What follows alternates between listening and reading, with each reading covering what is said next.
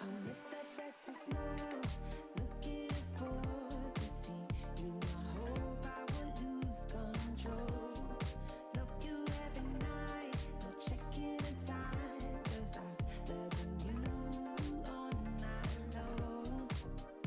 I can let you go, baby, it's the right thing, I already know. And we feel it, I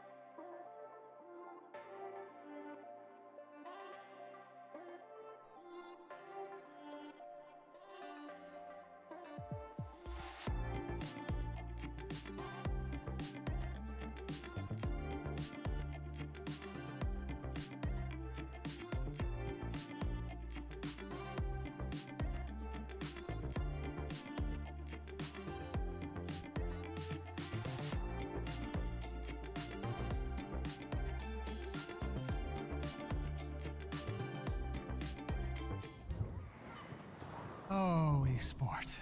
You and I have come a long way. It was such humble beginnings. As we gathered in small groups, we were professionals right from the start.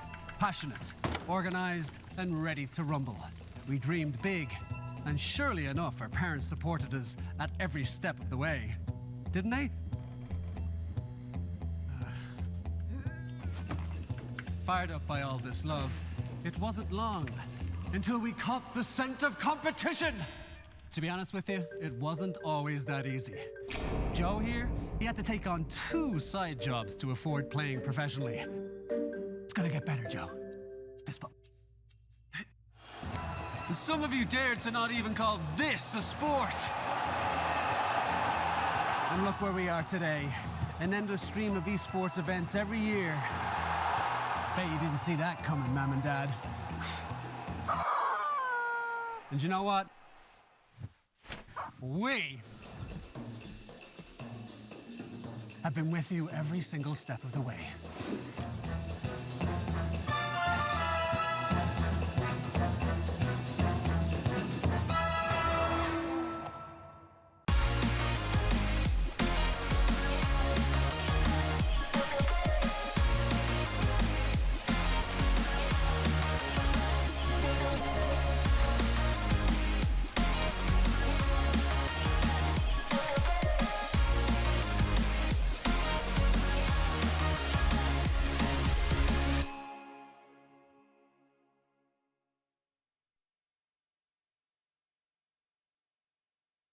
Dream of working with people you watch on screen. Exclusive esports opportunities handpicked just for you. Candidate profile to raise above competition. Let 10GG handle routines. Make a step towards your dream today.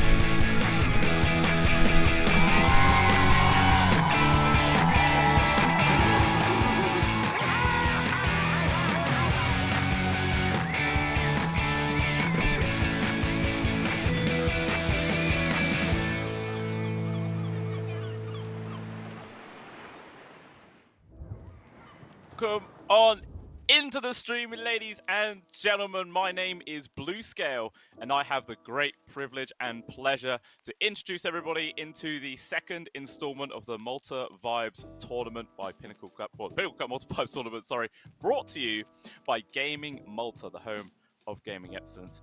And it's been a couple of months since the last installment where we had some amazing Dota 2 games, and it is our aim to hopefully bring the same level of quality to you here a second time around, and really shake the walls of the Dota 2 community and bring some exciting stuff to the table here. And we're gonna see what's coming up. Obviously, this isn't like normal tournaments, guys. This is all single elimination, no group stages whatsoever. So as soon as a team loses their initial series, whatever, they are gone. So it's all very cutthroat stuff and really brings some excellent things to the table. So let's have a quick look on how the brackets are looking already and see how these teams are going to move forward. Obviously, starting off here, we've got Team Dogchamp versus Trizium. They'll be going forward first. Well, actually, not the first match of the entire tournament, as we have Ball Dynasty versus Storm. That is the first matchup of the entire tournament. And then there is Baza Esports onto that, going up against Alliance. Might be a tough one there for Baza. Obviously, Alliance, a very well-rounded team. Going to be a hard one to bring down. And then there's also Balrogs versus Ram Squad. Maybe similar situation there. Obviously, Balrogs are in the SADPC right now, so they are a relatively decent team, even though they haven't had the best performance lately, but we'll see how that is done. On the third stage of the brackets, obviously, we already see Navi and Namiga there. There were select teams that were invited straight into that third part of the tournament. Obviously, higher profile teams going to really bring those excellent games to the table. Have a quick look at the second part of the brackets, where we've got Havu Gaming that's going up versus S-Screens. I'm pretty sure I'm pronouncing that one right. And then there's a Tengri versus Moneymaker. I mean, Moneymaker, they've been around for a little bit, not like a super popular team, but we'll see what they're going to be able to do here in this tournament. And then there's going to be a pretty exciting matchup, Wildcard versus Navi Junior. Obviously, not like these teams are the tier 1s, but they are, once again, well-rounded. They've had a bit of experience under their table, so that should be a pretty exciting one to watch. And there's also KefTeam.mp3 versus the Sajwin. I hope I pronounced that one right. We're going to see. Maybe someone might say that name to me eventually. We'll see how that goes.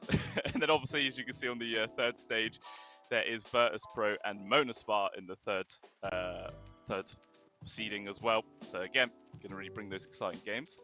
In the third part of the bracket, we've got KZ Team versus Cybe Team. Team France versus Team Ivy, which is the second series of the day. Then Comeback versus Level Up. Bait versus Cybercats as well. And then there is Bet Boom and Ancient Tribe in the third part. And then on the final page here, we got Unity versus Into the Breach Shuffle. Into the Breach, obviously, pretty well-known team. Nouns versus Genov. Sand King versus Trouble. And Furuwara versus HF. I love these names. I love them. And then, obviously, in the third stage there, we have One Move versus D1 Hustlers as well. And have a quick look of today's schedule. Obviously, the first two series, well, I'm going to be covering Bull Dynasty versus Storm, which will be starting momentarily. And then after that will be Team France versus Ivy, Tengri Gaming versus Moneymakers, and Balrog Sports versus Ram Squad.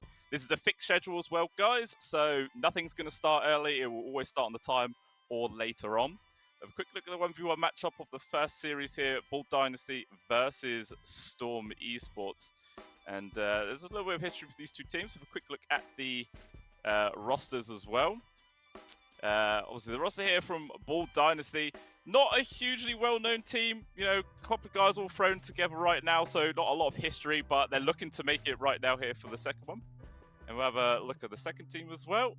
Krilat, Nikikul, Longchain's name, can't pronounce that one, unfortunately. OneChain, Seneko. There are a few more members of this team that are well known, and we'll see what they're going to be able to bring to this series. But we're already on the way to the draft, guys, man. These teams are just flying through. Like, they're not giving me any time to talk about anything. It's no good. But regardless, we are starting, and let's see how much these two teams are going to be sticking to the current meta. You know, a lot of the DPC games that have been going on have been sort of trying to change it and how these patches are going. But we do see, obviously, the Techies ban with the Medusa. Obviously, Techies is very highly valued on all these teams, regardless what position they go in. Medusa definitely has dropped out of favor, but they're just absolutely flying through. No one's touched on reserve time or nothing. It feels like this day is just in fast forward right now. Could barely keep up. But yeah, opening pickup's going to be Beastmaster and Keeper Light there from Bull Dynasty. Meanwhile, Storm have decided to go with Doom and Bloodseeker. Obviously, Beastmaster has just such an incredible win rate in this current patch, so already I'm favoring Bull Dynasty right now. Like, it just feels no matter what sort of lineup this hero's in or what he's against, he's always going to have a great time. Sort of similar with the Doom there on the side of Storm Esports, but not quite as solid as the Beastmaster. One thing I'm a little bit confused about is the very early Bloodseeker pickup. Normally, you only ever see this hero in response to some sort of, you know, high mobility movement on the other team, like a Pangolier or a Darkseer, something like that. But they're just going to go for it straight off the bat. They don't care. Why not? I mean, in my pubs, not that my pubs are high-level Dota at all, but I've seen quite a few people running some crazy Bloodseekers where you just go mass AoE damage with the Bloodstone, and you're just unkillable. Absolutely unkillable. It's such an annoyance to deal with. Obviously, professional teams are going to know what to do to count this hero out more than what people in my standard 5v5s do, for sure. But we're going to see what Bull Dynasty are going to do to actually put a stop to this man. Obviously, maybe they just going to try and draft around it where the Rupture isn't actually a problem. But sometimes that is easier said than done.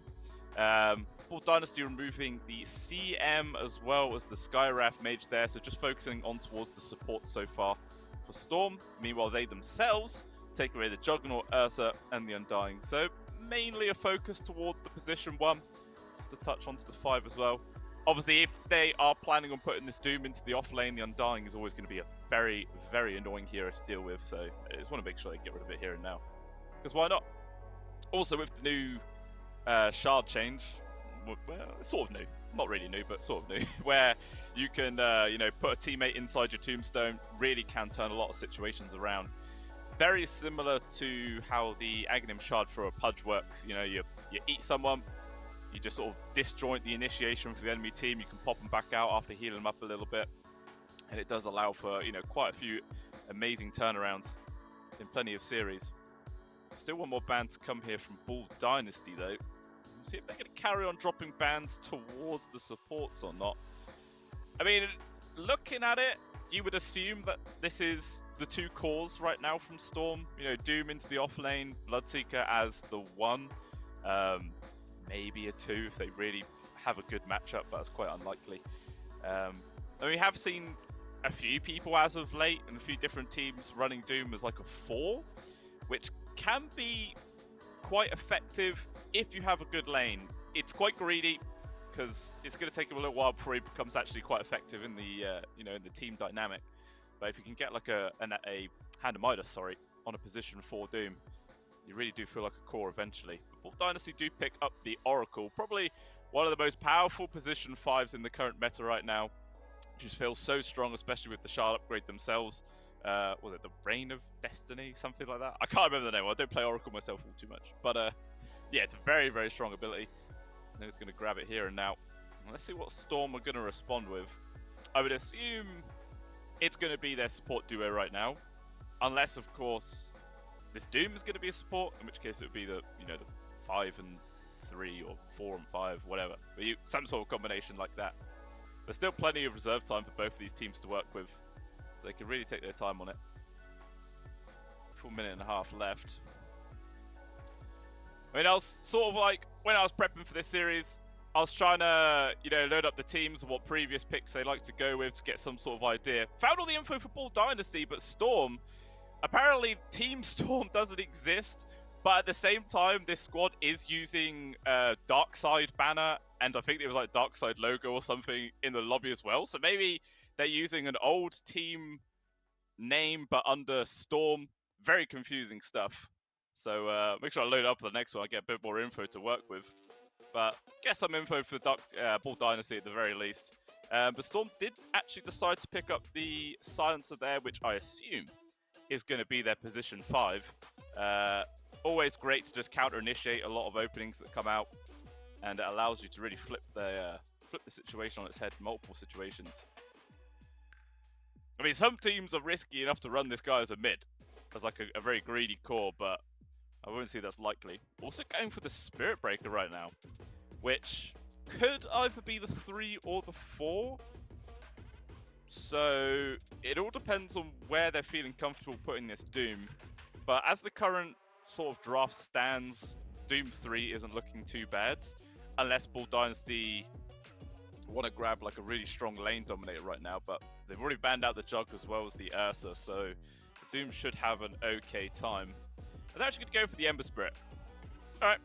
Okay, so Ember's going to be in the mid, leaving their carry for the final pick right now.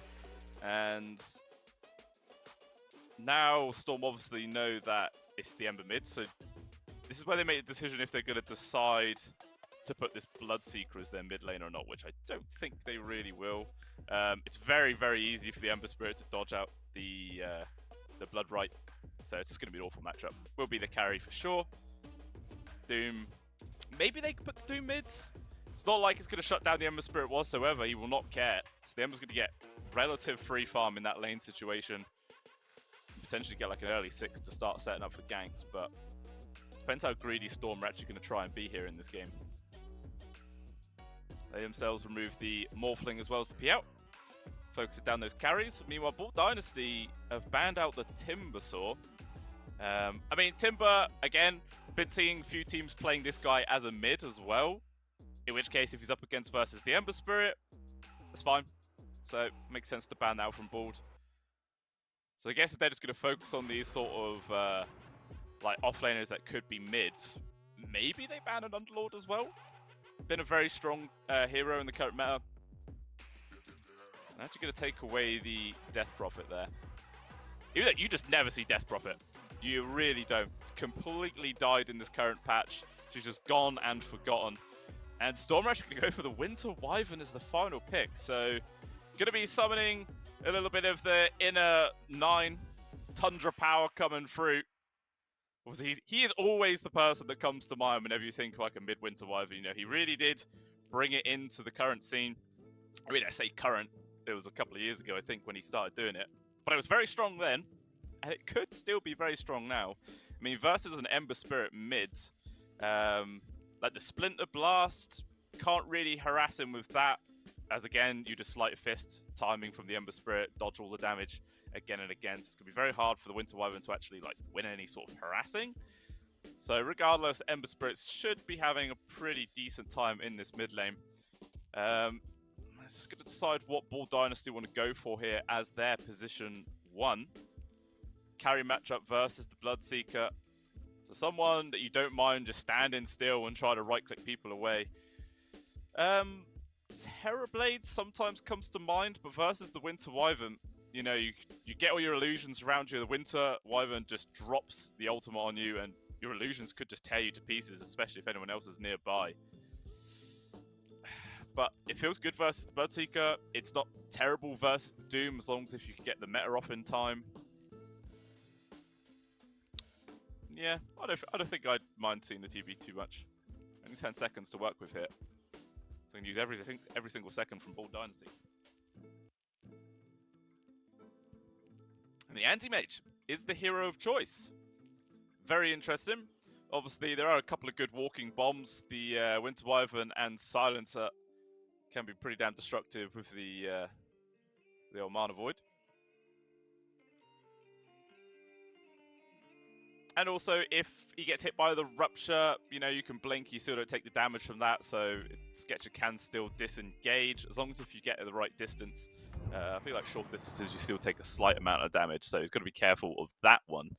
And you can also reflect the Doom, you can reflect the Rupture, you're a natural Manta builder to remove the Global Silence from Seneko. You can avoid the ganks from the Spirit Breaker as well. It does feel like a pretty decent game, as long as if Bull Dynasty can keep the space there and make sure the Sketcher on this Anti-Mage can actually find the farm and become that really big, powerful boy that he's meant to be. But I'm quite liking the lineup here from Bull Dynasty. You know, like I was saying, they got the Beastmaster very, very strong in this current map. Should have a pretty decent lane going up versus the Bloodseeker as well as the Silencer, which feels good for them. So even though Storm have a slightly more well-rounded team, you know, they've got a few players on there that have a lot of history, playing in various well-known teams, think like VP and Na'Vi, they played on a couple. So they're a strong team, but is their draft strong enough to win this game? Who knows, because we are now jumping in, and let's see how this game number 1 does go down. We're just going to have a little wait.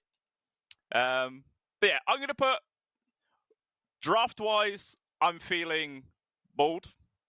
Player-wise, I'm feeling Storm, but I'm going to go with the draft. You know, I'm going to take every game as it is, assume all these players are bang on equal skill level, and yeah, I'm just going to base it all off the draft, in which case I'm going in for the Radiant side right now.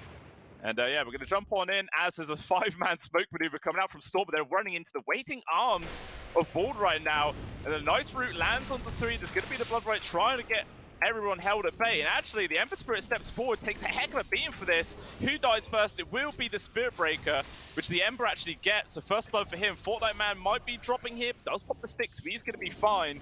So far it's a 2 for 1, probably going to make that 3 as Nicky Cool gets caught. Can they keep fight right now? Sketcher in a dangerous spot, but will blink dagger away. FSD, who's actually standing his ground versus 2 of them, but everyone is so damn low. It's a risky play to stick around. Seneco's going to continue these right clicks. There's going to be a Bloodright. Might land onto all 3, and it does actually get the kill onto Fortnite Man. The Bull team definitely overstaying their welcome, it feels like. But regardless, it is a 3 for 2 exchange into their favor. Actually, not even done yet, man. They're fighting after this bounty rune. Slyfist comes through. The Ember Spirit gets 1, and he should be able to run down the Silencer very soon. Snako, at the very least, going to grab the bounty. This is a hell of a start right now for the Ember Spirit. Side fist, 2 seconds. Is it enough to get the kill? Yes, it is. All right. For this guy, he got first blood, 3 kills, and 2 assists. So I'm sure he's already got a bottle coming out on the courier. Yeah, bottle and a Blightstone actually coming out on the Ember Spirit's courier right off the bat, which is absolutely massive. So already it's a strong start. And we'll see what Nicky Cool's going to be able to do up against that. But what an absolute hectic start. And we couldn't ask for a better opening into the Pinnacle Cup Malta Vibes tournament number 2. This is game number 1, 0 seconds in, and we had a 5-on-5 fight. And no one gave up, you know. Everyone was always going for it. There was a couple of times people thought about backing, but they doubled down. Probably should have backed out, but it doesn't matter. We don't care. We're entertained. And that's really what we are here for. Really quite a big wave hit. Performance going to go into for tier 1, so Krylat should be able to hopefully last hit quite a lot of these. Unless there's a lot of pressure that comes up from the Beastmaster as well as the Cottle, who are down at the bot lane. Sketcher is going to be doing fine so far. No one's really suffering in CS too much. Just the Doom, who's at last place right now, but it's still early days, so it doesn't make much difference there. I don't think there's really a point where Sketcher feels that threat in this lane, you know? Every single time the Doom or the Spirit Breaker steps up, they can just land a couple of hits, burn away at the mana. And he's going to have a pretty fine time. I wonder if Sketcher's going to go for a Vanguard in this lane. I feel like it's pretty good.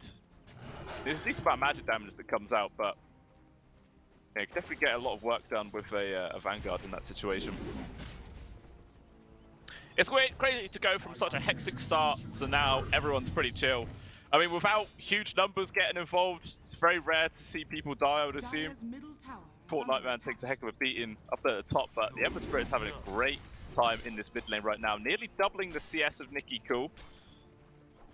Going to be having a Orb of Corrosion coming out very soon as well. So Fortnite Man very, very low. So yeah, the CS so far for these offlaners is starting to stagnate a little bit. Fortnite Man at last place with only 6 and 2. Actually, speaking of the man, he just dies. He gets taken out. Which, quite surprising. You know, normally when you go Bloodseeker lane, you need somebody to, you know, have a slow or a stun to keep people inside of the Blood Right and make sure that skill always lands, but not even required. Just happy just to trade a couple of blows, whittle them down, and eventually they get the kill. Meanwhile, down at the bot, Spirit Breaker once again trying to do some harassment, just have all his mana burn away. But the Lotus does get picked up from the Doom. And just no one has any mana. There's always a problem when you're against an anti-mage.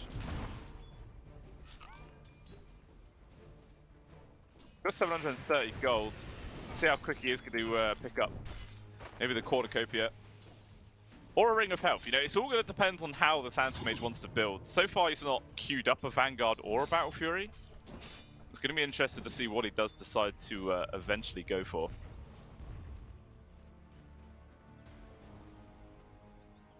Edge to go all the way back to base.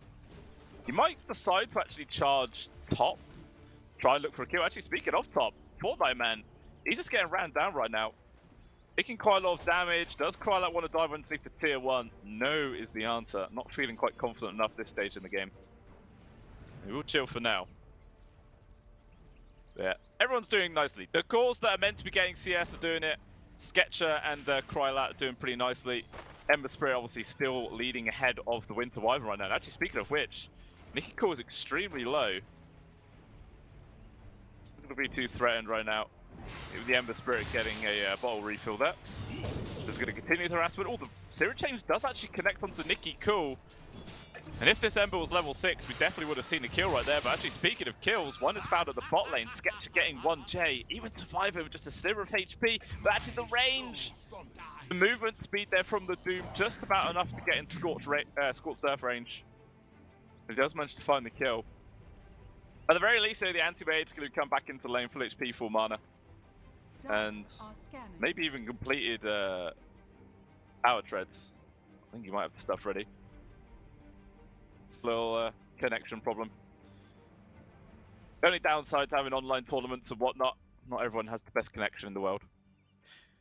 And another thing that annoys me, all these players that have crazy ass names, you know, Like, how am I meant to pronounce a lot of these?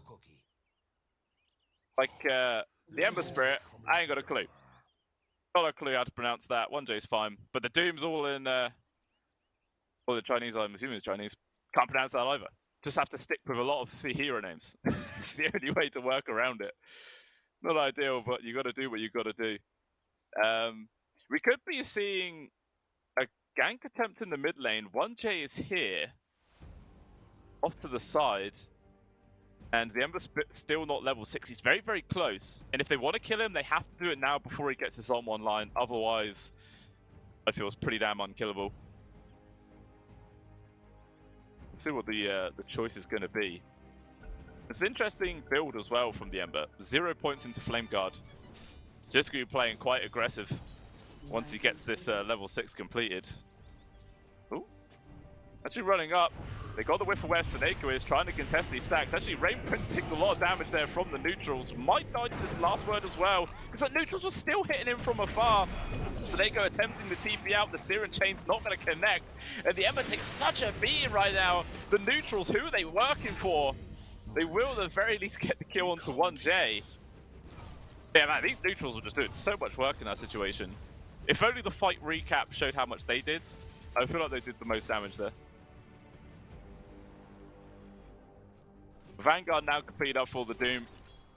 Sure, Sketcher can still burn away a lot of his mana, but probably shouldn't really die in this situation. And Sketcher has got the Cornucopia queued up there, so it looks like he isn't going to go for a Vanguard plate. We'll be going in for an immediate Battle Fury. 6-minute rune, about to respawn. Someone to contest for the top one. Looks like they will secure it there with the assistance of Seneko. Actually, DD, which he picks up. Nicky Cool maybe could have grabbed that, but with the Winter's Curse, it does lock down the Ember Spirit for now. Slyface is going to be able to dodge the charge. He does jump away with the Remnant. The 6 heroes coalesce in there. No one drops. But I still think Bull Dynasty happy with that situation. Nicky Cool does not get his bottle refill, so he's very low on resources. Meanwhile, the Ember Spirit could, TP back to base and refill. Actually, speaking of which, they just jump in super aggressive there. FSD sticking around long enough to net that kill onto the Wyvern. A 4-1-3 for this Ember Spirit. Very close to his level 7. And this man is going to be a very, very big problem for the side of Storm. 7-minute Wisdom runes about to spawn up as well. Rain Prince is there to secure their own. Newer 1J immediately going to grab their own Wisdom. So no sneaky steals this time. I can't remember what the exact stat was, but I think in the last major, it was like whichever team managed to actually grab 2 Wisdom runes had like a 70% win rate, something like that. But while I'm waffling on about nonsense, Fortnite Man dies. Or 3 heroes, sorry, there from Storm do manage to bring him down. So that's the 3rd death on the board for the Beastmaster already. And he is bottom of CS by a large margin, only 22-4 right now. This poor old guy is not having a great time. Anti-Mage just dropping the Ulm onto the Doom at the bot, trying to do what he can, but it's a slow damage at all. This Doom does not care. He's like, fine, take my mana, don't really give a crap. Can easily just trade right clicks and feel happy about it. Who are the mid? 3 people from Storm here yet again. Siren Chain's latching onto the 2 supports, gets his mana back, which reduces all the cooldowns. Actually feels like he's forced to zip away there. Takes a lot of damage from the Arcane Curse. Seneko? They're thinking about trying to go on towards the Ember Spirit right now. This is very dangerous. He's going to pop this stick charge to keep himself alive, but it's not going to make any difference. Still gets brought down. 1J barely survives as well. They got Slight Fist plus Siren Chains in a second. Not feeling like they want to dive underneath a tier 1 tab. She's wrapped around the back. He might still find 1J. Ooh, unlike Ships of the Night. No, he does find him. Catches a glimpse at the last second, brings him down. And with Rain Prince just constantly following all this mana, the cooldown's so damn low on his skills. Siren Chains will land, but nice illusion rune to actually avoid it. And now Witness Curse dropped on towards the Ember. No sort of heroes that connect onto it. It's not going to be able to find the kill. So quick in and out, take down the support, force out the ultimate from the Winter Wyvern. Really, Storm just can't find what they want to in these early parts of the game. But regardless of that, they are still top of the net worth, got 1k gold leads. And Krylat's doing quite nicely himself. But Charge down towards the bot. Sketcher's taking away all of the Doom's mana, but the charge is going to force it back. Actually, Sketcher jumps in aggressively. He wants to continue this. Rain Prince is here. This is going to take a long time. Look how little damage this Doom is actually taking. With the involvement of the Ember Spirit, though, this should guarantee the kill. A Mana Void from Sketcher to guarantee it. How many times did he hit him then? That was a lot. He was just doing nothing at all. Vanguard, man, such a strong item. So strong.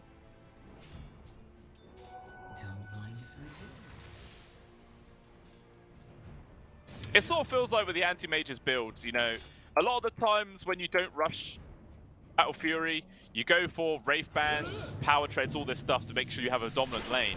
But versus this Doom, it's not really made much difference. Meanwhile, looks like the Oracle's in the spot above and does get charged on. The Ember Spirit's jumping into backlines, trying to trade. Actually just gets the kill onto 1J from a mile away. Global Silence is popped, but still the Ember feeling like he can make some work happen. Doesn't avoid the Blood Right, still gets hit by the Silence. And as a result, that's a big, big kill for Krylat. 5 kill streak going his way. And those are the times where a position 1 who TPs into the mid really feels happy. Most of the time, they just don't want to, because you know they'd much rather be hitting creeps, but 100% worth it in this situation. Already got his Maelstrom online. Going to be having phase boots coming out soon as well. Could be quite a problem for Bull Dynasty if they don't address this Bloodseeker soon. Ember still playing quite aggressive in this mid. Just these right-click slows come out from Nicky Cool. Is going to be the Winter's Curse. Last word is in. Ember's going to be fine though. Takes a heck of a beating. This is the nice thing about having Oracle on your team, you know. You just heal him up. He's fine. No worries. No worries at all.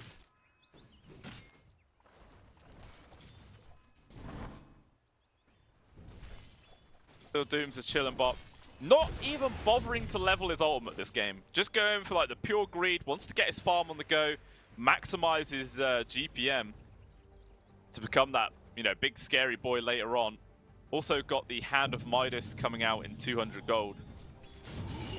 There's a very, very greedy position 3 like itemization choice. See how it pays off for them. Meanwhile, Nicky Cool just getting poked from afar. God, one of Atos completed right now. A lot of damage on towards the Ember. He's forced to disengage. Meanwhile, 1J gets the charge onto the backlines. Still, no one's quite dropping. Just using another slow coming out there from the Solar Bind, but it's a matter of pokes and prods in this mid lane. So much action happening here. The side lanes are relatively ignored from both teams. Got access to a heat map. I'm sure this like whole area would just be glowing bright red. Regen rune up top. 1J forced to pick it up. Not for the risk of it being snatched away there. Still 2k gold lead now for Storm. Are building up their lead, but this is only a matter of time before Sketcher completes the Battle Fury. And then that whole dynamic will completely change. And how far away is he from this? He's about 1500 gold for the anti-mage, and that Battle Fury will be completed. And then it's going to be sort of like the clock has begun for the side of Storm about how much action they can make before it becomes a real problem. And actually this Doom has now leveled his ultimate, which is a clear tell that Storm want to look for the kill. But actually just blinks away. Huge read there from Sketcher that the gank was coming in his direction. And he avoids a 4-man movement from Storm. Sure, is still going to lose this tier 1. But as long as he keeps himself alive, he's happy with that.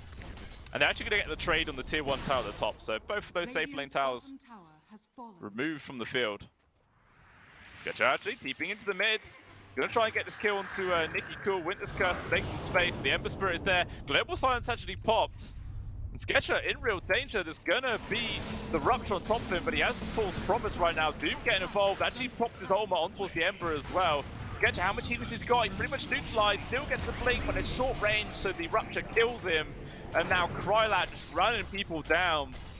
3 people from Bull Dynasty dropping.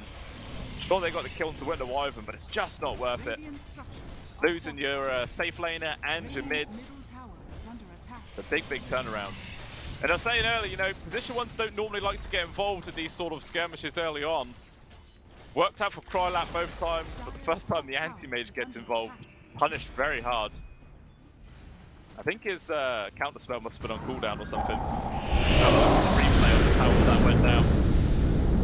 Global Silence, man. It's such a strong ability. The silence was just there long enough for the Rupture to come in. Nothing the Anti-Mage could do as well, with the Doom also getting involved. Completely surprised by the ultimate. And it was just a huge victory from there onwards. There's nothing Ball Dynasty could do to stop it from happening. Completely trapped, separated. And you can see that FSD is just desperately trying to do something to keep his cause alive, even though he knows he's probably going to die for it. But it has to be done. Position 5 life. But yeah.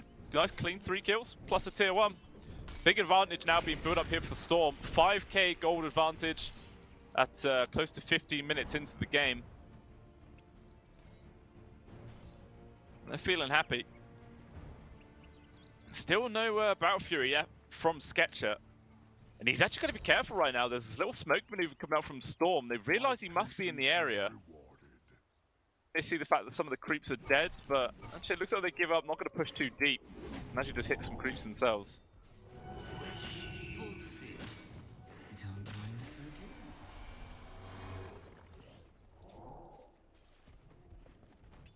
Big Fortnite man's happy though.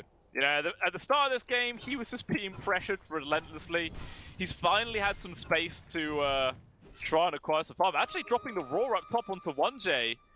But he has all those activated, so it doesn't last very long. Does manage to get the kill on towards the Spirit Breaker, but mass TP's in. This is going to cost Fortnite Man his life, which, again, isn't really worth it. Also, losing his courage is just insult to injury there. I mean, I suppose the Spirit Breaker was actually worth slightly more gold for Fortnite Man, but overall, more gold being given away as a whole. So definitely not the best read. Maybe if the Bulldoze wasn't activated, that Roar might have had the longer duration. They could have got the kill before a lot of responses came in. I have a Split Breaker, man. Very hard to hear it to go on a lot of the time. Another charge coming through as well, on towards Rain Prince. Let's cancel it. Also going to get a D-Ward for his troubles. Just pokes from the Sleight of Fists, but not really threatened at all. Just carries on walking it off.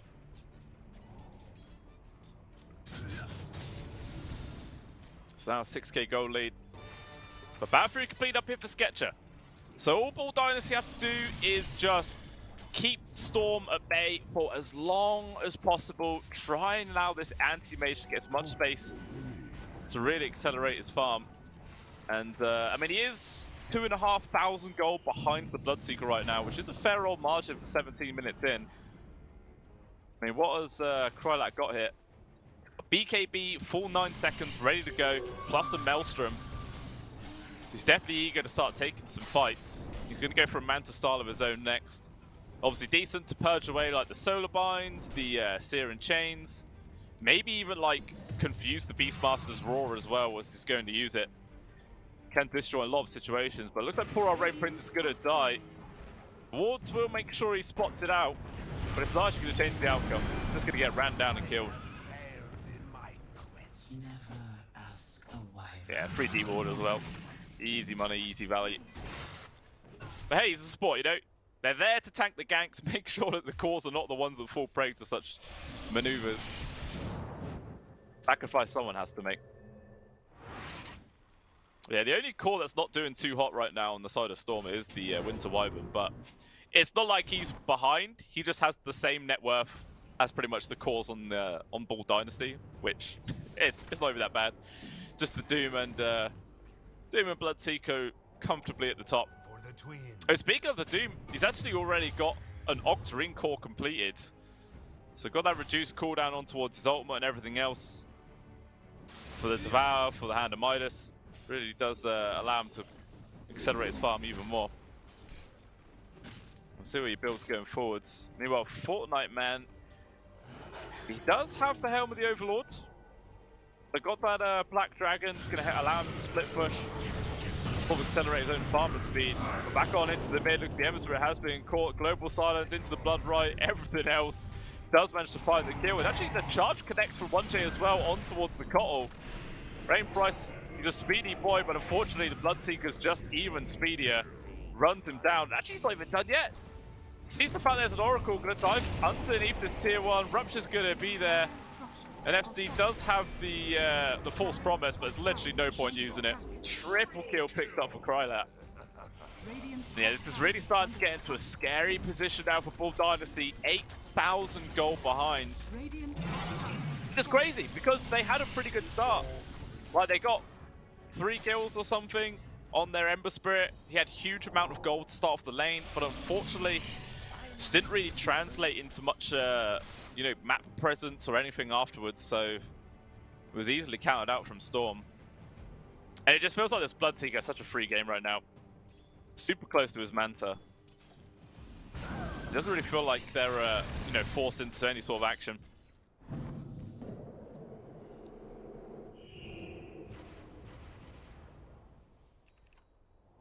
Yeah, Sketcher trying to find what farm he can, but unfortunately a lot of his stacks, or a lot of his camps have just been killed up by the Bloodseeker instead. He's not able to achieve too much. A lot of AFK running around in circles. This is all benefiting Storm. Just carrying on their lead. Harder and harder for Bull Dynasty to find an opening back into this game number 1. And the Ember Spirit's actually been forced to build a Yule Scepter as well. I mean, it's not an absolutely terrible item for an Ember, but it is much required versus just the sheer amount of silences that they are versus right now. There is going to be the Never Strike that lands on towards Rain Prince, trying to run themselves away, but here comes Krylat. Speedy boy. Blood Right doesn't collect onto anybody. They're going to see who they can find. They will get the Rupture land on towards the Ember Spirit. He's going to do what he can here with the Remnants. Get as close to his tier 2 as possible. Charge, but one day will cancel it. The Rupture used, but 3 Remnants had to be expended there from the Ember. It feels like if Storm really want to, they could probably still take the fight right now. An aggressive view was used on towards the Doom actually, but can't follow suit whatsoever. Storm are actually going for a smoke maneuver themselves right now. Tis mine. Even though everyone from Bull Dynasty is here, well I say everyone, that's not an anti-mage, but it's an anti-mage, he's never going to turn up. Not until he's got like 3 items. There will be a 4 versus 5 for Bulls. Could dive underneath the tower, Slight Fist does cancel out the charge though, so 1J can't really get too deep. An ambitious attempt. Just does not work out. And it feels like Storm, they want to get a kill, force Bull Dynasty back to allow them to move into the Roche Pit perhaps and, you know, clear up that objective.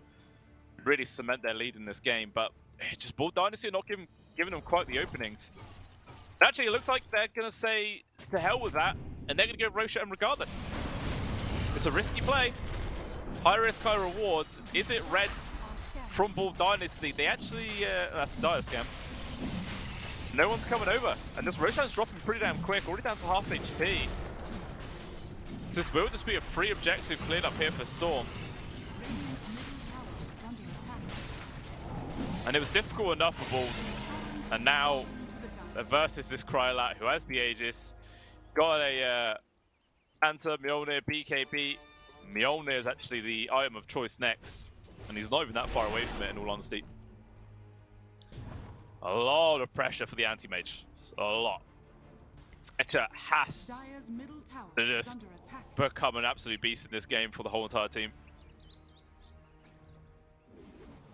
Radiant's bottom tower is under attack. Dire's top tower has fallen. Actually get the tier 2 top at least. The creeps finished that one off. Actually the illusions from the anti-mage did. But despite the fact they are behind, they were the first team to get that tier 2 objective, also killing the Tormentor as well. So a big shard picked up there for the Oracle, Reign of Destiny online. And that could actually be a huge impact for the rest of the team.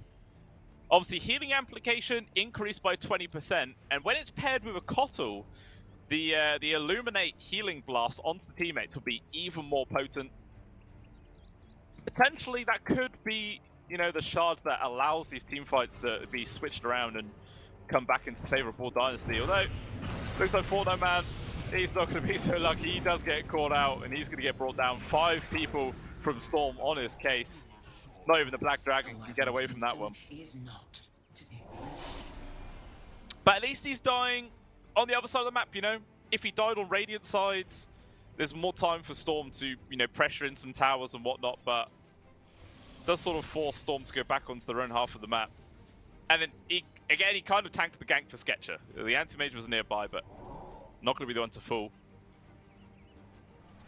Radiant's middle Also, tower actually, is under a attack. Lincoln Sphere queued up from Sketcher as well. Which will be a big item. You know, avoid the Witness Curse, avoid Rupture, avoid Doom. Well was Global Silence, so actually quite a lot of effect. Speaking of the Doom, does get the connection on towards the Ember, and just way too deep, does get caught out. Another big kill to find, so I wouldn't be too surprised if we see a Lincoln's also queued up from him, and we do. Gonna try and go for that after he completes his axe. Radiant structures are Still a ways away. Dire's bottom tower is under attack.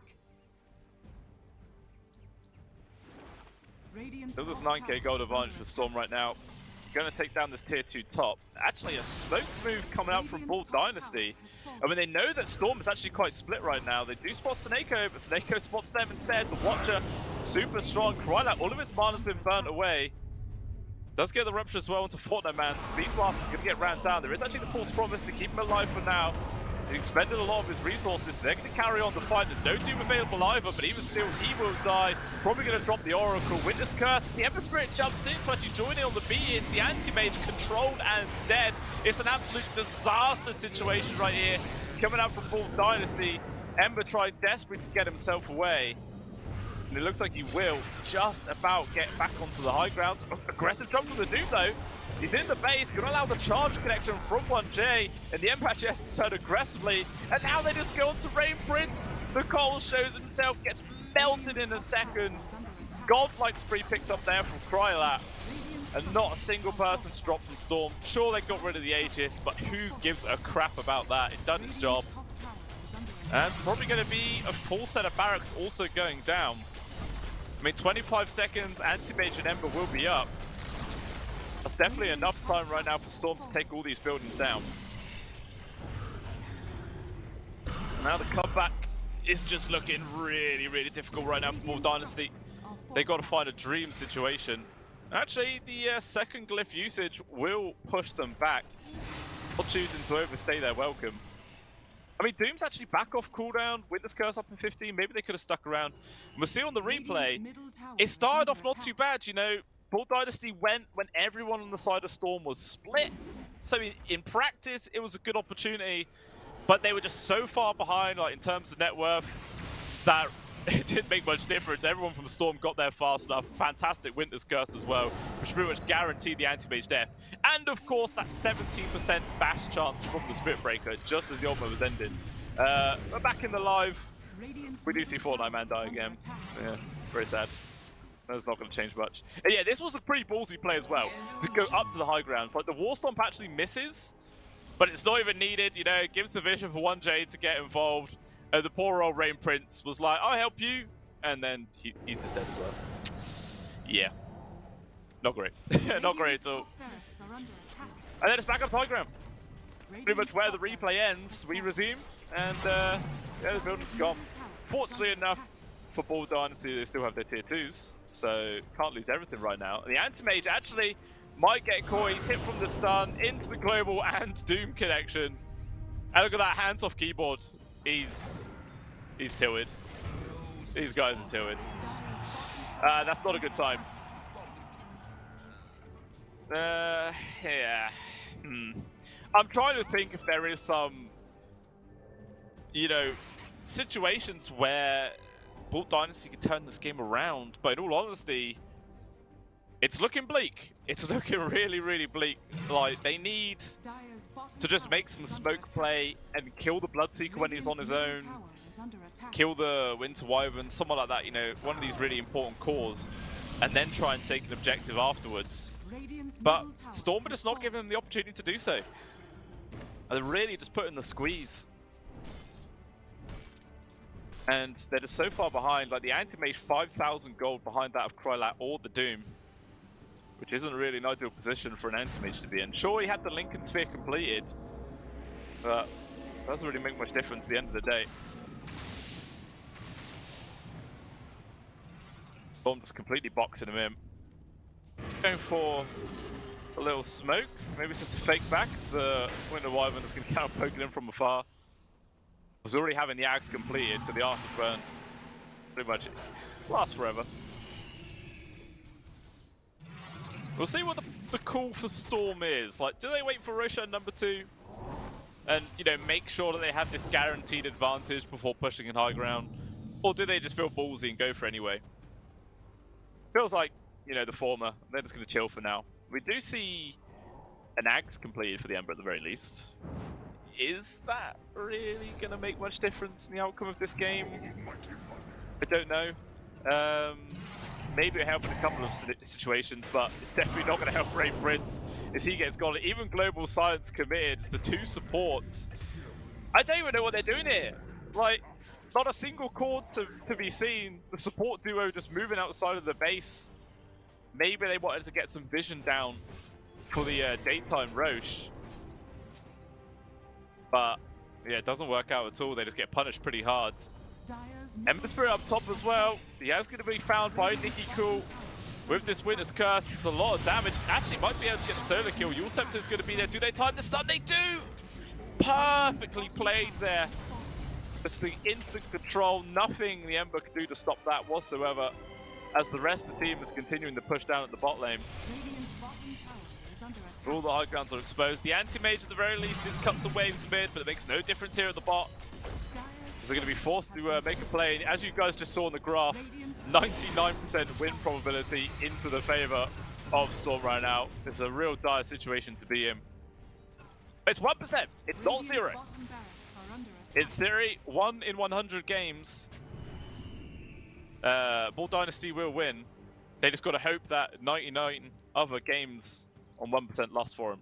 You know, that's how the math works, right? For their sake, I do. But it's not looking likely. Shiva's also picked up for the Doom now. Just going to make it even hard to find these kills for the side of Bald. Fortunate enough for them though, Roshan was pretty much maximum respawn time, 3 minutes. So that's, you know, 3 minutes more where Sketcher can try and find some farm elsewhere, get his next item online, which will be a Basher, which he actually has in 60 gold, but they're going for the smoke play. Yeah, he has an Iron Branch you can sell. Sell the Iron Branch. Okay, he's got it. He's got his Basher, that's fine. And this is an all or nothing play coming out from Bull Dynasty. This has to go well. If they lose this fight, they're probably going to call GG. Oh, but this ward actually spotted out the anti-mage. Storm know this is coming. You get a TP in the Winter Wyvern as well. There's only 4 of them right nearby for now. No Doom. He's actually just going to use the Swing Gate, get involved, jump forward from the Ember Spirit. Not going to find too much. Off to the back line, draw connection on towards the Winter Wyvern, jump in as well from the Ember, but there's going to be the Global, there's going to be the Winter's Curse. Fortnite Man is gone. Do they also have the control for the Ember to get this kill? False Promise is keeping the Beastmaster alive. These bashes coming out from 1J Man, more than 17%. This is absolutely broken. They get the kill onto Snako, but still 1-for-1 exchange.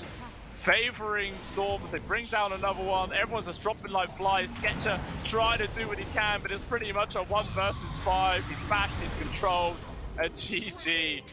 They tap out. At the very end there, the Cole even got an AC. An AC on the Keeper of the Light, because they needed something, but it was just it's just too little too late.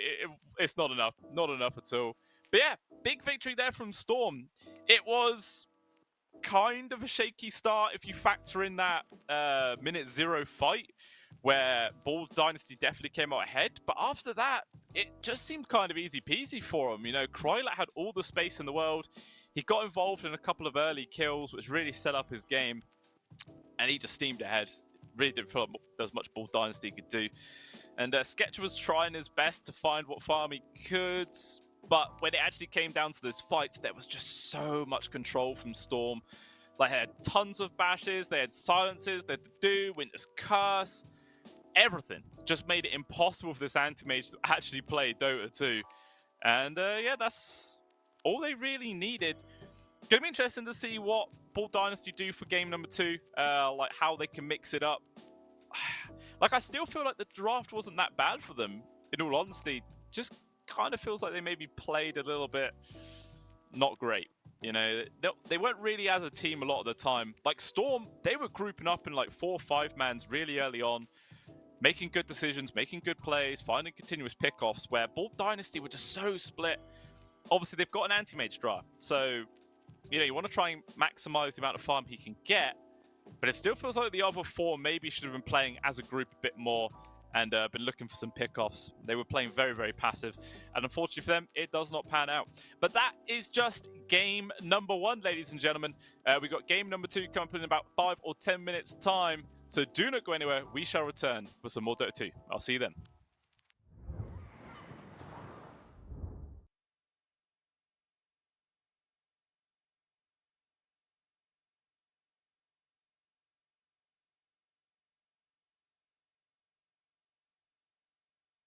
Hold on, we build this ship together, searching for a home. Despite the storm that hit us, we are still on board.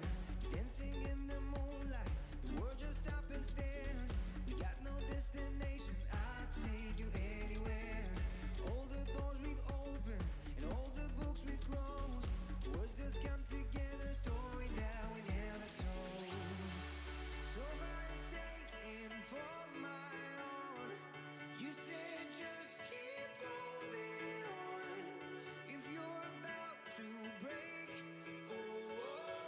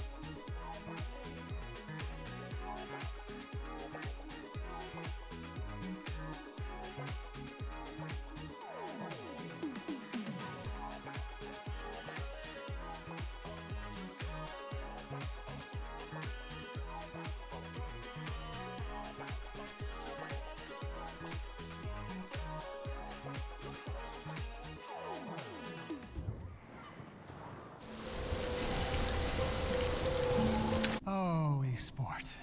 You and I have come a long way. It was such humble beginnings. As we gathered in small groups, we were professionals right from the start. Passionate, organized, and ready to rumble. We dreamed big, and surely enough, our parents supported us at every step of the way. Didn't they? Fired up by all this love, it wasn't long until we caught the scent of competition. To be honest with you, it wasn't always that easy. Joe here, he had to take on 2 side jobs to afford playing professionally.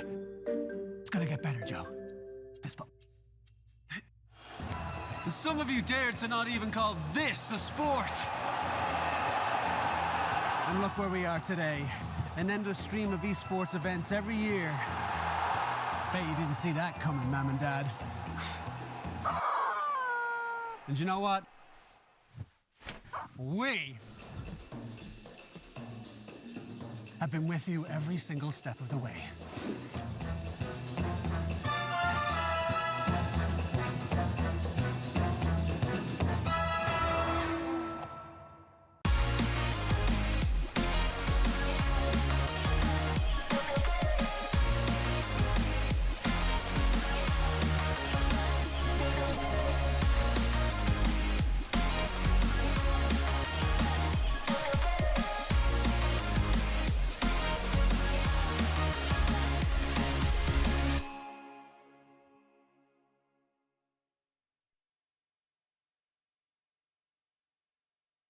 Dream of working with people you watch on screen. Exclusive esports opportunities handpicked just for you. Candidate profile to raise above competition. Let 10GG handle routines. Make a step towards your dream today.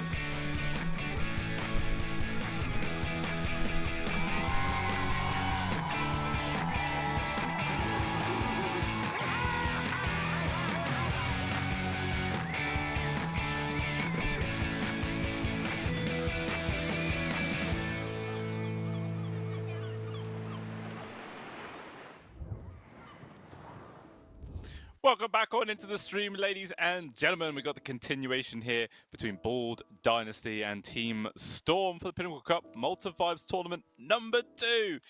And obviously this is the first series of the tournament open right now. Very exciting stuff, but unfortunately for Bald Dynasty, they got kind of handled in that game number 1. Couple of mistakes, maybe not quite synergizing as a team, even though it felt like their draft was kind of good. Just the lack of experience, perhaps, between these actual 5 members, which could have potentially cost them the series. It was mentioned earlier on that Team Storm do have some, slightly more experienced players. They've got Snako, Krylat, Nikki Cool. I believe Krylat was actually a part of VP for the Winter Tour, if I'm not mistaken. Nikki Cool as well was actually a part of Na'Vi. So already a lot of experience with some of those bigger teams. Saneko obviously as well being around for quite a few years, since 2014, I believe. He's been playing on various different teams and organizations. So yeah, a lot of experience there. But we are already underway for draft number 2. And we're going to see what Bald Dynasty do different. Maybe that little downtime there between these 2 games, they've had a talk about where that game went wrong, where it could go better, if it was draft related, if it was just pure mindset, who knows. I mean, we did see at the end of that game, when the anti-mage got caught, he was cutting a wave, and he actually just went completely hands off his keyboard. He just went AFK. I was like, yeah, whatever, I'm dead. Like, which, sometimes when you're dead, fine.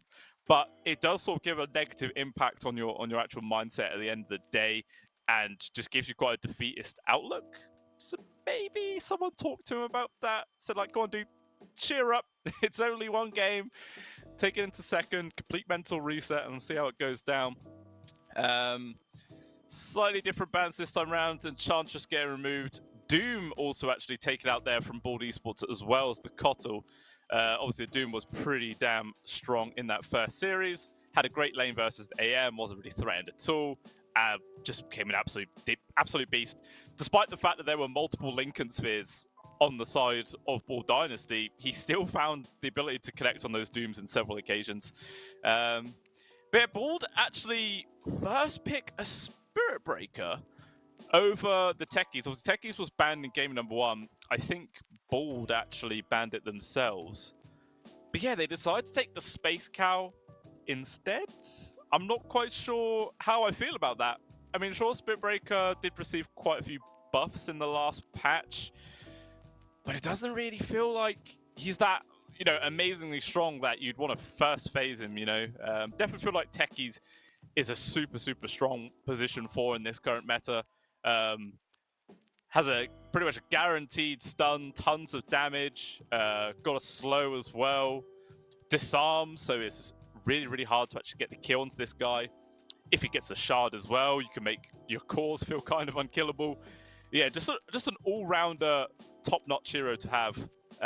They do also pair it up with a Magnus. Traditionally, this mag would always be an offlaner.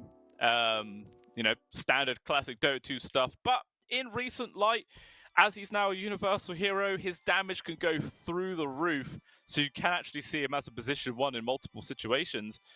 But they go for a Faceless Void there from Ball Dynasty.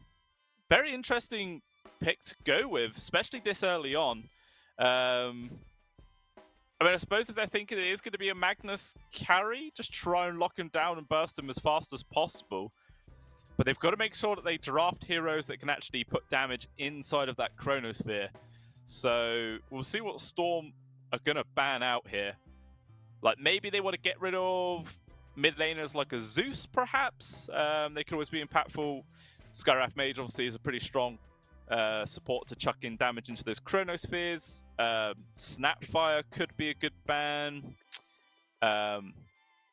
Invoker, potentially. You don't really see Invoker in professional play. Again, in this meta, he has really dropped out of favor for a lot of teams.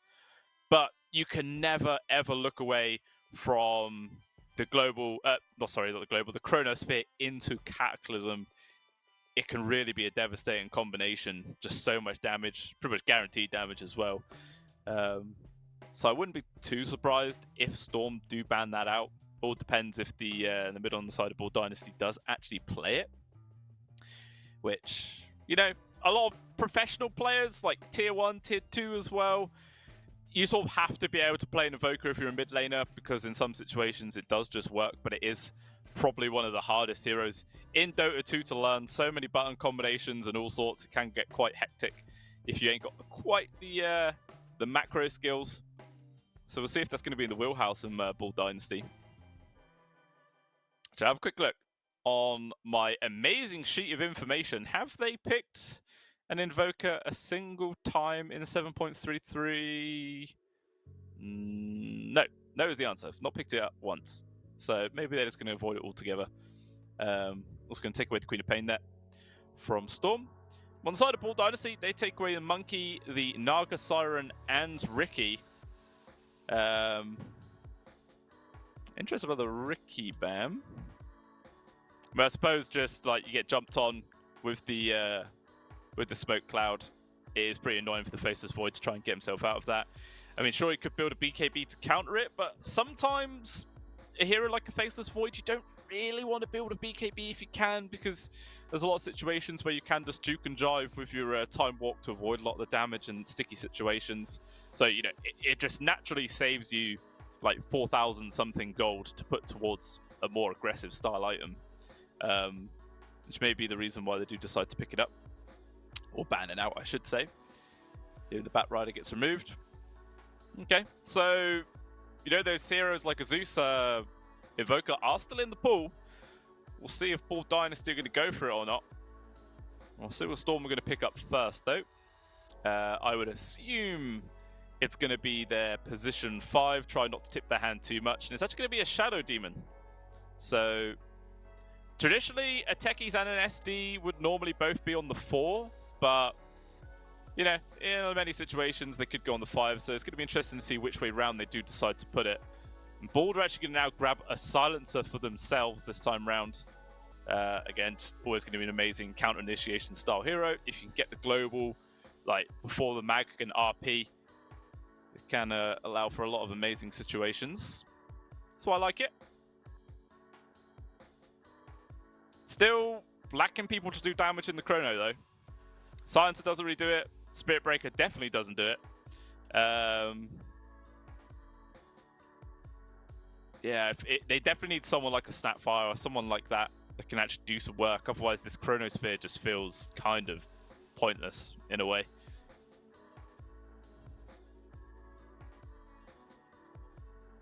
They go for a Pangolier. Okay.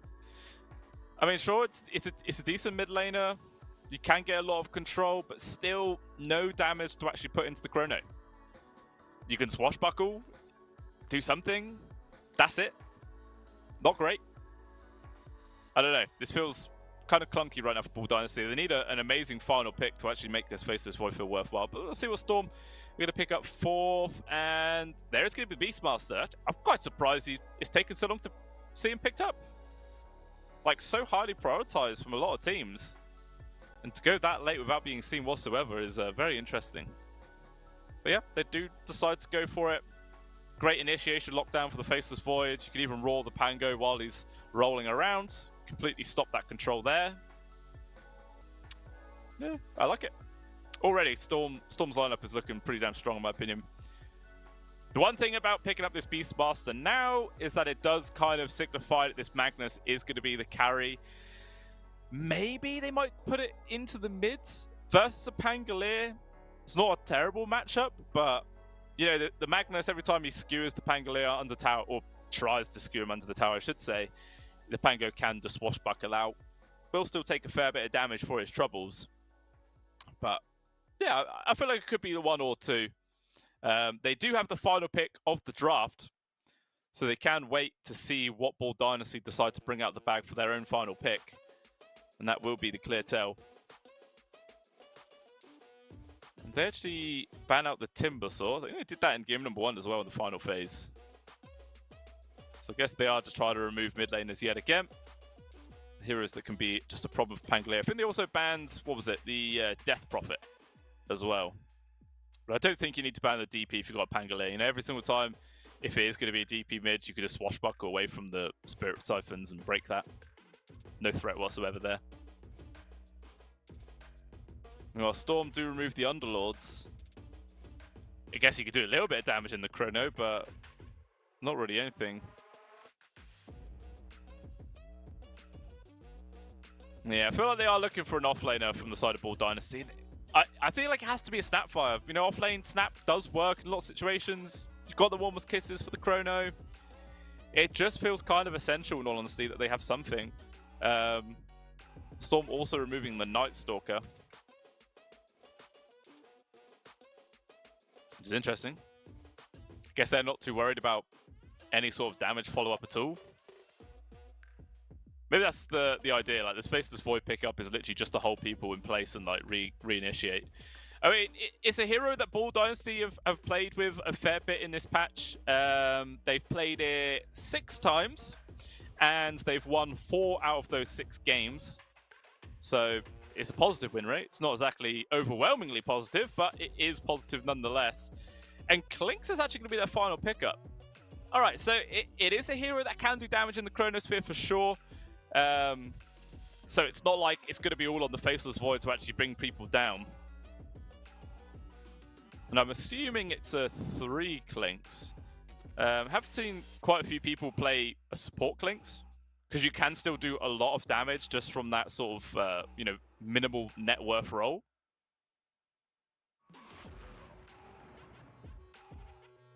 But then you'd have, what, Spirit Breaker as your position 3? I guess the aim, if you were to have a core Spirit Breaker, would literally, you know, you're never going to get involved with the Chrono. You're just there to hit people in the backlines. But Void Spirit is the final pick there from Storm, so that's going to be their mid laner for sure this time round. Yeah, Krylat is going to be running with this carry Magnus. And Rain Prince is actually on the Clinks. Okay. So it is a support Clinks at the end of the day. Position 4 coming out from there. FSD run the position 5 silencer. That is kind of obvious. Okay. It helps again, but they have the Spirit Breakers, the 3. So this Chrono, like I was saying, just feels kind of naff. I don't really like the lineup of Ball Dynasty, in all honesty. I'm feeling Storm, it's so well rounded. They've got good control, they've got good damage, they have reach as well from the Void Spirit. And the fact that it feels like they're just a stronger team in general with how they were, actually playing as a 5-man unit in that first game. It's going to be very, very difficult here for Ball Dynasty to actually, make some plays happen, make some good space, and try and close out this game. Yes, I feel like there's actually quite a lot of pressure on Rain Prince for this position for Clinks. Like, as I mentioned before, it is something which has sort of gained a little bit of popularity.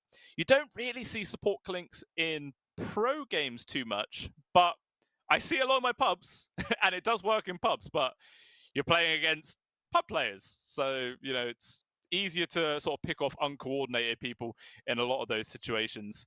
But yeah, I don't really feel like this last bit support Clinks is going to be enough to turn the game. I'm feeling pretty confident on the Storm pick. But let's have a look. We'll jump back on into the game as it is now underway.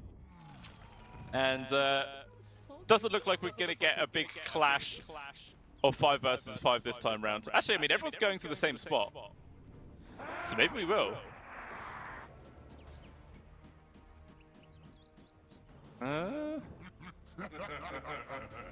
Everyone's just going to sit on opposite sides.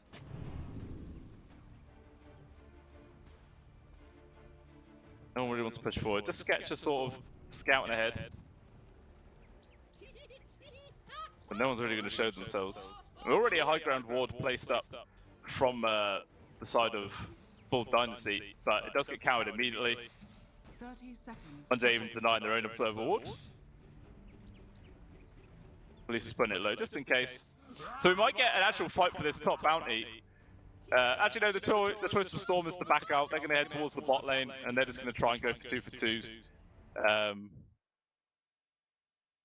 mean, 1J might try and snipe it here, potentially. He's only got the sticky bombs, but I don't think there's any way you can go for this and hope to survive. You got the Pango, you got the Faceless Voids. They got to go for it right now. Nice use of the Arcane Curse connections too, just going to hold him back. Meanwhile, out the bot, not able to grab that one. Well, Krylat does get it. And Fortnite Man, maybe he was thinking about trying to go for the upper bounty, but does get pushed away. At the end of the day, it's a 3-for-1 bounty exchange favoring Bald Dynasty. So just a slight advantage there. Similar to game number 1, but I mean, well, that one went. Not great at all. Yeah, I feel like they just have to play out of their minds in the laning phase here from Ball Dynasty. Like, if it sort of goes even, I really do feel like Storm are just going to be able to run them over even easier than game number 1. Just feels pretty damn strong. Like I said, might be a lot of pressure on Rain Prince to get some work done, but already the Clink's getting skewered underneath the tower. Fortunately enough, the tower was hitting the creeps, but it doesn't even matter. The illusions from Seneko just get the kill. And already this hero's dead. You've got to pay respects to this combination. Up the top lane, FSD also dying. So both supports drop him in the first minute of the game here. And I feel like I cursed them. I said they have to have a good start in these lanes, and already it's pretty damn terrible. We'll see if that continues, though.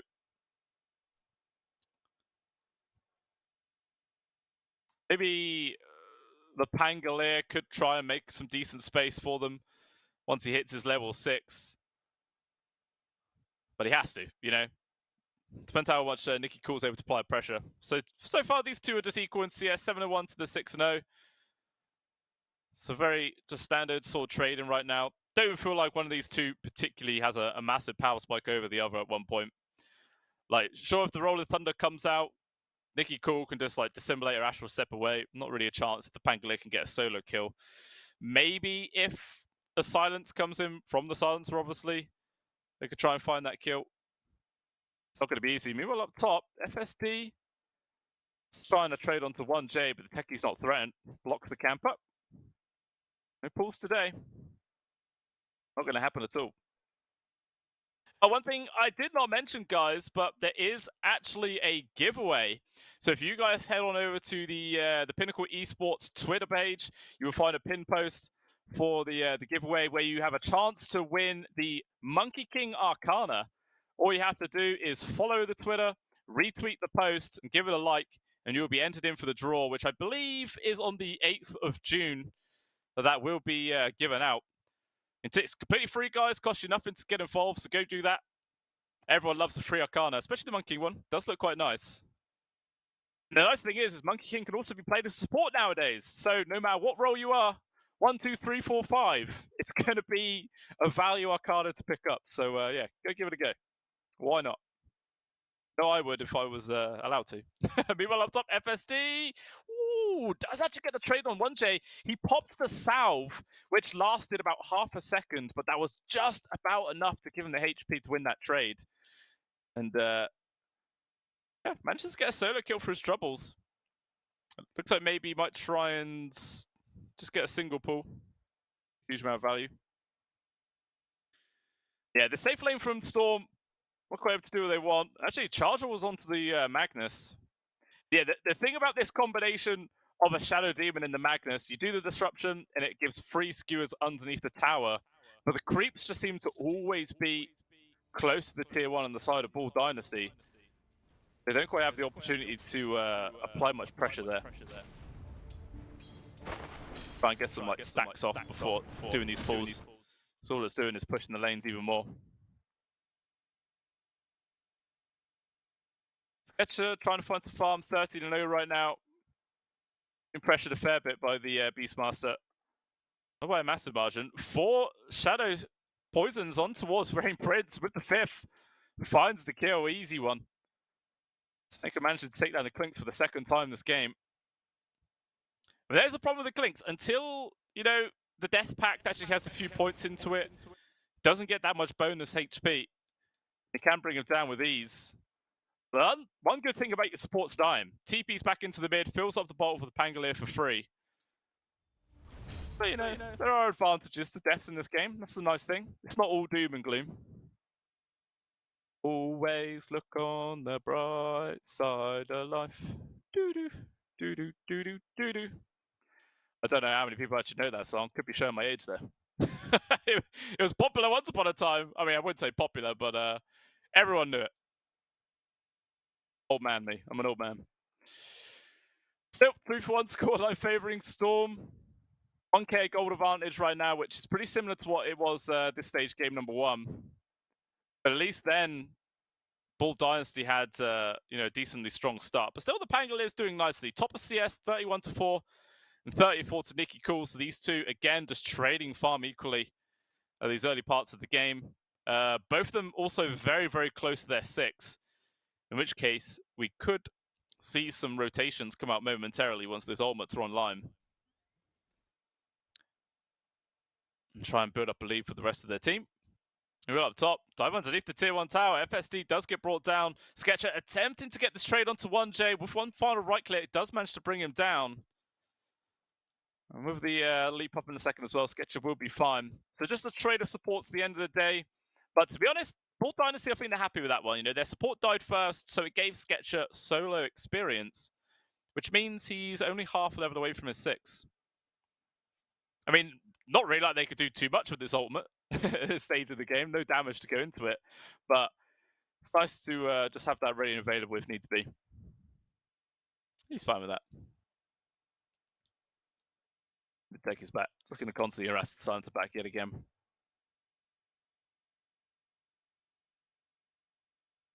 Now onwards online. Thank you, cool. Doing some minor harassment. Ooh, on top, actually, the Beastmaster again kind of ran down, taking a lot of damage. Super slow, but he's going to be able to get himself away. At the bot lane, looks like Rain Prince actually dies. But 1J, point blank blast off, manages to find the kill onto FSD. Very nicely done. Does punish that over aggression that came out from the onto towards the Beastmaster. Yeah, killing spree though for Snakeo. There's another grab on towards the Clinks, but again, the Clinks TP's mid fills up the bottle for the Pangolier. So again, not all doom and gloom. Find something. It feels like Rain Prince is going to start just making some rotations now. Clearly, bot lane is not working out for him whatsoever. And he is going to head up towards the top. Maybe with the assistance of everybody else, they could try and find this kill. In the silencer, actually his TP was on cooldowns. So he just runs mid instead. It's quite interesting. Ember Spirit. There you go. Wood Spirit, sorry, just gets dived underneath the tier 1. Rolling Thunder's going to be there, but quick cancel out from the disruption. Should allow Snako to disengage, but regardless, big kill to find onto Nikki Cool. Taking down this Void, bumping up the net worth for the Pangolier and giving some space to just find free CS as well. As a result, should be able to get this Diffusal Blade at relatively good timing. But at the same time, Krylat, he has free farm yet again, just like game number 1. He wasn't threatened at all. And he was just free to hit creeps and do whatever the hell he really liked. And he's just going to have exactly the same situation here. We'll see what he does decide to build into. Just got the Morbid Mask queued up for now. But huge rotations from Bull Dynasty up towards this top. They want to try and find a grab on towards the Beastmaster, if possible. Wait for the opening to actually get in. Anglia actually off to the left side jungle. No idea what to call this area. Left ramp, I guess? I don't know. No one really knows what to call these new jungle areas. Confusing stuff. Maybe Valve will release a memo document which clearly states what these areas should be called, and it'll make the life of a caster so much easier. There's always confusion. But regardless, the gank attempt gets cancelled. Couldn't find anybody. Let's go back to the defaults. So less than 1k gold advantage now going towards Storm, so definitely even out this game a fair margin. But I feel like Bull Dynasty, they can't have an even game at this point because the state of the draft just feels quite in the favor of Storm, so they need something else. But they need to have a big advantage to really press it home. So they're going to make sure they get a free kill on towards the dominated creep there. Is something? Jump forward from the Pango. Trying to lay in some harassment. Still no Diffusal Blade though. Maybe feels like he should try and farm that up before he forces any more engagements elsewhere.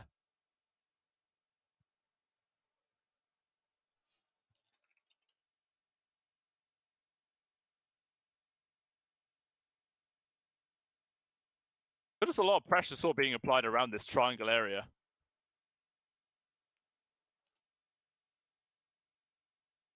Oh, Nicky Cool there has got some control.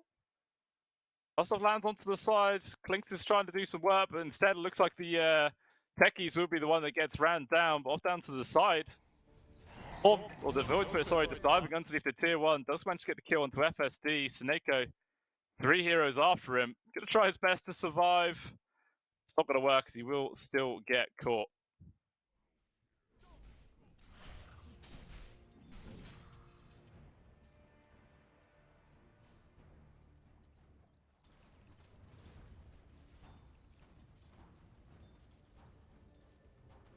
I was having some mic issues there, just having to do some tweaks.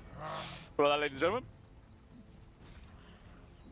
Guys, Nicky Cool definitely isn't having the freest time this game. Sure, he does get some action there, but he's just always being pressured. With 3 heroes by Bull Dynasty in the area, they could just push him back. Makes it difficult for the Void Spirit to find the farm he needs.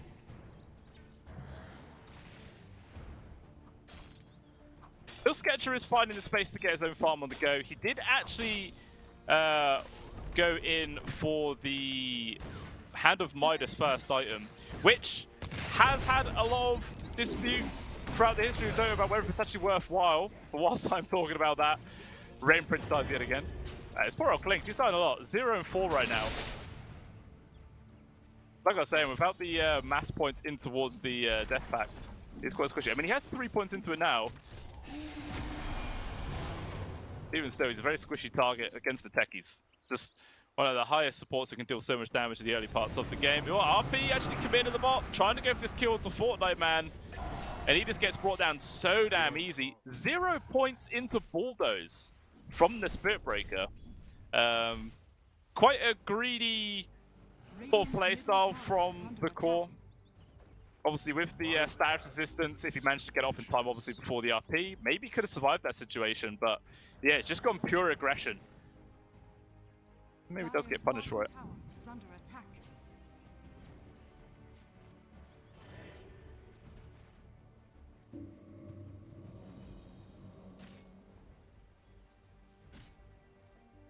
Still, it is just plenty of farm being found from the mag.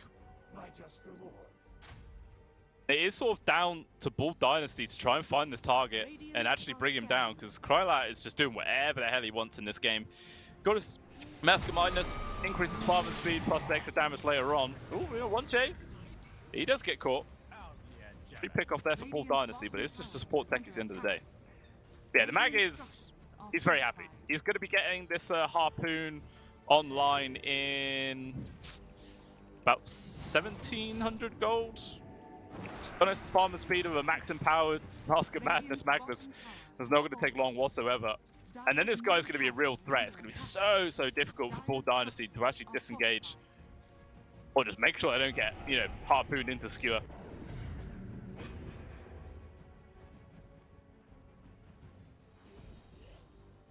Both teams not really feeling pressure to, you know, force any plays right now.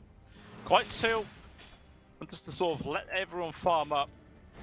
I mean, the Pango plus the Spirit Breaker are sort of moving this unit. They're going to bump into Snako, use this disruption quite aggressively, manages to get the ult off at least.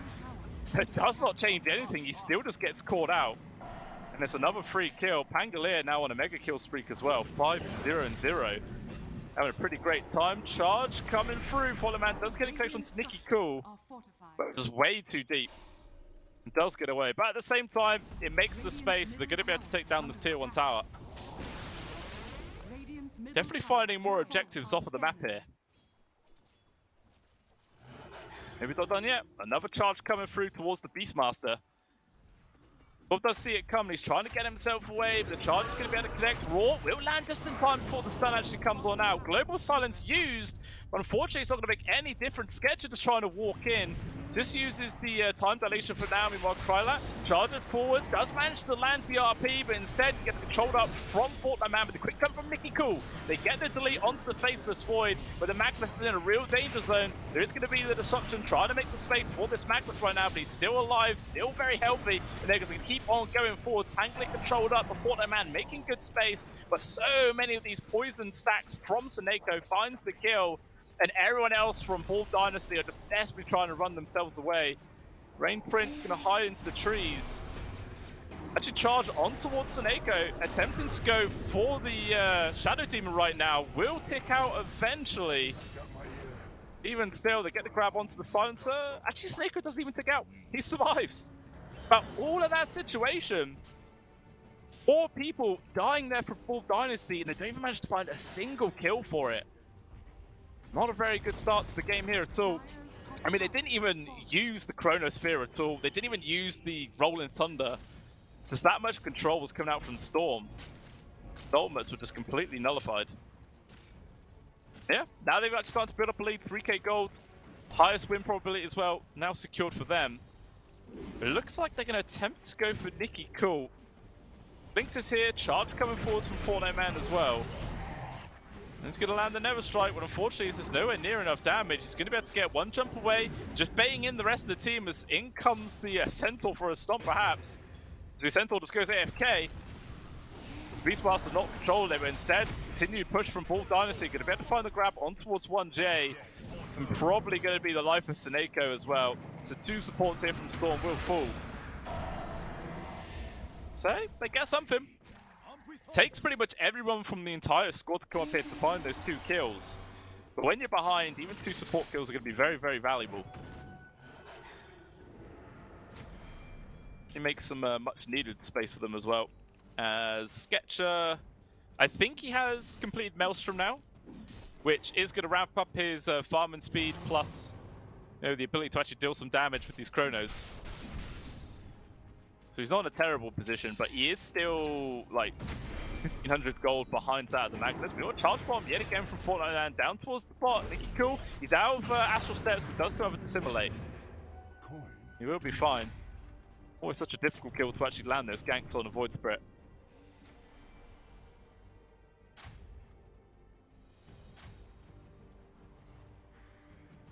Still just a 1k gold advantage in total. But I don't know, it feels like Storm's draft just scales a little bit better towards like the sort of mid to late parts of the game. So this timer is definitely there for Bull Dynasty. Actually, blast off land. 1J just about catching the tail end of Rain Prince. Managed to find another kill on towards this Clinks. They actually go for a two-man smoke maneuver as well. Seneko and Nikki Cool together. Gonna try and hunt for a kill. And it looks like they're gonna go towards the top part of the map where Sketcher is farming inside the jungle. So this Faceless Void might have to be careful he doesn't get caught out right now. He should be able to avoid it. Oh, but Beastmaster got his helm of the Overlords. The Granite Golem as well, so just can help accelerate his farmer speed, makes his team fights a bit easier. And actually, he was pinging out Roche Pit. Hard target to go for at this stage of the game. Sketcher is going to get caught. Harpoon into the RP. Global Silence is there. Will maybe allow Sketcher to get one of the jumps away. Even going to drop the Chronosphere. Connects onto 2 right now. Still not really enough follow-up to try and go for the kill, but Roll is under commit from the Pangolier. Roll locks him in place. Charge comes for 4-9-man. Lands into all 3 cores. It's good connection, but still no damage follow-up whatsoever. The Storm just disengage. So Chrono down. Rolling Thunder down. Global Silence as well, but at the same time Raw and RP was used. But there's going to be another Harpoon. Fortnite charging after him, doesn't get much there as a blast off point blank from 1J, gets the kill onto the 2 cores, and Sketcher unfortunately jumps in. Save your buddy syndrome might have just cost him his life. A hard kill to actually get, and it looks like Sketcher will be able to walk himself away, but another 2 cores drop him for not a single thing in return. This is why teams absolutely love techies, man. It's just so strong. A massive AoE stun plus damage. It is crazy. It really does showcase why this hero is an absolute menace. And if Bull Dynasty manage to take this one to a game number 3, 100%, if they're not going to pick techies, they have to ban it. Like, they did in game number 1, but they just didn't hit. Big mistake. So, Roshan is gone. Aegis into the hands of the Mag. This game just got even harder here for Bull Dynasty. Trying to deal with the 2 lives of this of the Magnus. We've got a BKB queued up, not too far away. So they're going to try and pressure down this tier 2. I don't think there's any real way Bull Dynasty could try and defend it. No Chrono still for a full minute, no global for 30 seconds. Even if they really wanted to, nothing they can actually bring to the table here.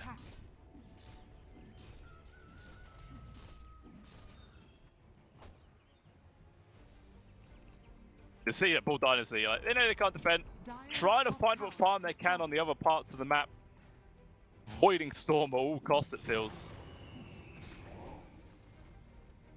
Yeah, Storm are just saying, right, if you're not going to defend your tier 2, then we're going to make you defend your tier 3. Up to the high ground, there is another glyph available, which will probably be expended. Does Storm use their own glyph aggressively to just continue the push? No is the answer, because the creeps are pretty much already dead. Oh, Harpoon, plus the skewer back with the Roar. There was a bulldoze, but unfortunately, it makes no difference. For that man just destroyed. And it's going to be a full set of barracks. There's literally no one coming to defend it. Chronosphere now about to come off cooldown, but a quick jump from Nikki Cool puts an end to FSD. And Krolla actually getting the final grab there. But they have taken a full set of barracks top before they've even taken the tier 1 mid or bottom. Like, just great target choices coming out here from Storm. And Bull Dynasty, man, they've got to be quaking in their boots. As we see the lead for them, for Storm just keeps on growing. Bigger and bigger. Ooh, Rain Prince, I think they just caught a glimpse of the Clinks right now. He's underneath some wards. Does Kryla get close enough? With the Remnant, does actually manage to get the full grab, and he is deleted. Yeah, they can just keep going. There's literally no reason for Storm to, you know, fall back to default farming positions. They know they're ahead. They've got all their ultimates available. I mean, Roar is 15 seconds off, but 15 seconds really is nothing. We'll be back up very soon. And yeah, they can just continuously look for all the objectives across the map.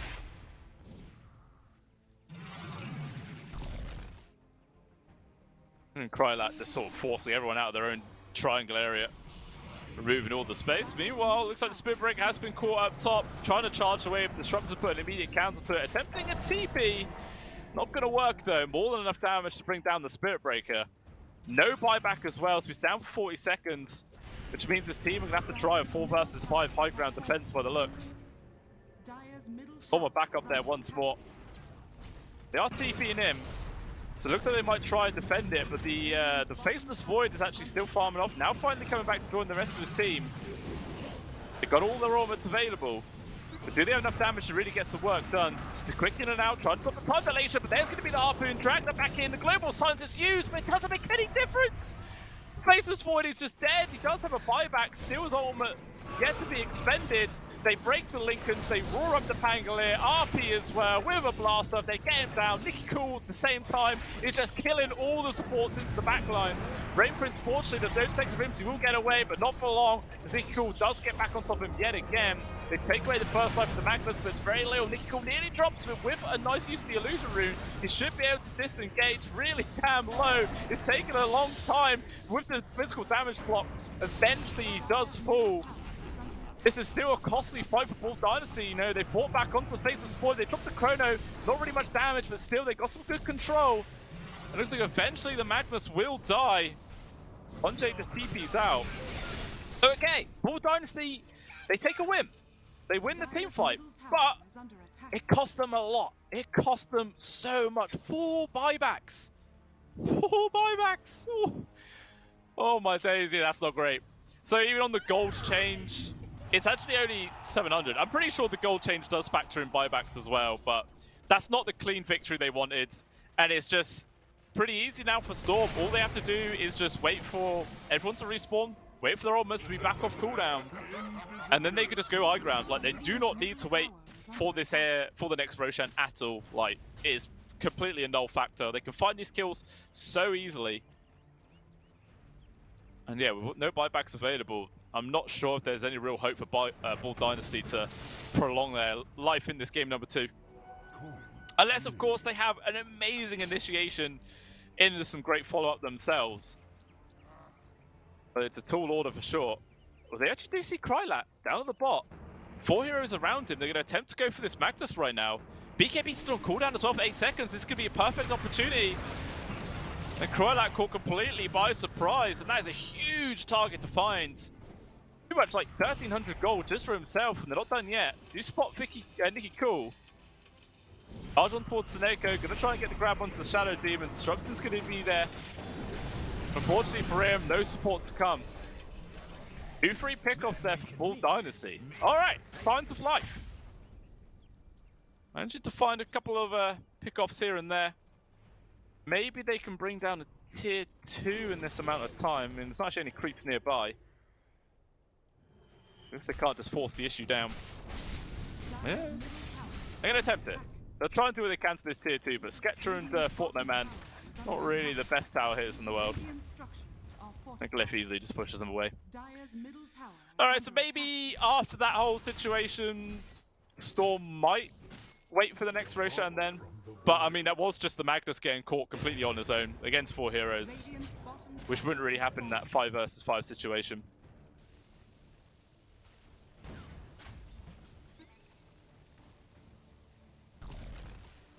Yeah, they're not really forcing the group up as a team. Just going to carry on chilling for now. Get their next items online. Krylat has a Satanic Cute, which he's only 800 gold off of the Reaver. And then all he has to do is disassemble the Mask of Madness, get that picked up. And then trying to find this mag kill is going to be even more difficult.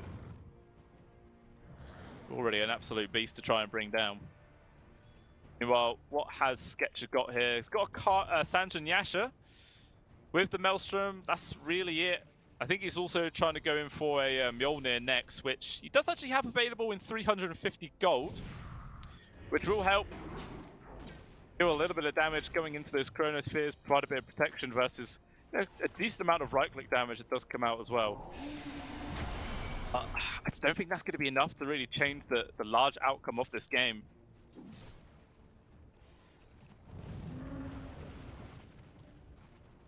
30 seconds until next Roshan potentially could respawn.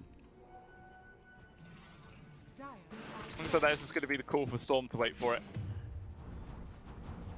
See how quick it's going to be, and if they could just run straight on in or not. But there is Satanic completed. At the same time, Mjolnir also up. Looks like maybe that's all Storm are waiting for. They're grouping up right now by their triangle. They're going to go for a smoke maneuver. Now they're on the hunt. Who are they going to find though? That is the question here. 1 minute as well for second Roche. Not interested. And just after kills. Might bump into the Clinks here. Not really the most prime target to get. But regardless, a kill is a kill. Down for 17. Of course, he did buy back in that last fight. No chance to come back onto this one. 5 versus 4 for the side of Bull Dynasty. This is like Storm are actually going to go high grounds. They're sort of spread out. Just try and clear up some more farm. I think probably Bull Dynasty are kind of happy with, you know. Gives them a slight bit of breathing room. So DD has actually spawned up top, which Nicky Cool's going to grab. He's also got a gem. Fantastic item in this game. Radiant's bottom tower is under attack. So they're actually sending the Hawks and creeps up towards the top Roshan area, which is going to spawn in 1 second time. They spawn out immediately. And it's going to be down to whether Bull Dynasty want to try and contest this. It's going to be difficult. They have literally no vision in the area whatsoever. So if they do make the call, it's going to be a hard choice, or a hard victory at the very least. And I don't think there's any way they're really going to have this read.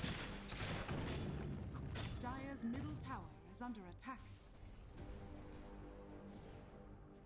That's going to be, well, it will be an Aegis into the hands of the Magnus eventually, with the Satanic on him as well.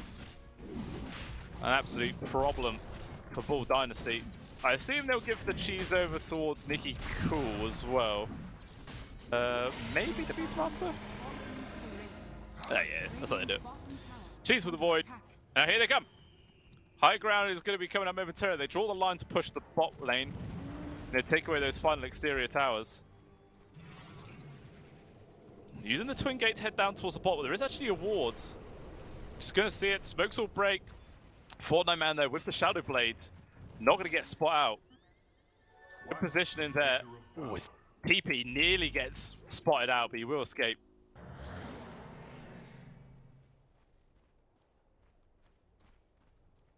And Bull Dynasty know that they're going to be forced into a high ground defense very soon, so they're going to try their best, see if they can get another item online.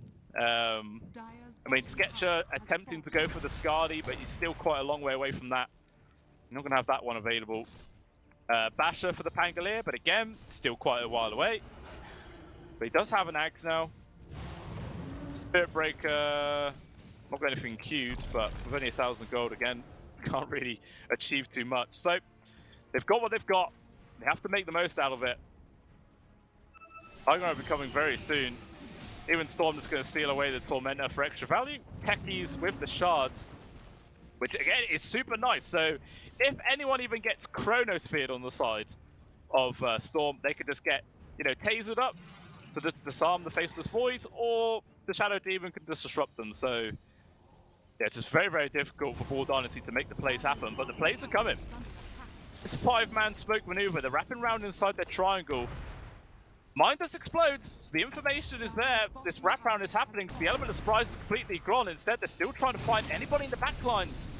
But good movements coming out, they're going to avoid this. Snake though actually does get found. Aeon is just completed. With the global silence coming through, he's going to disrupt himself, trying to delay his death for as long as possible, and maybe allow some sort of counterplay. Chronosphere actually lands onto the other 2 cores there, so good connection from Bull Dynasty, but there's just no follow-up damage whatsoever, so nobody drops. Instead, the Clinks is going to fall, Pangolier dies in response. Buyback as well from the Clinks. RPUs doesn't land onto anybody. Good dodge there from Sketcher, but still, they're just going to stand and fight. The Beastmaster does drop, but so will Fortnite Man eventually, and the Magnus just going to carry on pushing it home. Rain Prince brought back, but immediately gets killed yet again. Sketcher jumping backwards, trying to find the kill until 1J, but he gets roared up, controlled. Another leap This damn Faceless Void is too elusive. They're attempting to get this grab onto the Magnus, but Krylo just won't die. He's surviving the entire time. Finally, an Arcane Curse will get the kill. But I feel it's just too damn little too late. They're against the 2 versus 3. Attempting to delay this push, but I feel Megas are just around the corner. Got a long time to try and hold on to their base for as long as possible. It's not going to work though. Tier 3 gone. Even a butterfly just completed up from Krylat. Making it even harder for this Faceless Void to do anything. Now the middle set is coming. Megas are on their way. And I'm not sure if Bull Dynasty really have the capabilities to play up versus Megas or not. Instead, they've got the grab on towards Sketcher, skewer him back with no further lockdowns. He's going to be able to disengage. But really, it's just wasting time. Tier 3 gone. Barracks gone. Megas secured. Looks like Storm and Oiv will falling back. He's going to carry on going forwards right now. Kurodo on cooldown for another 40 seconds. Quick jump in from the faces, from the Void Spirit, sorry. Silencer is going to die. Sketcher attempting to poke on towards anybody else. Meanwhile, the Blink's doing good work on towards the Beastmaster, but immediately as soon as everyone else gets involved, Rain Prince dies. Beast will fall, but so does the Ancient, and Storm clean up the series in a very, very easy 2-0 in all honesty. This game was actually closer than game number 1 from Bull Dynasty. They were actually making some relatively decent moves in the early parts of the game, taking the fight to Storm. And the net worth lead was like only 1k for about 10-15 minutes, something like that. Which compared to game number 1 is pretty good. But unfortunately, Storm, yeah, they do just prove to be the better team. I much preferred this lineup as well from Storm, so just added that on there. It just made so much sense. But I don't know, I still don't quite get the Faceless Void choice from Bull Dynasty. Like, they had literally 0 follow-up for it, no damage to put in. It just felt really ramshackle. And yeah, just not really much cohesion coming out from this squad. So unfortunately for them, that was their first series of the tournament, and it is also their last series of the tournament, because there's no group stage to this, guys. It is all single elimination. So they come in and they immediately go back out again. No chance for any sort of redemption. That is Storm pushing themselves forwards to round 2 of the tournament, and their next opponent will potentially be either Dogchamp or Trizium. Depends how that series goes, which is tomorrow, I believe. Yeah, I think it's tomorrow that series happens, so we'll see what their matchup is going to be. But yeah, I don't think there's too much else I can say about that. It was really just a Storm beatdown. And yeah, that's all she wrote. So 2-0 to them. Going to be a little bit of a break before the next series, guys. I think it's still like about another hour. Yeah, another hour to go, because that one was just so damn quick. But do stick around. We have more Pinnacle Cup coming in the near future. So I'll see you then, guys. Oh, esport. You and I have come a long way. It was such humble beginnings. As we gathered in small groups, we were professionals right from the start. Passionate, organized, and ready to rumble. We dreamed big, and surely enough, our parents supported us at every step of the way. Didn't they? Fired up by all this love, it wasn't long until we caught the scent of competition. To be honest with you, it wasn't always that easy. Joe here, he had to take on 2 side jobs to afford playing professionally. It's gonna get better, Joe. Fist bump. Some of you dared to not even call this a sport. And look where we are today. An endless stream of esports events every year. Bet you didn't see that coming, Mom and Dad. And you know what? We have been with you every single step of the way.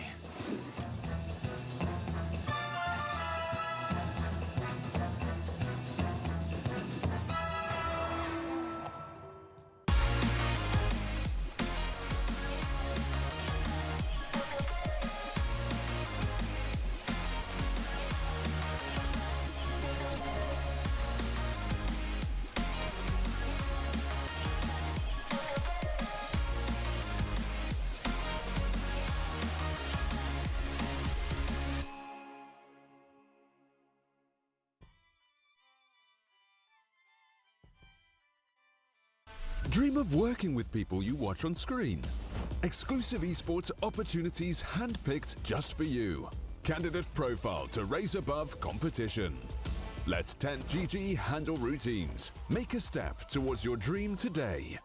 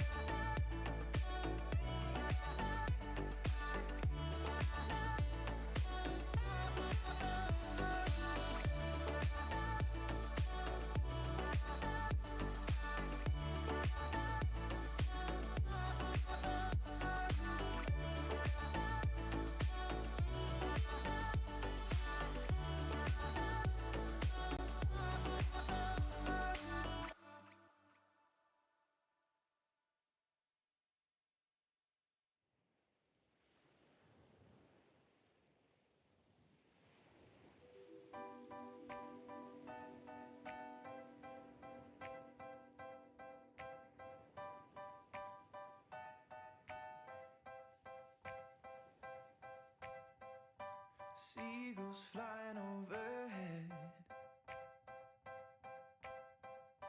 and owls down in the sand. Little crabs walking over our legs, and we were together just like lovers should have been. Like the changing tides, you have changed your mind, and now you are no longer mine. Last summer you were holding my hand. Last summer you were laying in my bed. Last summer we were more than just friends. But that was last summer. That was last summer.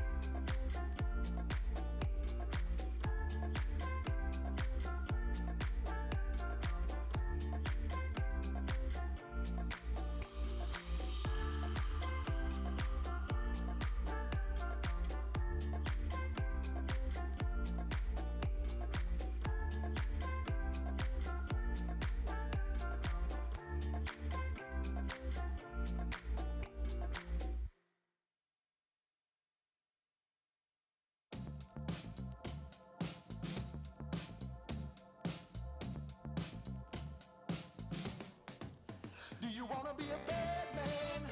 Yes, you do. Do you wanna taste sweet salvation underneath the summer moon? Do you need another hand now? Yes, you do. Go see Miss Josie down on Columbus Avenue. Down in the city, there's a place that never sleeps. You can see it all up past 57th Street. Music is hot and the drinking there's free. It'll turn you upside down before you count to three. One, you're looking for a helping hand. Two, you need a friendly face. Three, feeling good you can barely stand. You're falling all over the place. One, you're looking for a helping hand. Two, you need a friendly face. Three, feeling good you can barely stand. You're falling all over the place. You own it, they got it, they flown it, you bought it. Ow! Do you wanna be a bad man? Yes, you do. Do you wanna taste sweet salvation underneath the summer moon? Do you need another head now? Yes, you do. Go see Miss Josie down on Columbus Avenue. Columbus Avenue. Ha! Go see Miss Josie down on Columbus Avenue. Columbus Avenue. Ha! Go see Miss Josie down on Columbus Avenue. One, you're looking for a helping hand. Two, you need a friendly face. Three, feeling good you can barely stand. You're falling all over the place.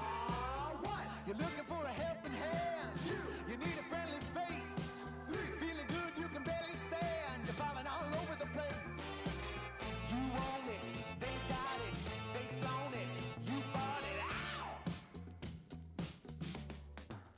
Go see Miss Josie down on Columbus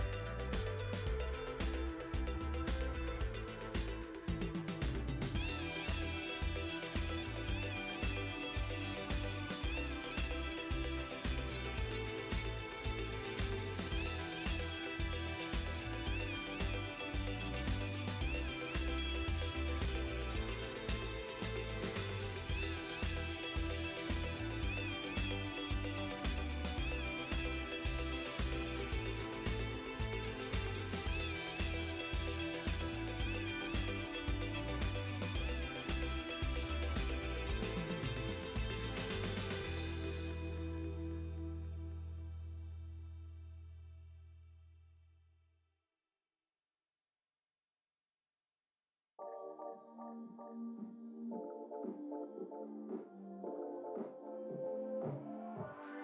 miss that sexy smile, looking forward to see you. I hope I will lose control. Love you every night, no checking the time. Just us loving you all night long. I can let you go, baby. It's the right thing. I'm ready, you know. And we feel it. I really do. I said the truth. We can't go any road. Need you now. I'm your queen and you the king right now. It's a kingdom. Let's play it how you like. How does it make you feel? Or you wanna change? I'll be whatever. Watching like we can dance. You got to move tonight. Stars are watching us in the sky. I wanna last it forever. It's a sexy smile, looking forward to see you. I hope I won't lose control. Love you every night, no checking the time. Just us loving you all night long. I can let you go, baby. It's the right we already know. And we feel it. I really do. I said the truth. We can't go any road. Need you now. Let's change the clothes we haven't tried. You know how you make me feel alive. Come close to me. I'm obsessed with your different kind of style. Don't you ever leave, step by my side. Hold my hand 'cause I don't have much time. I wanna hug you forever.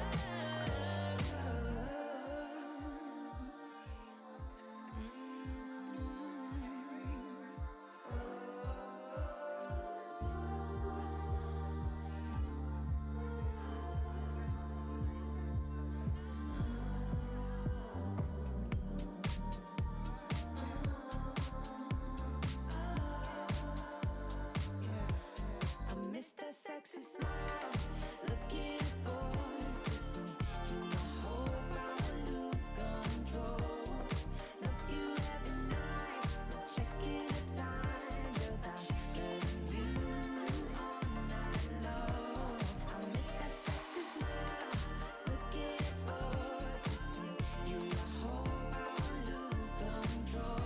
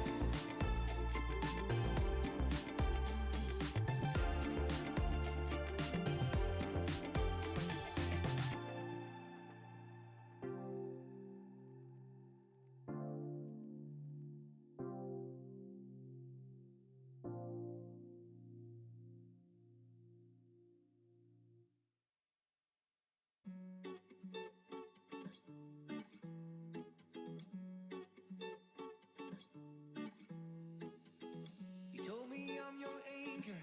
I told you you're my pole. Through the wind and fire, we try to hold on. We build this ship together, searching for a home. Despite the storm that hit us, we are still on board. Dancing in the moonlight, the world just stop and stares. We got no destination, I'll take you anywhere. All the doors we've opened and all the books we've closed. Words just come together, story that we never told. So far saying for my own, you said just keep holding on. If you're about to break, I'll always be your captain. From our failures we have grown. You said just keep holding on. If you're about to break, I'll always be your captain. I'll be your captain. I'll always be your captain.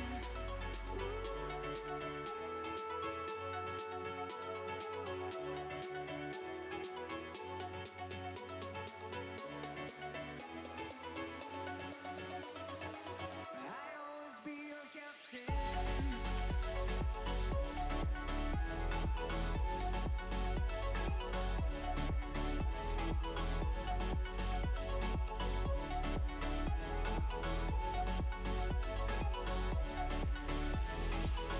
You told me I'm your anchor.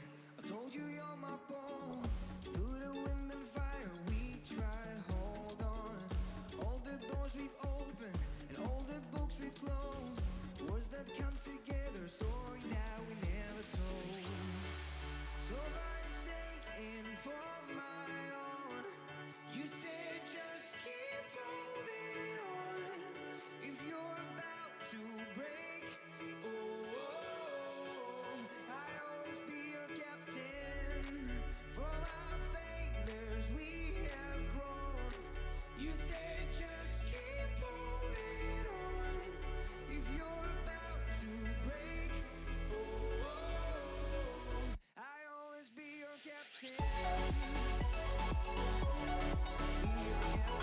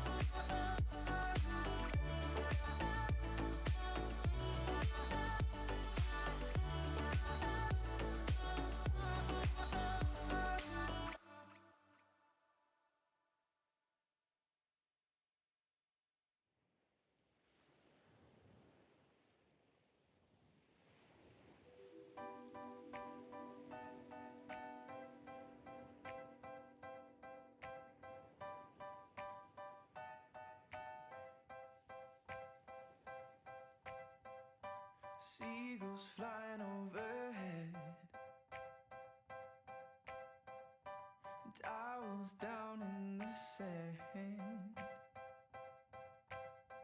Little crabs walking over our legs, and we were together just like lovers should have been.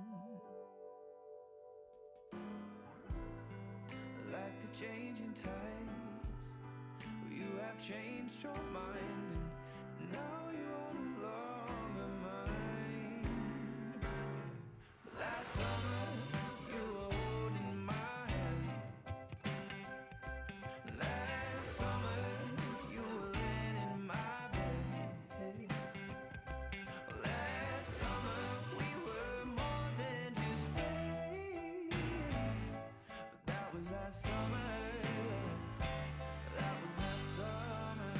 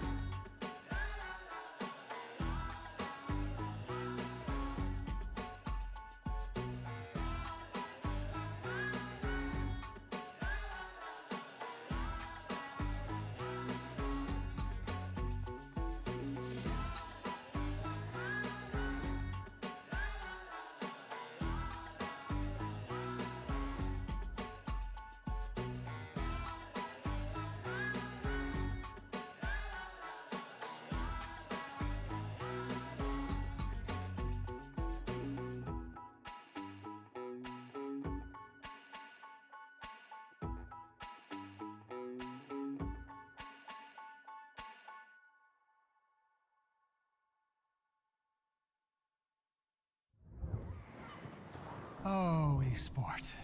You and I have come a long way. Oh, esport. You and I have come a long way. It was such humble beginnings. As we gathered in small groups, we were professionals right from the start. Passionate, organized, and ready to rumble. We dreamed big, and surely enough, our parents supported us at every step of the way. Didn't they? Fired up by all this love, it wasn't long until we caught the scent of competition. To be honest with you, it wasn't always that easy. Joe here, he had to take on 2 side jobs to afford playing professionally. It's gonna get better, Joe. Fist bump. Some of you dared to not even call this a sport. And look where we are today. An endless stream of esports events every year. Bet you didn't see that coming, Mom and Dad. And you know what? We have been with you every single step of the way.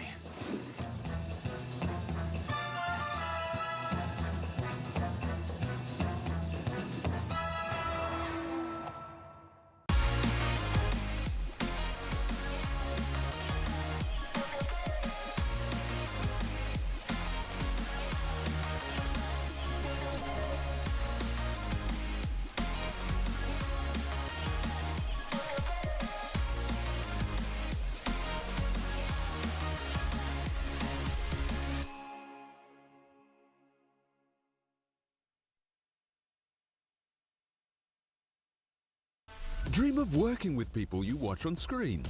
Exclusive esports opportunities handpicked just for you. Candidate profile to raise above competition. Let 10GG handle routines. Make a step towards your dream today.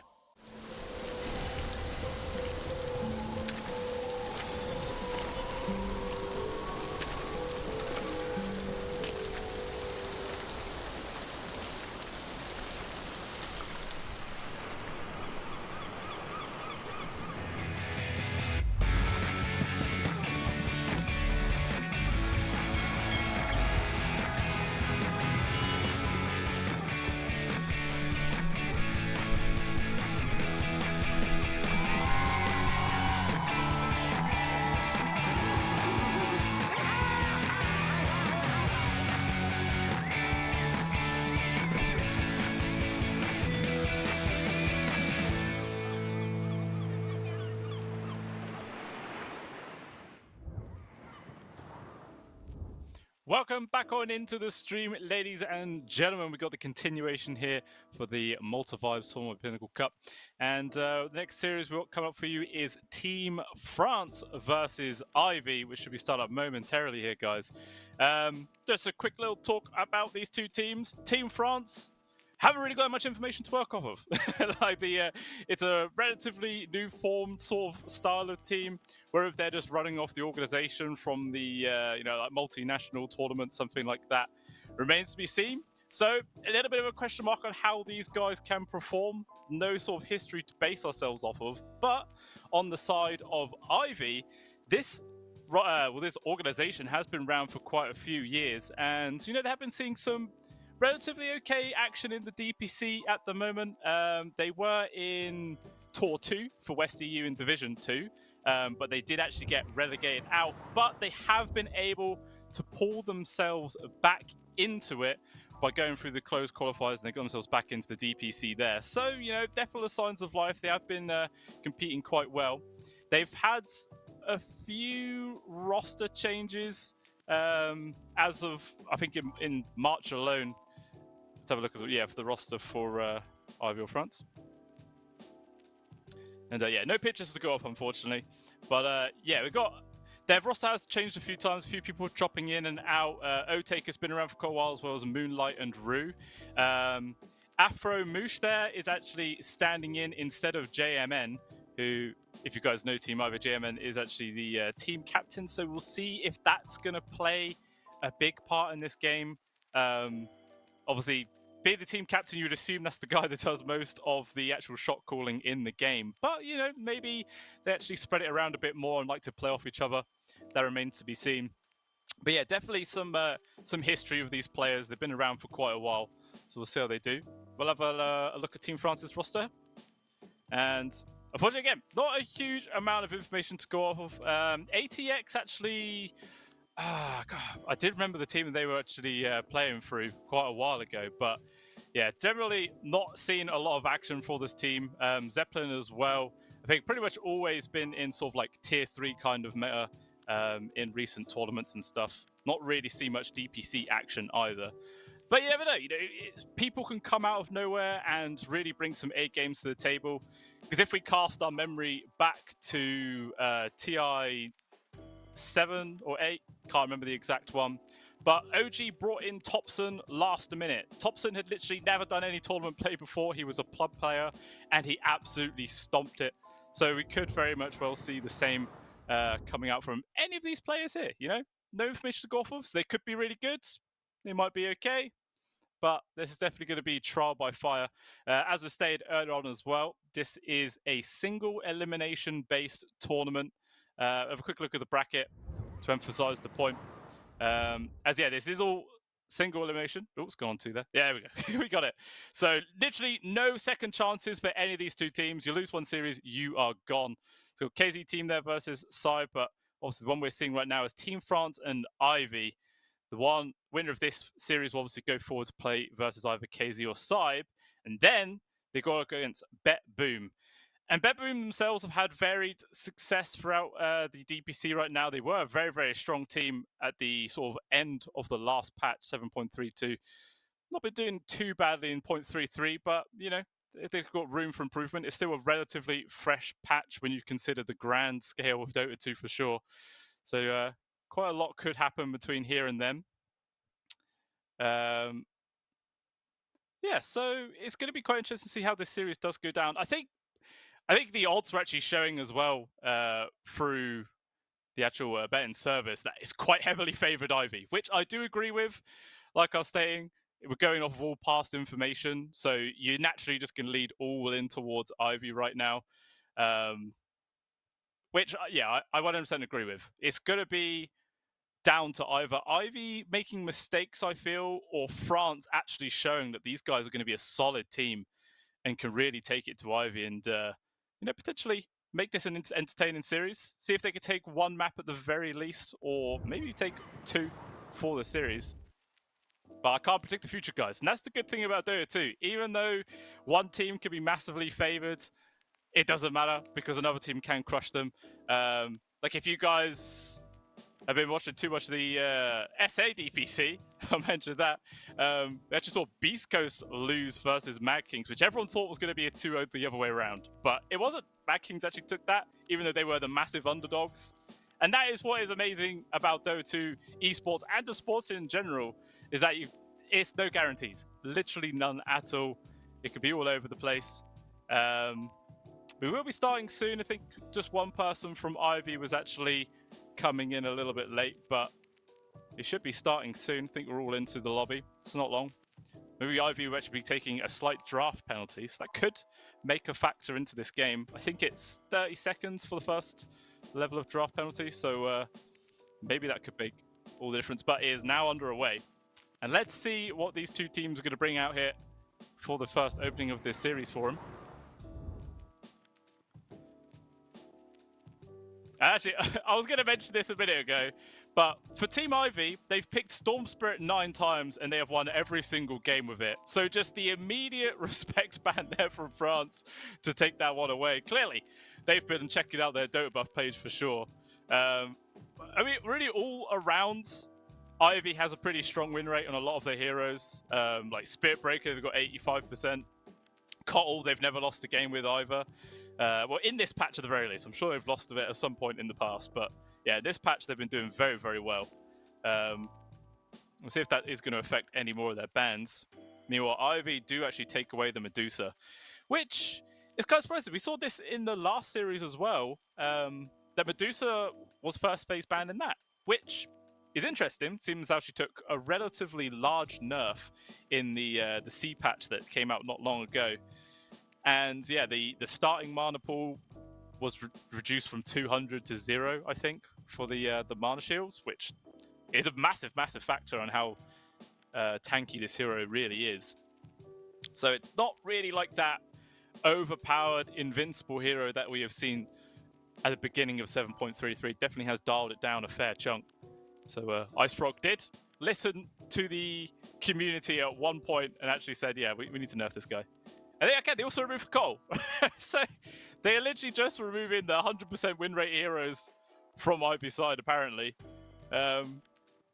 That's kind of what they want to do, you know? They're not really trying to ban for any particular strategy. They're literally just trying to remove the strongest heroes, which, to be fair, if there's no clear sort of game plan that you want to do yourself or you know the enemy team are going to do, just take away those comfort heroes. And they're actually going to first pick a Venomancer, which is very, very rare, actually. Normally this hero comes at least in the second phase, I'd say, because Ivy could potentially just pick up an easy Purge hero until here and there, but okay, they actually go for the Wind Ranger as well as the Spirit Breaker combination, and France respond by the Pangolier, which I assume they're going to immediately ban the Bloodseeker. You sort of have to when you're when you've got a Pangolier in your team, you can just grief him. But I wonder if this is going to be a carry Wind Ranger then. This has been gaining popularity in this current patch. Quite a lot of people hate it. Quite a lot of people like it. I just find it quite mediocre, you know. It's not really doing huge amounts of work, but it's sometimes it can feel kind of lackluster and not really bring that much to the table. It sort of all depends on how the laning phase goes, I feel, for the Wind Ranger and how much time and effort they have to put into recovery. Yeah, interesting enough, Ivy are actually the ones that banned the Bloodseeker themselves. So clearly showing that I feel like this is going to be a Wind Ranger carry, so they're not going to be playing a Bloodseeker carry, so they want to make sure that they don't have a Bloodseeker to rupture their Wind Ranger, and yeah, just take that out. So France is actually quite happy about that, you know? A Pangolier counter getting taken away from the enemy. Yeah, feels good, man. Feels real, real good. It looks like they might just put a lot of focus towards the mid lane right now, on the side of Ivy. Try and whittle down those heroes. Batrider also getting taken away. I mean, maybe they might be thinking that this Spirit Breaker is the offlaner rather than the position 4 or something like that. Because it does vary quite a bit from team to team. Some people, or some teams, I should say, do like to put a bit more emphasis on the farm that the Spirit Breaker gets and, you know, put him in that core role. Where others just want this guy that can charge from lane to lane, constantly set up for ganks and whatnot. Which I think is how I generally prefer the hero. Because you don't really even need that much gold for him to be impactful, you know? As long as if you position your hero correctly and you charge the right target, you can easily get like 4-man stuns in team fights quite regularly. And he is strong. Also, if you've been paying Gaben and the 17% bash chance feels like 70, then who knows? Okay, actually, Legion Commander taken out there from France. So they do remove a hero which has a purge effect versus the Venomancer, which I feel is quite essential. But Siemens how, yeah, they've already got the Wind Ranger, which I'm assuming is their carry. They haven't got to worry about a Slark or a PL, anything like that. I mean, the Venomancer, since getting the Shard buff, which was actually quite a while ago now, I think that was 0.22, I believe, maybe even before that. You know, you get the stun onto somebody when they purge away all the dots. So it doesn't even feel as bad as it used to, but even still, PL would be strong versus this hero. I'm not going to see it happen this time around. And there's not really many mid laners that come in with natural purges either. So it does make sense to take away the Oracle. But Ivy do actually go in for the Shem, which will be the position 5. Sometimes teams like to go for an Oracle or something like that versus the Veno to have that extra purge effect, but they just don't seem to care. Instead, they go with the Magnus from France, which, as we saw in the last series, was played as the carry. Which could definitely see again this time round. I mean, you can RP on the Wind Ranger if they go, you know, if Wind Ranger uses Wind Run with the Ags, turn invisible, doesn't matter. Just RP it, hold him in place, and potentially bully him down. Plus, there's a lot of AoE damage as well to deal with the Shen creeps. Yeah, feels like it'd be a good position 1 game for him. I'm assuming this is going to be their follow-up support on the side of France. Like the 5 to pair with the Magnus. Again, heroes like the Shadow Demon, which, again, we saw in the previous series, can just set up for those easy skewers under the tower and potentially get a few early kills to, you know, have a good start into the game. We'll see what they're going to go for. I mean, actually, are they going to play this Venno as a core? I know in, like, the pro scene, in actual, like, important games, you know, you do see the Venno more as a 3 than a 4. I'm not too sure. So they do pick up the Lich, very strong hero, all the way around. Got stun, got a slow, got a save capabilities with the damage reduction. Can't really go wrong. And Chain Frost versus the Shen creeps is brutal as well. You know, you just completely annihilate his army straight off the bat. I feel very, very sad for the Shen.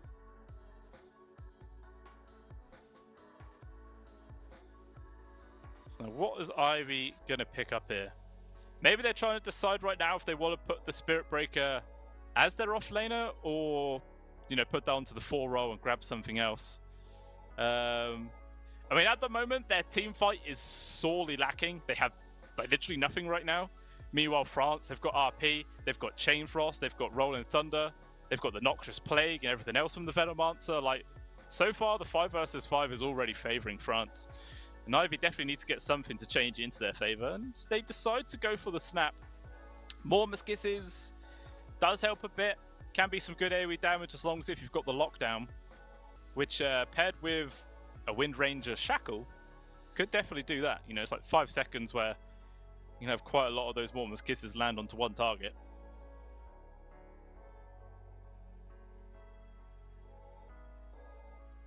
Not really any control though, which I'm feeling is quite a problem. Unless this is a Snapfire mid, perhaps. I mean, it doesn't do too badly versus a Pangolier. So I feel like Ivy probably... They'd be alright putting him in that situation, in which case they could still grab up a different offlaner. Maybe something like a Tide, perhaps? You know, you've got the natural purges from the Kraken Shell to remove the Venomancer, all of his stuff. Pretty durable, so you should always be able to get the Ravage off in the team fight. Does kind of suffer with magic damage at some point, but you know, you just build a pipe and it really will help out the rest of the team versus the Venno and the Lich. Yeah, I don't think I'd be too surprised to see it.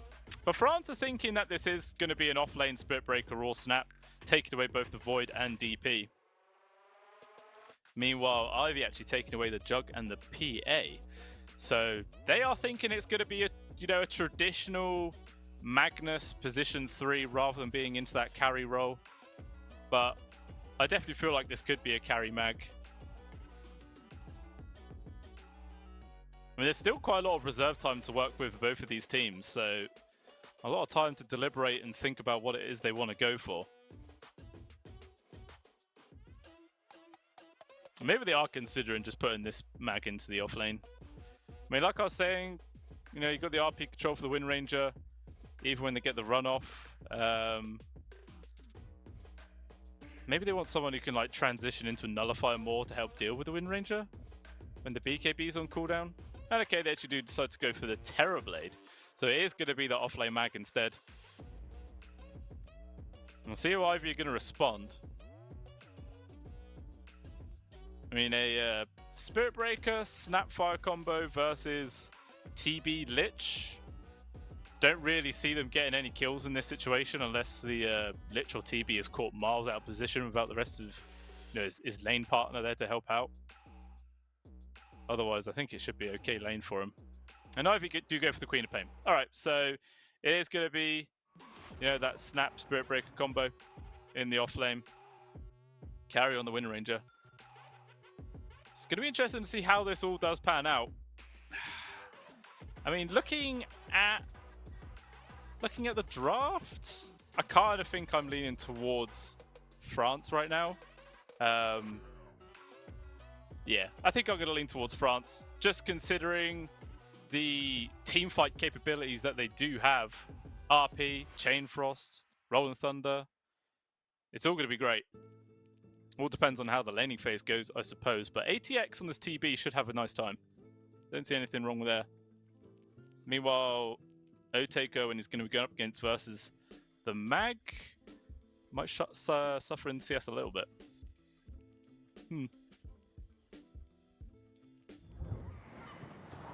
Yeah, I think I'm going to go France, despite the fact that, like I was saying earlier, they're not really a well-rounded team, or not a well-established team. I should say.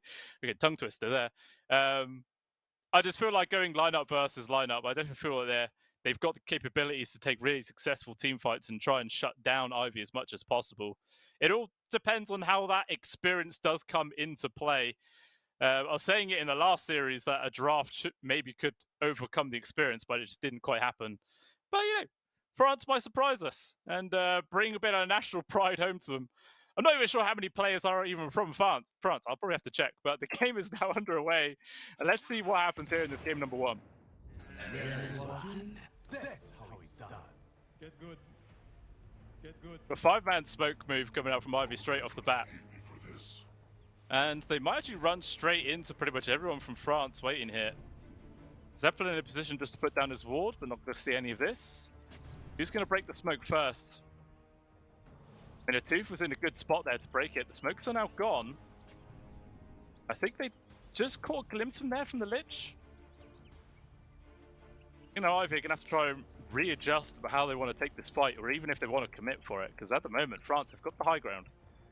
And they've spread out to make sure they have vision every single angle.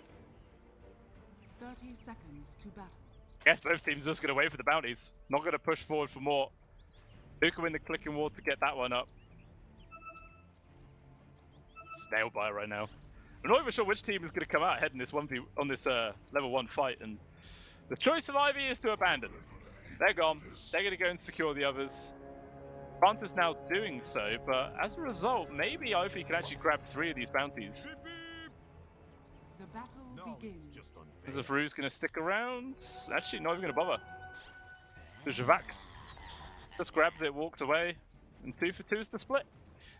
Just very disappointing. I was expecting a big 5 versus 5 fight, and I didn't get one. I'm not happy. If I could, I'd report all of these players. Poor show. Poor show. Hey, at least time Rue does get a D-ward there in the mid.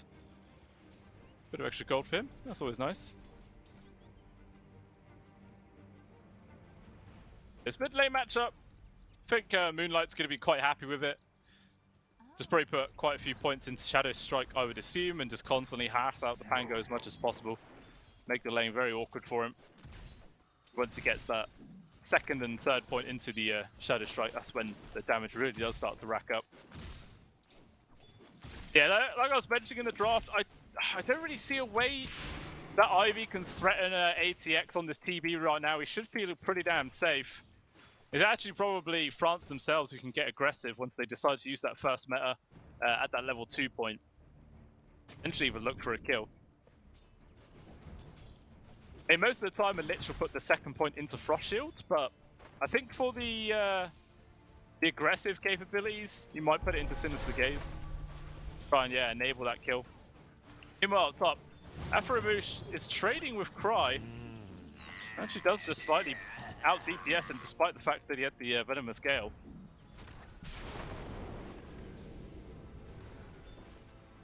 I mean, Shen is a pretty beefy target. He's got like an extra 100 HP, extra 10 attacks a hit, or 10 attack damage a hit, I should say. Not the easiest trade. There's Frost Shield there, slowing down Root. Looks like the Spirit Breaker probably going to die. The slow from the Scout Blast not going to be enough. And Javachka was actually the one that got the final touch there, so first blood going towards the position 5. They help get those earlier boots just slightly. Always nice being a support and getting first blood. One of the best feelings in Dota 2 in my opinion. That is because I am a support player. Meanwhile, it looks like Trapka actually overstayed his welcome way too long. And a quick charge there from Rue does secure the kill. As he just didn't quite pay attention to the respawn time there off the Spirit Breaker. It does cost him quite big. Lucky enough though for ATX, he's by his tier 1. He's okay. He's fine. So far though, Otaker seems to be doing pretty well in CS, 10 and 3 for him. Not really being pressured whatsoever. Obviously level 3 for a Veno is a big power spike as well, similar to the Magnus. Maybe they might try and get aggressive then. All depends on how he does choose to use that third skill point. The mid lane also pretty even, but just a slight advantage for Moonlight at this point. 14 and 6 versus 13 and 1, plus he's got a couple of extra creeps to come here. So if Moonlight does actually get all of these CS, he will be a decent chunk ahead. He's feeling good about that. I'll mention this as well, guys. If you don't know already, but if you head over to the Pinnacle Esports Twitter page, there is a giveaway for the Monkey King Arcana set. There's a very nice Arcana. All you have to do is give the Twitter page a follow, like, and retweet the post, and then you will be entered in for the draw, which does happen on the 8th of June, I believe. It's all completely free. Literally no reason why you can't get involved. Everyone loves free skins, especially when they're Arcanas. So do make sure you go give that a little look-see loot. If you like Monkey King. If you hate Monkey King, maybe you don't want to do it out of spite. Or maybe you do want to do it in spite, then you could delete the item. But I don't know why you'd ever do that. You'd have to be crazy. But it could be true. Still a pretty calm game, to be honest. Only 1 for 1 so far, less than 1k gold advantage. Maybe I jinxed that actually, as ATX out of the bot lane gets got on immediately and actually brought down. I need to stop jinxing people, man. Literally, as soon as I say it. And then maybe Traps go overstayed again? Actually, charge still on cooldown. 17 seconds, level 1 for the Charge of Darkness, so enough space there for the Lich to get out. But Def on the TB. Never really that great. Like Zeppelin heading down towards the bottom. Maybe it's just to grab the bounty rune, which Rue will actually get the deny on. No bowl refill here. Now Zeppelin's in a really awkward position with the involvement of Moonlight as well. This is a good game killed. Fantastic play from the Spirit Breaker, setting up for that easy peasy gank.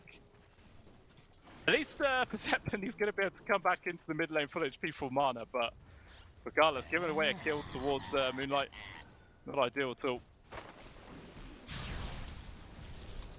Vanguard as well just picked up there for Mixer, so we're not going to be able to find a kill onto this Snapfire anytime soon. Got 2 points into the meta, it's off cooldown. Maybe France could try and find an opening to look for a kill, but like I was saying, Snapfire is not going to be easy at all. They have to grab the Spirit Breaker as they step out of position, but big ass. Meanwhile up top, Otaker getting gone on. Lots of slows that come up from the Veto. Nice shackles to hold back a tooth, but unfortunately for him, the slows just last way too long, and he will get ran down. Unfortunately, Afro Moosh actually uses ability on the creep instead, but with the involvement of Moonlight, going to be able to get this retaliation kill. I survived an eruption. What died to this? Still, it's not bad situation there from France. You know, they get the grab on towards Otaker, removing the position 1. Sure, Moonlight gets another kill, but it is time spent away from the lane. Missed out on a few CS. But actually, at the same time, Rue was there to make sure he got the experience instead, so not really anything lost there for Ivy. There's a charge coming into ATX. Cookie forwards with the help of Moonlight. ATX, unfortunately, he just has no chance to react. Could pop the meta, but what would it really do? Maybe we'd have actually got this kill onto Rue before he died. There was a hard sort of guess to make, and Travchko should just get a run down from Mixer. Easy 2 kills for Ivy into the off lane, bringing down the TP yet again. And Moonlight has just been rotating so damn much this game. Really, really impactful. It looks like Zeppelin's trying to do the same. He will get a retaliation kill onto Mixer. Was worth a decent chunk of gold, but even still, Ivy, they kill the TB. So, at the end of the day, once again, they're happy with that exchange.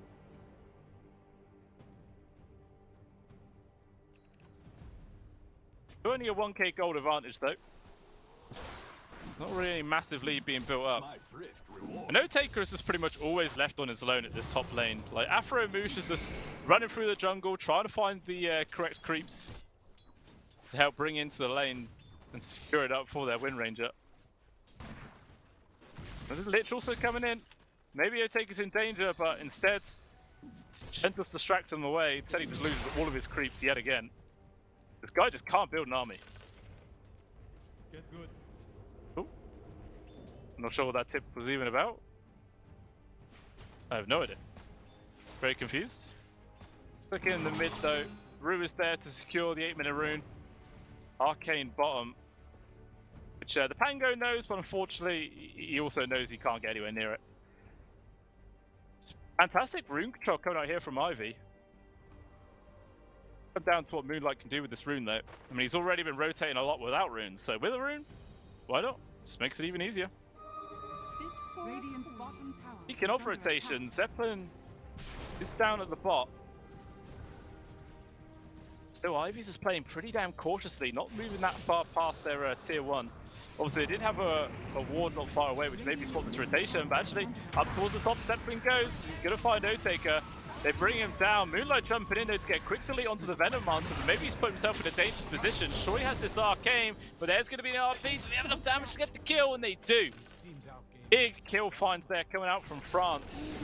A lot of gold for that Queen of Pain kill.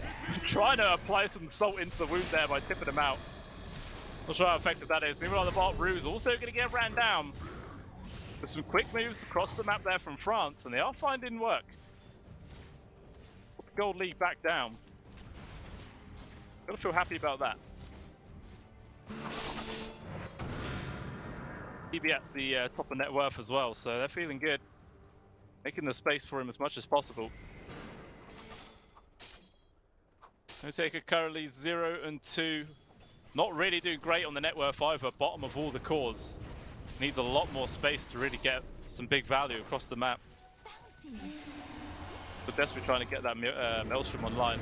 Meanwhile, charge coming onto ATX in the bot lane. TB in danger. Does get the Frost Shield with Mortal's Kiss is also raining in, but they can't even get the reach. The TB should be able to get away. Instead, Travka's the one that gets the kill onto the Shen with the Chain Frost. Absolute devastating ability. And actually, ATX, he's turning around right now. Deciding to go in aggressive. He has the Sunder available. Going to use it already on towards the Snapfire, who dodges out the Swashbuckle. Nice charge. But a pause from Gem. At the same time, on the top half of the map, O-Taker got a solo kill onto a Tooth. Which is pretty good. With the help of the Javelin and Focus Fire, it's a lot of damage. This is a very awkwardly timed pause. Like, what's going to be the game plan here from Ivy? Moonlight is just off to the south. Hasn't got much HP, but Sonic Wave's available. 2 points are into the Scream of Pain. And Sunder's already been used. They've got Cookie, they've got Scat Blast. Yeah, this is more than enough damage for them to just turn on the TB right now and burst him down. I mean, if Mixka, sorry, positions himself really nicely as well, he could actually get a double Cookie stun and maybe get the burst. We'll see what the outcome is going to be. Just a Scat Blast for now. Not even needing a Cookie.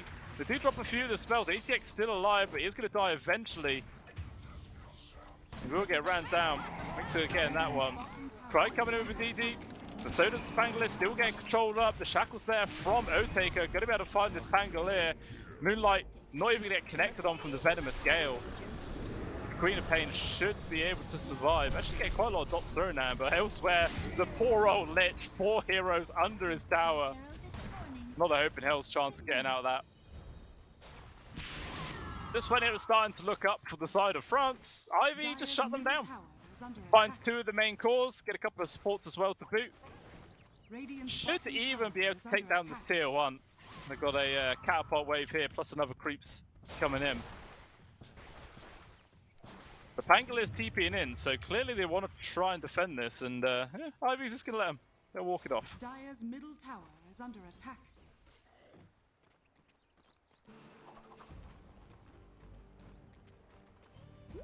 Definitely feeling shaken off those last turn of events there for France. As TB no longer top farm core, actually been replaced by both the Snapfire and Wind Ranger. Who I think the Wind has, yeah, Maelstrom now coming out on the Courier. Otaker's DPS capabilities are immediately through the roof, whoever gets caught from this focus fire. We'll see how aggressive Otaker wants to play, whether he's going to look for a kill with this item immediately or might just try to continue his farm rather.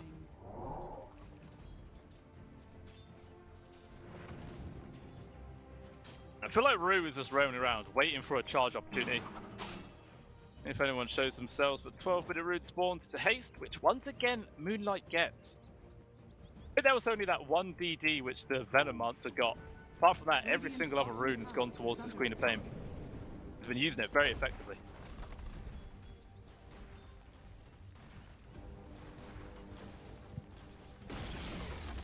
Tier 1 tower gone. France. Whew. Sorry, I had to do a sneeze. I had to quickly mute my mic before I blew it off. Yeah, probably going to be a trade of tier 1s, I assume. 4 heroes from France on top, even committing them now to get rid of it. And no sort of TPs coming in from Ivy to even bother contesting this one. It's just not worth it. Let's continue the push. Moonlight even going to attempt to maybe do some damage to this mid. Will France actually bother responding too much to it? Zeppelin is here. Rue's off to the side, waiting for a good charge opportunity. He's just go for it either way, immediately with the Never Strike, trying to control him up. How lucky does he get with any bashes to maybe cancel out the Rolling Thunder? Actually, he just doesn't even use his ult a single time. He just got deleted, no opportunity whatsoever. Moonlight does run away. Rue's not going to be so fortunate, but actually there's going to be the RP from Otuf. The cookie doesn't even connect, but it's not needed. The heal from the Shen keeps the Queen of Pain alive. Poor old Mixgalow's probably going to drop here. Actually, Moonlight getting re-involved. Going to chuck the Shadow Strike on towards the Magnus with the help of Afro-Moosh. This is just dead. Nice Wild Ring as well to cancel the charge. Huge players coming out from Ivy. Looked pretty dicey for a minute there, but even still, they actually get 3 kills. The Lich died elsewhere from Otaker. Just got soloed out. Now 5k gold advantage. They were so close as well to getting the kill onto Moonlight, but you always got to pay respect to the hand of God.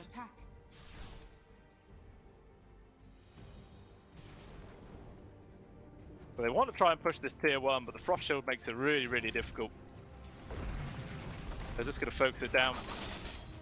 Even Solar Crest now online for Afro-Moosh. It does make those pushes quite a lot easier.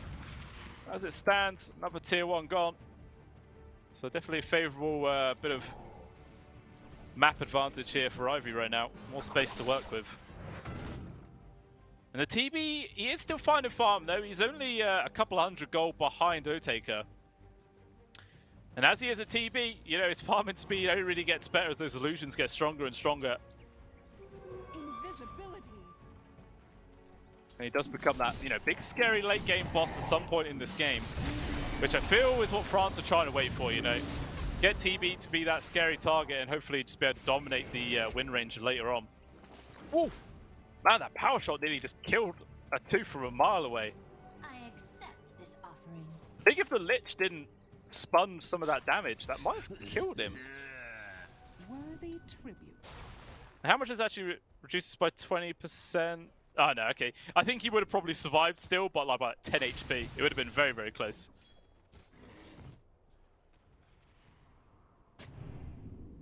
Still 7k gold advantage. And Ivy definitely keeping good control of sort of the Radiant portion of the map. Try to roam through the jungle as much as possible and clear it up. Denying as much space as they can away from France. It looks like Rue might find a 2 right now. Actually, Charge goes straight past the Magnus instead. They're going after the poor old Venomancer. Probably the Spit Breaker wasn't even needed. Regardless, he does show up for a bit of experience.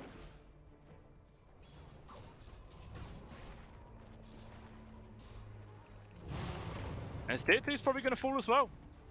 Already low, there is a glyph, but I mean, they will use the free glyph.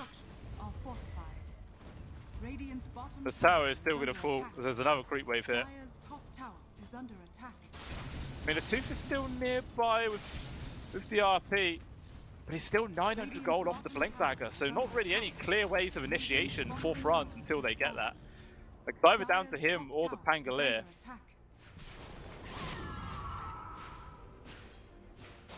Not really ideal for now.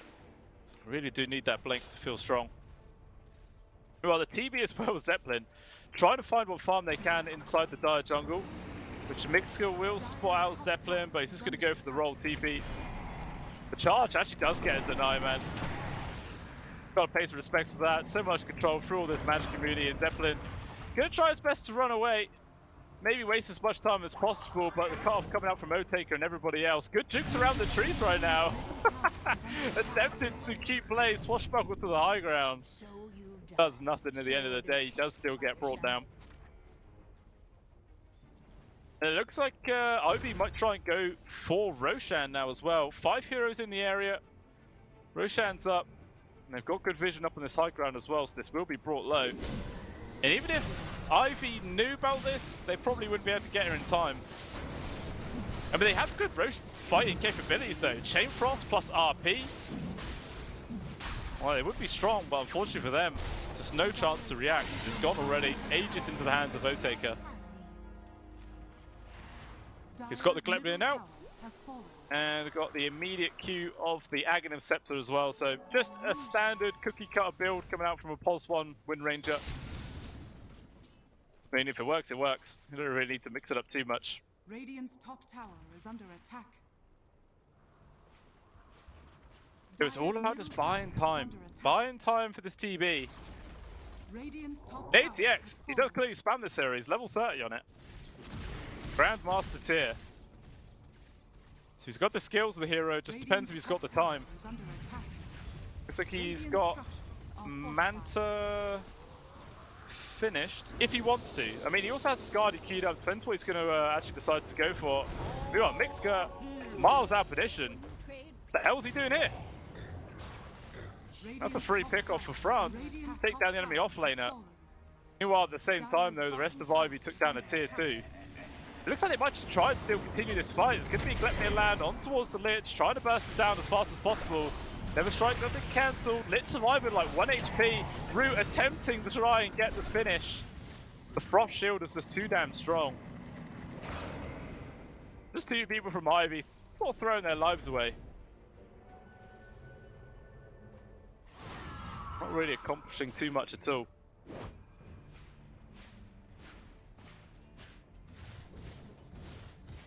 We also see a smoke play from France. Even this is 4-man. Actually, Zeppelin cancels his smoke by using the swashbuckle. Maybe a little bit of a mistake. Fortunately enough for him, there's no actual observer wards arriving in the area to spot him out. The rest of the team's still moving forwards. They might get treated here. Otaker comes to the wave to farm it up. Doof with his blink ready. This is going to be a dead Wind Ranger for sure. They'll actually try and hold on to the RP. So obviously it's the first life charge coming in from Rue. Wants to make some space for his Wind Ranger. Maybe Cry's going to get focused up instead of Tooth. Just going to try and capture out the Watcher, but there is going to be the focus fire. RP committed to try and keep himself alive. Skewer though will actually get intercepted from Rue. Blink plus TP. Nice footwork from the Magnus to keep himself alive, but unfortunately for both Trapka and Cry, they do get picked off by the snap. So 2 lives plus RP, but they managed to remove the age disadvantage there. Probably, it could have been worse. It could always be worse. That's it, you got to look at the price side. They got rid of Aegis. That might actually stall out any sort of further pushes from Ivy. I mean, it'd probably be a rare chance they go high ground at this stage in the game anyway. But probably going to look now to go for that tier 2. Wait for next Roshan, and then, attempt high ground with a clear advantage. But whilst all this is going on, the TB is getting bigger and bigger. Top of net worth by a fair margin now. Got Skadi completed, now going back in for that Manta Star, while the rest of this team moving as this 4-man smoke. Skewered, not going to connect there from a Tooth. And now he's just going to get turned on, Gleipnir into the focus fire. Frost Shield, going to try and keep him alive for as long as possible. Every skill being thrown up towards Otaker. Plus Rolling Thunder, Venomous Gale lands for a Wind Ranger, needs some help, it's going to be Hands of God, and the Chain Frost doesn't even bounce onto anything. This Wind Ranger is still super healthy, and this is a big mistake from France. They've got to try and run themselves away. Looks like the Lich is going to die. Cry's probably going to follow shortly afterwards. Meanwhile, at the sides, the Terrorblade actually gets involved, does find a kill onto the snap, but he's in a 1 versus 4, and it's just not enough to keep him going. And I don't know. It was a valiant attempt from France to try and find something, but they used pretty much everything to get the kill on Otaker. Couldn't find it. I mean, if they had the RP, maybe, but it was still on cooldown. And now they're probably going to lose a full set of barracks. No glyph to keep the tier 3 alive. I mean, do they expend it now for the barracks? Everyone's respawning soon. Frost shield used will be enough, and everyone just backed out. Kind of surprised they didn't use the glyph to defend that set of barracks. Then that's what I would have done. Yeah, you can see on the replay, the frost armor definitely makes trying to kill the Magnus hard, especially with the disarm that comes in for the Pango, and they just throw everything on this Wind Ranger. They really try, while off to the side, the Mag just gets obliterated. But yeah, the heals, the Hand of God, plus Mechanism that comes through after Ramouche, just making it not only unkillable into this Wind Ranger. And that's all she wrote. Everyone just gets picked apart. Yeah, the one shining light was they got the Snapfire kill. But unfortunately, that's all the TB got involved for. I think he knew he was probably dead anyway. That's why he decided to turn around and keep hitting people. He's like, well, I can't run. It's impossible to run. I may as well try and hit somebody. Doesn't work though. But now, 12,000 gold lead for Ivy, 23 minutes in. Got the Ag Shard onto the Spirit Breaker. Planar pocket, boys! What a terrible skill. Absolutely awful. I mean, actually, think about it. Versus a TB, it's not awful. You know, if you can force Sunder to be used on the Spirit Breaker instead of your like position 1 or position 2, something like that, that could be kind of big. Apart from that, it's not really massively impactful. I suppose it could redirect Chain Frost or Frost Blast. Yeah, that's about it. It's just there for the 75% magic resist. that's all it's there for. Oh dear.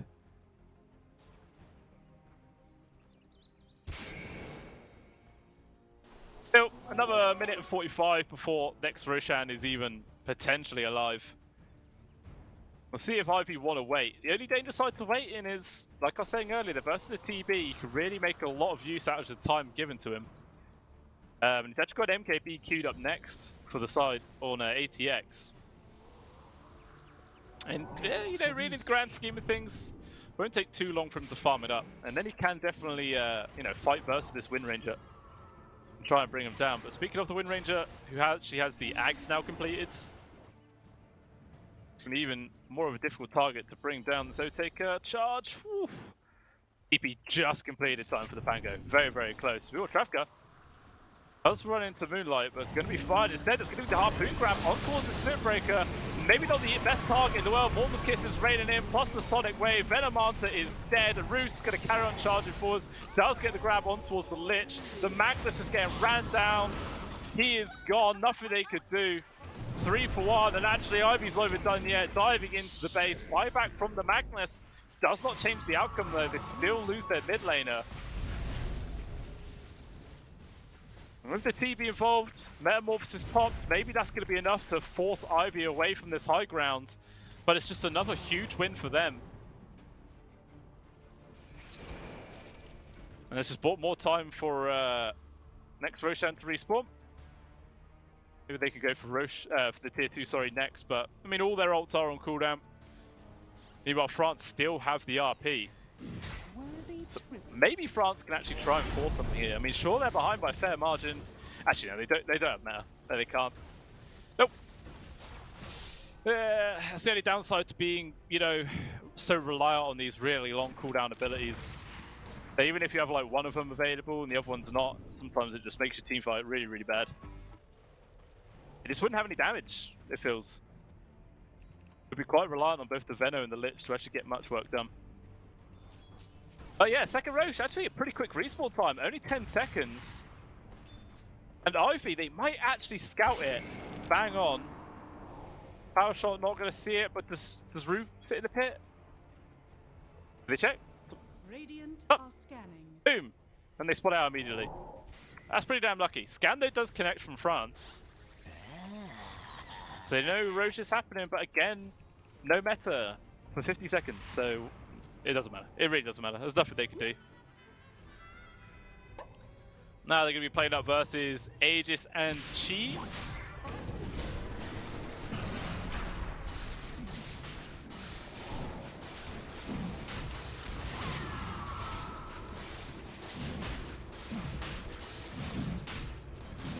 I don't know if they have what it takes to really fight into this.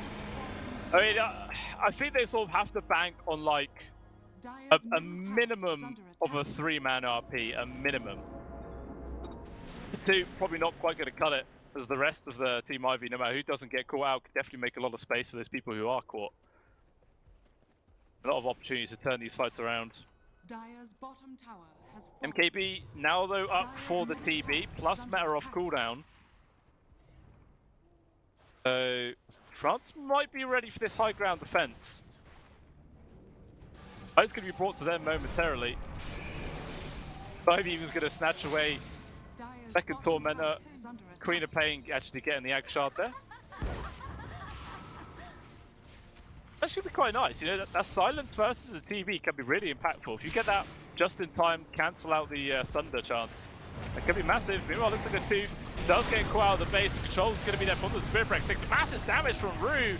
SP is gone. Rolling Thunder from Zeppelin as well. Making some space into the back lines. And this is a pretty decent start here from France, though Moonlight still gets the kill on towards the Lich.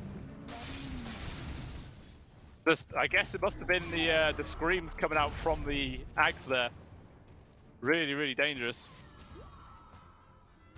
So it's a 4 versus 4.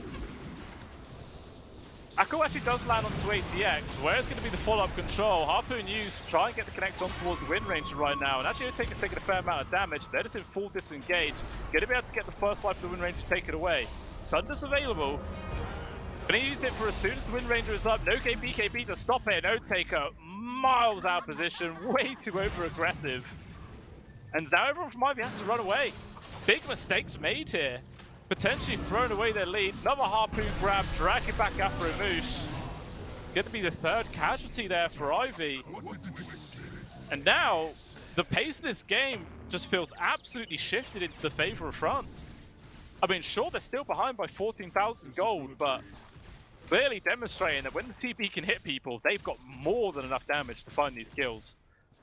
See on the graph, it's slowly coming back up, but still is favoring Ivy by a fair chunk. Dire's middle tower is under attack. Oh, looks like the Magnus there has been found. Tooth will die. Gone for 75 but no buyback though. Maybe that could be an opportunity still for Ivy to make a play. Charge for Rue, runs past 2 people. Instead goes immediately on towards Cry with the help of the Snapfire. Venomanta will be brought down. Actually, nice 4 staff trying to make some space for Cry to get away. Make him quite tanky, but he's still dead. That was a scramble. Yeah, is this enough maybe for Ivy to continue the push? Like, we have the cheese still in the hands of the Queen of Pain. DD also spawning top. At minimum, it feels like they should be able to take down a tier 2 here. In which case, the entire high ground of France will be opened up to be sieged. Has this DD been scouted out from Ivy yet?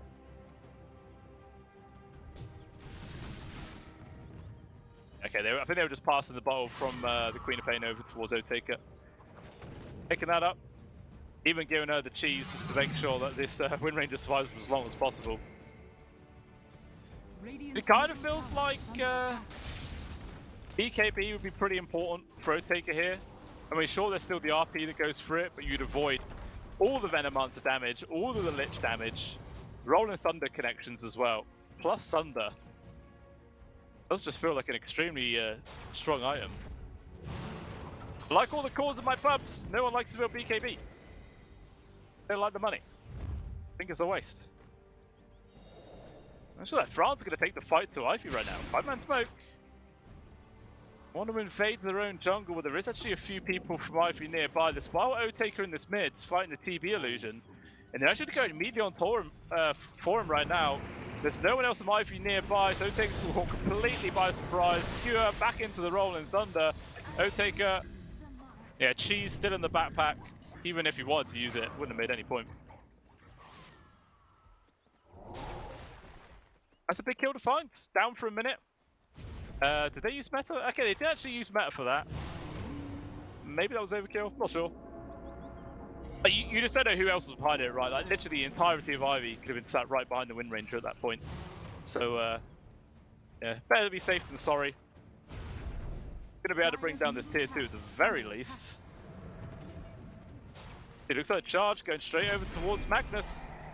Yeah, found him, but the rest of France is coming in. The Q is there for Ivy to immediately disengage. Almost Kiss is actually raining in, trying to make some space for this Spirit Breaker. Baroon not actually has enough mana for a charge or anything like that, so he's just dead. I don't know, Ivy are playing very questionably, it feels like. They had a strong lead. I mean, they still do technically 12,000 gold ahead.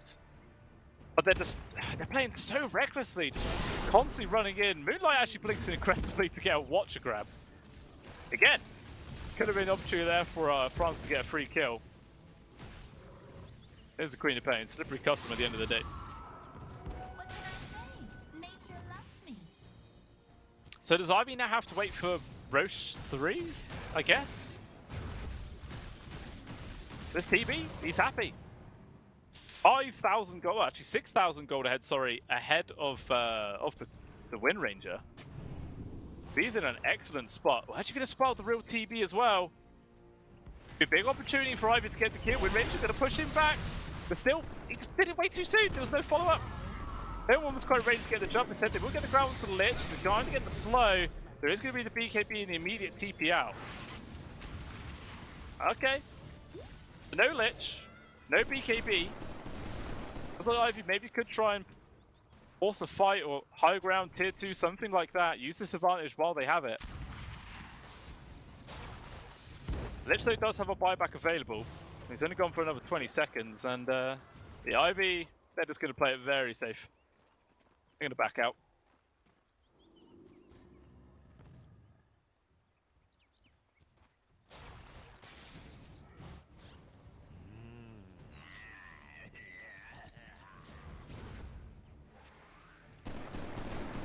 So the Crimson Guard pickup as well from the Mag is very, very good this game. Pretty much makes the Wind Ranger hits tickle when the ultimate's actually used. It's really going to be the Glepnir procs.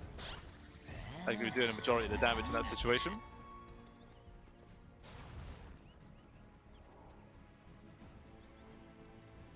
Ivy, yeah, definitely paying a lot more respect now to what France can do. You can see on the map there that they are all just so evenly spread out, this like massive semicircle, trying to soak up as much farm as they can. Just wait for the next Roche, which potentially is up in 15.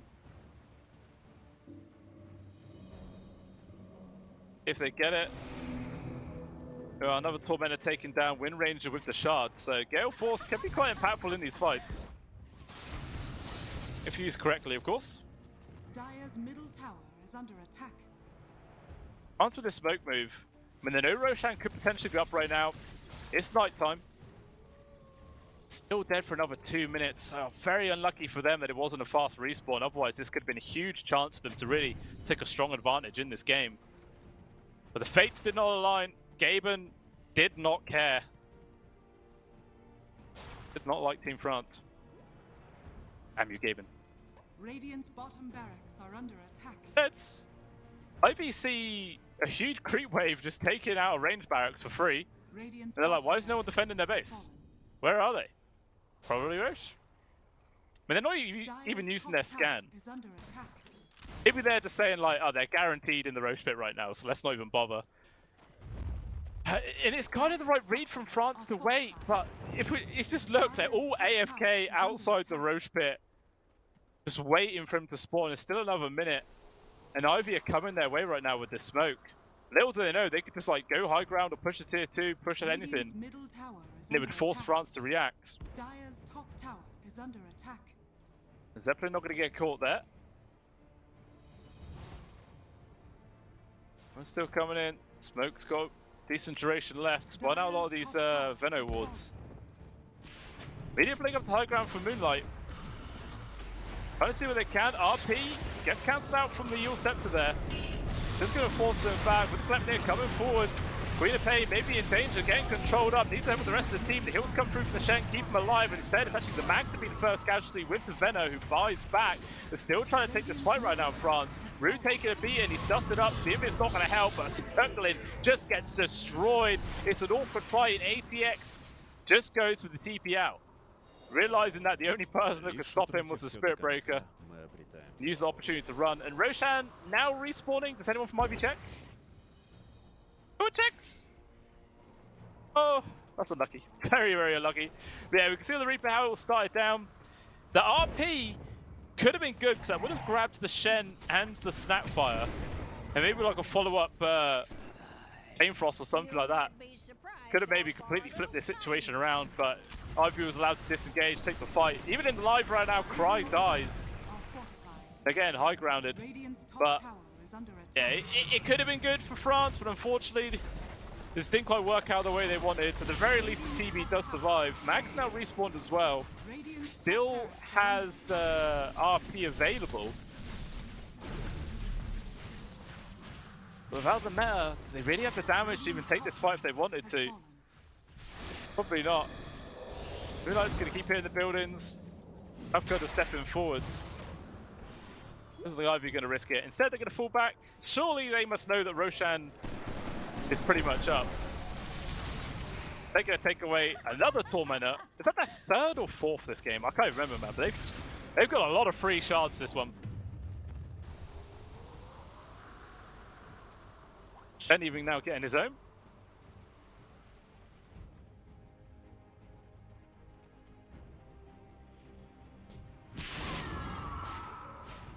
I'm quite surprised that no one's checking the Roshan right now. Okay, O-Taker's going to, right?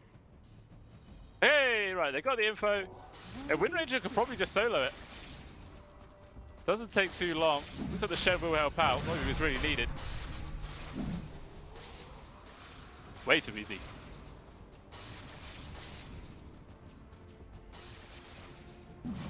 Now, that's Aegis, Cheese, and Refresher Shards. O-Taker takes the Refresher. But if he had a BKB, it makes more sense. Probably going to pass over to somebody else. Unless he just wants double Focus Fire, perhaps, for those team fights, or double Wind Run.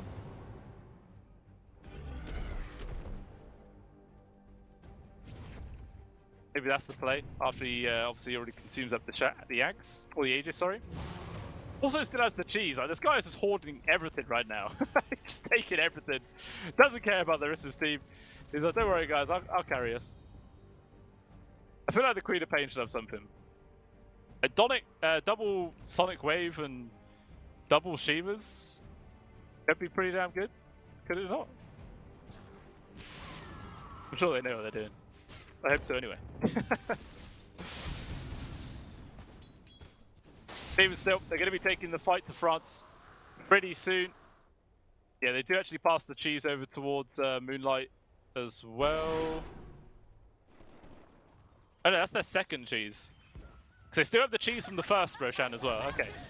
They got two cheeses, one Aegis, one Refresher Shard. All the items they could possibly want. No, it's just unfair.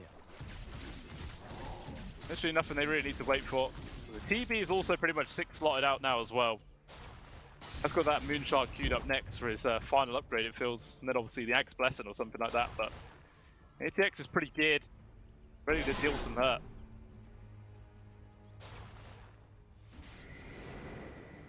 Still to see how cautious Ivy are actually being, trying to find the opening to go for this push. Just trying to shove all the side waves. Pangol is actually pushing the top right now. So Ivy know that there's only 4 people in the France base. Maybe they could abuse that. Instead, the Snapfire decides to TP up there to try and find a kill. Actually, I've just seen Mixka's build. He's gone for the 2 Daedalus, so he really, really wanted that 20 shard. Now he's about to get his level 25 as well. So 3 times Little Shredder multi-shot, plus those Daedalus are going to be massive. The attempt to actually get the grab onto the Queen of Pain there, but not quite able to get it. Yeah, this Snapfire is actually quite a disgusting problem for France to deal with. But be careful about that. Actually, they found the opportunity to go on towards the ATX. The stun control was in. He is gone. Does have a buyback. Might be forced to use it. The rest of the team is trying to get control onto Otake as well as Moonlight. Chain Frost bouncing around. The first life of the Wind Ranger is gone. Can Otake a disengage while Cry gets removed? The multi shots coming through from the Snapfire. So much work. The charge from Rue connects onto everybody. Every buyback they could possibly spend is being thrown out there. Moonlight getting ran down. But it doesn't even matter. France just fall into pieces. Everybody's dead. No buybacks. And GG is finally called. Ivy finally take this victory here against France. Which was looking dicey at one point. I mean, they had a very, very strong lead for a majority of the game. I don't think they ever fell behind in terms of net worth. But there were like 2 fights in a row which France took where it did actually look like they could potentially take the game. But I feel like the final nail in the coffin was that Roshan fight, for Roshan number 3, I should say, where it didn't spawn in time for France, but it did spawn in time for Ivy. Just the stars did not align, the Dota gods did not smile, and Gaben did not give a crap, it seems. But yeah, that is game 1 down. We're going to see what France can do for game number 2. Not sure if there's any sort of, maybe, I don't know. I feel like their draft is solid. I really like the draft. If you put it up against each other, I would favor France's one every day of the week. But I guess it does just come down to the fact that Ivy just have a bit more experience, well-rounded players, and yeah, just a bit more used to playing in this sort of higher level stuff. But, you know, like I was saying, that is just game number 1, guys. Game number 2 will be coming up in about 5 or 10 minutes' time. So do stick around. We've got more Dota 2 coming your way.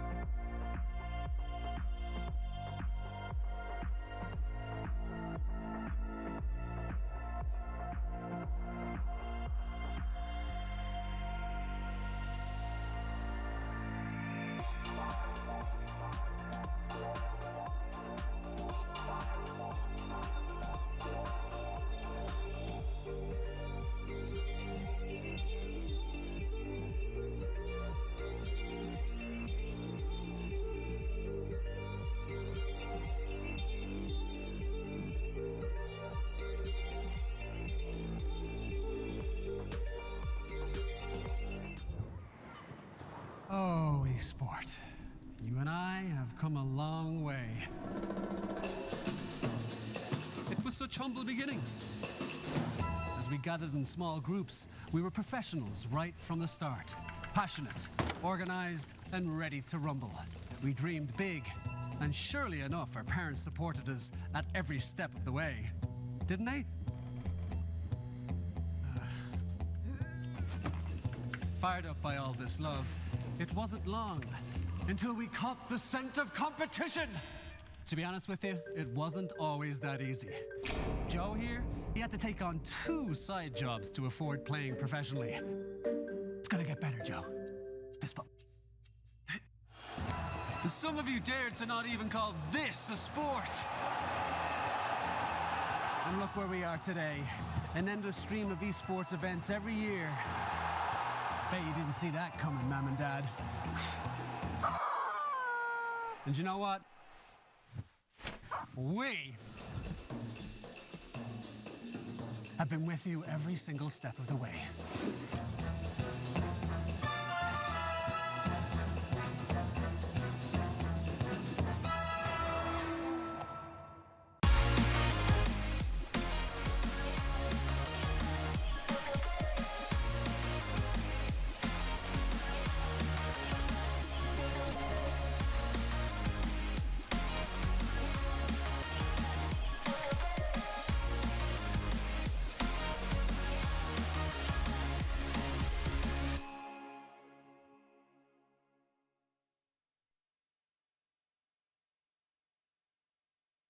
Dream of working with people you watch on screen.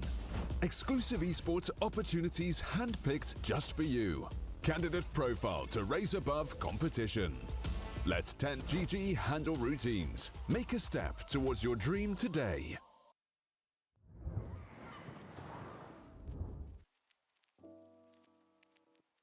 Gentlemen, the continuation between Ivy and Team France is here, and it's up against the wall now for France. 1 game away from being knocked out the tournament already. They show up on the first day and could very well be going home on the second day. So mic's a little bit louder. I do a slight adjust.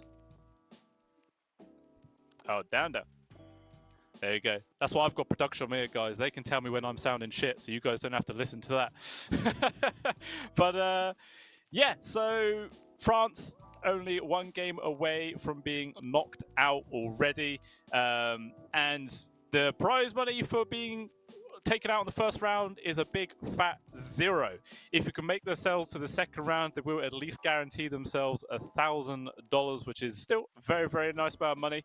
So a lot of pressure here for them to perform. And we'll have a quick look at the brackets now, just to see what it will look like for them into the little segment that they are in. Obviously, just 1 game up being taken away. But then, if they are able to claw it back, or even Ivy takes the series, they will be playing up versus KZ team or Cybe team.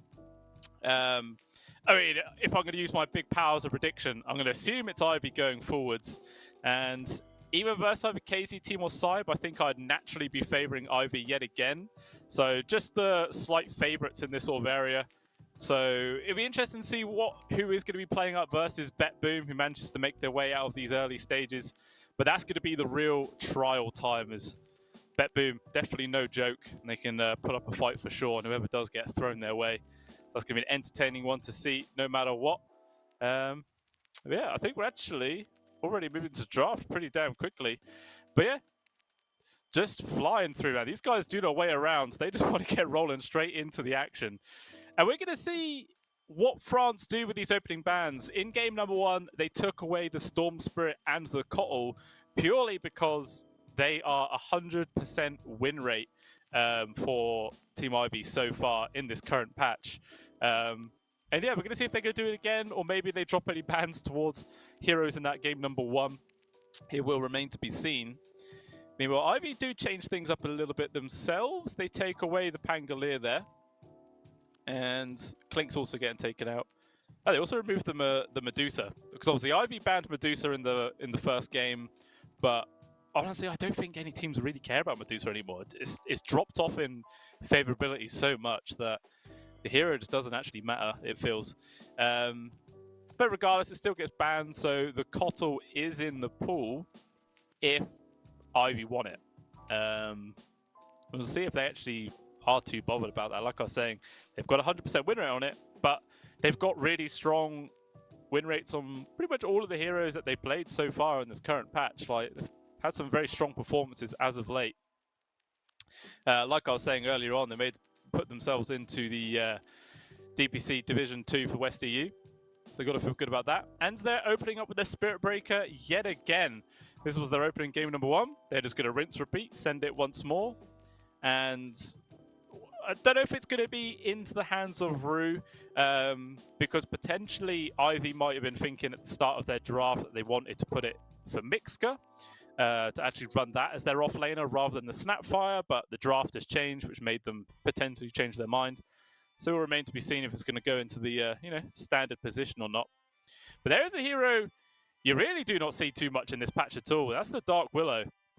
Like, it's very rarely picked outside of those like hero specialist players. You know, the one that always comes to mind when you see a Dark Willow is Tiger. You know, that guy just spams this hero, so damn good at it, makes it feel like a core a lot of the time. So we'll see if anyone in France is going to be that capable with the hero. And they also pair it up with the Ember Spirit for their mid laner. So Ivy could potentially pick their mid right now, someone who lanes quite nicely versus the Ember, sorry, and it's going to be the Bat.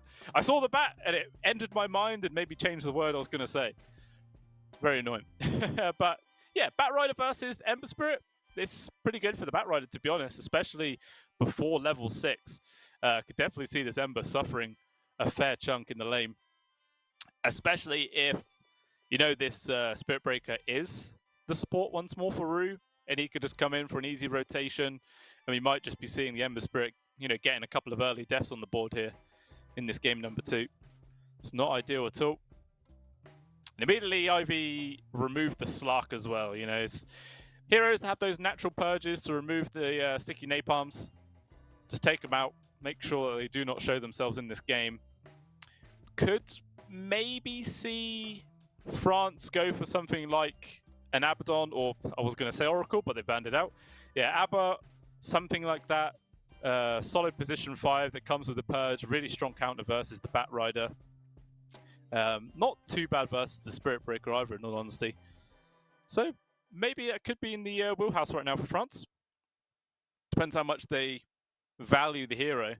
Because again, it's not really a hero you ever see in the current meta at all. It's only ever picked as sort of a counter to a lot of different heroes that come out. But France do take away the Shen and Monkey King. Obviously, the Shen was pretty decent pick for Ivy. Kind of rocky in the laning phase. Like, Afro Moosh wasn't able to provide a lot of help for Otaker, but they didn't need it in the end. They still managed to get the work done, find the kills they needed, and win it in the end.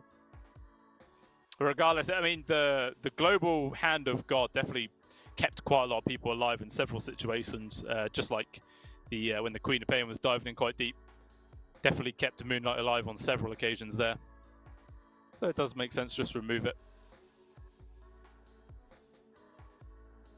And I wonder what Ivory are considering for this ban. Like, do they care about an Abaddon? It is strong. Okay, they're actually going to take away the Magnus. Like Aloof was, he definitely had some good initiations once he got that harpoon completed. So could definitely see why they want to ban it out. And what's France going to respond with it? I mean, they've been spreading their bans quite a lot. You know, they've been taking away mids, carries, supports, all sorts. So we're trying to cover as many bases as possible. I don't know if they're considering a potential respect ban towards the Wind Ranger, but in all honesty, Wind Ranger doesn't feel too great versus Dark Willow or Ember Spirit. You know, the Dark Realm can just completely negate the Focus Fire. The Ember Spirit can generally avoid the Wind Ranger quite easily with Sleight of Fist and the Fire Remnant, so yeah, they're not too worried about that. Instead, they will remove the Queen of Pain, just in case this was actually going to be an off-lane Bat Rider and doesn't want to put the Ember Spirit into another awkward matchup. Just trying to cover their bases as best as possible.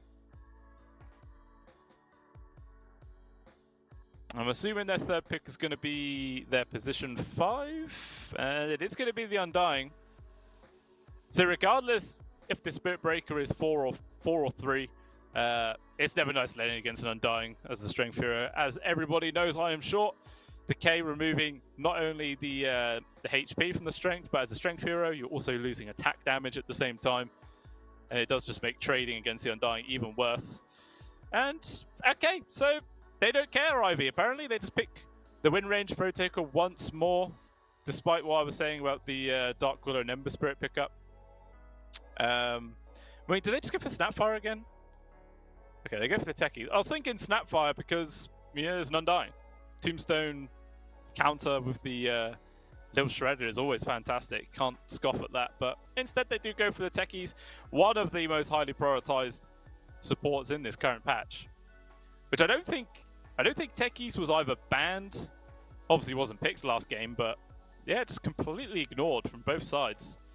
Which is very, very surprising. But yeah, Ivy going to grab it this time round. And Siemens, how they've already got a Spirit Breaker. I'm guessing this is a POS 5 Techies.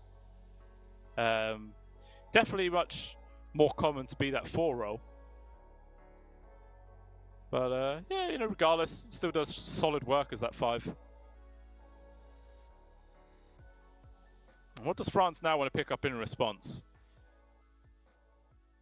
I mean, they have the final pick of the whole game, so I'm assuming they'll leave that for their carry, in which case they're looking for an offlaner right now.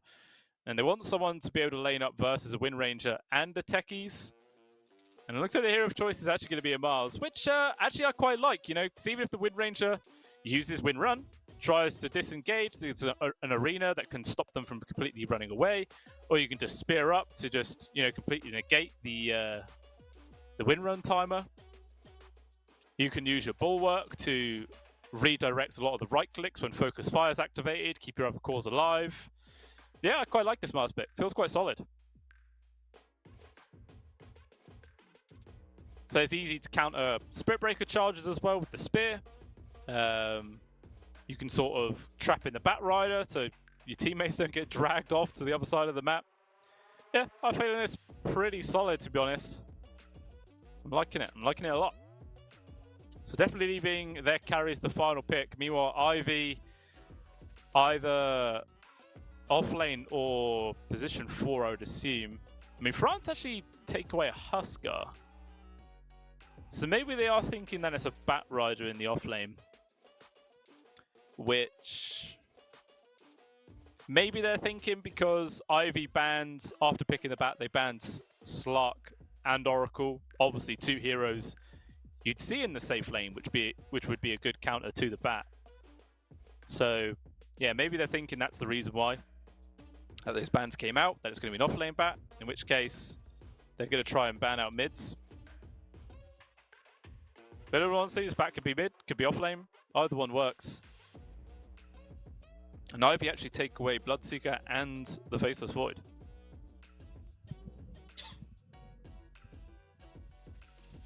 I'm not quite sure about the Faceless Void ban. I saw a Faceless Void in the previous series, and there was literally nobody to do any damage inside of it, so the chrono just felt completely wasted. And honestly, it's the same situation here. Like, I guess the Ember Spirit could do some sleight of fists, but the Mars ain't going to do shit. The Undying ain't going to do anything. The Dark Willow ain't going to do anything.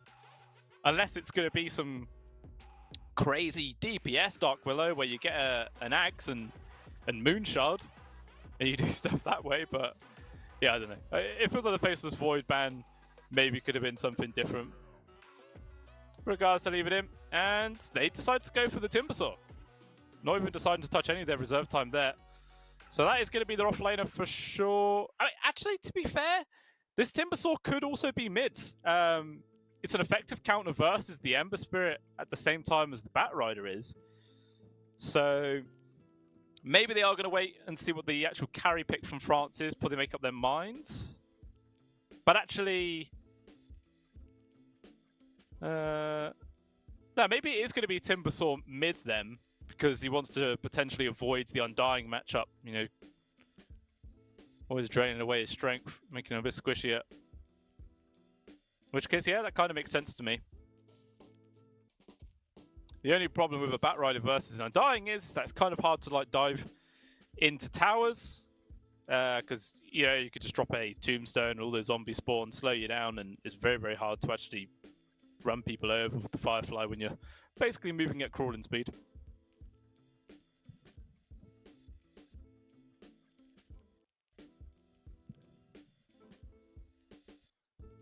So using up pretty much all of their reserve time though here from France.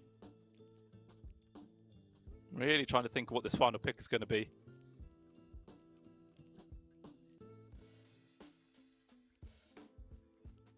I'm not sure who's really jumping out at me. I guess PL could be kind of good, but if you're going to be versus a Timbersaw, or your illusions just get kind of obliterated, maybe like a Lifestealer could be nice. Okay, they actually go for a Juggernaut. Obviously, Spin can just get rid of all the sticky napalm stacks. Avoid a lot of the damage that comes through from the Timbersaw as well. As, yeah, Mixgub takes it, so it is off-lane Timber. Gonna have the Bat Rider into the mid. Versus Zeppelin, obviously. Okay. So, again, I'm kind of liking France's draft once more.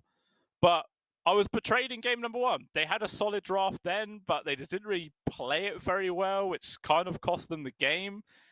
And I'm not sure if they've really learned from those mistakes, or I'm not too sure. So I think just out of pure ability of players, I'm going to favor Ivy here, because in the first game, France's draft was like a lot better than Ivy. This time, it feels only a tiny bit better, but I don't think that's really going to add up too much. The one thing I will say for Ivy is that they don't actually have someone to hit tombstones. Like, Wind Ranger doesn't really like to do it because they're going to be focus firing somebody else. Bat Rider doesn't really want to be doing it. Techies and Spirit Breaker definitely don't want to be doing it. And Timbersaw's going to be off somewhere else. So, yeah, these tombstones are going to have really, really long durations. And could be seeing a horde of zombies in these team fights for sure. Whether or not that's going to be enough for France, I don't know. It will remain to be seen. But we are jumping into game number 1 here, guys. And we'll see what goes down. Oh, actually, we're not going to jump in because there is an immediate pause. Very standard stuff. So we will wait until then. Yeah, like, I don't know. I'm just not too sure. France has definitely got a lot to prove here in this game number 2. Obviously, the tournament life is already on the line away. If they lose this map, they are kicked out of the tournament. Single elimination, no second chances here. And whether they're going to be feeling that pressure and let that get to or not, who knows? But finally, the game is now underway. Pause is over. And let's see what's happening here. As Ivy, once again going as a 5-man smoke, heading down towards the bot, where there are a few people from France coming in. Could be seeing a 4 versus 5 situation because Zeppelin is chilling in the mid. France could just win by bringing the numbers. Sticky Bomb lands on towards a tooth, but actually no one's going to commit. Everyone plays very, very carefully. They don't want to fully, go into a pace with no vision. Obviously, high ground ward already placed there from France, so no one's going to get spotted there. 30 seconds to battle. A couple of wards already been placed from Ivy. One by the tier 1, and another one just in the jungle, so they can see if anyone tries to make any sneaky rotations around the side. We'll now spot a tooth. No. Just. Okay, the call is clearly to disengage. They're going to split and just try and grab 2 of the top bounty runes instead. The battle begins. See if we're getting a D-ward there. On towards Moonlight's Obs. And I feel like this ward as well on this high ground at the bot lane will probably also... Okay, yeah, Cry just D-ward it. He knows that someone was going to come with a sentry ward to get rid of that, so he had to just kill it himself. Didn't want to give away any money. Unfortunately for France, they literally start this game with no vision. 0 obs out. That's a real feels bad man moment. Yeah, this top lane that's coming out from Ivy could be really devastating. Techies plus a Timbersaw. There is so much burst damage potential there that I feel like the Undying is going to be in an awkward situation. Normally an Undie loves to play versus, you know, these sort of melee strength-based heroes, but even though obviously he is universal now, still feels extra strong. Spin use plus the sticky napalm. Everyone just trading spells right now. A lot of mixed harassment. And so where Mixka did start with Whirl and Death rather than the reactive armor, does get punished a fair bit there, but he'll get it on his second level. Anyway, on this mid, going to be fairly even, I feel, at least until level 3 when there's 2 points for Moonlight put into napalm. And then it's going to be very, very difficult for Zeppelin to try and actually stay quite healthy in this lane. Obviously, the one nice thing about playing versus about is stick charges. Feels like you have like nearly infinite HP and mana regen. At a cost, of course. It's never quite as easy as that.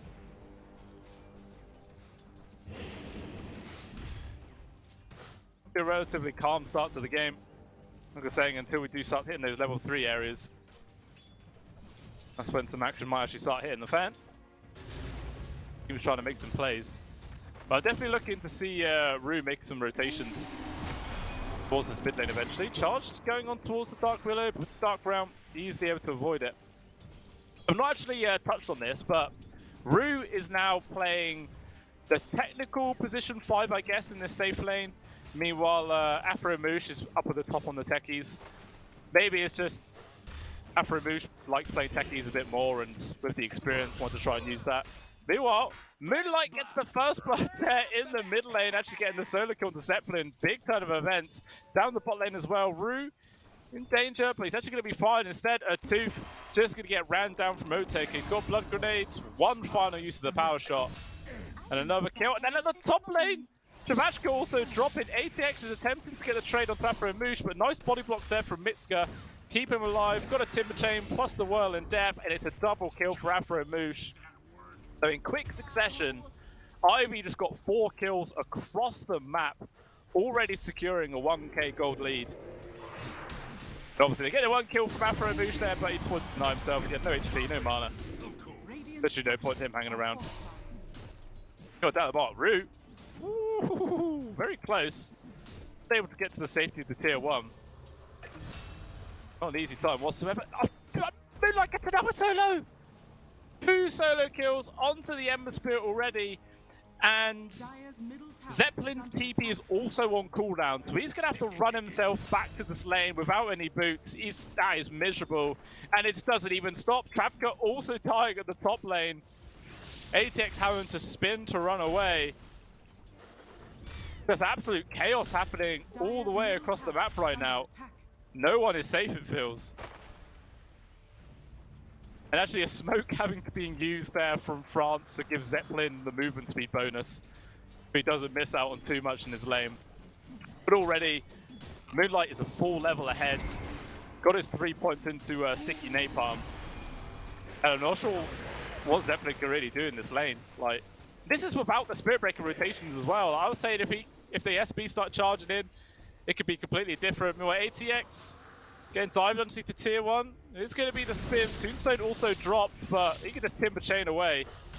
Iska is fine, so Tombstone feels completely wasted and negated in this lane. Can't do a single thing. But yeah, this, I don't know. This is not a great start. Not great at all here for France. Dire's middle tower is under attack. Otek has a pretty much free lane in the mid. Moonlight as well. Just pressuring Zeppelin even more. Actually, a Tooth had to TP in here. The position 3 TP'd in, did absolutely nothing, and now has to run all the way back to his lane. He's still only like core passes level 3. Otaker core passes 4, so a full level ahead yet again. Even Rude is trying to pressure up this Mars a bit. Very miserable game for France. I mean, game number 1, the start was okay. This one is just absolutely terrible. And now another attempt for Moonlight to go for a kill. There is also the charge for the Spirit Breaker this time round. Maybe not even needed. Slight Fish to dodge that, but still Moonlight's just going to run him down, gets the kill. Trafka TP's in here. But maybe Ivy can carry on diving into the tier 1. They're going to chill for a bit, but Afro-Moosh blast off. Just about gets the connection. This is going to be another double kill for Moonlight. Dominating spree. 3,000 gold ahead. Oh, dearie me. Dire's middle This has got to feel pretty demoralizing. You know what Otaker is in a 1v2 at the bot lane right now. He's level 5. Cry is actually, you know, a higher level than his position 3. Just feels that damn sad for the Mars. And Zeppelin's doing a rotation at level 5. Doesn't even have his ultimate, but they feel like they have to make some sort of play. The Bramble Maze will land with the spear. It doesn't even connect onto the tree. That's so unlucky. They're going to carry on diving underneath, but mass TP's coming in from the rest of the squad. They will kill Otaker, but Zeppelin gets punished. Cry, he's going to get ran down. And the Mars is able to take the Twin Gate at least to escape, but regardless, it's still a pretty terrible situation there from France. But hey, they got Otaker. The enemy carry is pretty big, and at the same time, ATX is doing okay in CS. He's 28 and 9 right now. He's able to find some farm himself. He's still going to be a ways off actually completing up his Battle Fury to accelerate his farm. 3k gold, 7 minutes in. This is not an easy time whatsoever. Yeah, this Ember Spirit has nothing, man. And just look at the stacks being farmed up from the Bat Rider as well. If he didn't think Moonlight needed any more money, he just goes and takes an absolute dump load. He has double the net worth of the Ember at this stage of the game already. Speaking of, Zeppelin gets pressure, but he is able to survive. And Afro Moosh actually getting punished there. Attempting a Wisdom Rune still, but Cry still able to grab it. But, I mean, he's wasting time, I guess. He's good, just does whatever the hell he wants this top lane. But this Timbersaw has no fear. Really can do what he likes.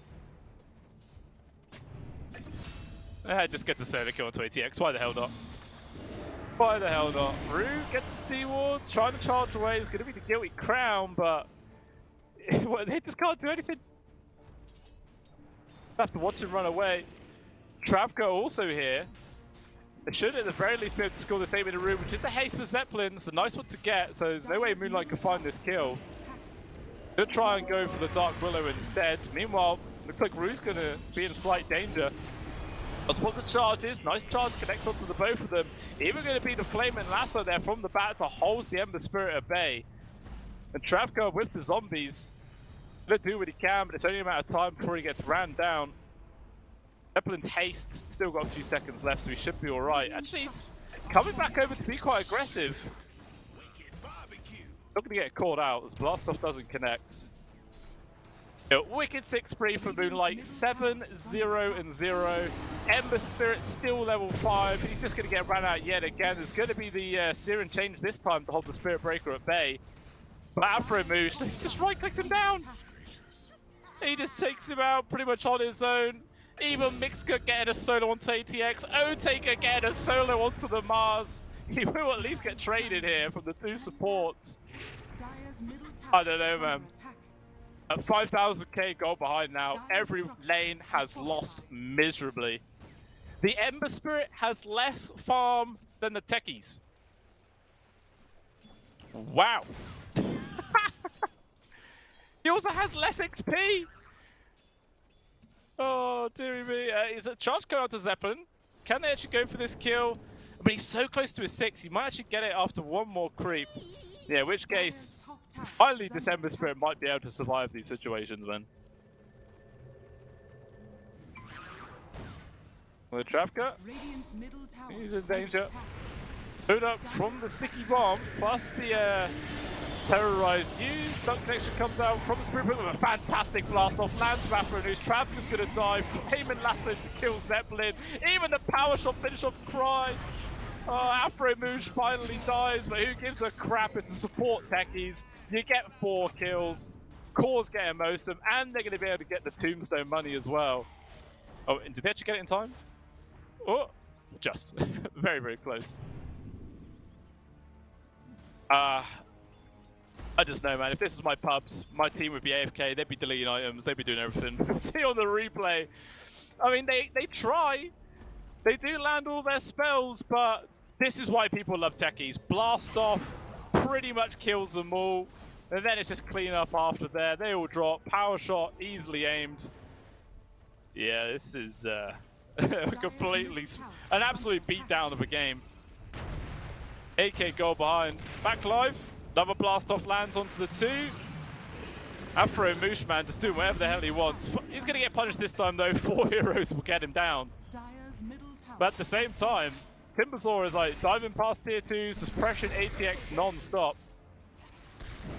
Like this poor old Jug just endlessly suffering, only 3,500 gold. He himself is only 100 gold ahead of the techies. This is, no, this should not be allowed. Arena plus spear lands on Taru. Okay, could be a kill onto Spear Breaker. Goes for a point blank charge, and actually with Moonlight here, Rue's gonna be able to run away. Oh no, they can't even kill the goddamn Spirit Breaker with the arena connection. Everyone else gonna run. Oh, I say that. Zeppelin does get a backstab. Manages to find one. Flaming Lasso as well. Zeppelin's trying to do his best to juke and jive here. The rest of his team is nearby. Feels like they can try and take this fight. There is going to be the jump away.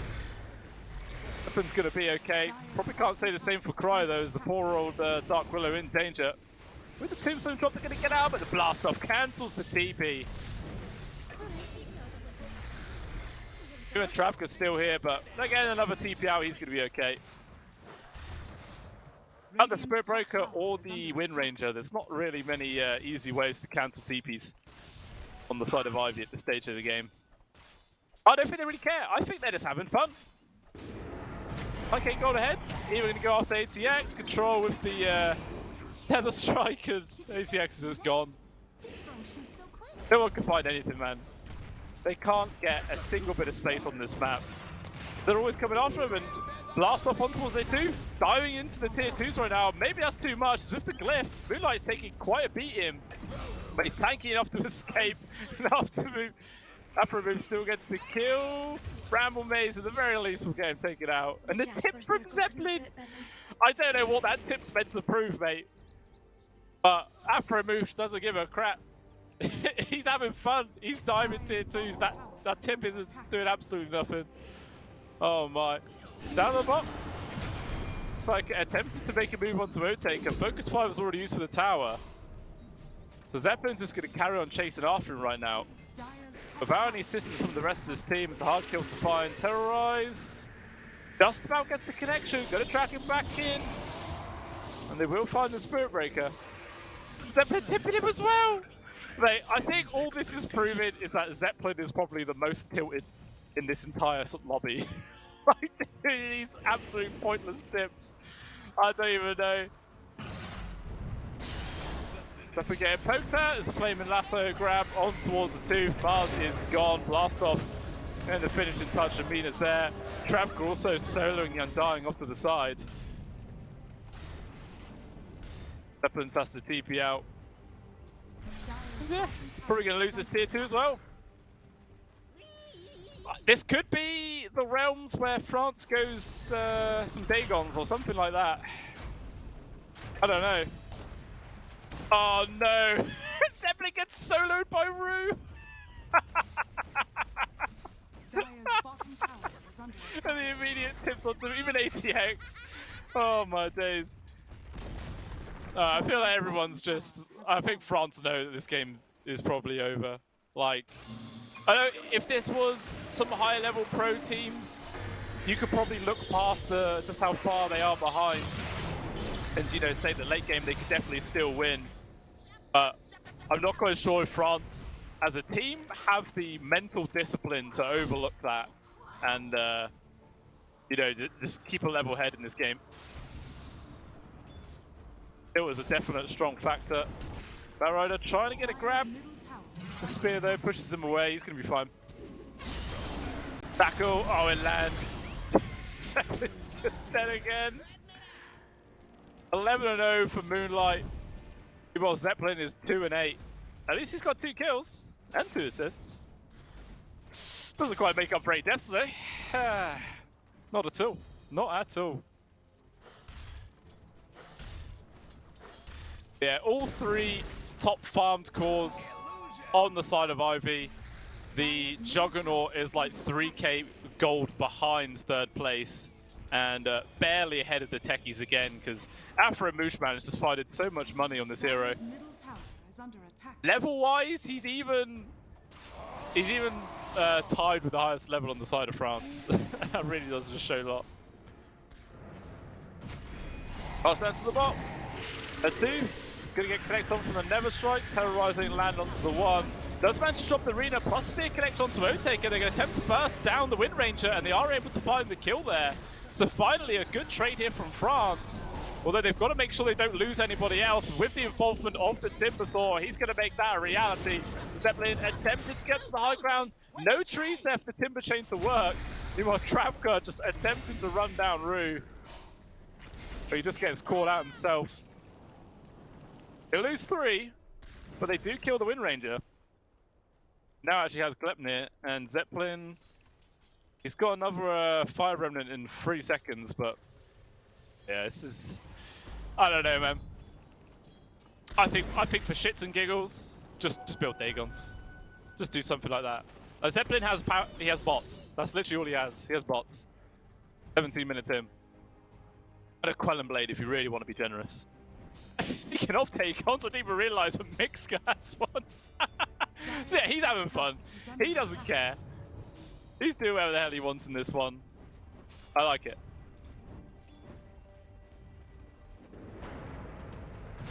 Dire's top tower.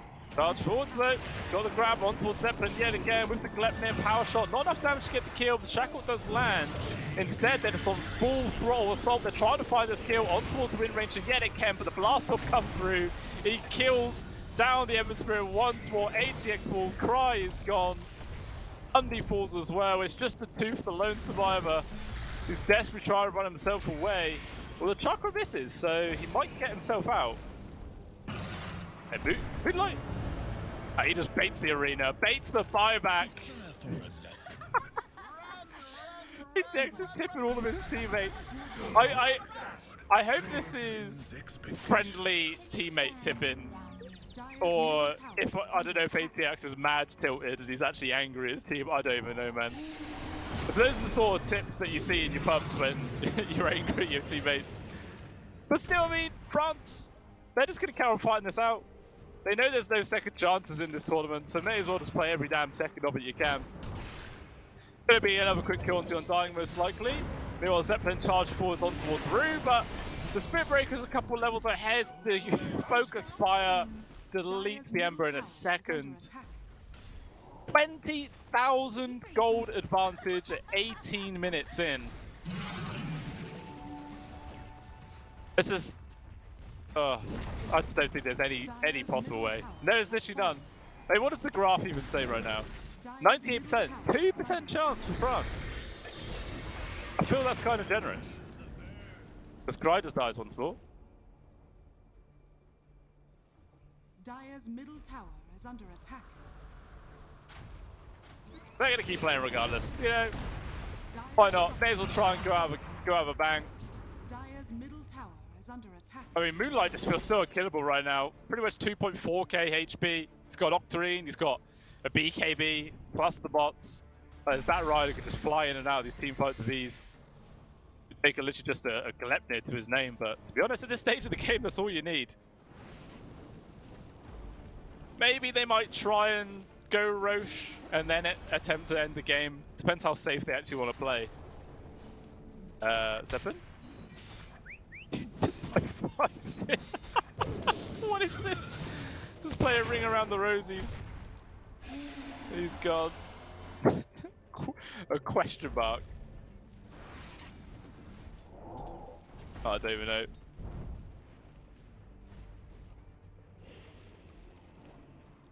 I don't even know if I really care about finishing this game. I think they're just having fun. They're just going to carry on playing some clowny Dota. That is what this feels like. It's just pure clown right now. Mixka, even feeling it, he's just going to like max out Dagon. Rather than doing any proper build, just go for pure burst. Insta-kill anybody who dare cross him. Waiting for this Remnant. I mean, does Zeppelin even come back to it? And with the charge bottom, might force him right now, was Rue's applying pressure to the Ember Spirit. The Timber's just lying in wait. Any second now he's going to jump back. He's really trying to bait it, mate. Meeks is probably getting bored just AFK looking at this Remnant. Naru's doing his best to force it out. There's going to be the jump away immediately into the arms of Mixer. Oh, God. They were just having so much fun right now. This isn't even Dota 2. Feels like a bot game in all honesty. The two forced to drop him. And Moonlight, maybe he can get this grab onto the Undying before he reaches high ground. So he's got Flame and Lasso. Yeah, okay, it's a dead Undy. He thought about dropping Tombstone, then realised he'd just give money away. Then decided against it. Meanwhile, Miska's just diving into the base. Gonna be able to get this kill onto the Dark Willow. Moonlight diving for ATX. There is something to be the Omni Slash coming out soon. Some good AoE damage, but my lord, Zeppelin just insta dies. ATX on his own. Gets brought down. And yeah, this is just the biggest beatdown I've seen in a long time. 27k gold behind. They know they have no hope, right? They have to just know. Gaben is still saying 1% chance. He's very reluctant to do the 100%. Even though I kind of feel this should be 100% Gaben. Like, come on, just commit. Just commit. Dyne's also gonna die. See on the replay, this little last-ditch effort from France. Well, they do lose the under, yeah. They just really attempt everything they possibly can. One final hurrah, it feels like. We're actually live. They do kill O-Taker. There's a nice omelette. This is good damage, but unfortunately, there's not enough to actually finish any kills. Everyone just drop in. Yeah, they would just die. Zeppelin was also in live there. He was just dropping down his banner. Trying to enjoy this loss as much as possible. As much as anyone can enjoy getting absolutely smashed down.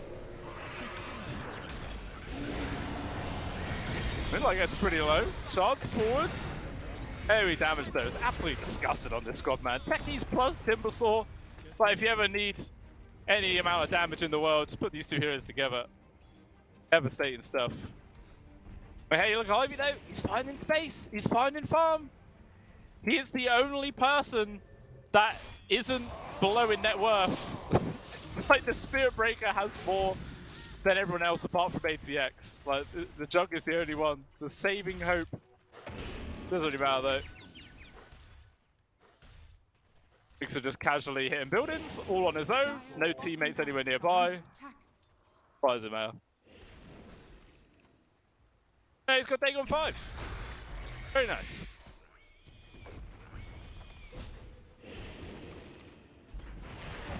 And you better watch out, ATX has got Yasha now though. Could be big.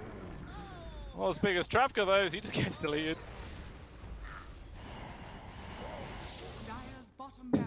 There's not even really any way to cast this game anymore. This is just like watching a silver game in all honesty, where like one team dies, but you can't call GG in your pub, so you have to just run around and fight and die endlessly until finally the game is over. Omni Slash trying to do what he can. It doesn't make any difference. Drag him back to Jug to his death. Cry's gonna fall. Never strike onto the Juggernaut once more. While Mixco just killing everybody on his own. He's gonna die Fountain. A Tooth is the only one alive. Last stop is there. Afro Boosh. Okay, Yules. He's gonna be okay. They don't want to hit buildings, man. They don't want to end this game. Literally just Fountain diving. No jumping for Rue. It's gonna cost him his life. Wall Zeppelin? No, Rampage. Maybe that's what they're waiting for. That's tip Rue for baiting out the Fountain for him. Oh guys, just hit the damn throne. End the game. This is just torture. For us, for France, for yourself. Who's really having fun here? I'm not sure. Literally no one is interested in hitting buildings. Okay, finally they will. At long last, someone's like, yeah, let's actually end. Let's end. Moonlight. Just gonna carry on the dive in. I wonder how much damage Beaks has done by the end of this game. Be interested to look at the graph and see how much. Maybe the aim is to get the Spirit Breaker's net worth above the Jugs. That could be it. Does it say 100% yet? It still doesn't say 100%! There's a 1% chance! Come on, France, 1%! I believe! No, I don't. I really don't believe. No chance in hell. Brew's so close to beating the Jugs net worth, it's just not gonna happen. It's not meant to be. It's still just gonna carry on diving though. Oh, Bat Rider getting low. Damage comes through and he's dead! 10 kill streak, look at the amount of gold that Dark Willow just got. Absolutely monstrous amount. Omnislash also coming through, but the creeps just soak it all. Can't get any full connections. Meexco is just like AFK by the base right now. As the Tooth gets another grab onto O-Taker. That's not going to work. Even actually dragging the creeps off of the Ancient right now.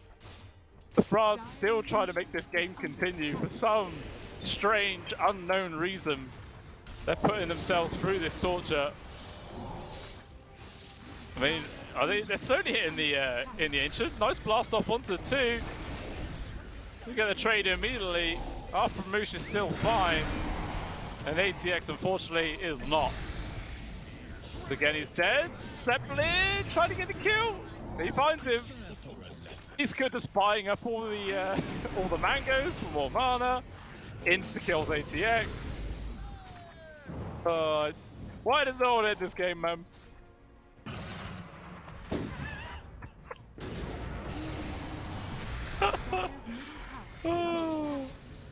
Honestly, it does feel like it's just been cast in a silver game. Not even silver, that's CSGO ranks. What am I talking about? I mean Archon, something like that. Mixing the elements. Brew, he's gonna die, and he does.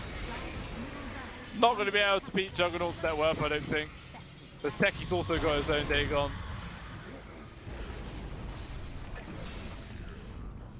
Yeah. Is it over? Hey, they can't stop the creeps. The creeps are gonna finish it. That is it. This game should have been over like 15 minutes ago, man. What the actual hell was that? I have no idea. What an absolute beatdown. I mean, France, did they have a chance this game? If they played better, yeah. But from the laning phase, it was an absolute disaster. But like, as soon as everyone from Ivy hit level 3, all of their lanes were just stomping. Like, Moonlight got 2 solo kills mid.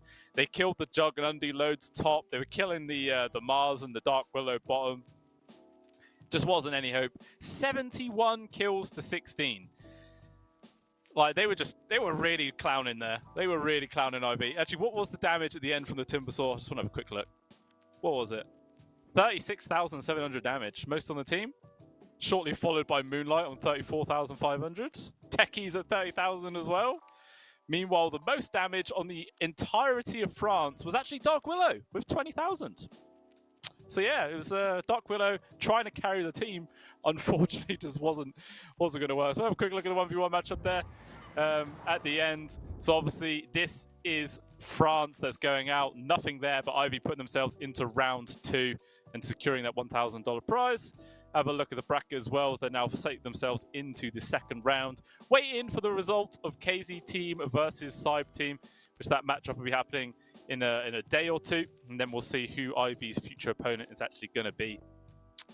But yeah, that is the end of the series. France absolutely smashed. Game number 1 was close. Game number 2, no, not at all. Game number 2 was literally an Archon match. Not surprised at all. So maybe if France put a bit of work in, make some changes for the future, we could see them and maybe turn some things around. Who knows? But that is obviously the end of Series 2, guys. The next series, what is the next series?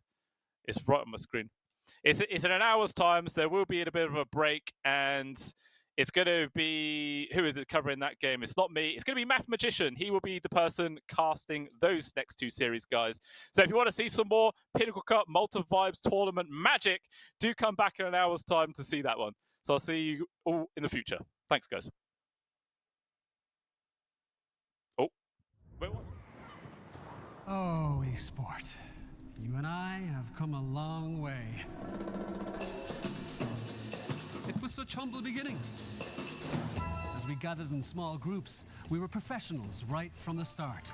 Passionate, organized, and ready to rumble. We dreamed big, and surely enough, our parents supported us at every step of the way. Didn't they? Fired up by all this love, it wasn't long until we caught the scent of competition. To be honest with you, it wasn't always that easy. Joe here, he had to take on 2 side jobs to afford playing professionally. It's gonna get better, Joe. Fist bump. Some of you dared to not even call this a sport. And look where we are today. An endless stream of esports events every year. Bet you didn't see that coming, Mom and Dad. And you know what?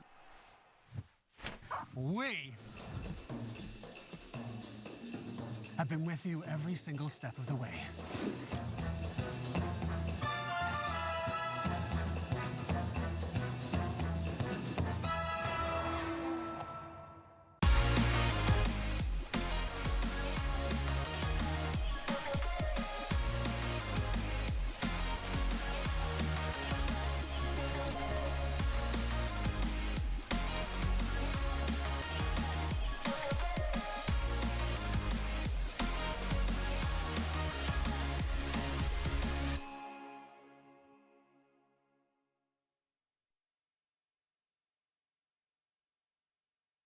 Dream of working with people you watch on screen. Exclusive esports opportunities handpicked just for you. Candidate profile to raise above competition. Let 10GG handle routines. Make a step towards your dream today.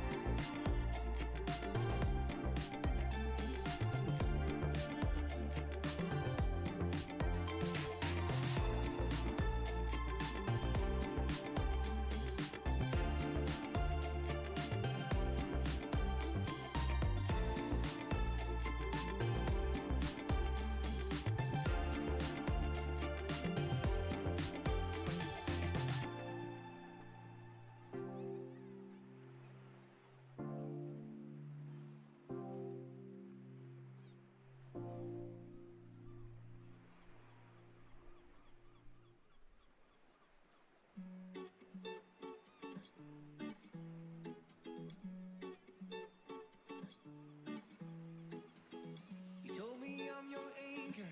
I told you you're my pole. Through the wind and fire, we try to hold on. We build this ship together, searching for a home. Despite the storm that hit us, we're still on board. Dancing in the moonlight, the world just stopped and stares. We got no destination, I'll take you anywhere. All the doors we've opened and all the books we've closed.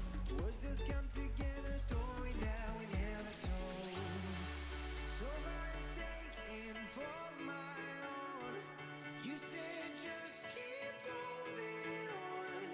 If you're about to break, I'll always be your captain. From our failures we have grown. You said just keep holding on. If you're about to break, I'll always be your captain. I'll be your captain. I'll always be your captain.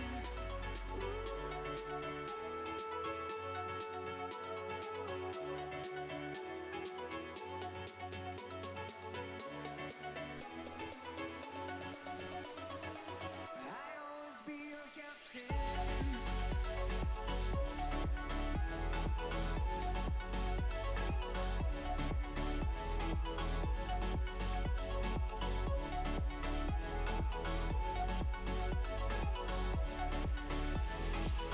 You told me I'm your anchor. I told you you're my pole. Through the wind and fire, we try to hold on. All the doors we've opened and all the books we've closed. Words that come together, story that we never told. So far saying for my own, you said just keep holding on. If you're about to break, I'll always be your captain. From our failures we have grown. You said just keep holding on. If you're about to break, I'll always be your captain. Be your captain. I'll always be your captain.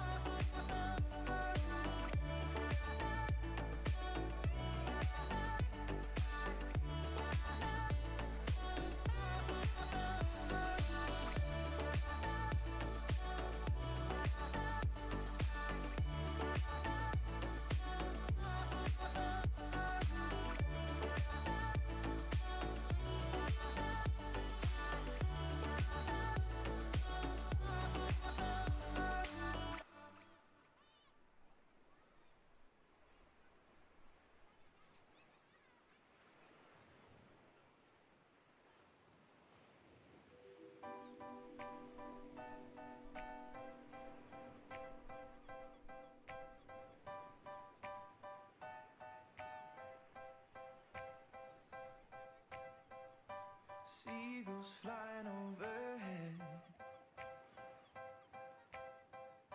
and owls down in the sand, little crabs walking over our legs, and we were together just like lovers should have been. Like the changing tides, you have changed your mind, and now you are no longer mine. Last summer, you were holding my hand. Last summer, you were laying in my bed. Last summer, we were more than just friends. But that was last summer. That was last summer. And I miss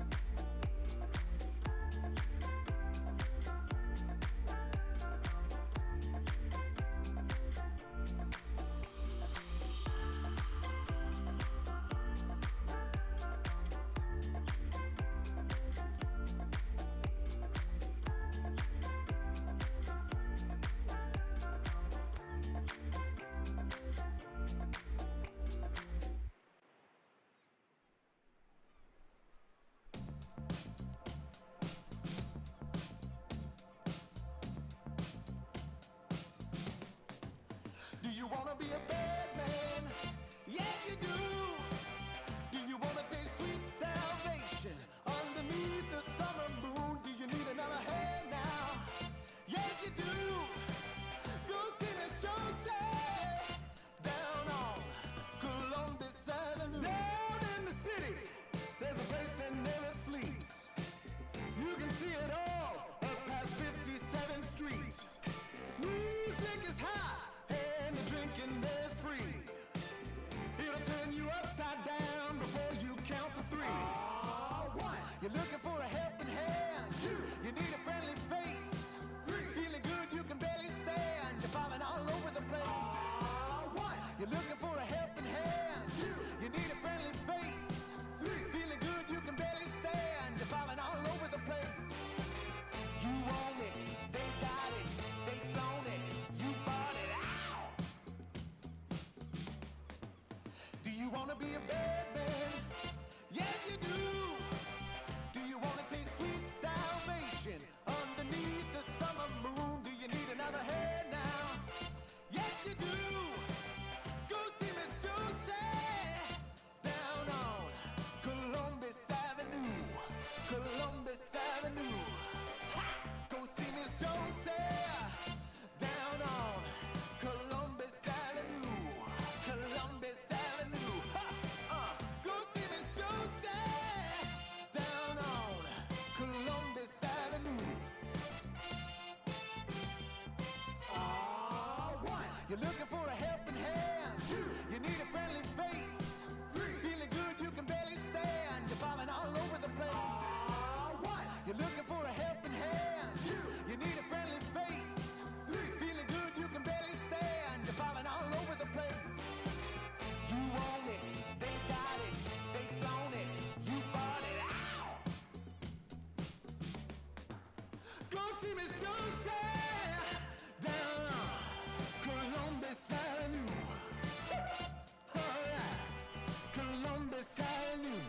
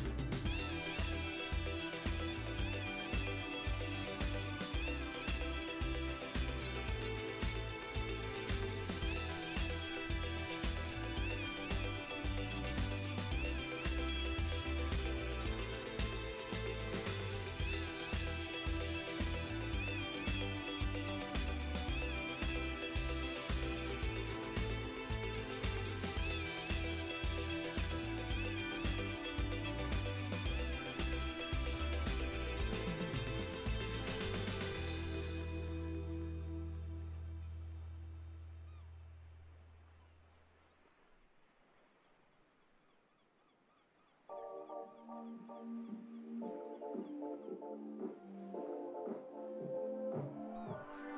miss that sexy smile, looking for to see you. I hope I will lose control. Love you every night, no checking the time, 'cause I was loving you all night long. I can let you go, baby, it's the right thing, I already know. And we feel it. I really do, I said the truth, we can't go any wrong. Need you now. I'm your queen and you the king right now. It's a kingdom, let's play it how you like.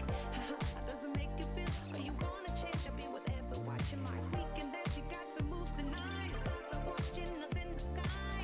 I wanna last it forever. It's a sexy smile, looking forward to see you. I hope I won't lose control. Love you every night, no checking the time, just us loving you all night long. I can let you go, baby, it's the right we already know. And we feel it. I really do, I said the truth, we can't go any wrong. Need you now. Let's change the clothes, we have a drive. You know how you make me feel alive. Come close to me, I'm obsessed with your different kind of style. Don't you ever leave, step by my side. Hold my hand, 'cause I don't have much time. I wanna hug you forever.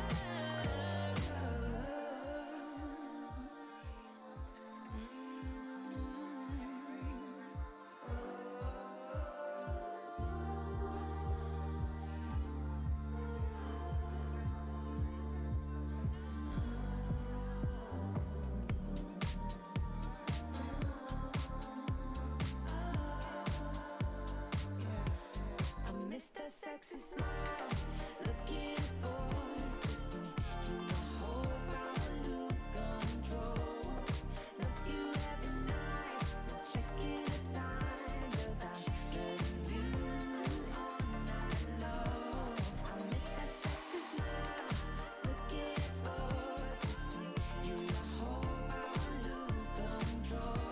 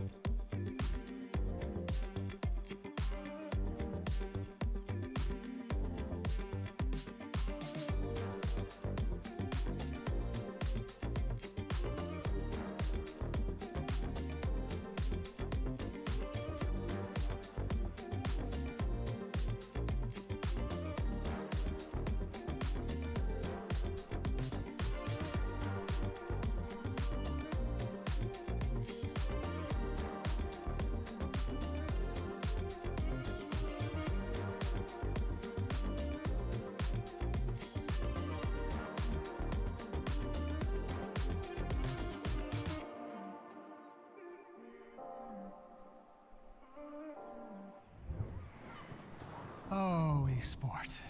You and I have come a long way. It was such humble beginnings. As we gathered in small groups, we were professionals right from the start. Passionate, organized, and ready to rumble. We dreamed big, and surely enough, our parents supported us at every step of the way. Didn't they? Fired up by all this love, it wasn't long until we caught the scent of competition. To be honest with you, it wasn't always that easy. Joe here, he had to take on 2 side jobs to afford playing professionally. It's gonna get better, Joe. Fist bump. Some of you dared to not even call this a sport. And look where we are today. An endless stream of esports events every year. Bet you didn't see that coming, Mom and Dad. And you know what? We have been with you every single step of the way.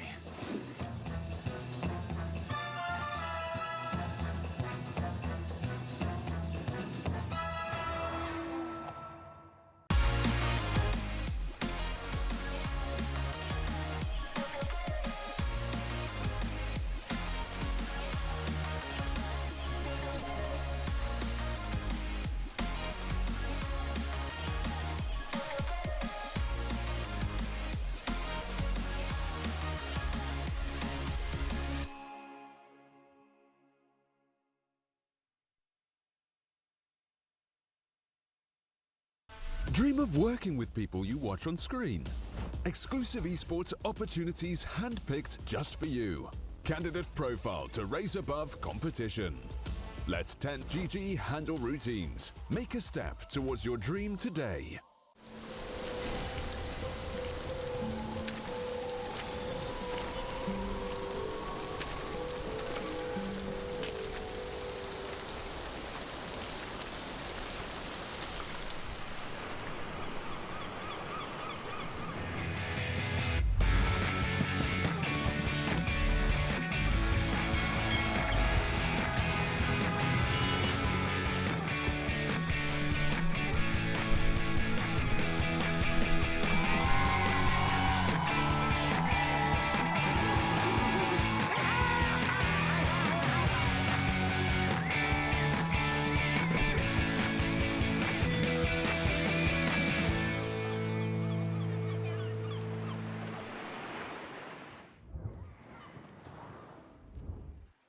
Hello, everybody, and welcome to the Pinnacle Cup, the Malta Vibes, and this is number 2. We're back at it for another time. We've got ourselves 2 series today left. We've already seen 2 2-0s so far, and I kind of hope for not that again, but who knows? We've got the Moneymakers versus 10 Grid Gaming, and, well, Moneymakers, they have actually gotten past the first round last tour as well. They got invited back here for the second Malta Vibes. And 10 Grid Gaming, they are a lower seed still in the tournament, but we're going to expect some good things out of them here. So it looks like predominantly still Eastern EU teams, and I don't know. I'm excited to see what kind of drafts come up here. I know that we've seen a lot more in the Universal Hero meta, and we'll see if there's going to be more contention over that. I saw a stat yesterday that as you get to more Universal Heroes, there's a higher % chance of winning, and we will be able to see the bracket as well to see where everybody was coming from. Again, Virtus Pro is waiting that first boss on a long line of bosses maybe towards the end of this, but for 10 Grid Moneymakers, they'll be fighting out for the winner of Hamu Gaming and Screens, and that will also be played, I believe, tomorrow. Tomorrow. So we'll be waiting for that matchup as well to see who they play. And again, Virtus Pro waiting in the wings. It's quite difficult of an opponent.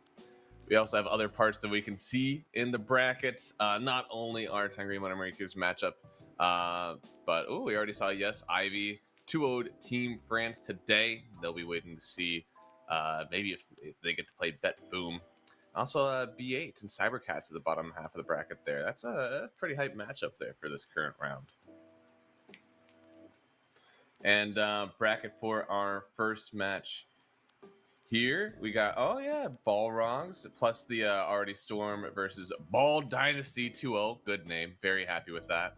But yeah, we're going to be seeing Balrogs after this current matchup. And Balrogs actually, they got knocked out in first round in last Malta Vibes. However, they did play the, oh boy, I'm not going to butcher this name, I swear.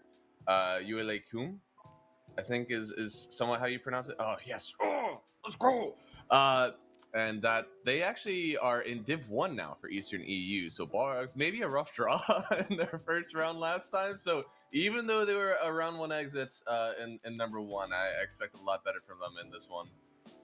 And then we can go over to the matchup here again.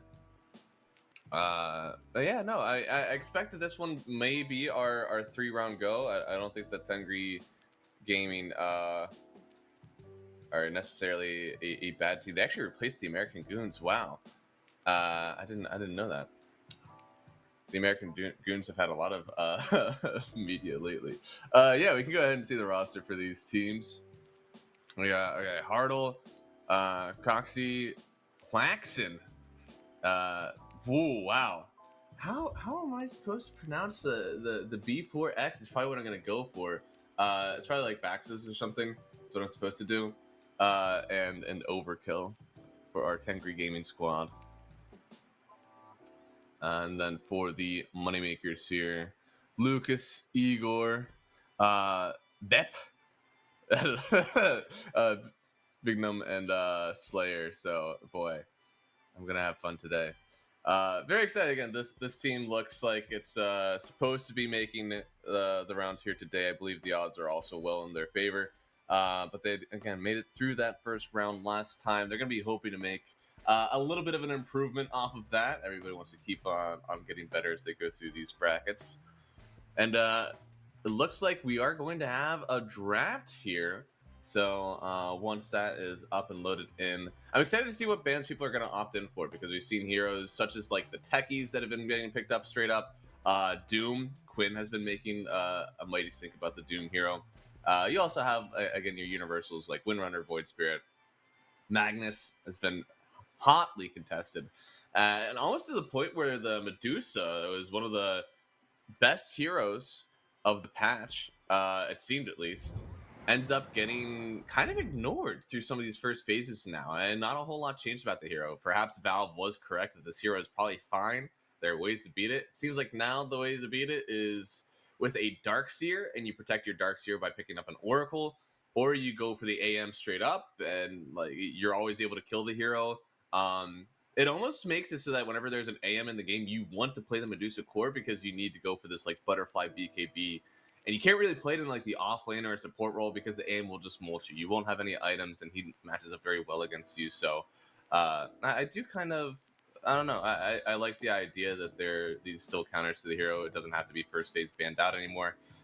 And also the fact that AM is now maybe a hero. That hero has been kind of dead for a while for a lot of people. So surprising to see that it not only has its time, but sometimes it gets first phased. And it looks like now we have a draft up here. We can head on over to it again. This is our game 1 of Tengri Gaming versus the Moneymakers. And okay, so we've got ourselves first pick for Tengri Gaming, who are currently in lobby as Not One Step Back Gaming, that is definitely an anime eye as their flag. All right, we got weebs on board, brethren. Hold on, it's gonna be a wild ride. The Bat Rider band out first, also a universal hero, and people have almost played it where you want to right click. It's weird. The universal stat game is very nice for your damage. Of course, you still play the normal Bat Rider, but people have been going for this. You go WE first, and you don't even get a point in your queue until later. You end up still putting a lot of points into it, but you don't start out with it anymore, which is quite strange compared to what we had seen on the Bat Rider hero. But he's so fast. You just run people down. So it's still kind of nice there. A Timber Saw, holy! Banned out in the first phase. Plus the Dark Willow. That screams kind of targeted bans. There's someone on the enemy team that plays a mean Dark Willow that they don't want to play against, and they do end up picking up the techies. With the Dark Willow band, it does kind of open up a Spirit Breaker if you want it. You're not going to be able to just set brambles down and protect yourself from the hero. They go for a Beastmaster first, which has been a very meta offlaner, and then the Windrunner. So they are going for that universal damage. Focus Fire is one hell of a drug, and very good with this new stat change for everybody. And, well, I like the opener. I'm a big fan. It is 2 cores on 6 and 7, but they're good heroes. Because they also opened up on techies, it doesn't feel like you can really do this Clink support right now. It's 2 heroes that are kind of backline. You don't really want to go in with the rest of the team, and you can kind of get just out traded in these engagements, which is not really what you want to see from your early picks. You also want a strong 8-pick. Unfortunately, Tengri, they banned out Batrider and Pingolier, which are some of the strongest 8-picks that you can have. You could maybe pick up a Void Spirit if you wanted in the mid lane, but that's not really an 8-pick material. You may want to go for a carry here, and you can pick up the Alchemist. It would do damage versus the Beastmaster. It's a decent stun versus the Windrunner. You may want to go for a Luna. It's mixed damage, although you don't really win the lane versus the Beastmaster. Naga Siren is okay if you want to do that. You can go for a Bloodthorn versus the Wind, but you don't really build MKB, so your illusions, you literally have to have the Bloodthorn on it in order to function. In terms of MKB heroes, I mean, you could technically just go for the Medusa here. It is in pool. You have a lot of bans to protect it. You could just ban out the Darkseer, ban out the AM, and feel kind of okay. You may not even need to ban the AM, honestly. This Runner is going to be mid or carry, and I have liked it more in the carry role. So I think you kind of just, yeah, okay, there you go. You pick up the Dusa, MKB buyer. Also, the Snake is really nice to spam in lane, and it almost makes it so that it's nice to play versus the Beastmaster. Beastmaster wants to chunk you down with his axes. And you do have the mana to sustain yourself, especially at level 3 and 5. Those are going to be the big spikes for the Medusa in this lane. I feel somewhat qualified to talk about it. I'm a Grandmaster, or not Grandmaster. I'm not that cringe. I'm only Master Tier Dusa. But I did it before it was cool, all right? Before this rework, all right? I played the Dusa when it was 45% win rate. Where were you people, okay? I was still playing the Dusa. You guys waited for it to be a broken hero before you picked it up. But yeah, okay, so they go AM and Shadow Demon. Shadow Demon is kind of, it's a rough matchup sometimes. It depends on who the support is. If there's another hero that you're able to pick on your team that needs to be ulted by Shadow Demon, then it's fine. Because, you know, if you have like a Night Stalker in your team and like Shaman doesn't want to die, then he'll usually just purge the Night Stalker and just cry. But if he is allowed to just play straight up against the Medusa, then it can be a rough matchup. That purge is not fun at all. You also have creating illusions of the Medusa that are pretty good that you have to try to chunk through. They're going for, man, a ton of bans. They don't take out the Darkseer, of course, because there is a Beastmaster already in the game. If moneymakers want to try to throw a like Darkseer mid, they could. I don't know if that is a great option. They do have 18 and 24 pick if they want to try to hold on to that maybe mid flex. I really don't think they want to. I imagine we're going to see 2 supports from them in this phase anyways here. They ban out the Axe and pick up the Coddle, which has been a mana battery, and a really nice lane with the Beastmaster, honestly. It's not stuns. You can see here that they really only have the Windrunner in terms of like low CD stuns in their lanes, but the Beastmaster loves to spam axes in every lane. It does not really matter anymore who the matchup is. You really just want to spam the axes. So they're going to be comboing pretty well together since he never has to really buy a ton of mana regen. Maybe he still goes for like a Bassi or something, but you know, you have a lot of options here. But right now, I mean, your lineup is very predicated on this burst damage, right? You have this Beastmaster. I want to roar. I want to use a Focus Fire for my Windrunner. And the Coddle is kind of just like keeping you in the mix so that after you use all those, you can kind of keep casting all your spells. And so for Tengri, they're going back with their own form of burst. They want to doom you and then enchant us with the heal. So I guess more lawn fights from them now because the doom doesn't, you know, it's not an instant kill. It does take someone out of the engagement, but you do have to win the engagement by the time that person is either undoomed or die to respawn if it's a Aegis carrier or something. Enchantress is a very nice hero versus the Beastmaster. It does fully dissuade you from going for these boars in the lane. It's also a really nice combo with the Dusa, I think, because you can enchant people and kind of just trade very favorably. I don't know what the Enchantress is a hero that eludes me in terms of the skill build, because I feel like if you ask 4 different pros about how they should build Enchantress, you're gonna get 4 different answers. So let's check it out here. Enchantress. Let's see what people are doing. So it looks like it is Impetus first. Okay, that one makes sense, and people aren't opting for heal right now. All right, cool. That was kind of my only question if people actually did end up going, because I know there was a time where you would go Impetus heal or heal enchant, and you would just trade, and nobody would be able to trade with you. However, it does take a lot of mana to do that. So I am a fan of this whole just QW max. Looks like it's Q and then 2 points in enchant as well for that higher level of creep, which is pretty cool. Okay, I'm about that. Looks like it is a Spirit Breaker again. The Dark Willow banned out, which means that it was always a possibility. I think this means that it's pause 5 Breaker though, which Doom Techies is going to be a strong lane. I mean, you run people down with your Scorched Earth. Techies is really nice at trading. Your Sticky Bombs, your Blast Off, both very, very good in the laning stage. And technically the Techies is a universal hero, so he does, get damage from stats. I don't think he's actually caring that much about it, but a lot of these Techies are starting off with the Blightstone because the Medallion and Solar Crest have been much, much more valued in current patch. So the Techies right click does mean a little bit. Again, it's not crazy, but it does hurt. I mean, so far, I really like this Tengri Gaming draft. I do. I know that Moneymakers made it into the second round last time, but as I look at this draft, I see the Deuce hero that is largely uncontested. You do have to have a Focus Fire with the Fusel Blade from the Windrunner, and that's your Doom target now. I mean, straight up. Doom only really has to worry about taking out Wind in this match, and then your Deuce is just free to roam. Spirit Breaker isn't fun. It's not... you don't like playing it on the Deuce, but this is a fantastic Linken's game, and you benefit so much from that mana regen now. I mean, Linken's versus the Spirit Breaker is nice because you can show yourself in the wave if you want to. It's also pretty good because Roar and Shackle Shot are pretty much the only threats that you have in this game, so even blocking one of them would be really cool. I'm a pretty big fan of them maybe trying to do like Manta. Ooh. I'm gonna spout some nonsense now. All right, Manta's fine. Dragonlance Manta. All right, we're all on board. All right, this is where the train's taking off.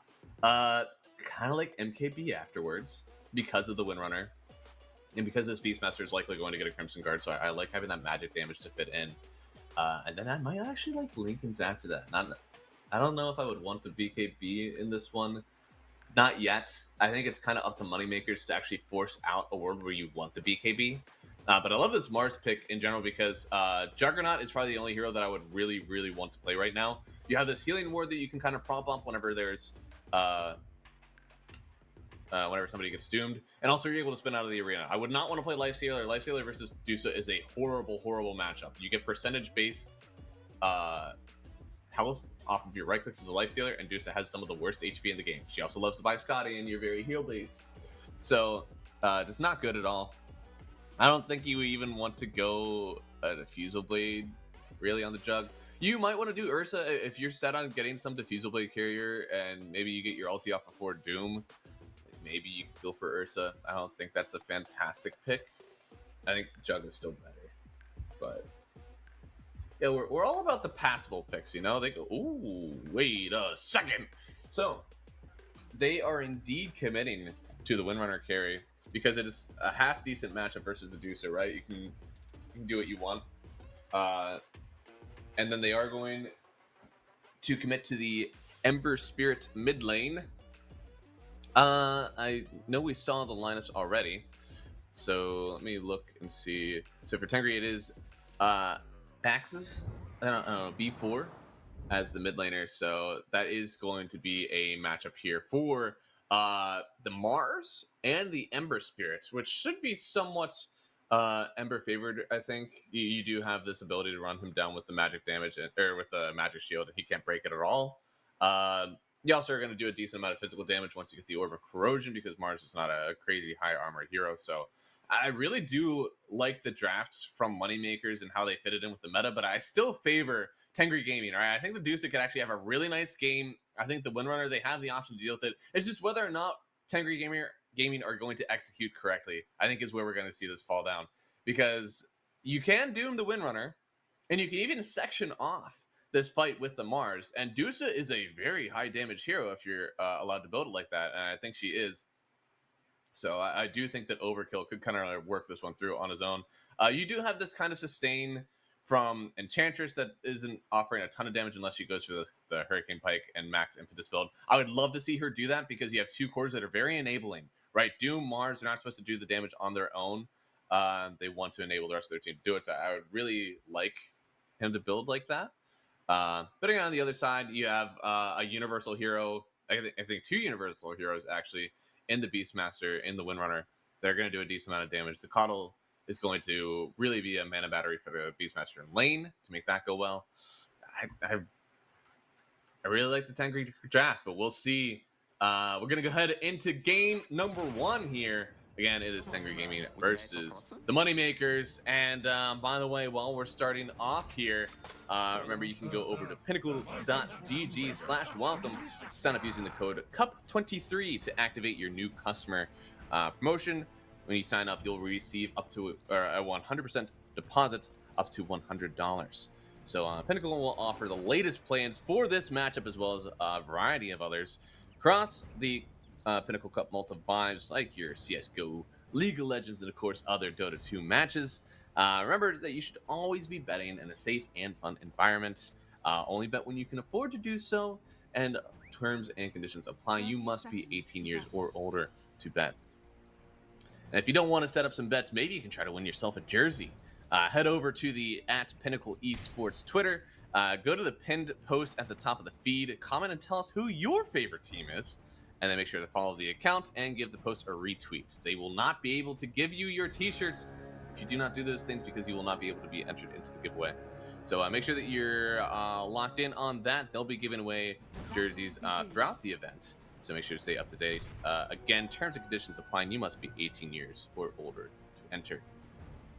Thankfully, no first blood here. It seems, it looks like, I don't know. I think if this game goes normal amount of time, again, the Deuce will kind of take off, so that early start may have been a bit favored for the Moneymakers here, and we'll be interested to see how these matchups go.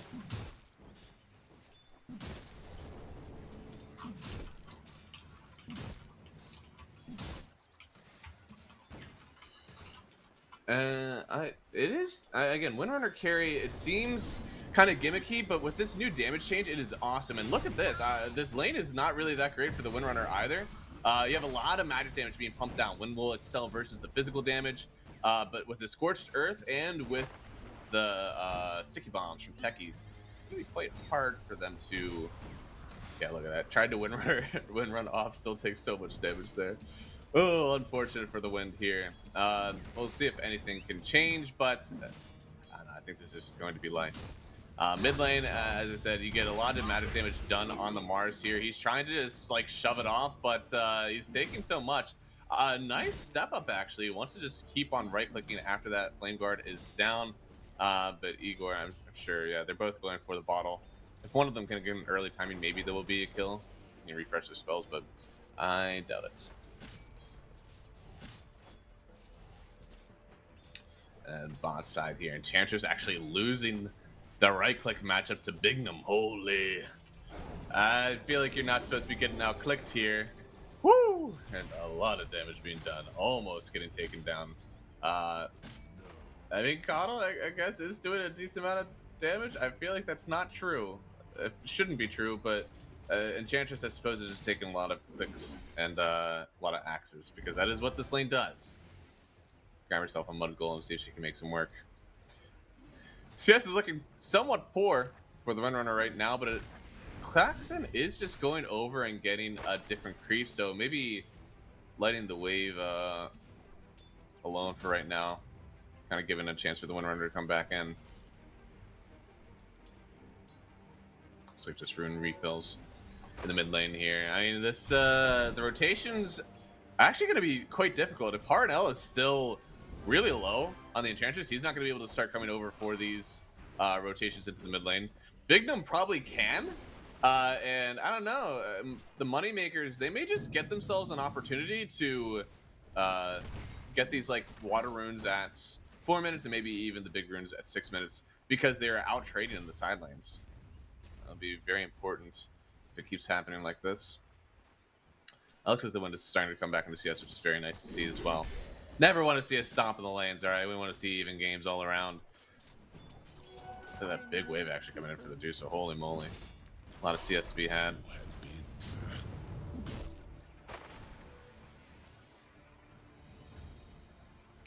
Not a whole. I mean, you can even skate across the top bar and see that everybody on Moneymakers has mana, and almost nobody on Tegri has any mana at all. And the one that's even more important is the Medusa doesn't have any mana. And that health bar will chomp down quickly if nothing is done about it. And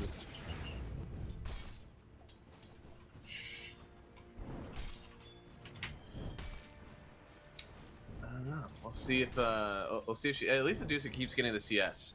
That's what matters. All right, even if you're losing on the mana department, you just want to keep getting CS. And holy moly, hard L comes back with the hard W in lane after being bullied, and they get the kill on the Beastmaster. What happened there? So it was just, it just kind of got mulched. Few snake charges, and the Enchantress proving her worth as a pause 5. But in the mid lane, big fight happening here. Another mana refresh, maybe chasing down the Mars. Blood Grenade hits, and Igor collects the kill. Slayer does go down for it, and Coxie did come in to try to help out. Unfortunately, it looks like Igor is out of town. So a nice trade there, you know, getting the first kill on the Mars. You do lose your Spirit Breaker, but it happens, you know, it's not that bad. I think now, if this lane continues at this pace in the bot side, it is going to be well in favor for the Medusa. Didn't even go for the Bastion. I'm quite surprised, actually. I feel like that would have been a sick time for the Bastion this one. Hard L also really wants that mana to spam. But I mean, the Medusa, because you're allowed to do this, because you're getting all the CS, if you're able to just go wand treads right into this Dragonlance, you do kind of propel your timing. Eventually, you're going to be sustaining your mana with your snake anyway, so if she survived this far, yeah, it should be fine. Man, Igor is... he's playing aggressive. It's a bit scary sometimes, especially since he's not level 6 yet. He can't just go home and get the refresh, so it's a bit hard. Dire are scanning.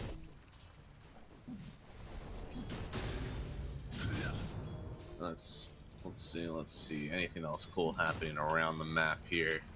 It doesn't look like, honestly, I'm excited to just keep watching this mid lane. The Over Corrosion is out on the Ember Spirit. He's got 3 points in the Slight, so he's going to be pumping out some big damn. I also love myself a Dusu game. Yeah, big Blinding Light out. People have been going for this Blinding Light level 1 instead of going for the big blast on Coddle. And can they get the kill to Dusa? No, but they do end up still getting the kill. It goes to the Enchantress, and then on the other side, it looks like Slayer sees what has the Techie's been doing over here? He's been stacking. They find it, and Slayer, you know, he does have those raindrop charges. Looks like they both have raindrop charges. They both just took it out. A support on support violence, unfortunately. And Slayer will keep trying to right click, but he's just being a nuisance for the most part. He can leave at any time he wants. He can just charge away. And there it is, charging out. And meanwhile, they do get a kill in the mid lane. It is Bignum going down. Looks like he wanted to just take the wave while his Ember goes anywhere else on the map. And, well, unfortunately, he just dies while he was trying to go anywhere else. Looks like Slayer still getting bullied a bit by the Techies. There is no blast off available. Trying to TP away, and they do not have a stun, so he's out of there on the Spirit Breaker. It's just still a few raindrop charges less, though. Claxton doing pretty well as I switch over to net worth on my screen. Yeah, I mean, his net worth is top 3. He's feeling pretty good. I think that last creep that he just ate actually propelled him up that high, but it's still been going good for him. Windrunner is having a lot better of a time than I thought. It seems that time away from the Techies to just stack and stack and stack has been good. Has been good for the Windrunner. But it does mean that somebody's going to get a decent amount of net worth. I imagine it should be the Dusa. Dusa is really good at taking stacks, a lot more than what people expect, because you do max out that snake and you're constantly sustaining your mana. Almost every ancient creep has a little bit of mana to it, so you're constantly against sustaining. And as this, again, the lane stage doesn't really have a clear winner, which is really nice because obviously we don't want to see it stop, but it's, I think, good still for Angry Gaming. I think the Dusa will eventually be able to win this one if nothing happens. You can see that they tried to do something to her. She's actually turning around with all 0 of her mana to want to kill on Slayer. Hard L picks up another one, and even BB3 not able to pick up the kill on the backside on the Dusa. Has the Vanguard already, but a lot of this damage that he's taking is actually magical or pure, so Vanguard isn't actually protecting you from that much of it. It is nice to dodge the right clicks of the Dusa, but that's kind of all that you're doing. And let's see. I mean, Mars is also bold for staying in this lane at such low HP, but he's bought on the net worth of all the cores, so obviously he doesn't feel that great. Looks like they're yeah, okay, so it's nice whenever you say, huh, I'm really surprised that he's doing this, and then he dies. All right, it's an ego boost. Oh, or an ego boost. That's okay. I'm here all day, for the most part, until 4. Looks like bot side they are just gonna try to sack a bunch of heroes. They've got 3 in the bot lane. It's Beastmaster and the Windrunner though. They're kind of splitting the farm. They're gonna see a little bit of a net worth disadvantage from moneymakers because of this. Okay, yeah, it looks like Lucas TP's back up top is tired of sharing this farm. Dude, look at this. He gets rooted and then immediately ran down again. Connell and Ember is a dastardly duo. I mean, oh, had he waited maybe for the chance to come up, he could have ran down, but instead, I mean, Mars, look at this. You can see that it is a definite advantage, but with this arena, can they actually get the kill here? No, Remnant away, and he actually will live, even through that sticky bomb as well. So Mars desperately wanted this one. Slayer, it looks like he will get stunned up. Please give Mars this. Okay, well, Mars didn't need it. The techies needed it more.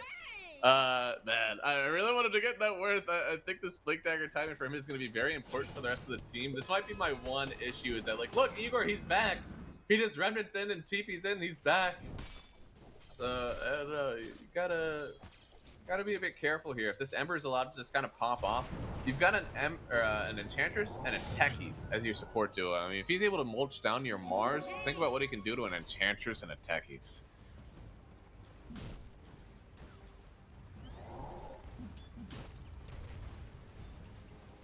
Let's see. Which team is it against Moneymakers? We've got Tengri Gaming versus the Moneymakers. I don't know. I mean, I still love their lineup, and the Dusa does have Yasha already, so opted in for maybe a faster Manta style than what we would have expected. Not going for the Dragonlance at all, and this is something that you do whenever you're just free farm. If you actually think that it's impossible for you to die, because that extra HP, extra range does keep you safe. It also helps you take stacks, surprisingly, but because there's a Spirit Breaker in the game, I'm down for this, all right? You just want to send your illusions at waves. You don't really want to put your body on the line, and Dragonlance is very much a put your body on the line kind of item. So just kind of expediting the 2,000 gold, basically getting a quicker ultimate orb than usual. And yeah, the Dusa, I mean, probably going to have some 13-minute Manta style, which will be really nice for her game. Again, be able to accelerate that farm. Doom is a farm battery, so he's going to get everything he wants no matter what. And Mars is kind of going to be odd one out. Now, did get a kill on Slayer. Thank God. Somebody actually let him get the kill. He's not as much missing out on the gold anymore. He's only about 800 down on Beastmaster, but I mean, this tower is going to be really nice for him. He's got to open up something. Looks like they're going to try to TP in on Igor, though. Doesn't get the chains, and they'll be away.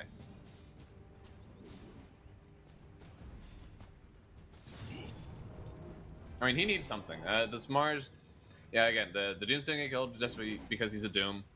Deuce is going to get gold because he's farm priority. So this Mars, like, really needs this Blink Dagger to get kills on the map. And if you can't get these kills, then, like, I don't know how you play the game. Looks like he just has clarities on Courier. He's quite poor, so we're still another, like, 1,500 gold out. And he's like, okay, I need these. Can we take the stacks now? All right, I desperately need this. Apparently, Techie still needs it more because I think the Techie is trying to rival the farm of the Mars. He only actually ended up getting 300 gold out of that, like, 5 stack. Good lord. There you go. Techies. Just let the Techies die, alright? Get yourself to solo XP. Aggro them back to him. Radiant's bottom tower is under Dude, attack. this... this Techies is actually getting so many of those creeps. That's so unfortunate. I would be slightly tilted, but it's okay. You get the farm acceleration that you wanted. It goes on mostly the hero that needs it the most. Maybe also a little bit of a hero that doesn't need it at all. At least maybe is the Techies queuing up an Axe or something? No, he's just going for the 4-staff. So still, at least they're playing together. You know, they're the best of friends. This Techies and Mars. It's like Fox and the Hound. And so, I mean, if you don't do anything again on Moneymakers, the Dusa now getting closer and closer to that Manta style. So once he gets that, waves go away, and it's much harder for you to control the map as well. Even though you have a Spirit Breaker, you don't want to just charge every wave. If you're a bad player, like me, you charge off cooldown on every wave, you get a ton of gold, and your team loses every fight. But you got a lot of gold, so it doesn't matter. But for a team like this that really knows what they're doing, they don't want to charge every wave. You kind of want to make sure they're like, hey, are we fighting anytime soon? It's not just the cooldown and charge. You also have to get to this fight by charging. So if you charge a wave and all of a sudden your team wants to fight, it means that you could be out for another, 15, 30 seconds. And at this level, that could be everything. The fight could just be over and you're very sad. So I do got to be careful here. It looks like they are charging. Moneymakers, they're tired of it. They're tired of not having any kills, so they run 4 heroes at Claxon. He gets, yes! He got it! He ate the creep! Alright, he didn't use the Midas though. That's kind of sad, but he ate the creep. He got part of the gold back. May even be an even trade for him when it's all said and done, because of the gold advantage. But they are just sacking a bunch of people up at this top tower as well. They're Moneymakers, they are making moves as a team, which is very, very cool. But it does feel like they're going to lose the XP around the map, right? Like, everybody else is just getting their own camps on Tengri Gaming.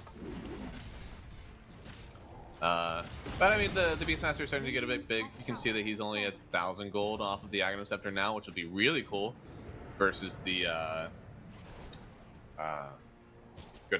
versus the Dusa. With your Windrunner on your team as well, because you're going to get all those procs on the drum when she's focus firing. So, very nice pickup, I think. Dusa, again, like with the Manta, waves be gone. I'm interested to see what she goes next, because she totally forewent the Dragonlance. I imagine MKB is pretty cool. You can look at the Windrunner. Just Maelstrom, so there's not even a defusal for the Dusa. You could maybe even just go Butterfly then on Dusa. Prevents the physical damage, makes it just a ton more tanky, because that Mana Shield is affected by evasion, by damage resistance, so that's part of the reason why the Deuce feels like an unkillable beast sometimes. It's that on top of all of the damage that's being absorbed, you also have all your resistance on top of it. Oh, looks like Slayer may be caught out here. Is it a kill? No, looks like bounced back a little bit. Coddle protecting him. Even pops out to the spirit form. And Igor just gonna back away. They will battle back the enemy. Unfortunately, they are the ones to retreat, though. So they're starting to lose their primary jungle. Part of the reason why Dire sometimes feels good to farm is this part of the jungle, but I don't know. I guess they're able to kind of get rid of it. Spirit Breaker has pushed out the bottom wave, and now there might actually be a fight in mid lane. Do they want to pop the arena for it? It looks like they do. All right, they'll trap up this Coddle. The bombs from the techies will be enough. Actually, blink away from this Mars. Does get out. Unfortunately, I think that the techies will drop down the mine. Won't be enough. Wanted to go down to one of the creeps. The creeps will not oblige, and it's a 1-for-1 trade, 4-for-4. And, just support trading. Oh, slight advantage to the Moneymakers. They're winning the fights. They're winning the game. Okay, they are not winning the game. All right, maybe a bit of an advantage towards Tengri Gaming here. I didn't realize it would actually be that big of an advantage. Wow. And the net worth lead is pretty even still. I mean, it's not like it's that crazy of a advantage for them. Looks like Slayer. Oh no, not again. Enchanted and Impetide. He gone. I mean, hard out. Yeah, I really want him to be damaging this team. I want you to keep slapping people. He does have puppies, but he'll be going for the Dragonlance into the Hurricane Pike soon. It was Roar used. Drums are up for BB, but yeah, there's nobody around. If drums are used in the forest, nobody's there to hear it. Did it really matter?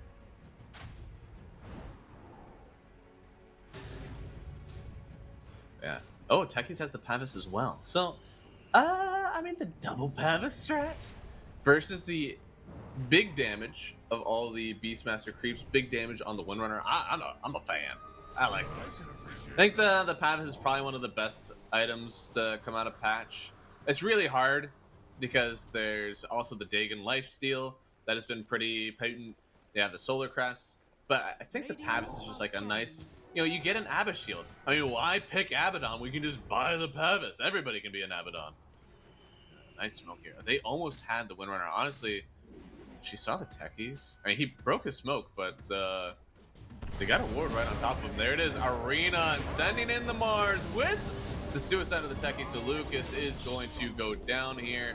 400 gold they get from the Windrunner. Now Coxie may put himself in danger another time where he's another struck, and he'll still take this trade. If they just only get him again, they actually roar him to death because they've gotten the Doom here. But Doom used retroactively now on the Beastmaster. Does it really matter that much? I mean, he already used the roar, but Deuce is going to come in with the Stone Gaze. Slayer doesn't actually get stopped by the Stone Gaze, and Deuce will connect on another kill here. So a double for this Spear Breaker as he charges on through. But the Deuce getting a lot of gold out of this engagement. Very happy for her team. When you think about it, you killed the enablers, right? This Doom. I guess Techies and Enchantress are technically damaged, but your Windrunner died. Meanwhile, the Deuce survived and got all of this benefit. So your one-to-one matchup that's supposed to be cleaning up on Deuce is not even getting the benefit of this fight. It's very, very sad. Let's see the replay here. I mean, it's a beautiful start. They had a lot of burst damage on the Windrunner, and honestly wasn't allowed to cast any spells, right? So she's donezo. Techie's poor guy caught in the mix. He doesn't have anywhere to go. He does die, but he did his job, right? That blast off was enough to get the kill. I'm surprised that they wanted to use Doom on Beastmaster after the roar came out. I wonder if that's something because of the interaction with drums, but the drums are still going off. I don't know. I don't know if I really needed him to be the one that was doomed up, but they get the kill on him anyways. Spear Breaker charges through and gets a nice hard L, 500 gold kill. He's feeling good now. Only 1k net worth lead though on Tengri Gaming, and a lot of that is because poor Mars, man. Poor Mars just isn't allowed to get creeps. Claxon walks into a wave, devours Midas's. Deuce takes the rest of them. He's like, please, could I have a creep? Just a single creep? He's not allowed to get anything on Mars. He's got Blink. He's trying to get BKB. It's not. I don't honestly look at him and be like, "Yo, man, can you get some camps? Like, I'll stop farming. If I'm the Deuce, I'm like, brother, you can take something. I need you to get this BKB." Lucas does end up getting the Aegis as well. So this next fight is going to be very potent. This BKB timing is about to matter. He is 900 gold off of it. At this rate, it's going to be another 3 minutes before he gets the BKB. No, they're going to see him here. They cancel his Blink Dagger. Now you're allowed to commit. And they've gotten the root. Techies will throw in a sticky bomb. And won't, of course. That's not all he can do. He's also getting a on. So 2 dead from Tengri Gaming and the Moneymakers. Roshan right into a double kill. I'd love to see it. Although there's no objective around. So that kind of sucks, but it's still a really nice fight for them. They didn't really have to, they didn't have to do anything crazy. They just rooted him and canceled his blink, so. Dude, I hate how they changed the Enchantress interaction with the Tormentor. Yo, it's a 50-50 game, holy. But you're not able to Hurricane Pike and just solo take the Tormentors. It's so sad. I feel like there are things that have changed about the Tormentor, or I think backstab doesn't work against Tormentors now. But it was so cool. I think those are legitimately fun interactions. I don't know. I think the Hurricane Pike with the Enchantress was a really cool interaction. I don't think that has to be something that's nerfed. I think it'd just be something that you get when you pick the hero. But whatever. I'm not a balanced team member, so what do I know? Dusa did go for the Scotty, going for the butterfly now. I'm surprised. I honestly am. I don't think that you really need a Scotty in this game. I think you would have been fine just going for the butterfly. Sure, extra mana, extra stats are really cool on Dusa, but your farm speed is crazy enhanced whenever you do end up getting that butterfly. And it's just straight up much more faster. Much more faster. LOL. You get more damage, you get more attack speed. The evasion is nice versus the Windrunner. It's just everything is much better, I think, out of the butterfly. But still, Scotty was probably going to be good in this game at some point because of the sustain from the Beastmaster and the drums that he has that are healing everybody. So I'm not saying that I don't like the pickup. I just think he could have gone in the opposite direction, where you do butter first and then you go for the Scotty. But that's fine.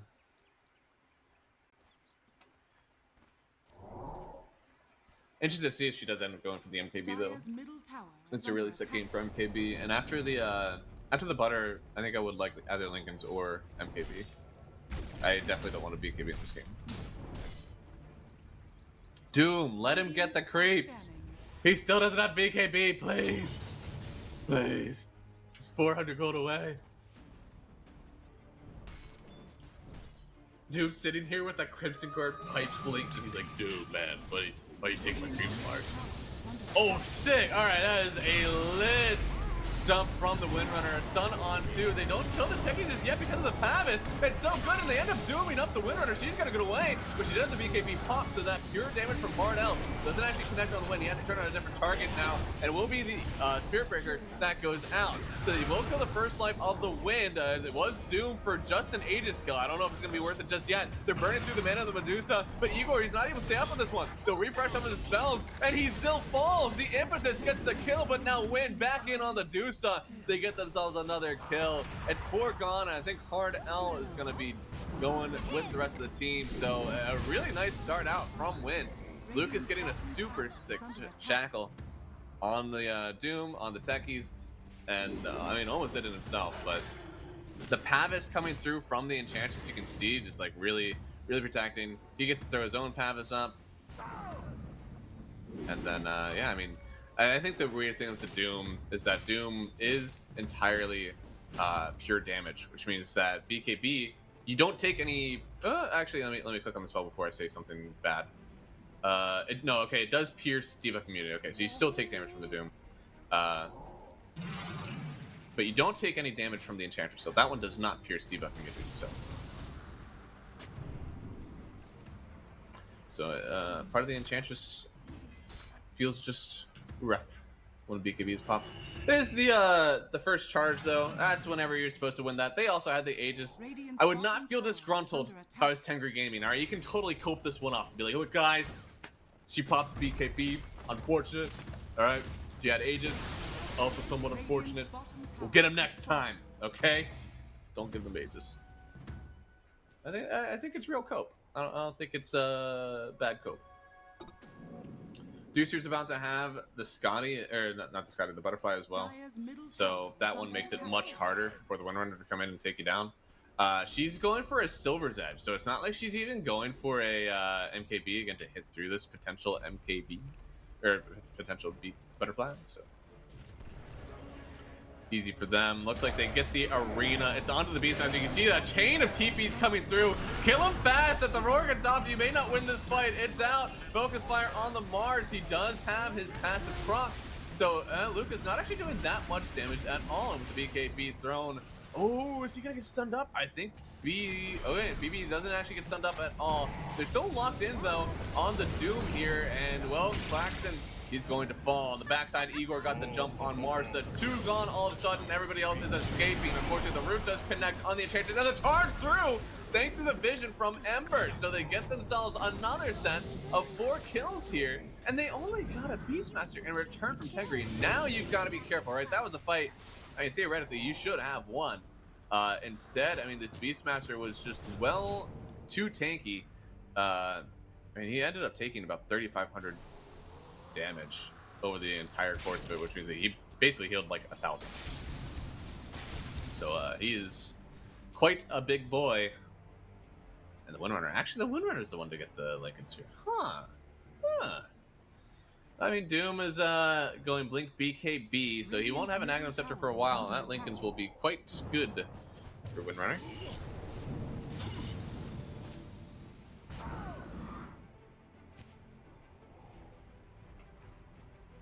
It's only a 3,000 net worth lead, all right? We're still good, all right? My prediction for this being a better draft for Tengri is still, we're still locked in. I don't love how they're not enabling the Dusa as much in these fights. I think they're not doing the best job of protecting her in that bottom one. They also took the top fight without her. I guess technically it does count as protecting the Medusa if she's just not in the fight, but that's not how I want to see them do it. Oh no. Okay. There's a Linken's on the Ember Spirit, guys. Don't just doom him. Gotcha. I'm surprised. So I watched him Hurricane the Ember. I thought that was supposed to break the Linken's. Was his Linken's already broken and it had like just come off cooldown? That is an interesting question. I feel like that's the reason that people have been doing this Hurricane creep on the Doom. I mean, the bonus armor is cool and all, but that's not really why you're able to break the Linken's with that vector targeting. It's still a relocation spell, so it's kind of as good as a stun. I feel that it was just really unfortunate timing. What's happening in the mid lane here? We've got an arena down. Slayer does die to the mines. That's okay. He really just got ganked by 4 heroes. Simply, what can you do? All right, that's not a bad death. It's just a sad death. It's like Big Num Dire's middle tower trying to run away. We'll get out here. He's got a gem. That's a big kill. Looks like Roshan did just respawn as well. I mean, the net worth is not impossible by any means for the moneymakers here. So if they do end up trying to take this Roche fight, if the Doom is used correctly and it is not used on a Linken Sphere, you could actually win a Roche fight on Tengri.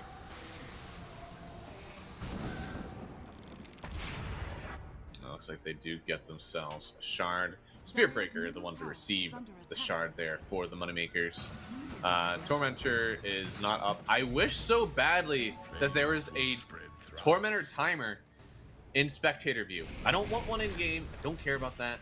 I just want one as a spectator view. Tell me when this bottom Tormentor is going to be up. All right. I feel like I'm going to have to be like a support player whenever I'm casting games. All right, Tormentor 22.13. All right, we'll see it again at 32 minutes. I don't even do that in my normal games. I'm definitely not doing it for casting. Christ. You do use the focus fire. I feel like this is a bit of a blunder for Tengri Gaming to not be anywhere near this and not even have vision around it. I mean, you've got to at least control and know what's going on. I get there's a Beastmaster on the team, so it's quite hard to out-vision a Beastmaster or even a Coddle with Gem. But Roshan, it's just unacceptable, I think, to leave that one go. You have a Doom! Aegis is so good versus Doom.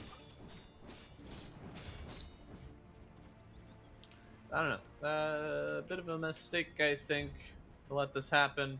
We'll see if it pays out. His bot side, they are gearing up for a fight. My Medusa's got MKB and going for the Daedalus. And at that point, you only have room for one more item if you replace your tread. So she may not be thinking about a Linken Sphere at all, which is bold. Really bold. I mean, I feel like in this patch, you gotta have Linken's or BKB. You just have to have one or the other. Unless you're an illusion hero or stats hero. But oh no, roar up. Mars, look at him disappear. The damage is way too high for the Windrunner. It's an ulti out for the Deuce as well, but she did get disarmed. Thankfully, they will get the bombs kill on the Spirit Breaker, and he was the halberd carrier, so they have an opportunity for the rest of the fight if they want it, but you don't have Mars, so is it even worth trying to take it? Overkill's got to feel pretty confident in his abilities to make it happen. Does not latch there. Dusa, yeah, I mean, it's standing kind of strong here. Looks like they're trying to take down this this Beastmaster first. Does get chained up by the Windrunner. Now the Windrunner is just exploding. She gets taken down. It's the first life out of here. They use the Doom on the Ember Spirit as well. This could be a pretty good fight here for Tengri Gaming to come back in it. They've got to buy back on the techies. They've lost their mid laner. They lost their pause 4. They lost the Aegis. And meanwhile, it was only one buyback. So honestly, that is a sick fight for Tengri Gaming. Let's see if they can get any objectives out of it that would really seal the deal for them.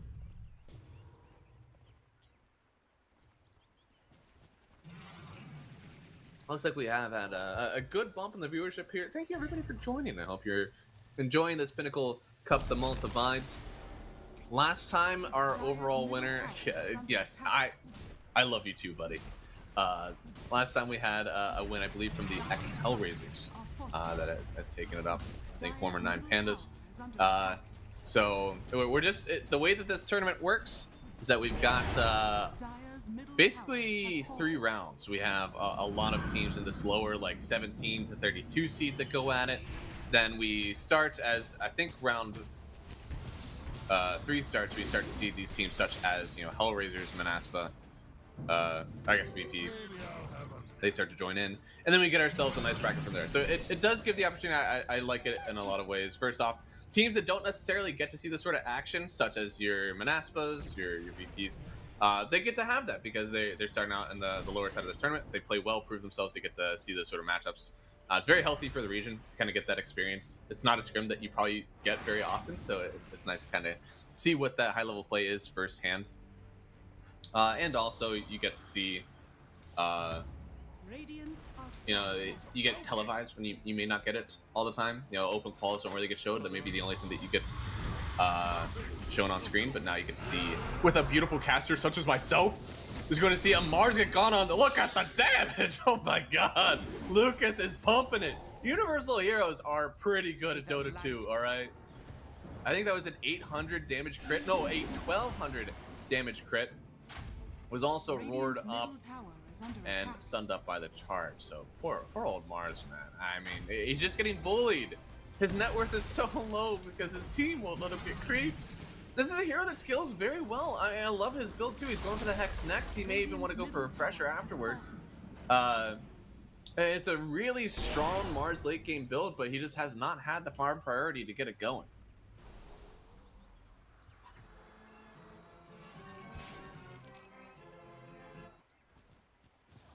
Radiant's bottom tower is under attack. Let's see. Smoke up here. It's finding some time on Tengri Gaming. All right, they want to make something happen.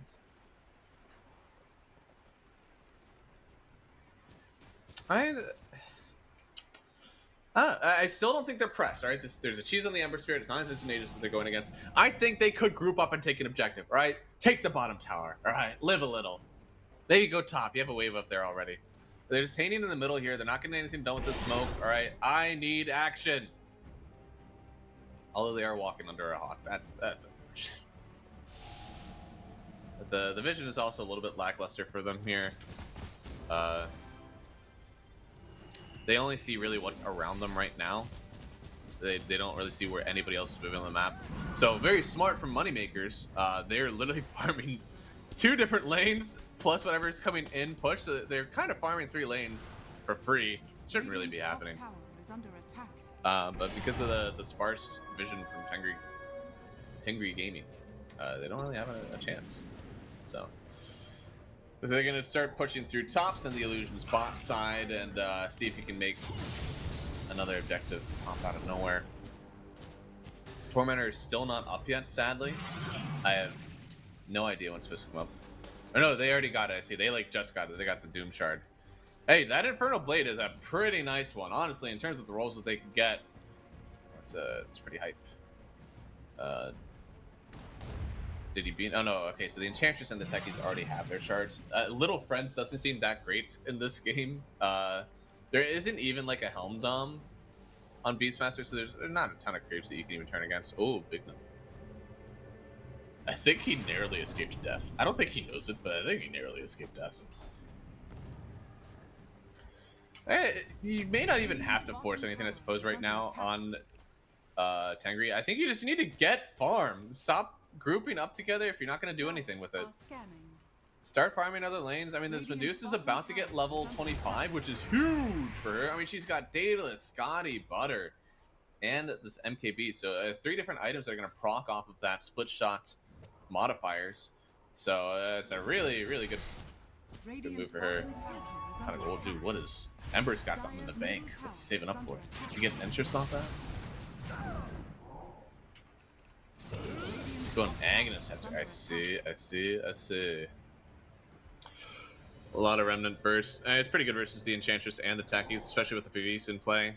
And I'll only be doing physical protection, so the magic from the Ember will be nice.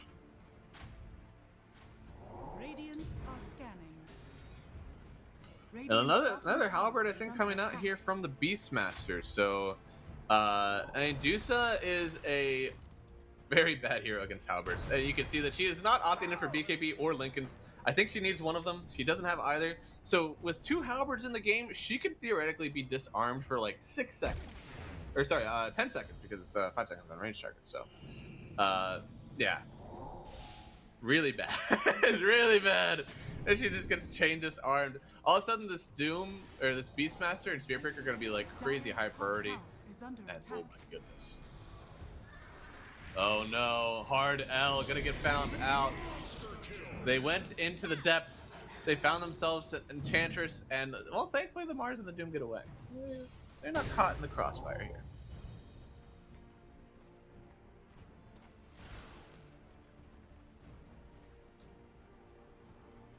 Who's casting? It's the Math Magician 10.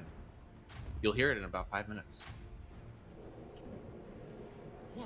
I would type, but I feel like that's somewhat unprofessional to type. I feel like anytime that I type in Twitch chat, they're like, oh my goodness, the game is over. It's like, no, I just get distracted and I type it back. It's like Mars also got distracted here in the bot lane. Good God, Lucas. Was that 3 crits? Is that all it took? 3 licks to get to the center of our Mars? 1,200 damage. In that second. Yep, okay. Okay. Well, Doom used. It is the AoE Doom, and it's onto the Beastmaster, so he actually doesn't have a chance to get away. Lincoln's are not. You're gone. And they get themselves and his courier. Oh my goodness. Courier didn't do anything wrong. Looks like after that Doom is used, though, it feels like it's a pretty open fight now. For the Moneymakers, this Enchantress is going to get locked up. A big disarm, though. But do so. Okay, here's the first disarm, trying to run through her and at least be a nuisance with the ulti, but it's not enough. Disarm and run away from everybody here, but oh, a nice stun. And the Arena Slayer is caught in, and they will get themselves a nice kill, overkill to pick it up. But it was buyback on the Mars to make that one happen. So not exactly a fun trade if you're Tengri Gaming. But Roshan is up in about 50 seconds. If you're locked in, if you have vision on it, if you have somebody waiting in the Roche pit, you could have an opportunity where the Spearbreaker still is not up and try to get Roshan for your team. You desperately need this next Roche. Your Juica is so farmed. You could be winning this matchup. I mean, she sucked up an entire Axe. You could win this, but you do need Aegis.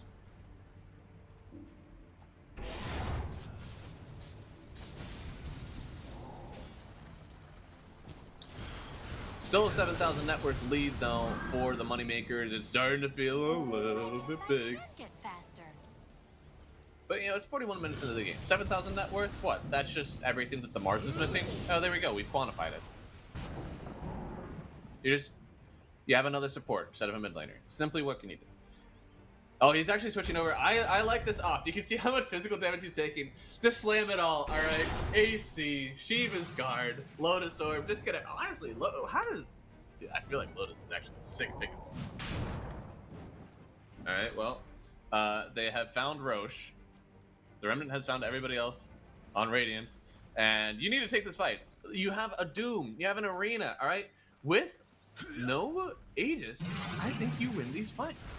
And plus, you have the untakeable outpost. We don't need to talk about untakeable outpost. We do need to talk about the Roshan potential of both of these teams. I mean, one team has circles. Mars. Doom. I will even count the Medusa for this one. The other team, no circles. In fact, barely even straight lines. Okay? Shackle shots. Illuminate. Charge. No circles. Very boring. And that's why Tengri Gaming is going to win this next fight. Also just like sending the illusions out to scout. This is like, I see you. I see you in the trees. Everybody is like so terrified. They don't want to walk into the Roche pit because they think they're just gonna instantly die. So neither team is walking into the Roche pit. I mean, I guess this is just like, how are the other waves doing? Because the other waves are gonna be the thing that kind of push people back. Looks like Slayer is indeed pushing out mid waves, and then top wave is looks like it's kind of pushing in there for Moneymaker. So eventually, it's gonna have to be Tengri that folds. So they pump the smoke. They know that their time is limited here, and they're gonna start losing damage on a tier 2 if they don't make anything happen.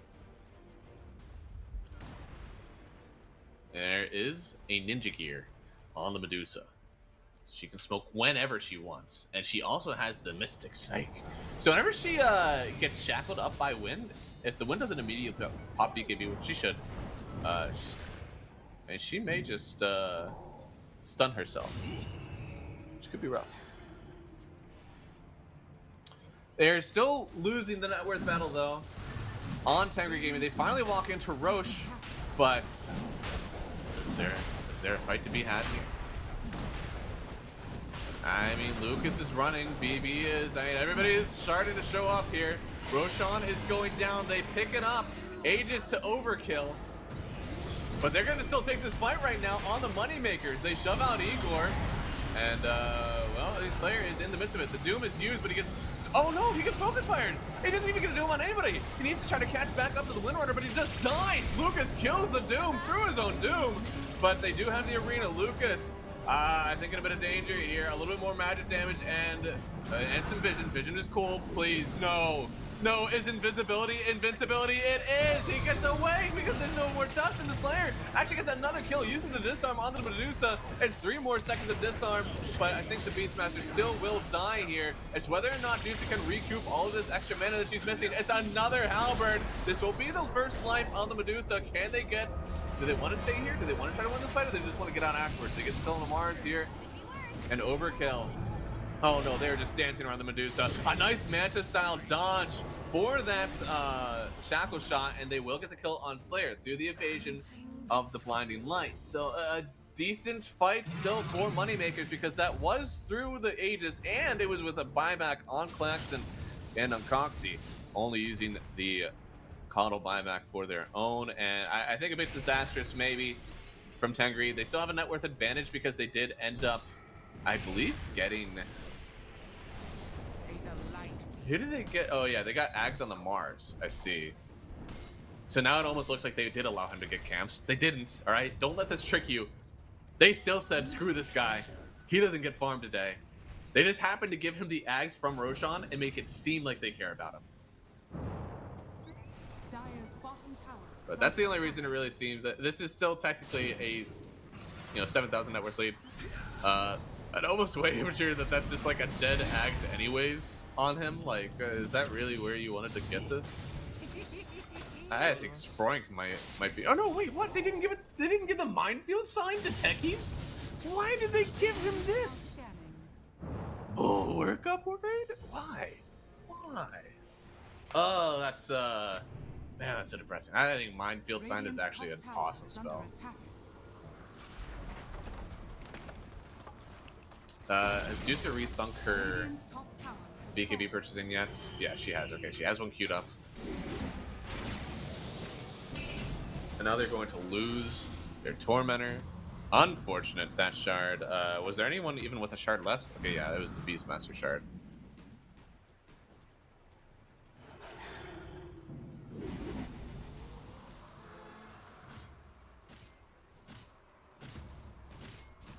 There's a lot of damage mitigation right now on this Moneymakers team. Somehow, though, there has not been a single high ground taken. Even if this is a 2-game series, these are the kind of games that I like to see, all right? It's been somewhat close, all right? We have a competition, and I'm about that. Look at that, 45-55. I mean, the odds are in anybody's favor, but still slightly towards Moneymaker. I still think that this draft for Tengri is baller. I think they can win this one straight up. You've got the AoE Doom now, so it's not like the Lincolns is even protecting you from anything.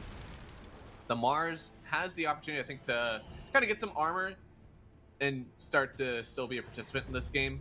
I think the deuce of BKB is what really matters. Being able to pop the BKB and just sit and hit through the entirety of these fights, that's what will really matter.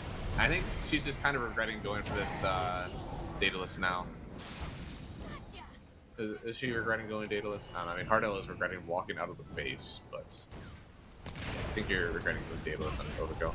But Arena is used up, all right? They get caught on this Spirit Breaker. AoE Doom is pretty nice in the midst of this arena. They need to try to Delta Foot out. Slayer is actually able to pop the BKB and get away, but Overkill has already killed two, so the offlane duo is gone. And Lucas, when does he want to turn this one back through? They're going to buy back on BB, so you know that they want back into this one. Overkill has no more BKB to use. The roots could be too much for him. They're trying to get a nice stun on him with the shackle, but they just kill Lucas. And the 10-time streak gone, and Coxie's the one to pick it up. There's no more mana on the Deuce, and there's no more Aegis on her either. She's trying to turn for it. They don't get the kill on Igor.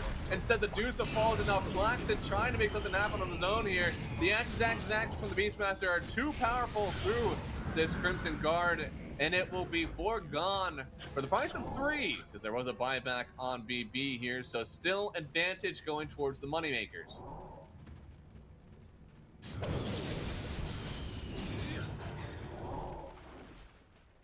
Dude, the Dusa got disarmed at the start of it. She didn't pop the BKB. I think it is honestly an entirely different game, or an entirely different fight, if that charge doesn't happen and you're able to just turn with the rest of your team. Or no, she didn't even know. Oh my gosh, she doesn't have the BKB. Oh my god. Oh my god. I thought she bought it. It's such a good BKB game. Please, Dusa, please. They still got the kill on Lucas though. That's pretty good. The buyback on Beastmaster is quite powerful. It's still good fighting. I just wish the BKB was out. If BKB was out, I think the moneymakers actually end up losing that engagement. Instead, it looks like they are losing the Enchantress. Arena used on the other side here, and well, it looks like B4 just getting into the base. He did use his BKB for this. It's as wild as it seems. This is only the first Rax, maybe. If they get it, it looks like they will get it though. Without the Dusa, I mean, she did buy out the BKB. I'm a big fan of buying it out. I don't think that you really have a choice anymore. Like, I don't know. This game is way too fragile for you to not have a BKB.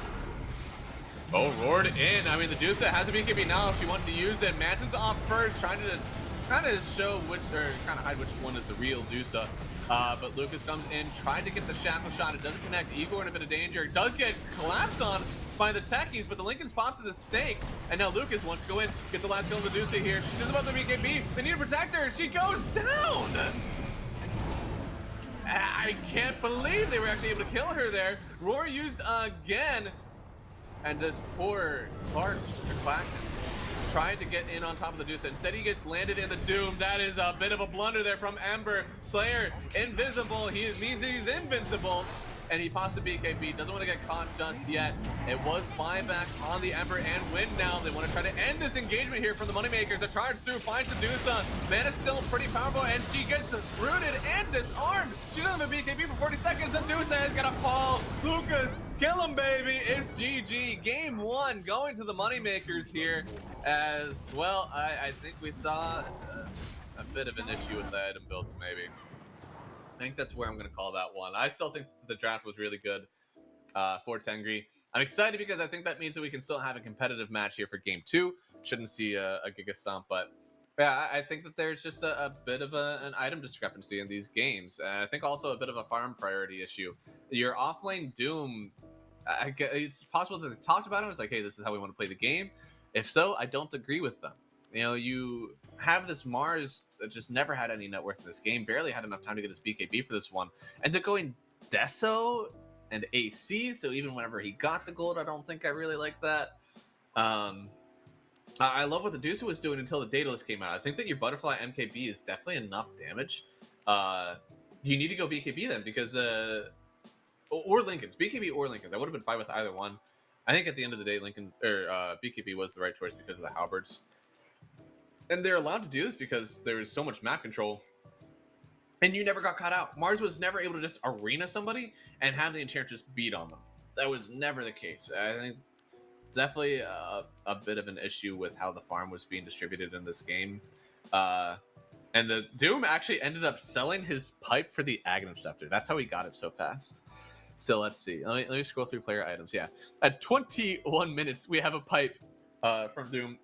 There's not a pipe in his backpack at the end of this game. So, yeah, ended up just buying out the Ags instead. I don't know. I think a lot of issues on the items for Tanker Gaming. We'll see if they remedy that for game number 2 or if they are going to fall into the same burden and get beaten out. So everybody stick around here. We've got another fun match ahead of us. 51 minutes. It was close for a while. All right. Hopefully we can have some more Dota. So stick here. We'll be right back with some more Dota 2 action.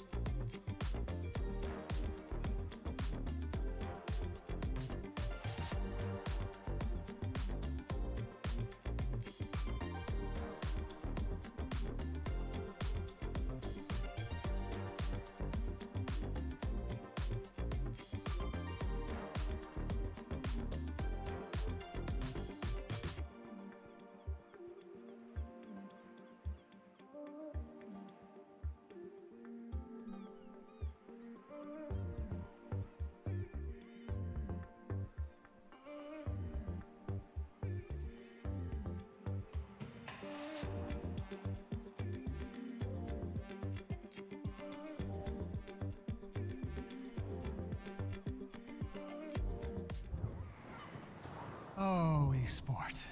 You and I have come a long way. It was such humble beginnings. As we gathered in small groups, we were professionals right from the start. Passionate, organized, and ready to rumble. We dreamed big, and surely enough, our parents supported us at every step of the way. Didn't they? Fired up by all this love, it wasn't long until we caught the scent of competition. To be honest with you, it wasn't always that easy. Joe here, he had to take on 2 side jobs to afford playing professionally. It's gonna get better, Joe. Fist bump. Some of you dared to not even call this a sport. And look where we are today. An endless stream of esports events every year. Bet you didn't see that coming, Mom and Dad. And you know what? We have been with you every single step of the way.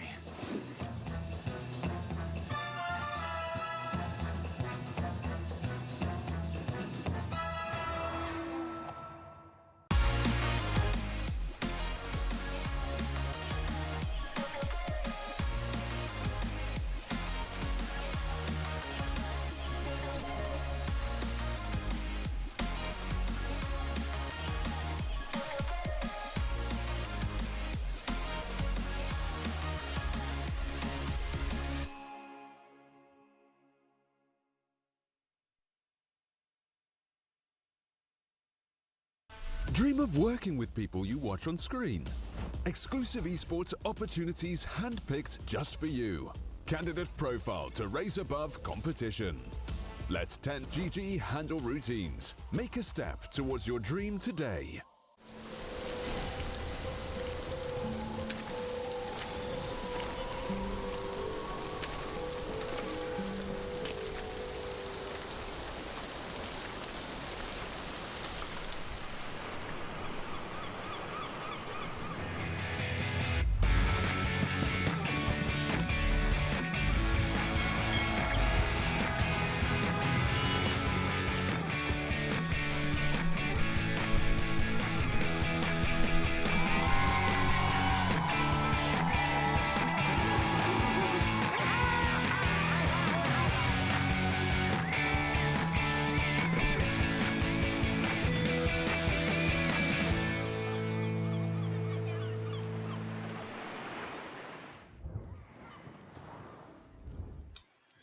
Hey, welcome back, everybody. It is the Pinnacle Cup, the Malta Vibes, number 2, and we just saw Team Tengri get kind of beaten down here by the Moneymakers. Again, as I said at the end of last time, I think a little bit of an item issue. I think a little bit of maybe a farm issue. But it is our best of 3 here. We'll start to see. Hey, Moneymakers, they made it into round 2 last time. We'll see if they continue that trend and make it all the way through. And also continue the trend of 2-0s today. We have had every single match 2-0, and we can check out the bracket here to see where Moneymakers might go if they win the next game. Abu Gaming and Screens, they'll be played tomorrow, about, I think, 17 hours now. They'll be one of the first matches of the day. And, yeah, Virtus Pro, again, if you make it into round 3, then you'll get to play those big boys. Which is, again, another reason I really like this tournament. I think that these are teams that don't typically get that sort of experience, don't get to play against those type of teams. So happy to see that that they're going to get that opportunity maybe. And the Moneymakers, again, I think that their draft was sound and meta based. All right, they had the Windrunner, they had the Beastmaster, 2 heroes that have been traditionally pretty prioritized in other regions. The Doom is a hero that has also been good and somewhat of a counter in towards the Beastmaster. I think where maybe the draft went off the rails for Tengri would have been the Mars. I don't think that was really their top pick in that end stage. Again, considering how they handled the farm.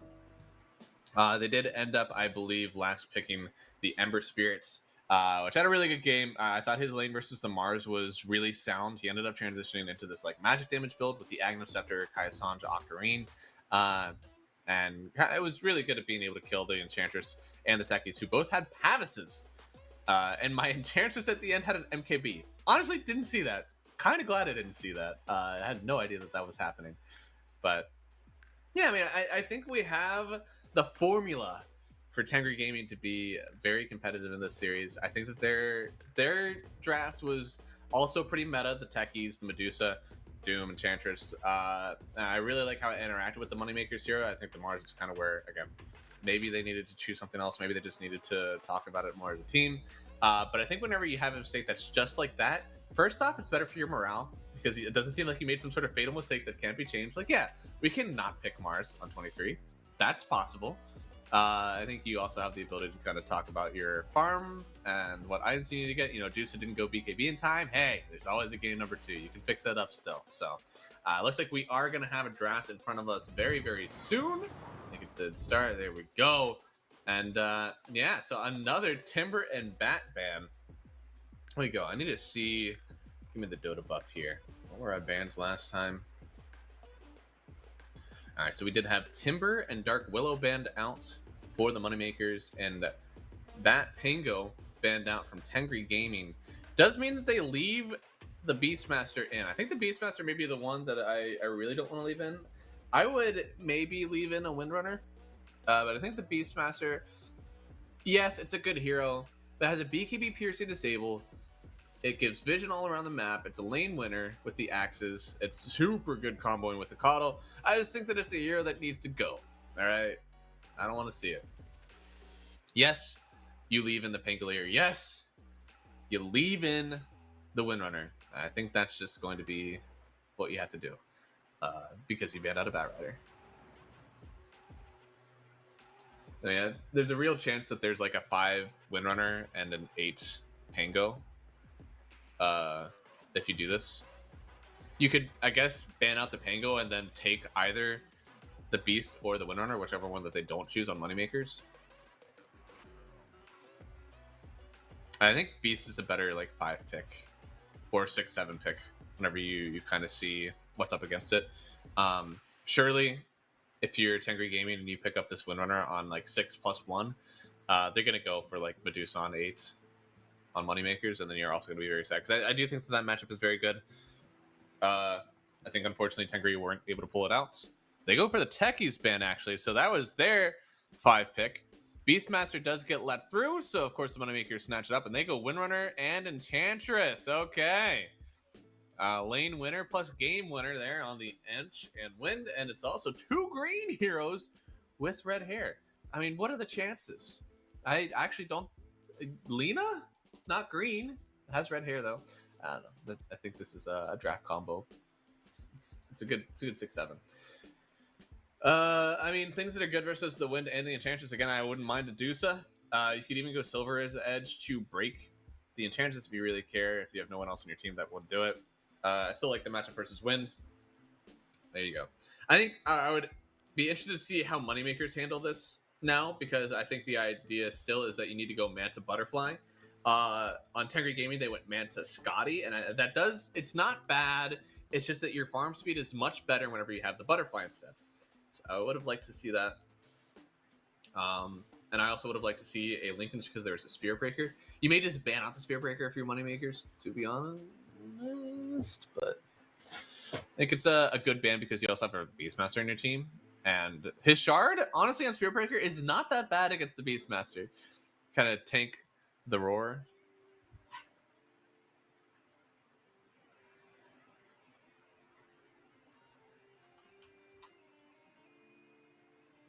I'm about it.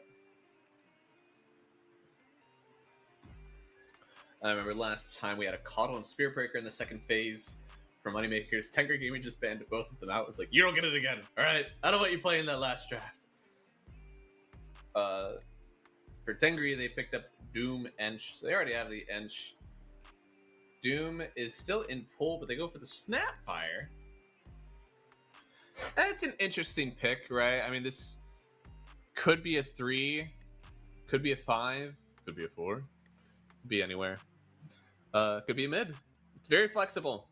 But I do think that it really relies on there being some sort of like hard stun that you can Mortimer's afterwards.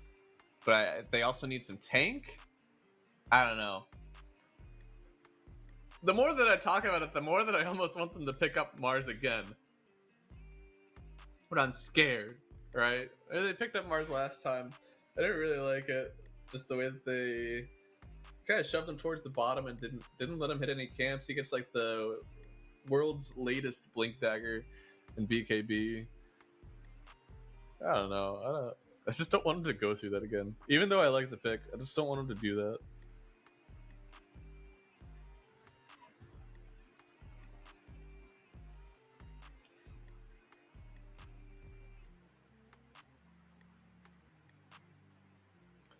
Crystal Maiden picked up. I mean, Crystal Maiden will feed to a Wind and Snap. They have a good amount of magical damage. Crystal Maiden likes to buy Pavis and ulti. I don't think you get to do either of those things in this game. It is nice versus the enchant, I guess, with the roots. Any creep that walks up, you can just root it. You can also just root the enchantress and do a good amount of damage. Well, versus Wind and Ench, you know, magic damage is pretty good versus those somewhat squishy heroes. The thing about universal heroes now is that you're able to build whatever stats you want. So if the Wind wants some extra beef, I mean, hell, maybe she goes, you know, Kaya Sanj.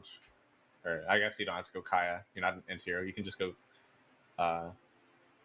Sanjiasa. Pugna. Holy. And Wind isn't necessarily mixed damage. Like, yeah, you have a power shot, but you're not like you're not throwing enough of those out, I think, to win a game. So Nullifier Builder would be awesome.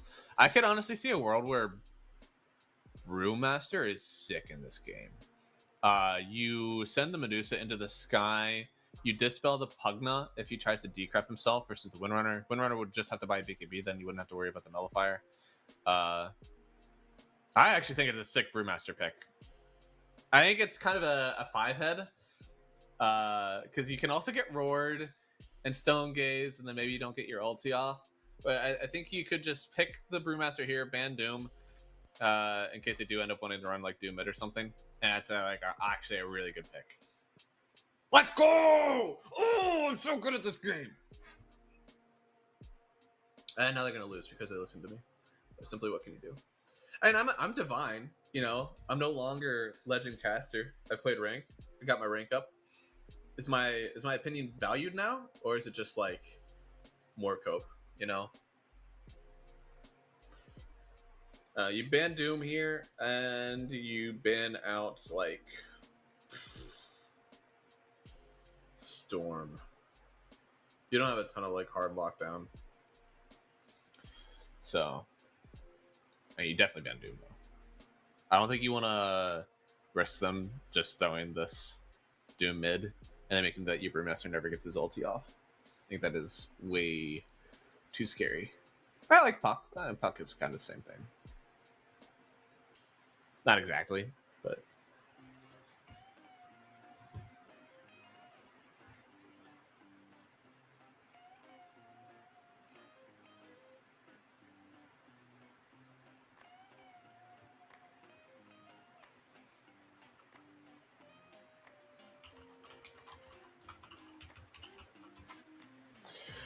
oh, what do they? I mean, so Tinker and Meepo, they're banning out like cheesy heroes.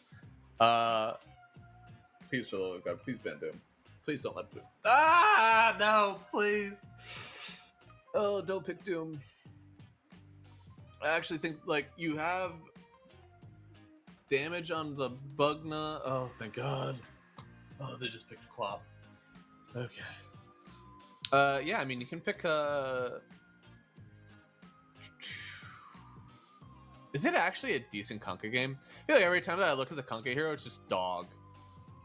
And it loses everything. But it's a decent matchup versus Quap. You probably just go DK instead. DK is the Kunkka whenever Kunkka is bad.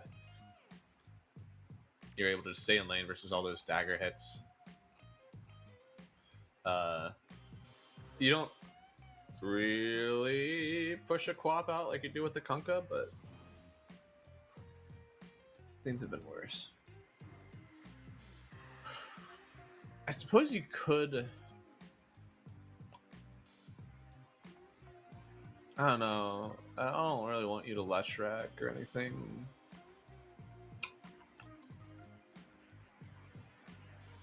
Void. Oh, hey, that hero's still in the pool, huh? Huh. Yeah, you know, that is a good hero. Damn, I love this. Dude, I like the Tengri draft again, alright? Please, for the love of God, buy a BKB on Windrunner, alright? You win the game. Look at this. There's a Bignum, there's a Pugna, there's a CM, Quap. Even kind of the Beastmaster, alright? Please, for the love of God, buy a BKB, and you're doing good in this game.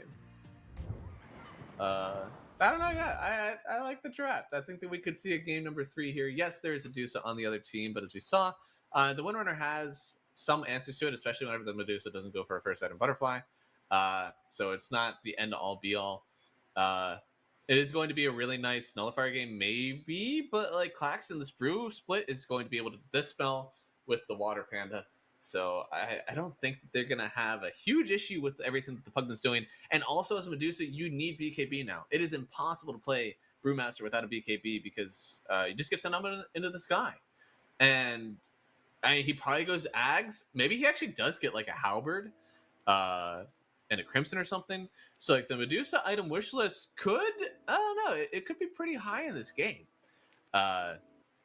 Manta, Butterfly, BKB, MKB, Scotty, Boots. I mean, any other item past that could be really hard. I mean, you almost want to. I don't know if you really want to Lincolns versus the Beastmaster, but it's kind of an edge case.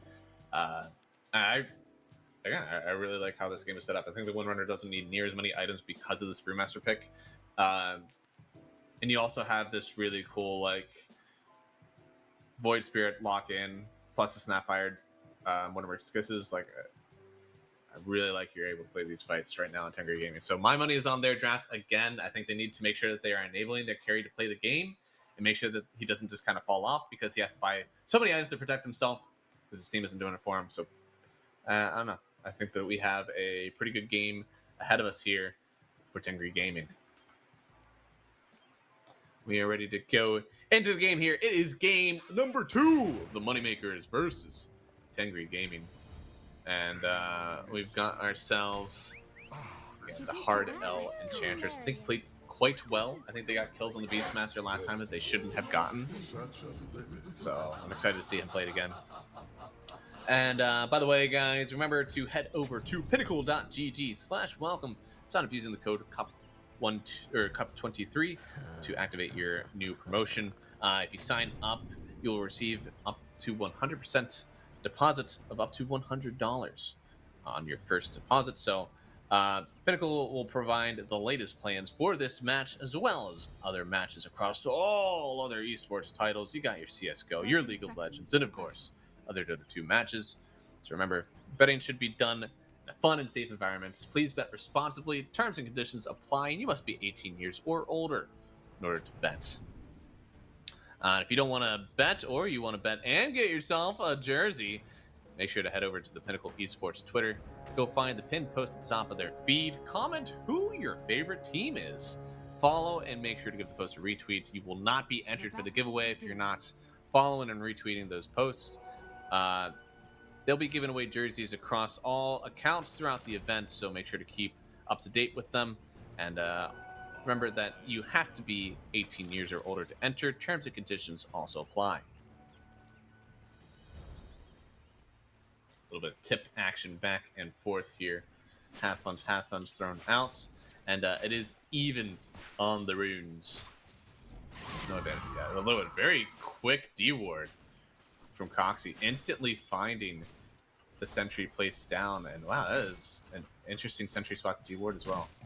It's not an easy one. This camp is way too big, so at some points it's hard.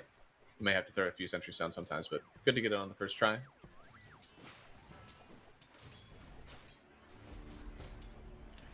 And Costa's actually taking a lot of damage. Oh my god. I mean, this is a really nice lane. I mean, you get mana batteried on the Dusa this time. So Dusa's always able to throw out her snakes, even more so than usual. Because the Dusa already, honestly, again, once you hit level 3, it's kind of just like insta-sustain. The Coxie? Oh, the snake! Oh no, the snake didn't bounce! Oh, dude, I feel so bad for Lucas. I know what he was trying to do. It's a really unfortunate bounce. However, it does mean that he gets to drop his Wraithband recipe. and his Sage's Mask out for the Crystal Maiden. So tactical, smile. And the CS is going pretty well for him. And in the mid lane, Igor is actually having a bit of a rough time, just with the damage that he's taken. His honestly dominating the CS. He's gotten 4 denies more, 6 in total. I mean, it's crazy. To out deny not only a melee hero but also a universal hero with the damage is like really good. I think this poor Windrunner, I feel like 2 times in a row we see a lane for the Windrunner that is just like not that favorable for them. They take a ton of magic damage, and you can see here like the axes are going to be pretty big for overkill. However, they don't have the mana battery this time. There is no coddle, so it's not going to be as many axes for sure. 8 denies. My goodness, Quap. I mean, this is a Quap favored lane for sure, but the game. That's what we're here for. Anyway, he's got 2 points in the dagger. I'm gonna guess that he goes for a point in Blink and then another point in dagger. I've seen people 3 is usually the golden ticket, unless like he's literally not playing in the lane anymore. Then he may stop. And Slayer going down bottom. That's okay. We're invested in the mid kills. All right. It's a Crystal Maiden. All right. She's gonna die. That's the contract that you sign whenever you pick that hero. Right. Before though, he did pick this matchup. He said, "Give me Void." Dude, another one. 11 denies. She has more denies than he has less hits. Denied. Good lord.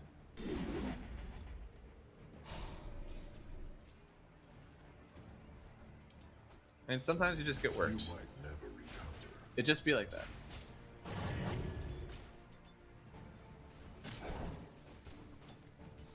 Ooh, Claxton's actually taking a good amount of damage. And Lucas is level 3, so this is the first time that Snake feels pretty rough. You only get 3 bounces to start off, so now you can kill a single creep, use a Snake, and it's pretty easy. You'll usually hit another hero. Level 5 is whenever you can just Snake the entire wave, and then you're always going to hit someone.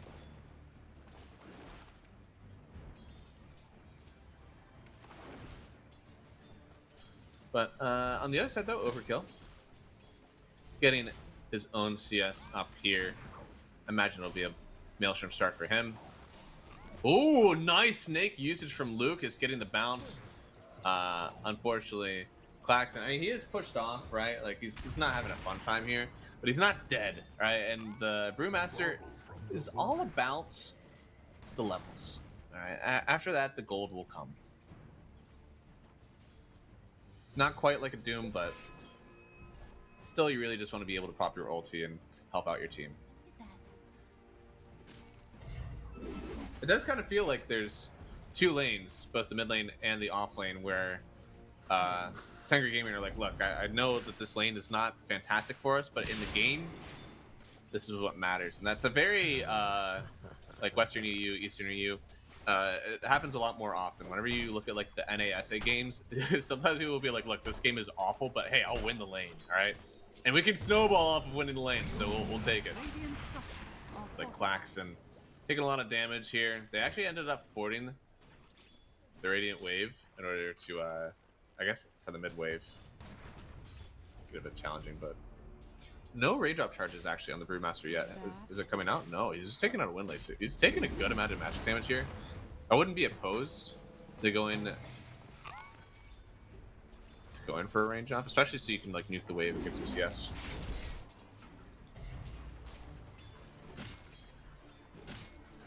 But his CS is rough. His Void Spirit CS is rough. The only one who's having a good time is the Windrunner, and she happens to be having one of the best times in the game. I think the Quap, just because of the denies, is a little bit better. But hey, Claxton actually picking up a kill. I mean, that's like 3 CS there, you know? There you go. Bump him up. It's 2-0-1. Oh my god. What is his net worth actually? Is he doing okay? Oh, damn, he's doing okay. He's actually 3rd net worth in the game. My god, this dude is so fine. Yeah, he really does not care about this at all. Looks like in the mid lane, Slayer has died too many times bottom, so he wants to die mid instead. Looks like he won't actually get killed this time. Good for him. Too bad.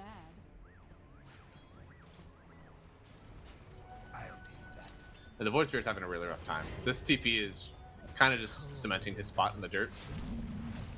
And now with all this harass, I mean, the rune already got picked up. Who does have it? Yeah, no, he only has 1 bottle charge left on the Void Spirits. Meanwhile, Quap, I guess only 1 as well. Ooh, wrapping around on Lucas here. Oh, that snake, kind of an unfortunate bounce. It never hit a hero. He does have a wand that he's trying to hold and pop later. He's got 6 stacks if he wants. He's taking some big HP damage though. He will take it, pops the snake, and the snake doesn't come back in time. Oh no, now Coxie, I mean, he wants to get killed by the creeps, and they get him! They get the kill! The deny happens, and now Klaxon, I mean, he doesn't have any creeps to deny himself too. He'll just do as much damage as humanly possible, and then Bignum will pick up the kill. Not sure if he really needed to give it to Bignum. I feel like he could have given it to the Quap, but whatever. That Pugnut's got big farm.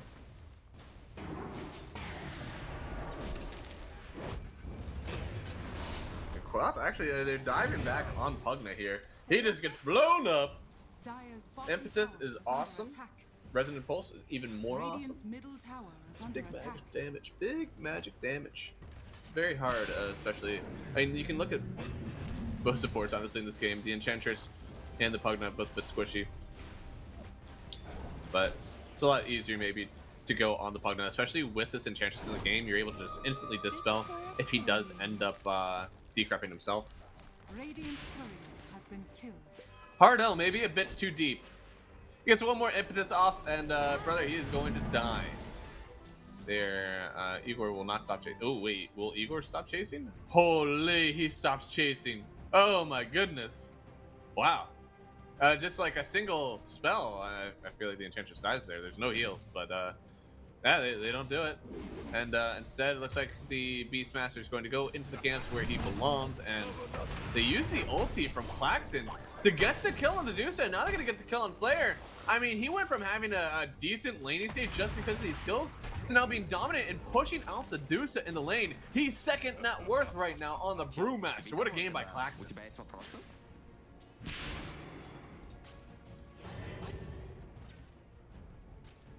I'm a big fan, alright? It took a special type of analyst to be able to see that Brewmaster pick coming. So, I mean, once you play the game for this long, see this sort of stuff start to happen. Well, Beastmaster does have the Vanguard ready to go. He's not really pressuring the top side. I mean, the Windrunner is also having a really nice time on the farm, and all of a sudden, Tengri Gaming. I mean, drafting for the game is a lot easier when you actually somehow win the laning stage as well. So if they continue at this pace, I don't know if you actually are able to come back in this one as the moneymakers. It just depends on the item builds after that, because you know, Medusa gonna have to get a BKB eventually. Maybe she gets it faster once she can kind of start showing up to these fights. Kind of get the numbers advantage, or you just farm it out. You know, the Medusa will farm, but the Void Spirit kind of needs to fight in order to get his net worth back. They're bringing in the boys, all right. Hard L is bringing in the entire creep conglomerate. Try to take that tower. It looks like the creeps will actually die to the Pugna.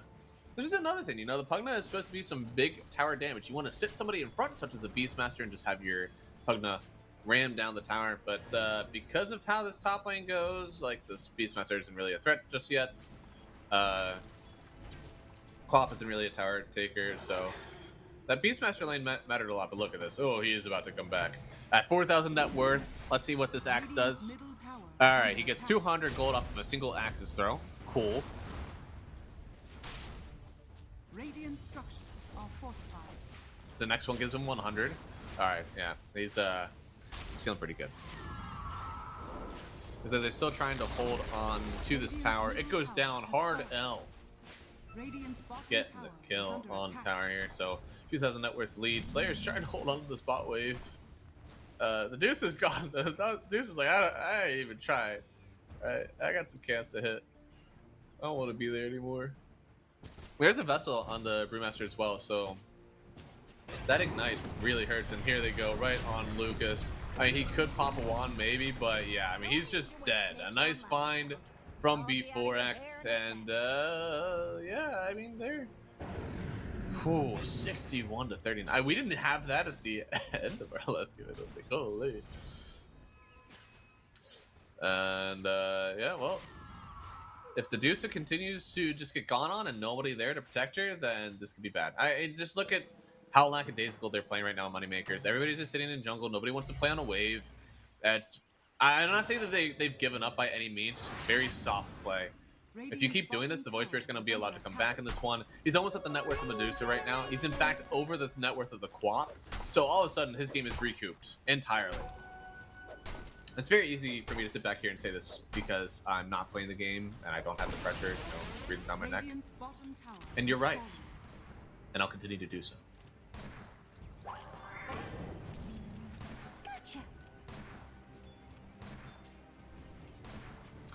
Oh, Wind, Wind may be the, I don't know, the big raid boss. What does my Windrunner have right now? She got a Maelstrom or something? What's up with her? Yeah, she got Maelstrom, she got a Bracer. She going for the axe. What?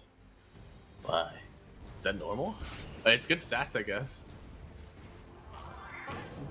The axe is cool. Did you really go that earlier? Huh. What an interesting play. We also may be in a part of the game where you're up by a decent amount, so you're able to buy whatever you want, as long as it's helping you farm, and it will help her survive, right? Big evasion, cooldown, invisibility. I mean, that'll be hard to gank yet.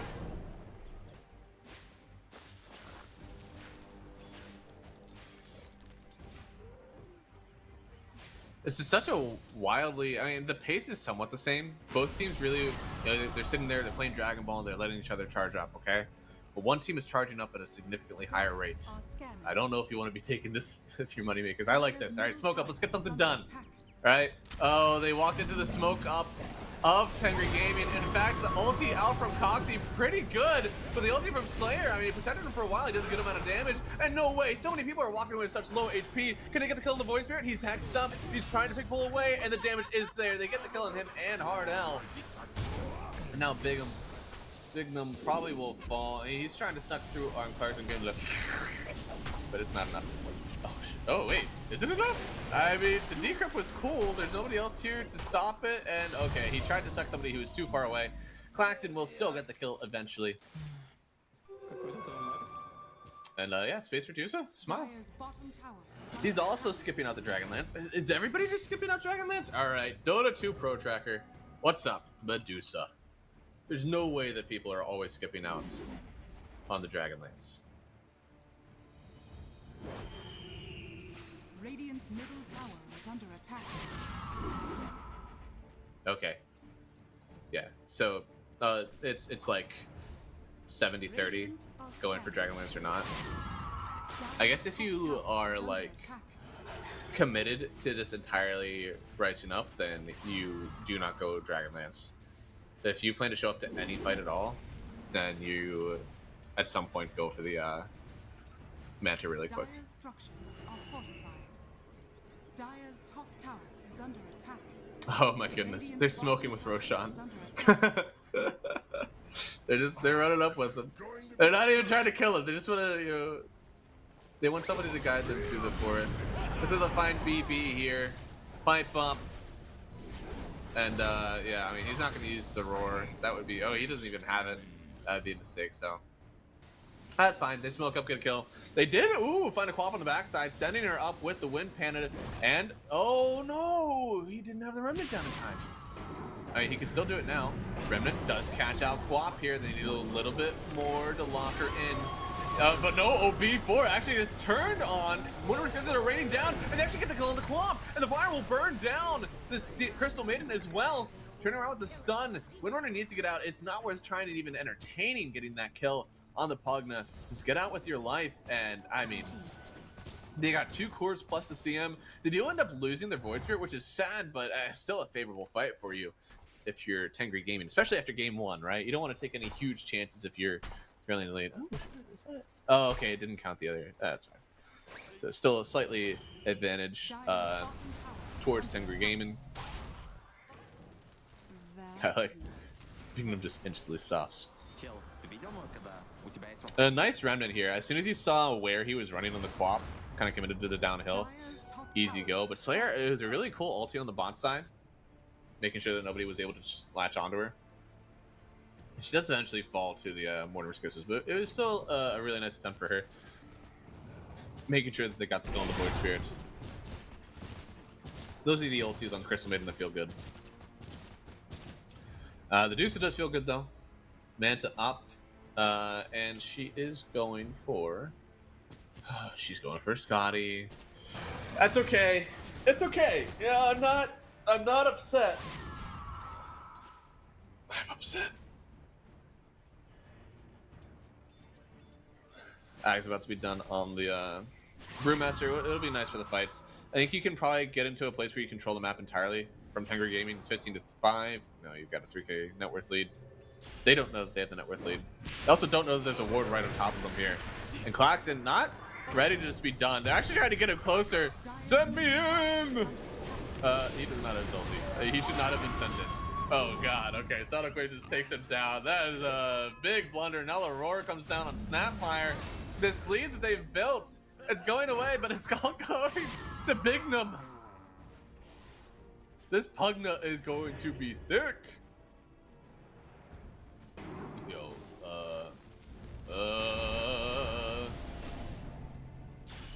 okay. Worthy tribute. He's all good to go. Yeah, big net worth lead discrepancy now. Only 1,000 net worth and ooh, probability. All of a sudden, it's all the money makers. A single fight, and they've come back. I mean, it was just an awful fight, honestly. By the tier 2, you never dewarded on top of you. It's very easy for the enemy team to just TP in and do something to you. You also don't have ulti on the Brewmaster. Just a lot of stuff that feels very wrong about taking that fight in hindsight.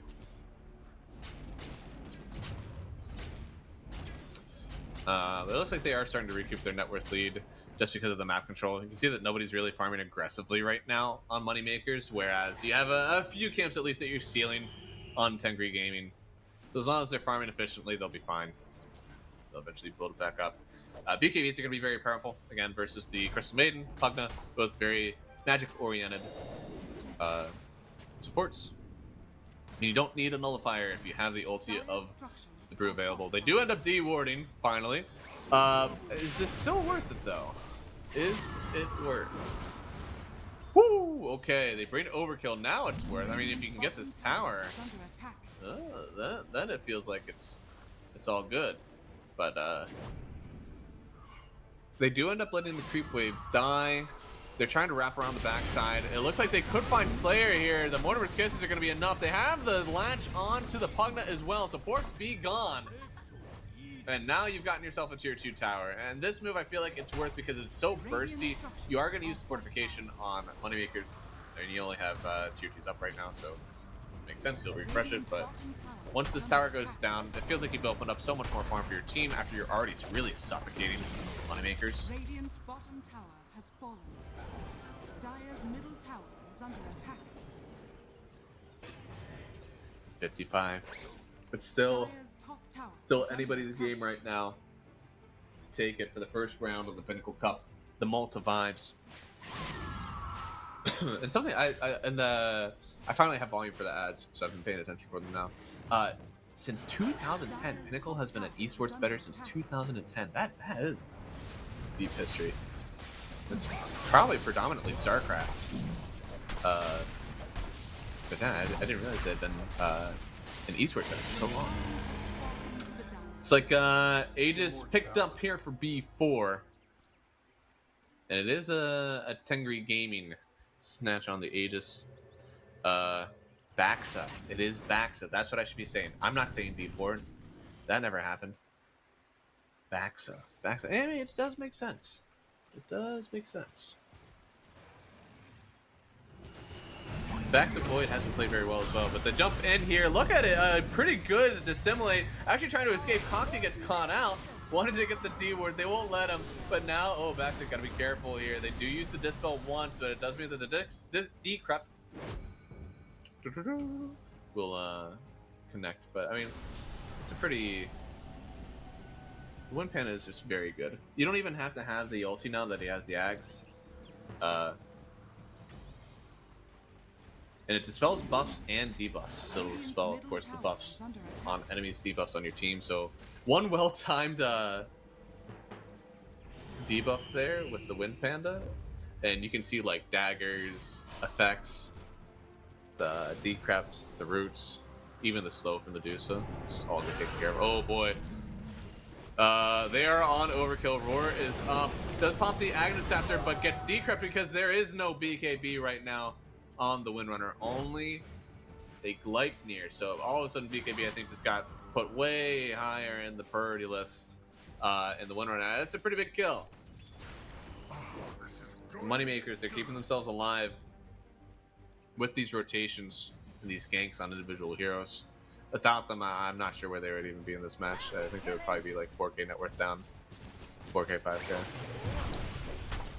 But the Dusa is still farming, so we're going for the MKB next. That's our weapon of choice. Really don't know if that's enough versus the Windrunner damage. I also think a BKB is going to be very necessary. Like, versus the Brewmaster. I think this is genuinely a game where you only have one shot. You have one item, and then if it's not BKB, you're not allowed to show up to fights because that Brewmaster is going to hunt you down. Make sure that you are always sent up into the sky during these fights. So, yeah, I mean, it's a bit worrisome for me.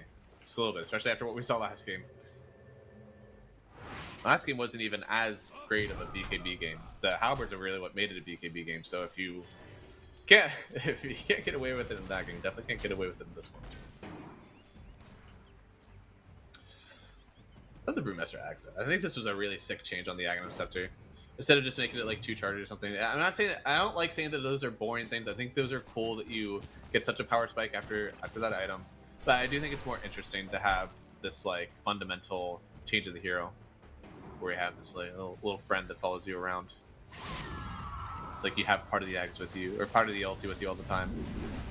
I just like it.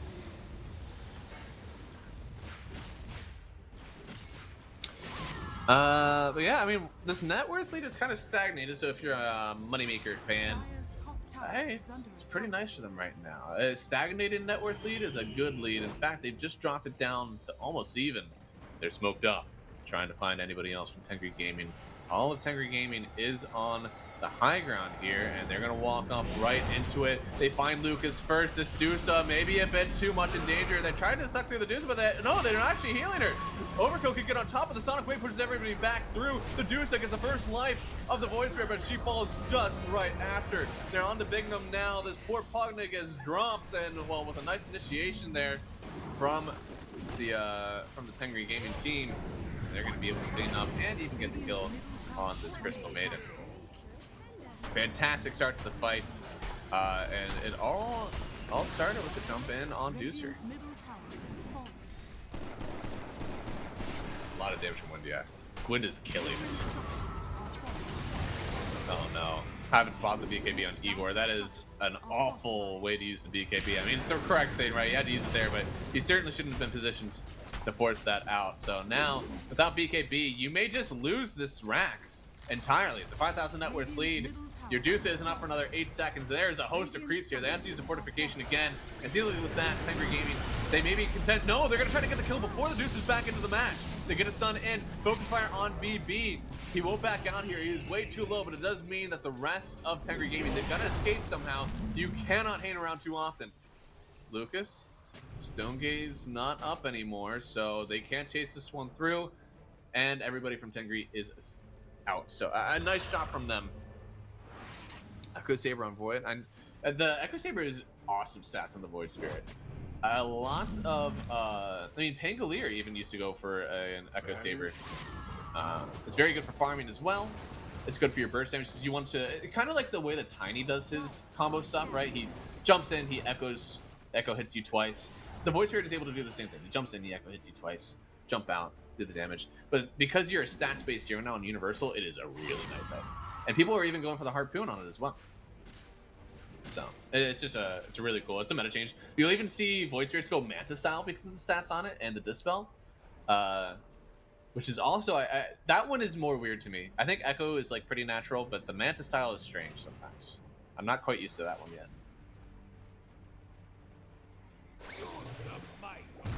It's 9-20, and we've had a bit of a high ground crawl from Tengri already, so it seems like they are in some control. But Aegis. This next Aegis is going to be very powerful. I mean, Tengri is finally getting some. I think this is their first Aegis of the series that they had gotten. There on the Windrunner. So now, got to make sure in about a minute and a half they can start at least warding up top side. But Roar on Snapfire here. They're sucking her down as well, and Coxie falls. It's a decent pickoff. I mean, not even close to Roshan responding, so I think the long-term effects are very small. That's still a good kill. Yeah, get yourself some gold.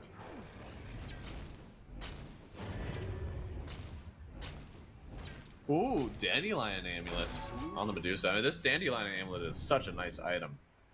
You block 300 magic damage every instance over 75.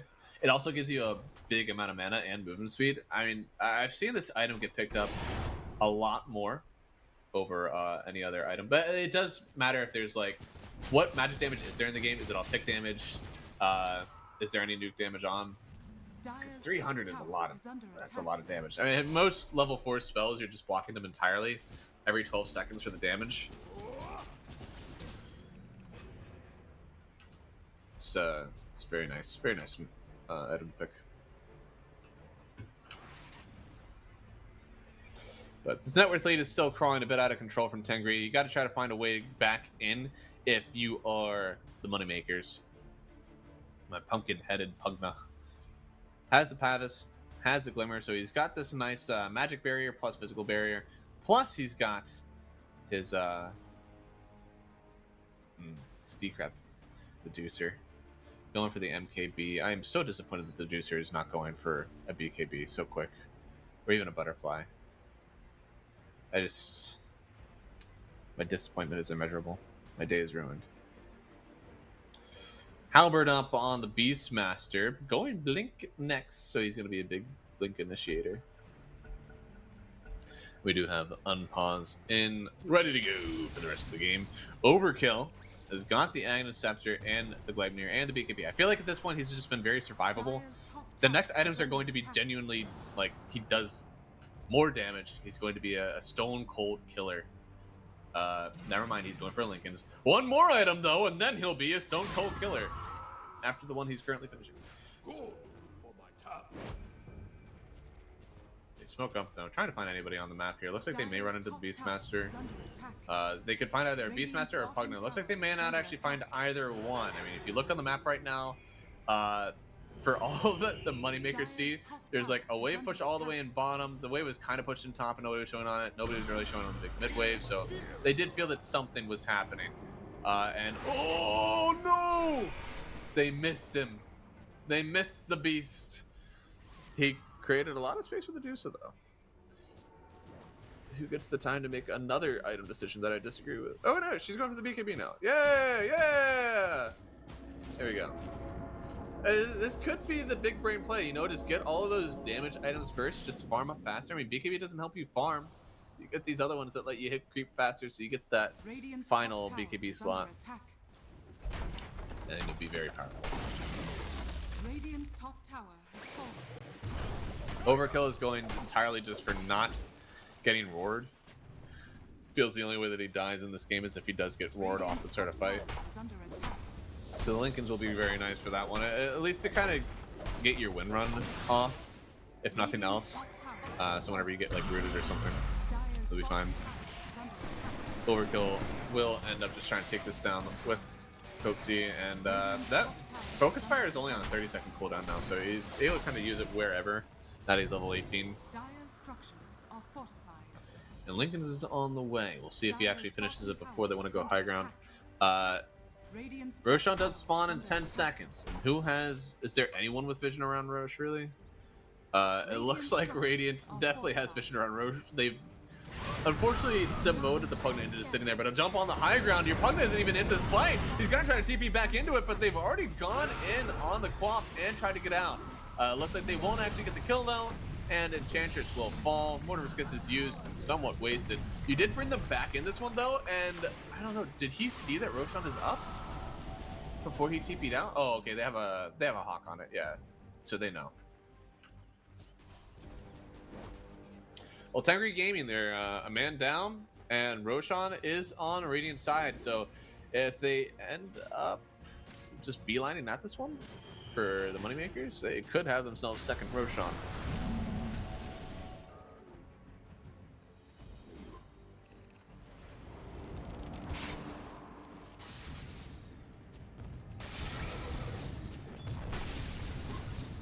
Overkill. At least he's set up down here. This could be a big fight. You can see everybody from the Moneymakers setting up for this one. This wave is very important. Wave top is getting in for them though, so somebody on Radiant may have to deal with that one.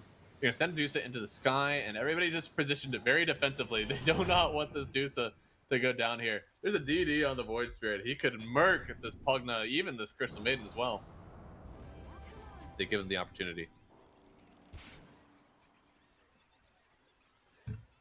Looks like Igor is just trying to stay on high ground for vision. Be the ward. Just be the ward. And they just send a Windband up to find them. They do kill it, which I think puts it on a very low cooldown. Or a very long cooldown. Link through. Finds Klaxon. He'll back away. Sheepishly. Oh no! They didn't latch on the stun on Igor. Could have been nice, but on the backside, they find the more on the Void Spirit. He can get away here with the Resonant Pulse, and now the Deuce used the Stone Gaze. Feels like that's a lot of her protection in this one, and, well, she lost it.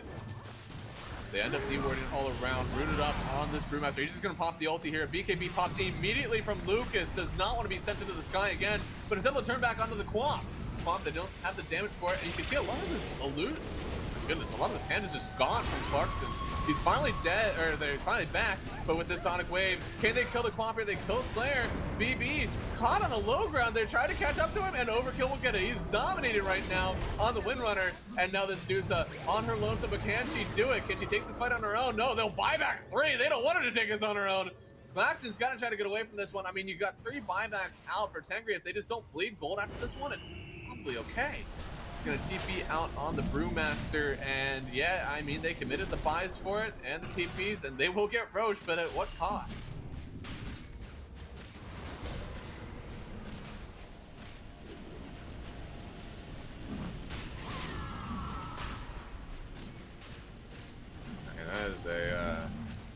That is one hell of a commitment for Roshan here. I mean, there's a really good BKB from Lucas. I think he just instantly killed all of those Brewlings, which is fantastic. You don't usually see that come out from the Dusa, but since she's got the MKB, doesn't have to worry about evasion.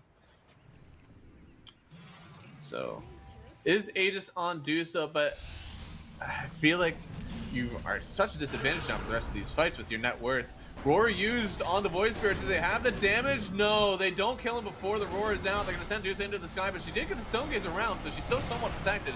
Bignum going on Hard L. Hard L will fall, and so they end up, cliffing? No way. All right, that was a sick cliff.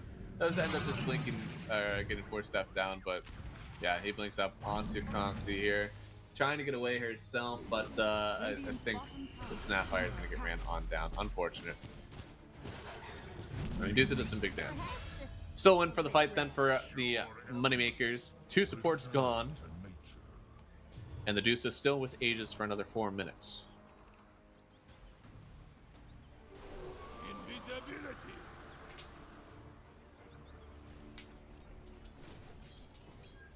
Ooh, Brew going for the refresher. I mean, it's a cool idea, right? Like your Brewlings kind of got just murked in the first one.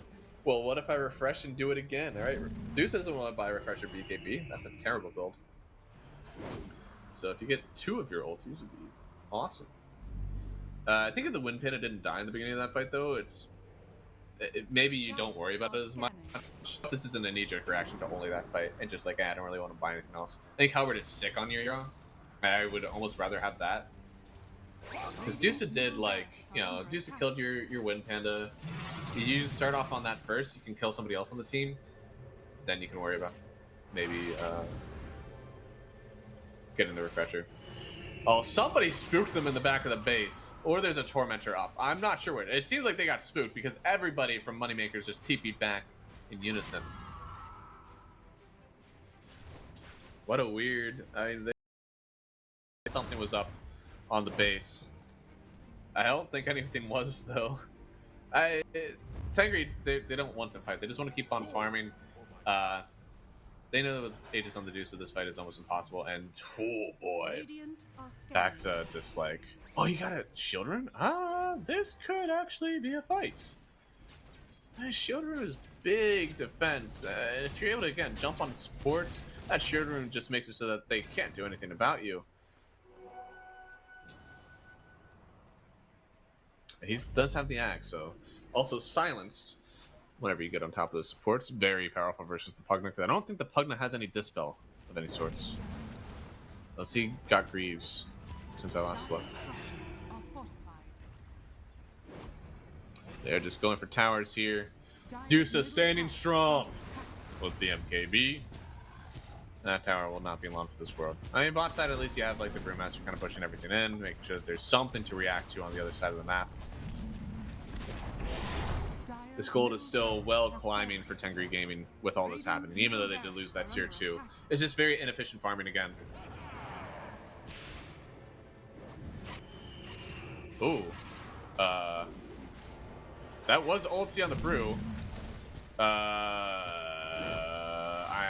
think that he's going to die here. I don't think he lives these. They're trying to keep the Brew Panda alive. But he did just kind of zip out on the Fire Panda.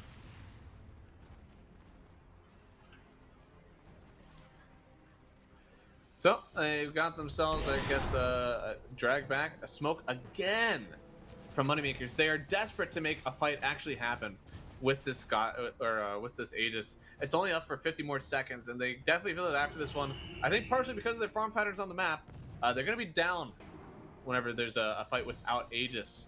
So, everybody from Tengri is starting to group up a little bit, maybe feeling that something's happening. It's 51-49. Even with a 12,000 net worth lead, Dota 2 is like, guys, I promise you, it is anybody's game, all right? We have no idea who's going to win this.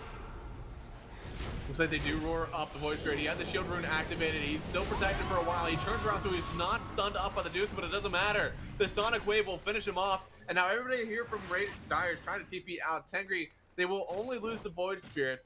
Hey, that's 500 plus the 880 surrounding gold. I mean, that's still a pretty big pickup.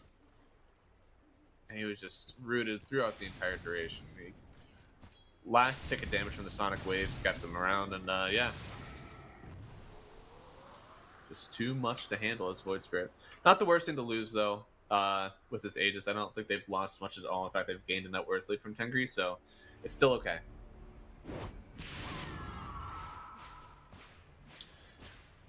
You got a tier 2 tower, Void Spirit kill, and it looks like they make it the spot tower. If they get bot tower, maybe you can call it a pretty successful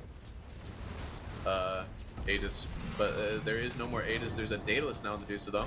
And Overkill, yeah, he's just kind of running around. Does get this focus fire. Oh, no, put him down. He was shackled. Put him down. They get the stun on the Windrunner now. She's not able to turn around the focus fire. She's disarmed. They need to get her out of here. If she dies, your fight is over. Lotus Orb used. Igor not letting her get away. And what in the spell casting was that? Now it's a dump in from the Void Spirit. He's got to be the damage of this one. They lose their Enchantress. Hard L is gone, and Coxie got him back out of this one. Because, without your Windrunner, you just don't have much damage at all. And now Lucas is seeing an open slot for the high ground. Dire's bottom tower is under attack.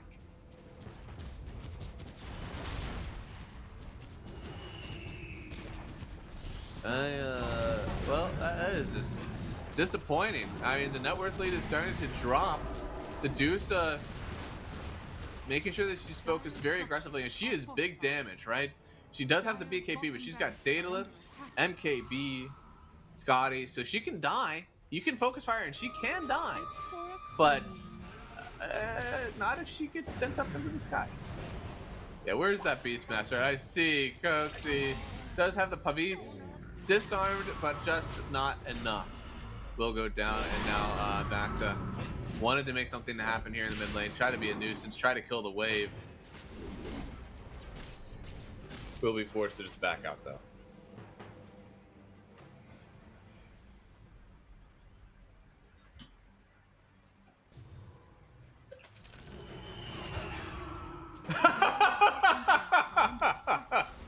Come on!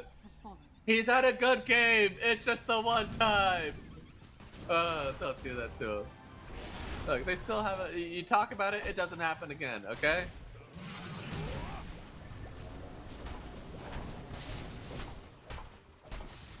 You do have to kind of determine, like, hey, like, do we wait for the shackle to happen, or do we just send the Deuce into the sky and kill everybody else? You know, like that might be a point of contention on the team. Like, we don't know how we want to take these fights, so that's why both of them are casting spells.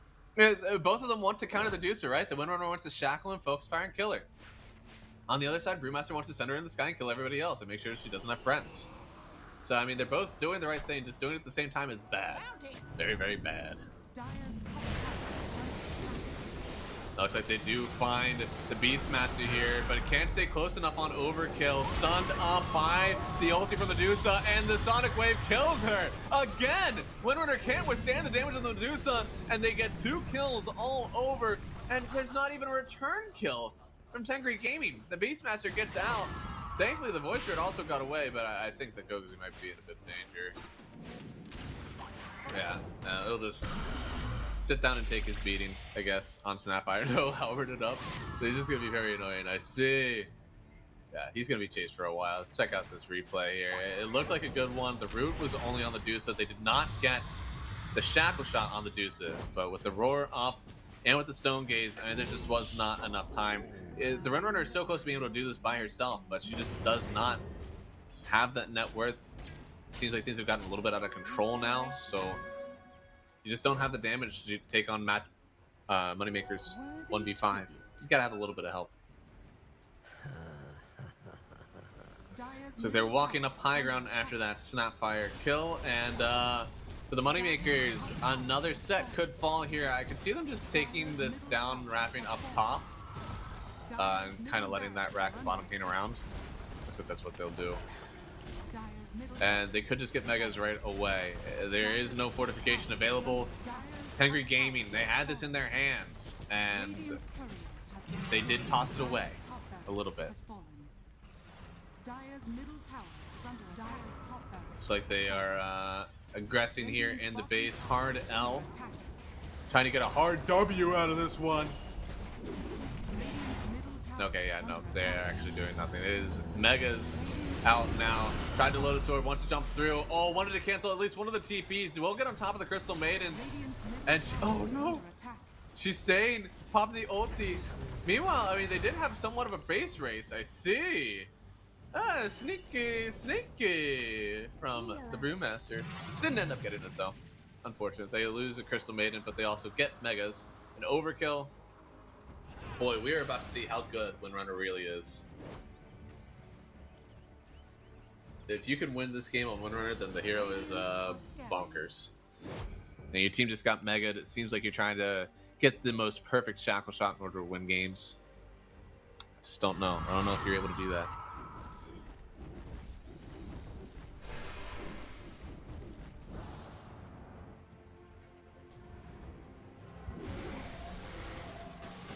So they're taking down the Tormentor. This is about to be a map suffocation. It's not often that you have the Megas at 40 minutes in the game still feel like it's this contestable. Maybe it's not actually contestable. Maybe this is just like cope from Tengri. You know, you don't want to get eliminated. They lost game 1. They need to make something happen here. They're also out of the tournament, so they're not going to call it. They're going to keep it up. And Windrunner is going for the Daedalus. And ooh, Medusa going for the Swift Blink. Said the boots, so we'll still be pretty mobile, but able to initiate it then, really. It seems whenever there's like a roar from the Beastmaster, you can blink ulti in front of whoever he roared, and it actually times up pretty perfectly. to stone gaze them afterwards, and then you just get chain stun. That refresher shard is so powerful, and there is nobody around from Tengri Gaming to contest it. So, looks like they will just take Roche. I don't know. It's sad because Roche just got up here. I really would rather see them get an Ags. They have a few good Ags heroes that have yet to get it. Medusa and Beastmaster both could really use one, but hey, you know, whatever. They'll go up. Take Roshan. They are gonna. Ooh, Klaxon's around. Dispels and immediately loses his illusion. He's trying to go in. They jump in with the Void Spirit. Can they get the Aegis? No! They get the kill on the Roshan, but Lucas takes the Aegis away from them. And all of a sudden, this looks like a disastrous fight from Tengri now. They had to buy back in the Void to make it happen. They've blocked up the Windrunner. Needs to try to back up. The roots are too much. The BKB gone. Now they're on to the Beastmaster, and he's disarmed. He doesn't have any other ult to use. The refresher is down for 20 seconds. He's out of here, and the buyback on the Enchantress surely is not enough to defend the base. I mean, if they don't call it, they may just lose it to the Megas anyways.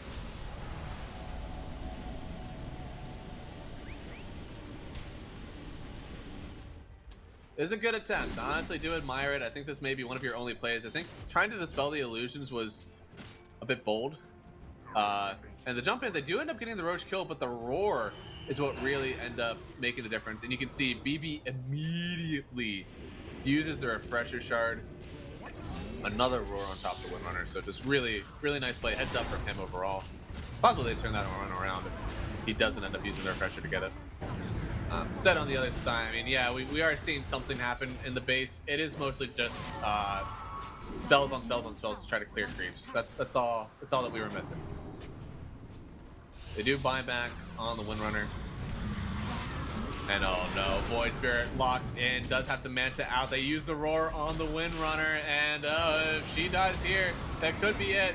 Squawk locks her in, and they get the kill. There's no buyback for the win. 2 minutes, and they call it GG. Game number 2 going to the Moneymakers as well. And it's unfortunate because I do think there was a chance for a lot of this game for Tengri Gaming to kind of keep up. Instead, they just threw a few fights.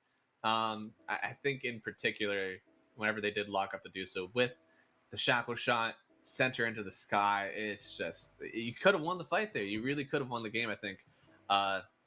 And also letting them get that Roshan, I think, was a gigantic mistake. I don't think you had to do that at all. Keep the vision. Your team has some pretty decent Roche fight. Again, I love the draft. I think that this is a really nice game or two really nice drafts for Tengri, and we can see the matchup here for them. But yeah, 2-0 for the Moneymakers. And we'll see who they're going to play next in the bracket here, because they are going to be waiting for the winner again tomorrow. Habu Gaming and Screens will play. They'll be playing the winner of that one. And if Moneymakers can win that, they'll go on to play Virtus Pro. So, but yeah, I mean, I think 2 times in a row, I love what Tengri Gaming are doing with their draft, and 2 times in a row, I think Moneymakers make the better item decisions, and they make the right support plays with vision, and they end up winning this game. I mean, even early on, they won the laning stage when I really don't think they should have, and won it quite hard. I mean, you figure you have 6,000 net worth on your Windrunner at 10 minutes. Like, how do you lose that game? I get the Deuce had adequate farm, but you also won the mid lane in a matchup that I think is very quap favored. The game is not quap favored, but the lane is quap. And then you just stagnate after that. The first version was good. I think after that is when they really started to fall apart, and they did not make their correct map movements. They did not have the right vision. It seems like once again they got out-visioned by this Beastmaster, and I think they really need to consider taking that one out of pool instead of leaving. You know, yeah, sure, maybe you leave techies in. Maybe you end up leaving Batter Pango, but I think that this Beastmaster is way too strong, and BB3 played a fantastic game. Both times on the Beastmaster, I definitely felt his presence. And that Roche fight was also really good, of course, roaring up the Void Spirit to kind of secure themselves the game. But yeah, I mean, that's it for this first series here. Moneymakers take it 2-0. Strong showing from them, and also a strong showing from Tengri. I think for a seed as low as they were, they really did put up a fight. I was happy to see that they performed this one. Hope that we can see them back and maybe see them make some improvements off of this first showing. But that is it for the first series here. We're going to take a quick break, and we'll be back with our next matchup of the day. It's going to be Balrogs. Again, early exit last year from the UA team, but this time I think they can come back and make something nice happen. So stick around. There's going to be more Dota 2 on the way. Oh, esport. You and I have come a long way. It was such humble beginnings. As we gathered in small groups, we were professionals right from the start. Passionate, organized, and ready to rumble. We dreamed big, and surely enough, our parents supported us at every step of the way. Didn't they? Fired up by all this love, it wasn't long until we caught the scent of competition. To be honest with you, it wasn't always that easy. Joe here, he had to take on 2 side jobs to afford playing professionally. It's gonna get better, Joe. Fist bump. Some of you dared to not even call this a sport. And look where we are today. An endless stream of esports events every year. Bet you didn't see that coming, Mom and Dad. And you know what? We have been with you every single step of the way.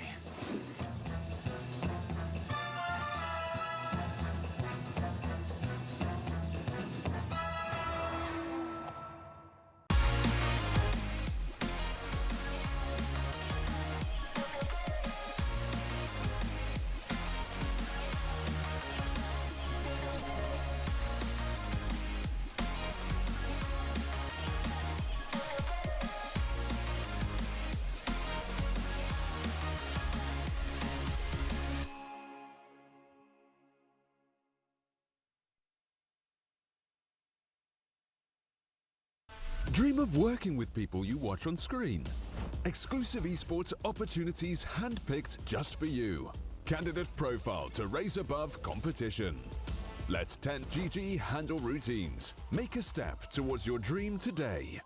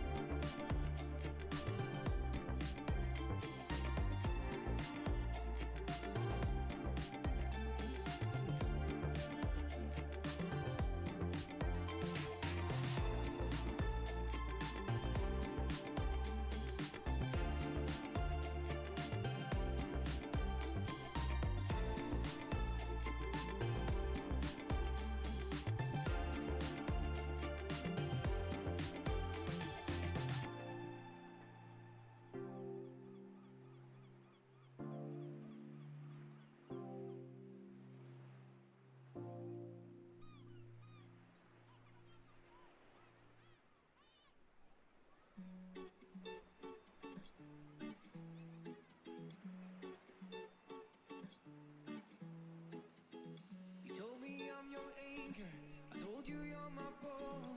Through the wind and fire, we tried to hold on. We built this ship together, searching for a home. Despite the storm that hit us, we are still on board. Dancing in the moonlight, the world just stopped and stares. We got no destination, I'll take you anywhere. All the doors we've opened and all the books we've closed. Words just come together, story that we never told.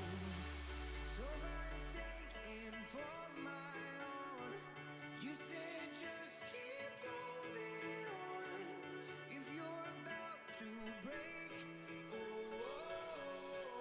I'll always be your captain. For our failures we have grown. You said just keep holding on. If you're about to break, I'll always be your captain. I'll be your captain. I'll always be your captain.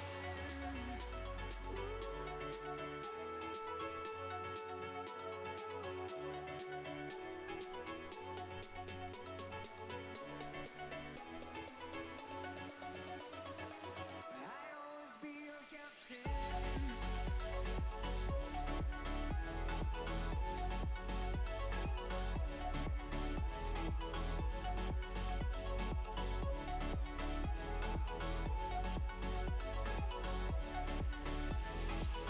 You told me I'm your anchor. I told you you're my pole. Through the wind and fire, we tried to hold on. All the doors we've opened and all the books we've closed. Words that come together, story that we never told. So far forsaken for my own. You said just keep holding on. If you're about to break, I'll always be your captain. For our failures we have grown. You said just keep holding on. If you're about to break,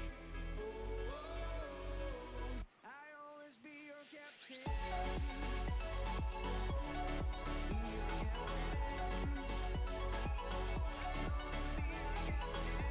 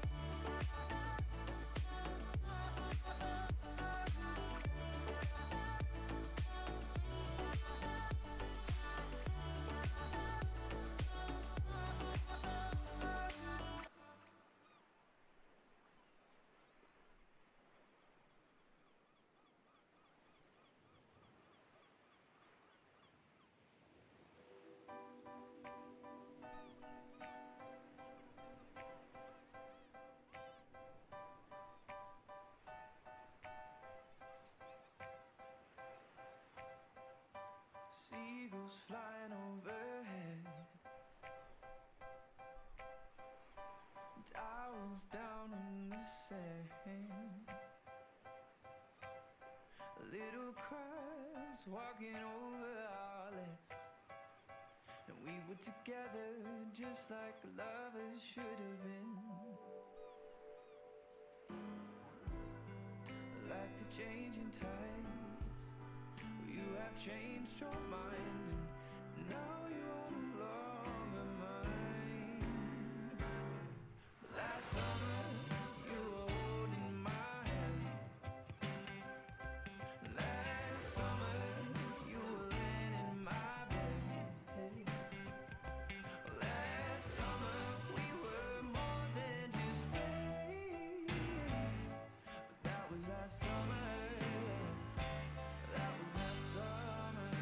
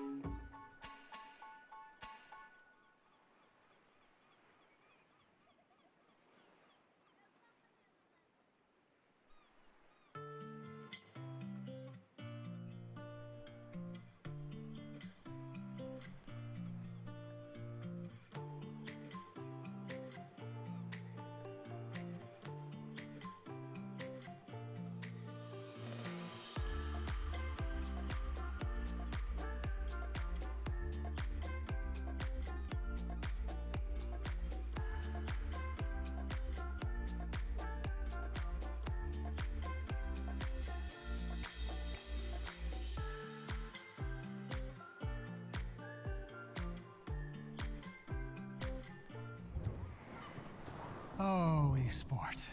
You and I have come a long way. It was such humble beginnings. As we gathered in small groups, we were professionals right from the start. Passionate, organized, and ready to rumble. We dreamed big, and surely enough, our parents supported us at every step of the way. Didn't they? Fired up by all this love, it wasn't long until we caught the scent of competition. To be honest with you, it wasn't always that easy. Joe here, he had to take on 2 side jobs to afford playing professionally. It's gonna get better, Joe. Fist bump. Some of you dared to not even call this a sport. And look where we are today. An endless stream of esports events every year. Bet you didn't see that coming, Mom and Dad. And you know what? We have been with you every single step of the way.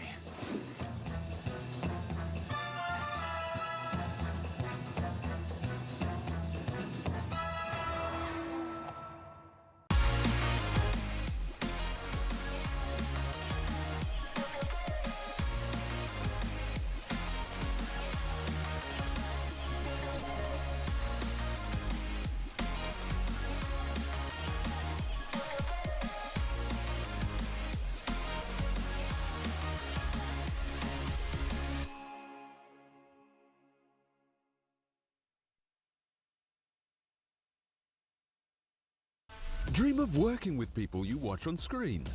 Exclusive esports opportunities handpicked just for you. Candidate profile to raise above competition. Let 10GG handle routines. Make a step towards your dream today.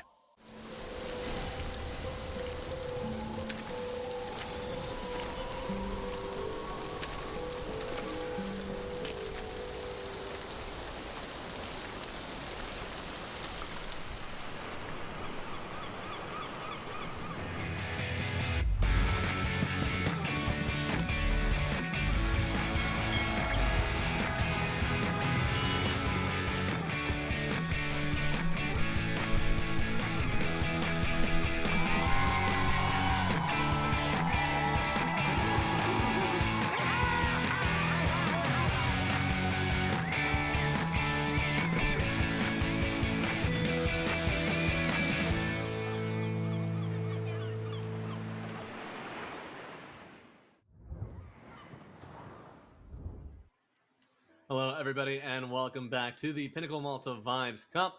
And this is our fourth series of the day. We've had 3 2-0s right in a row, one after each other. Now, the last set seemed pretty competitive. I think the Tengri Gaming had the ability to win those games. It was unfortunate. Game 1 was very close. Game 2 maybe not as close, but at least we did see some signs of life from them. And we'll hope to see the same here from Balrogs versus our Ram squad. And we do have some changes today. We'll go over that when we hit the rosters. But I mean, Balrog, I had said it last time already that I think this team took an earlier exit than what they maybe needed to because they got a poor draw in the first round. And boy, am I going to cope that up again. We've got the Ram squad, which is a lot of no bounty hunter coming back in. It's basically an entire former no bounty hunter squad. People that either were on the squad or had played formerly. And then Weehaw. So now they play up against Balrogs, who I think is still a good team. I'm very sad to say that I think that they are at risk of maybe getting knocked out again here in the first round. They are, of course, a SA team, and they did get bumped up to, I believe, Div 1 in Tour 2, so they're currently finishing out their Div 1 set here. But yeah, I mean, I hope that they don't get knocked out right away. I at least want to see them kind of be competitive here. They are getting sent back into Div 2 at the end of this Div 1 tour, but I still think that they are a fine SA team and have the ability to take it to this basically no bounty hunter stack. And whoever wins this one, they'll be playing the winner of Alliance and Baza Esports. And once they make the whole way through, whoever wins that one, it'll be Nemiga that they play afterwards. So, I mean, I'll talk about some of the changes that are coming here once we get to the roster side of these teams. Oh, we can see the rosters. Oh, nice. Let's see the rosters. So we do have some changes. First off, for Balrogs Esports, we do have Lalatroni playing for Nyango. So Lalatroni is a very good mid laner. I would not. I mean, I don't want to say downgrade in the strict sense. It is somebody that is not usually playing on your team, so that's kind of sad that you're missing out on one of the people that you have the most consistency with. But Lalatroni is still a very fine mid laner. Has had a stint in Div 1 teams already in standing capacity at the very least. I'm not sure if he was on a team that was solid in Div 1, but Lalatroni is a very, very, very skilled mid laner. I'll be happy to see him play. For the Ram squad, we do have a few stand-ins as well. We do have Arise standing in for Wii, which is another No Bounty Hunter player, which basically takes them up to 5 at least former No Bounty Hunter players. However, for BNC, they have Michael standing in, which, if it is the Michael that I understand, it's actually a Hakori player that is playing for them. Which is very surprising to me that they are not bringing in someone else from the Eastern EU scene. However, they do have somebody who is a specialty in SA Dota. We do have a draft ahead of us here. We'll see what Michael can offer in the drafting phase. Maybe give Ramscott an advantage in this one. Again, I think that Batrider and I'd say Batrider Timber maybe, or Batrider Snapfire, maybe some bigger SA specials than what's usually around. And we'll see if any of those get contested in this phase. But I think this is probably going to be one of our most competitive ones of the day. Unless, honestly, I think Ramscott has a possibility of running away with it. I think they have some very skilled individual players. It's just whether or not they're able to come together as a team, maybe, and show just how good they are. They do ban out techies first on Balrogs. That hero is maybe not as annoying as what it used to be, but it is good. It's a very, very good hero. Being able to drop bombs on the Tormentor and kill it is pretty cool. But also being able to just jump in with your shard, get a stun and drop in 3 mines, just blow people up. That is insane what you're able to do on this hero. They also ban out the Clinks. Makes it seem maybe they want to do something that's more split pushy on the map. Clinks is very good. Okay, well, that'll split the map for sure. Clinks is very good at getting across in the other lanes. So they go ahead for the Spear Breaker. You do want something that kind of throws down some ground target. They instead go for the Rubik Mag right away on Ram Squad. So this is something that has been a bit more popular in the 6-7. Pick the Magnus because it's a fantastic hero. You pick the Rubik because it protects the Magnus from being Rubik countered. But also, it's just a good hero on its own. Always feels like there's something good to steal in these fights. Especially with the addition of every hero having a shard, every hero having an axe that it can even get quickly. Just always feels great. Batrider gets picked up. Again, this is one of those SA specials. You're going to see this on 8-pick. Either that or the Pangolier every time that you can possibly get it. They will go ahead and ban out some of the counters here. I imagine they'll ban out Quap and maybe even the Pango, actually, for themselves. I think after that, you would rather ban out Dispels. Like Ram Squad, they may honestly want to pick up the Omni Knight or Legion Commander. Something that has a Batrider Dispel. This Magnus doesn't necessarily have to go into the safe or off lane. It can be flex either or. I think it could be flex mid, but I wouldn't want to see it. It's a very farm-heavy hero, and I think it's slightly easier to do that in the off lane because you can kind of just like dominate your lane and hover around the bot side of the map and make sure that like you are just the one that's taking those camps instead of the carry. You don't necessarily lose map pressure for it. Mid lane, you kind of have to dip into either safe or off lane farm. You can't really make moves with it right away. You're not built around your like blink RP anymore. You're more like built around like a harpoon timing. So this way so you can change it. They do end up going for a Morphling ban and an Oracle ban. So Pango's still in pool, if that is what you want here on Ram Squad. They could ban Blood, pick Pango. So they banned Void Spirits, which is another strong mid laner. Potentially a safe laner, I suppose, if they don't think that this Batrider is going into the mid lane. Batrider could be an off laner. It's something that happens in SA. Not too rare.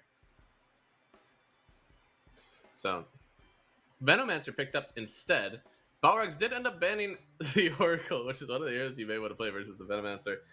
Venom also has this really fun interaction now with its Ags, where you just don't want to dispel Gale anymore. You want it to last the whole way, because if it gets dispelled early, you may trigger that Aghanosceptor. But instead, they go Disruptor Windrunner on Balrog, so they're a bit squishy, all things considered. But they do pump some damage. I mean, Bat Rider, Spirit Breaker, Windrunner all do some pretty decent damage in fights. Disruptor doesn't do that much damage, but he does have a pretty good ulti for controlling people. So, I'm okay with the Balrog draft. I would like it if they had something that could be initiated on. I don't know if Spirit Breaker is really the hero for that. Ram Squad, they kind of had the Magnus. Even the Venomancer isn't that bad to initiate on. You can still kind of get your spells off in one volley and be happy.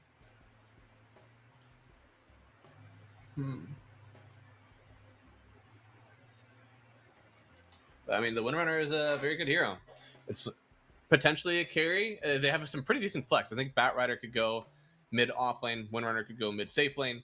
So they just have to kind of commit. Like, I can pick any core in my last pick, in this 23 pick, and be probably okay with where everything's going.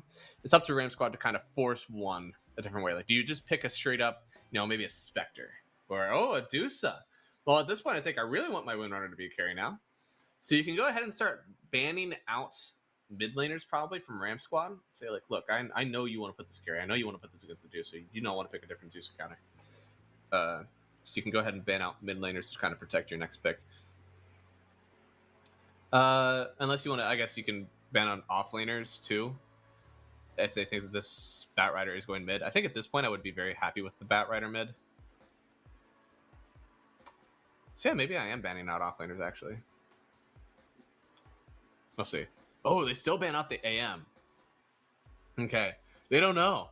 Maybe this is the wind mid bat off lane. They have no idea.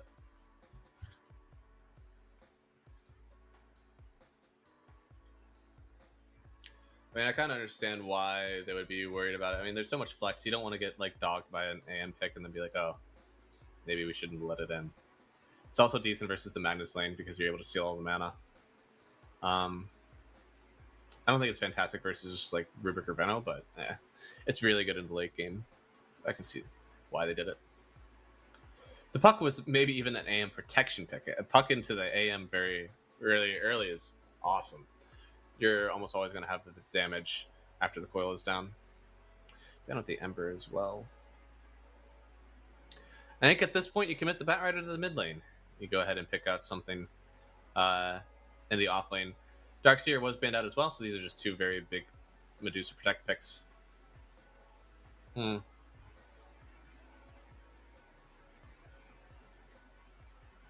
you need something thick. I don't think they have the best damage, honestly, for a Timber. I could see them doing that and trying to work the Medusa in lane. Really force out the BKB from Medusa.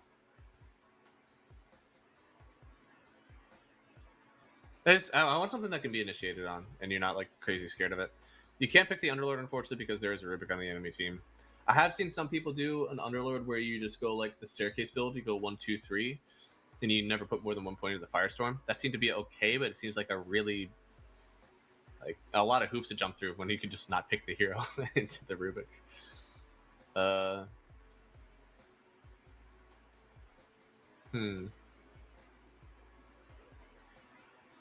Doom is out as well. I don't know. I kind of want Timber. I think that's also part of my SA talking that like I really love whenever SA teams pick up the Timber and make it seem like an awesome hero. Tide Hunter also kind of comes to mind because it's something that if you RP it and you do too much damage, you just instantly dispels. Abba offlane could be okay. They go for the Connell. Okay. I believe that means it is Spear Breaker offlane with Coddle 4, which kind of works because you're going to be having 2 3.5s. Like neither one is necessarily grabbing the farmer to offlaner, but Spirit Breaker will be able to roam around and the Coddle can kind of clear waves. Even though you do go 1 point in the Blinding Light, afterwards you still do put a lot of points into the Illuminate.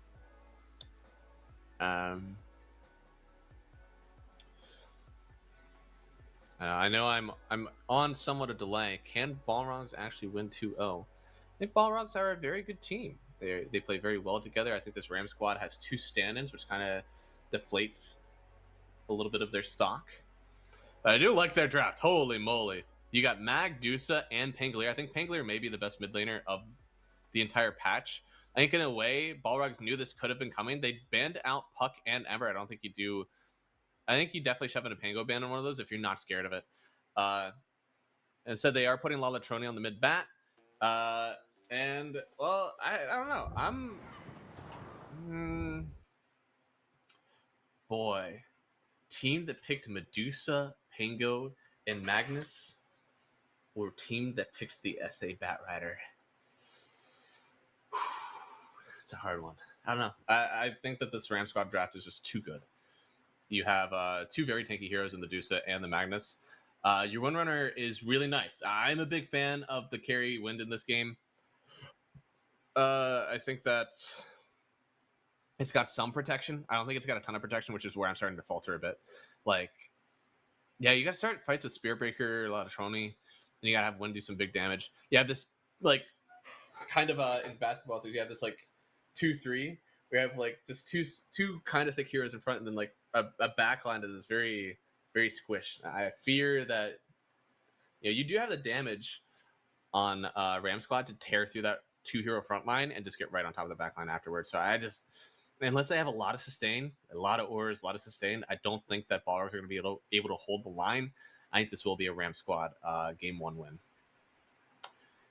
Now we are going into the game here. It's game number 1, and it is the Ram Squad versus Balrogs, and we've got ourselves a lot of this going to start out. Yeah, I know. We're going to have, by the way, a Pinnacle GG welcome. You head over there and you can sign up using the Cup 23. Activate your new welcome promotion. If you sign up, you will get a 100% deposit bonus on deposits up to $100. Of course, Pinnacle offers the latest in play-in offerings with this matchup as well as other matchups across all esports titles, such as League of Legends, CSGO, and of course other Dota 2 matches. Remember, you should be doing betting in a fun and safe environment. Bet only what you can afford to do so, and remember, terms and conditions apply. You must be 18 years or older to sign up. If you are also looking to get in on a jersey, you can get the Pinnacle Esports Twitter. Go to the pin post at the top of their feed, comment, and tell us who your favorite team is, and follow and give the post a retweet. Remember, if you're not following, retweeting, commenting, you will not be able to be entered in. The bot won't be able to pick you up for the giveaway, so make sure you're doing all that. They'll be given away across all social media accounts, and they'll be all throughout this event. So remember that terms and conditions still apply. You must be 18 years or older to enter. And we've got ourselves the game starting up here. It is a, I believe, even rune trade. They sent back Arise, and he will immediately skewer away. But yeah, it is even here. I'm interested to see how this mid lane goes. I think this is something that, again, Lalatroni has to have known was coming. You can't put too many bans. At some point, when you're ever having an 8-pick, you just got to take out 2 really good counters for, like, the game and the lane, and then say after that, like, look, I'll deal with whatever. All right, I got a good one. Cancel immediately pauses, like, look, he stickied me 4 times. I'm lagging. Yeah, no, I would like to there, buddy. I'd be tilted. That's a lag. Chaga is like, dude, we're playing from SA. What do you mean lag? All right, we're even. XDs, I don't think so. I love this. I love SA matchups, man. I will say that SA has gotten a lot more hype. I think it all started in the Arlington Major. Whenever North American EG at the time got knocked out by Beast Coast, everybody really rallied around the SA teams, and everybody was like really rooting. In the middle of middle USA, everybody was rooting for the South American Beast Coast to win. And then once you got into TI, you have like Corey gets top 3 in their groups. Beast Coast, Thunder Awaken both advance.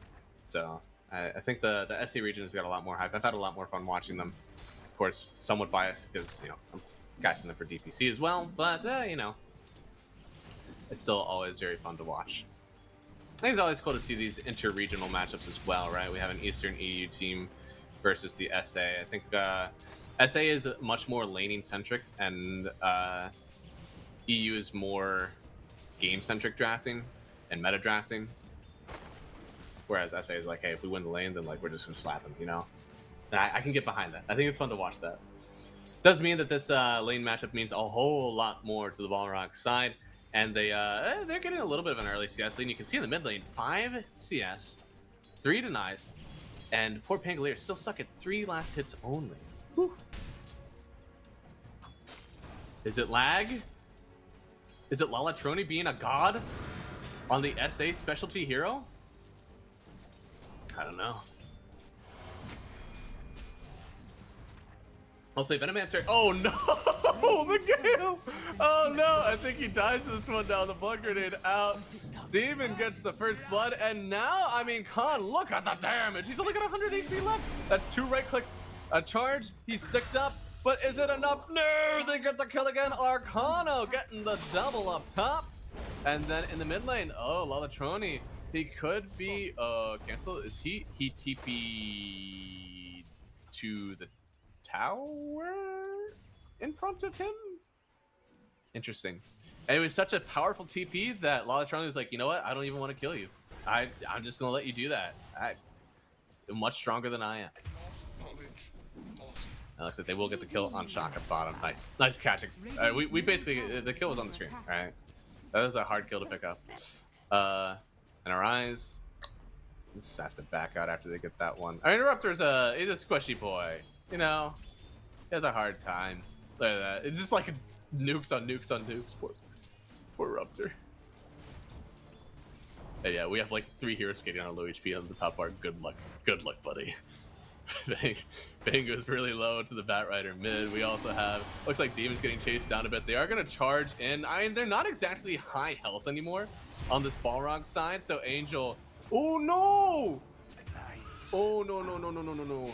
They get 1 kill. Arcano almost committing for it. He pops the salve, and then they're going to get another kill. Disastrous up top here from Balrogs.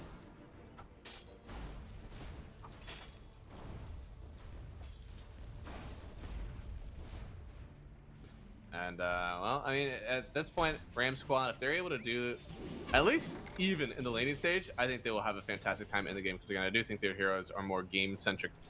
And they have a really nice lineup, I think, that I would want to play. It's just so easy. You roll in on Pingo. Eventually, your mag gets in. You know, it's all nice. Cancel, honestly, has come back in the laning. But, like, he's not crazy underleveled. He's got the CS. He's had to survive that few early levels, and now he's okay. I think now it's going to be rotation based. Like, do they actually get the rotation from Arcano? If not, I don't know. Maybe he just never dies. Okay, that's unfair. Tier 2 getting the kill. He is tired of it. I mean, one thing about there being so little regen in the game right now is that, like, Suicide into Towers is much more common. You don't have an infinite amount of just mangoes and clarities that you can send out for yourself, so it's quite hard to just kind of stay in lane and keep trading. Sometimes you just use all of your HP mana and you're like, hey, I'm just going to go to the tower, I'm going to die, and it's cheaper than buying mangoes. If there are any left.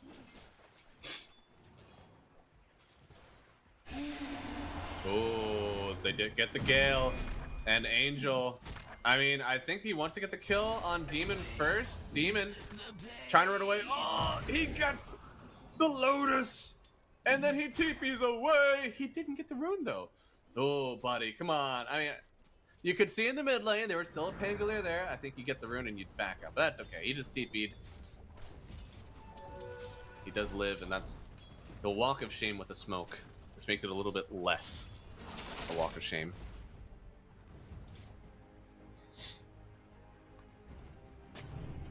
Oh, he's going to get a deep ward. Sees a stack. It's a little bit late to block the camp, buddy. They've already gotten 3 stacks on it. I think as long as you have a ward on it, you maybe even contest it. Hopefully your Batrider is just like dominating the lane so hard that you can go in and make sure that this Pango can't get it. You got 12 denies on it. So Cancel is starting to get a little bit out-leveled, right?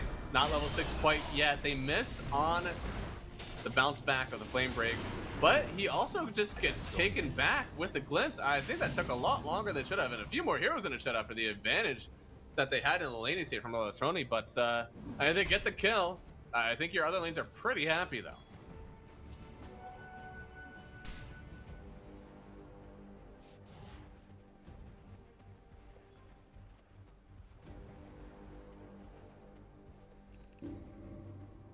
So far, pretty even in the laning stage. Only the Spearbreaker having a really rough time, honestly. 10 to 9s on the Deucer, only 18 CS on the Spearbreaker. It's a hard, I don't know, it's a hard offlaner to pull off because you do have to be mostly like rotational. You can't really just be like sitting in a lane farming. You barely even built the Vanguard, to be honest. Angel looks like he will fall down. He's very fast on the Venomancer. What the? He's just got boots. And it looks like my Spearbreaker is slow because he only has the Vanguard, actually. He's just now getting his boots. Okay. Oh, okay.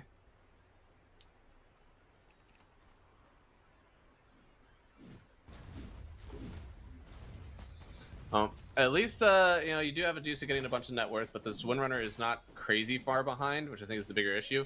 Also an issue is my Pangolier. He's starting to fall a good bit behind from this Bat Rider, so I think that might be an issue soon. Thankfully, Pango does just happen to be an ulti sometimes. Even if the lane is lost, you're still able to roll, crash, and be pretty big in these fights. I think levels really matter the most. Remember, how many shield crashes can you really get off in a roll? How much damage does it do? I think that's what will really matter. They do use the Focus Fire. Arise not going to try to skewer out yet. In fact, he's just going to see if he can get himself one of these creeps. Oh, and Michael is here. And he gets the shockwave to get the 2 creeps. All right, at this point, you're coming out even on the net worth. But they do the skewer away. Spearbreaker is way too far. He will not actually get here in time, it seems. But he just stops right on cancels like, don't mind if I do. Finds themselves a Pangolier. Now, that's a pretty good charge. Gets the kill. Way to go, Balrogs. Still not really grabbing a definitive win in the laning stage here, mostly because the Dusa is such a good hero. And is also going in for this very, very quick Manta style, so also opting out. Usually you go Dragonlance. Maybe I'm wrong. Maybe I'm just wrong. Maybe you don't usually go with Dragonlance anymore. It might just be a threat thing. Like how threatened are you on the map?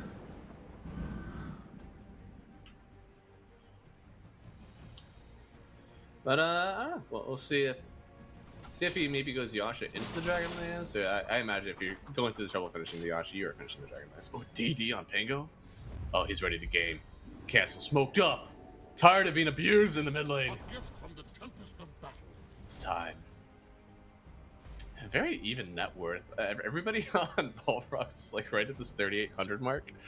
Meanwhile, you have the Deuce of the Sticky, like really good lane. Everybody else had an awful lane.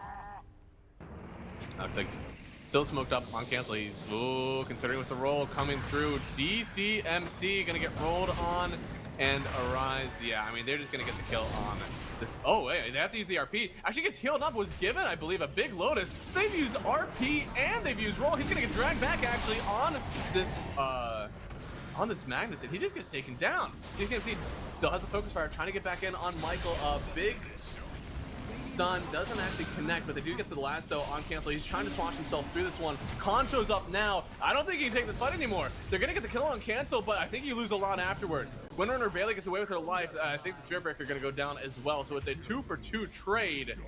And well, Khan gets a double kill. I think that's a pretty easy win for Ram. Yeah, Ram squad then.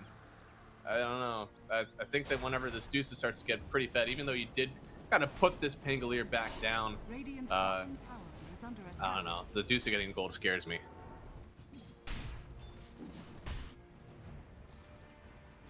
But at least the Windrunner lived.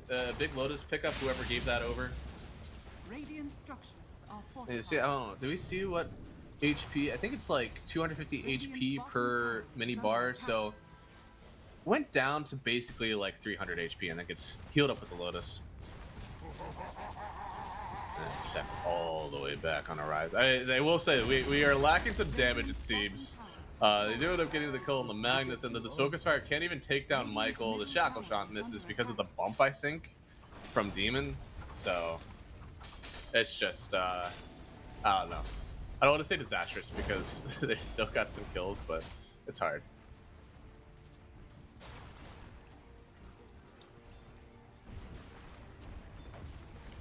But meanwhile, I mean, we're still grabbing a net worth lead a bit for the Ram squad. It's only 1,000, but it's something.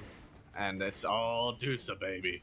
I mean, Dusa with that last set of kills, it just like really upscaled this timing on the Manta style. Now with the help of Rubik taking down the stack, she might actually have it within the next like 2 to 3 minutes, which again, 13 minutes on that Manta style is crazy quick. Dire are scanning.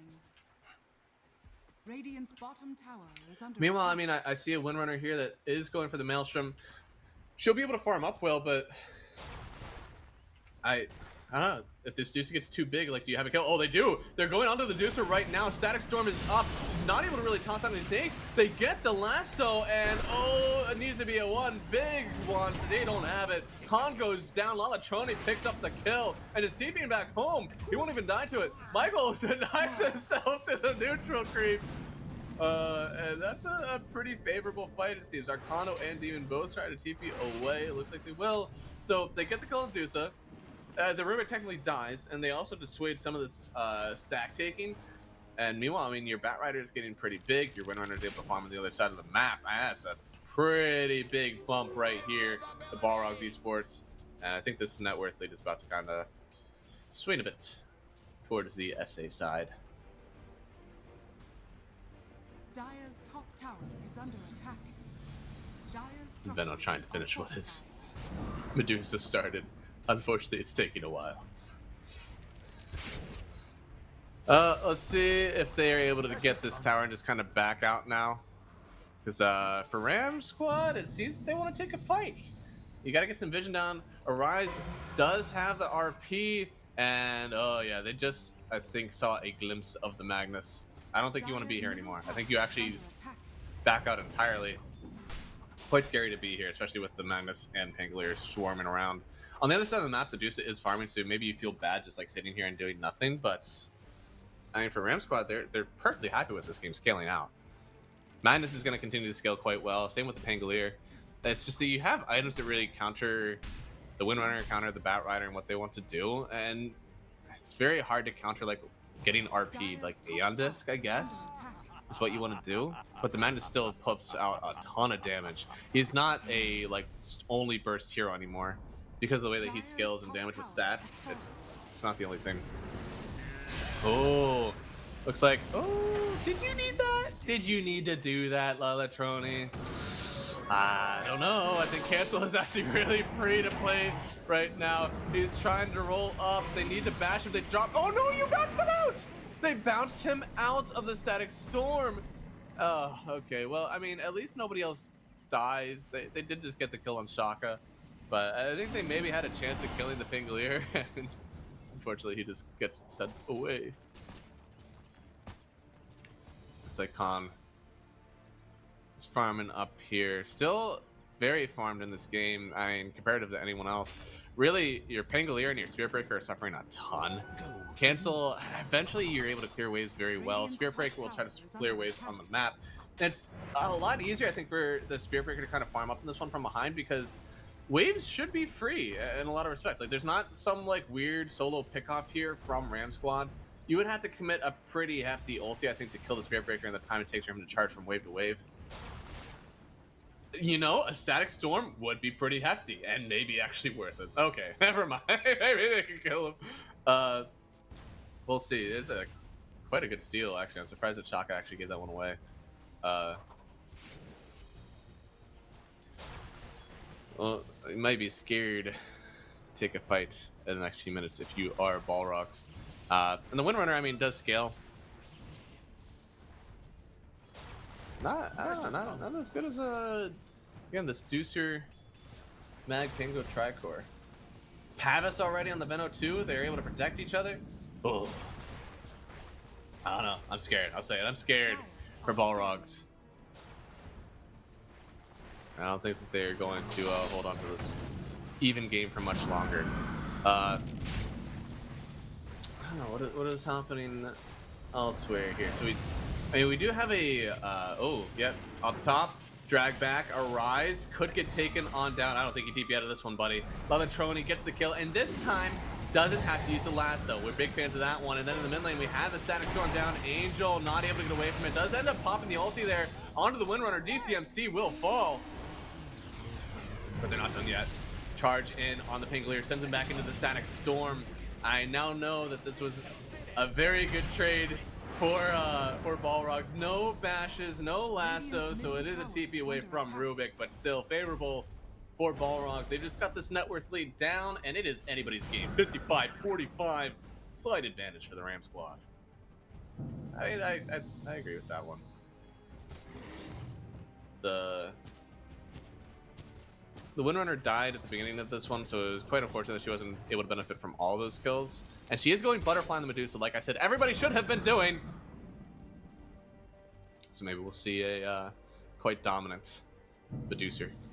I don't know how much I love this Gleipnir start off. I don't know, your team seems quite built off of the burst right now. And maybe the Gleipnir control is like, great, yeah. Is it second item great? Maybe the stats are too good, right? You get all those stats from it, you tank up, you get a lot of extra damage anyways. That's probably what the idea is.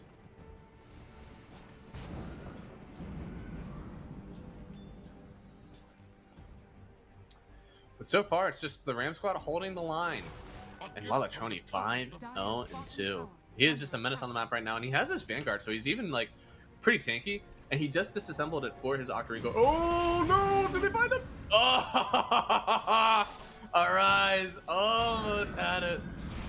Even if he just gets clipped by the skewer, it would have been enough to stop the TP. But Lalatroni, that would have been dangerous. I know his stats are cool. He's got the Octarine. He's going for BKB now. And it looks like they are charging on the Venomancer. Poor guy, he's very slow. And Lalatroni doesn't want to commit too hard for it just yet. They're going to charge still on, I believe, by Michael, but they still get the kill on Angel. Unfortunately, only Pavis will protect from the physical damage. There's a lot of magic here on Balrogs, and they haven't even had to use the lasso just yet. Cancel. Does he actually go down here? Charge up. They do manage to find him. Static Storm. They actually connect the stun onto the Rubik as well, so he can't protect the Pango. They'll buy back immediately on the Venomancer, but how much does that matter? Do you want the smoke Veno? I don't know. Gets charged up. Arise in a bit of danger. Hasn't used the RP just yet. Tries to drag everybody back, and he gets it with the RP. And the Coddle could go down. They screw it back under the tower. DCMC will get the shackle shot on Arise. Trying to TP around, and the roll. It connects. They get the kill on the Windrunner. It is a 3-for-3 trade, but one of those was a buyback to make it happen here on the Venomancer. It's only support. Radiant structures are It's not that big of a buyback. Radiant's middle tower is under attack.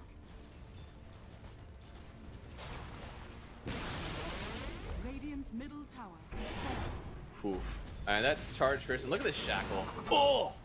Right onto the Rubik. I mean, they just immediately kill. It's such a good start to this fight. I'm honestly surprised that they lost the rest of it, but you can see, I don't remember what bounced everybody into. Like, DCMC and Demon get so close here, and they just get, like, taken back in with that shockwave. I don't know if that was really necessary. On the other side, we did end up losing the Pangolier again. That was dieback on the Pangolier, huh? That's not good. The Rubik, oh boy. In a bit of danger here. Is going to get focus fired. Yeah, stealing focus fire yourself probably isn't going to save you. It was a good attempt, but doesn't end up working out for him. So now we have a net worth lead for the Balrogs team. And at this point, the question is like, how do we damage the Medusa? How do we kill her next? And I think you're doing a good job of killing everybody else in these fights, and you've done a good job of like static storming her. But like, look at my Windrunner. All right, I got a Gleipnir coming. Does that really? It helps a little bit with Gleipnir or with Butterfly. Not everything. Not everything. Holy moly. So many spells. 4,000 gold chains though. It was, again, dieback for the Pangolier in that last fight. So it's quite difficult right now for Ram Squad to play, I think, after being demoralized like that. Your Pangolier is now basically the net worth of the Coddle on the enemy team. I did say that these would be like a 2 3.5s. I think Arcana's got more net worth than I expected still, but Demon is like, yeah, 1,000 up on the next support. He's also getting close to the Pangolier, so like he's still taking waves. He's going Crimson after the Agno Scepter, which is a really nice part about this 3.5 type of deal. Is after Agno Scepter, yeah, Shadow Blade's cool. They're like cool items to get, but after the Ags having that cooldown and having to go through the debuff immunity, you've gotten a lot of your like net worth value out of the Spirit Breaker. So I do like how Demon now is starting to pick up a bit. He has items that are really good on him. Glimmer to save his team. Also a Halberd to help out with the Dusa. If you can stack 2 Halberds in this game, then you're feeling pretty nice, because the Dusa does feel like she has to go for the Butterfly. It does feel like she has to go for the Scotty. If you put BKB on the item list, then like, well, how do you hit this Windrunner? I mean, you need an MKB, so you're gonna have to get that one as well. And now you don't have a crit. You may have to get rid of your boots. I don't know. Getting rid of boots whenever you only have a Butterfly and not a Swiftlink is not fun. It's okay, but it's not fun.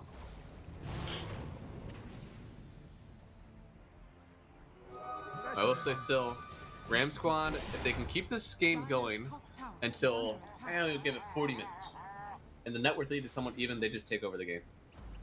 Dusa is going to be wild. And Windrunner does scale late, but again, like this Spirit Breaker, this Bat Rider, they're much more control and enabling, and they don't really offer their own kind of late game oomph. Mag and Tangleer have a lot of late game oomph. It looks like Roshan is getting taken. It's 20 minutes in. You gotta have eyes on Roshan, and with cancel on the Tangleer, it's very easy to take now. Magnus with the Empower.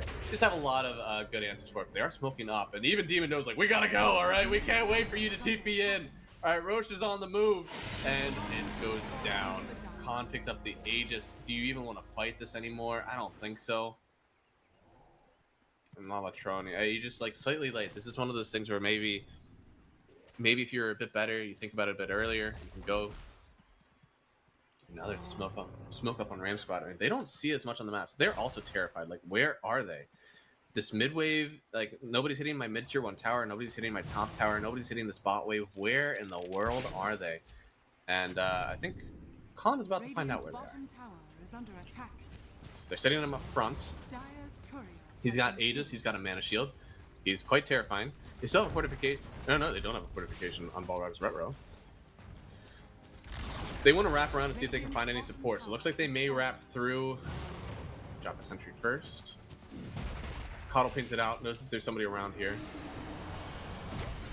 And there it is, jump right in on the Pingler. That could be a pretty nice find first off. They get the Lotus Orb, but he does still fall down. Olatroni's about to pop on that Benno ulti, but Magnus skewing back Arcano, sending it back into the rest of the team. DCMC loses his ultimate orb, and the Windrunner is also going to die. She loses 200 gold, but she tries to turn around and maybe get the kill on the Rubik first. No, she will just fall, and Khan gets his Scotty at the tail end of this one. Has to pop the BKB on Latroni, and Demon will surely fall. It's going to be a double kill for the Medusa. They see Latroni TPing out. They can't do anything about it, but it is a 3-for-1. And yeah, maybe a bit of a rough initiation there from Balrogs. They really wanted to force this smoke to happen, and they just end up on the losing side. Plague our enemies. Big net worth. Big percentage lead advantage now on Ram Squad. Still do so with the Aegis, so I mean, she's not really a threat yet. The Halberds can't come soon enough, honestly. If you don't have the raw damage to just initiate it on her, you don't really want to fight her right now anyways, because she has the Aegis. You really need to get that Halberd out.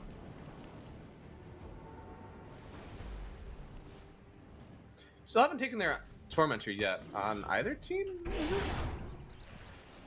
Yeah, neither team has taken their Tormentor. Ooh, RP, it connects. They bring back the Windrunner. She does get the Windrun off. She still just bursts down. There's way too much magic damage, and we're seeing the effects of this Windrunner without her BKB. She's trying to go for a Manta style. I don't think that's enough versus a Pangolier, versus a Rubik, and especially versus a Venomaster. I think it's more like the Pangolier. Like, do you really get to play these fights if you don't have a BKB? I don't know.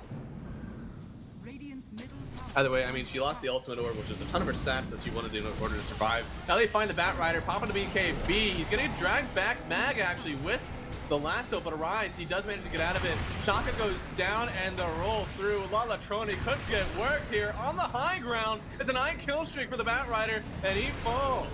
trying to just run back with a charge. Arcano, I don't know if he wanted to be here. It's a charge forward. In return from Michael and Arcano, you don't have the health to deal with this one. Wanted to get the kill on this Pangolier. He doesn't have it, though. It's another kill, almost a team wipe. I think it is actually a team wipe there for Ram Squad and Balrogs. Oh, I think they may have bit off a bit more than they could chew here. Radiant's middle tower has fallen. Have us up. They're just letting Khan hit. I mean, he is literally only 900 HP. If somebody walks too close, it looks like DCMC may have walked too close. Ooh, Gleipnir, is it enough damage? No, I don't think it is. He has a haste, so he's able to get away from this one. Wanted to try to get the assassination. Oh, but they bring him back. Ooh, the static storm. They get the kill. Okay. And they get the kill on the backside. Khan, I mean, I don't know. He has got another minute for his Aegis to be reclaimed. Looks like they will take the kill on Disruptor, but can they get anything else? Oh, wait, no. He's still living, actually. The Pavis kept him alive for a while. Deuces still gets the kill. Horizon actually collects the kill on both. And you're just starting to bleed out kills, I think, from Balrogs. This doesn't feel too good at all. Michael had the charge, uses it already. He's just going to die to the Windrunner now for sure. That is a big latch on. And now they have to run away. Dusa will like to survive with this Aegis and just get the regen. That would be awesome. And she looks like she is going to get that.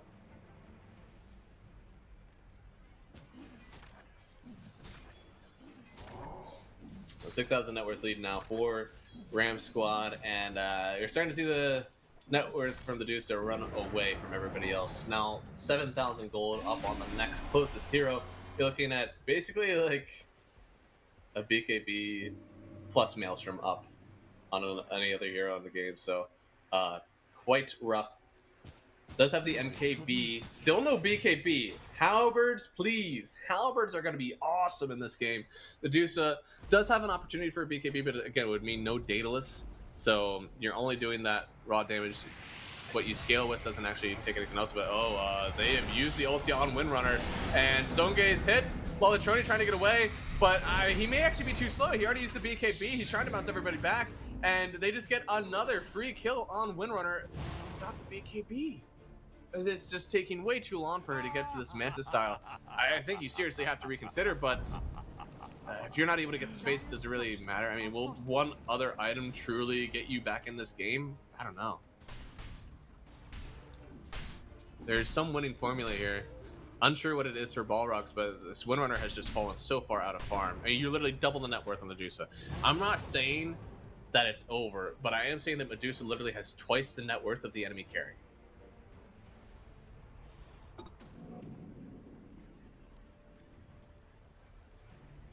I think this is still like somewhat favored for the Windrunner matchup. I just think you need a BKB in order to play this game. Finishing the Gleipnir is good, I suppose. I think your team also needs some halberds. Finished Crimson Guard on the Spirit Breaker. How's Halberd coming either next or soon? Oh, it looks like he just has everything coming on Courier, so he will have one. That's pretty big. We don't have a halberd yet on Demon. Looks like he's tried to go for the Axe for a while and then realized that that is an absolute awful decision. You just cannot. You won't be able to finish that.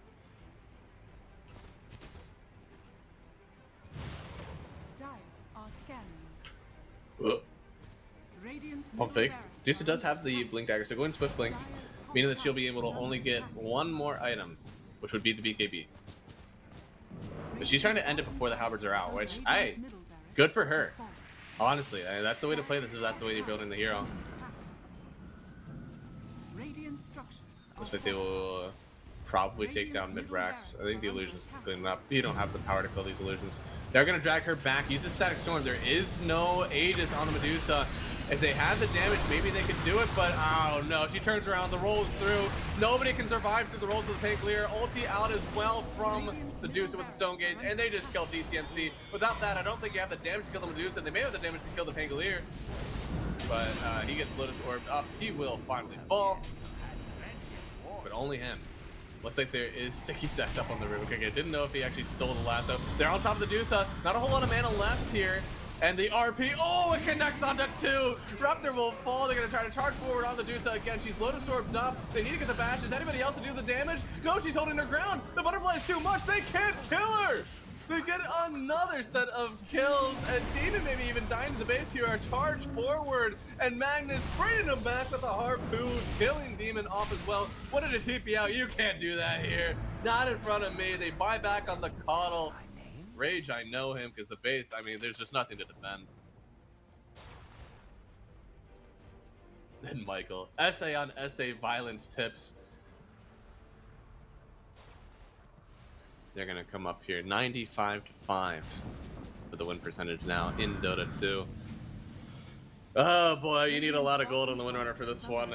And I think you needed this halberd a little bit earlier on the Spear Breaker. I mean, the Dusa has been allowed to get away with so much. You see these other games, even in the last one that we watched, I mean, Moneymakers, they had 2 halberds versus the Dusa. It's a very, very good item. And oh boy, it looks like bot side, they did find the Rubik for Rubik from them. Honestly, a little bit unsure which one. Okay, Angel is a bit of danger for Rams here. Does use the ulti on Disruptor. But oh boy, Shaka. After that ulti pops, he does manage to get away a bit. They buy back on the Rubik and the Venomancer. It could be an opening here, but DCMC, oh god! The damage is overwhelming from Khan. Nobody can set up to the Deucer. Run away! They'll get another set of kills. I don't know. You just 2 buybacks, yeah, it's rough, but like Roshan is up. You can just head right into it.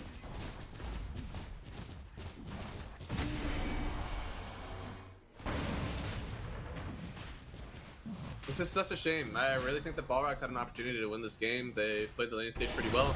They're getting these really good mid-game fights. I think they were a bit too lackluster whenever it came to the mid-game.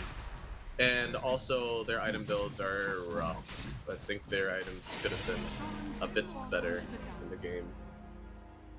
And once there's an MKB on the Dusa, I just have no cares about this Crimson that we have on Spear Breaker. Thankfully, he does have the Halberd now.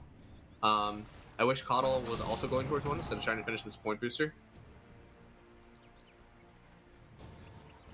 But Halberds, Halberds, Halberds. If this is the only hero that you're going to have a problem with, then you need to itemize for it. Clearly there's some sort of a Dusa problem, too. I don't think that's short-sighted at all. Bottom tower is under attack. We're gonna smoke up on the backside. Just let the Dusa sit up here and take the tower. This is second racks to be taken here. Oh no, they send him back. Look how far he goes.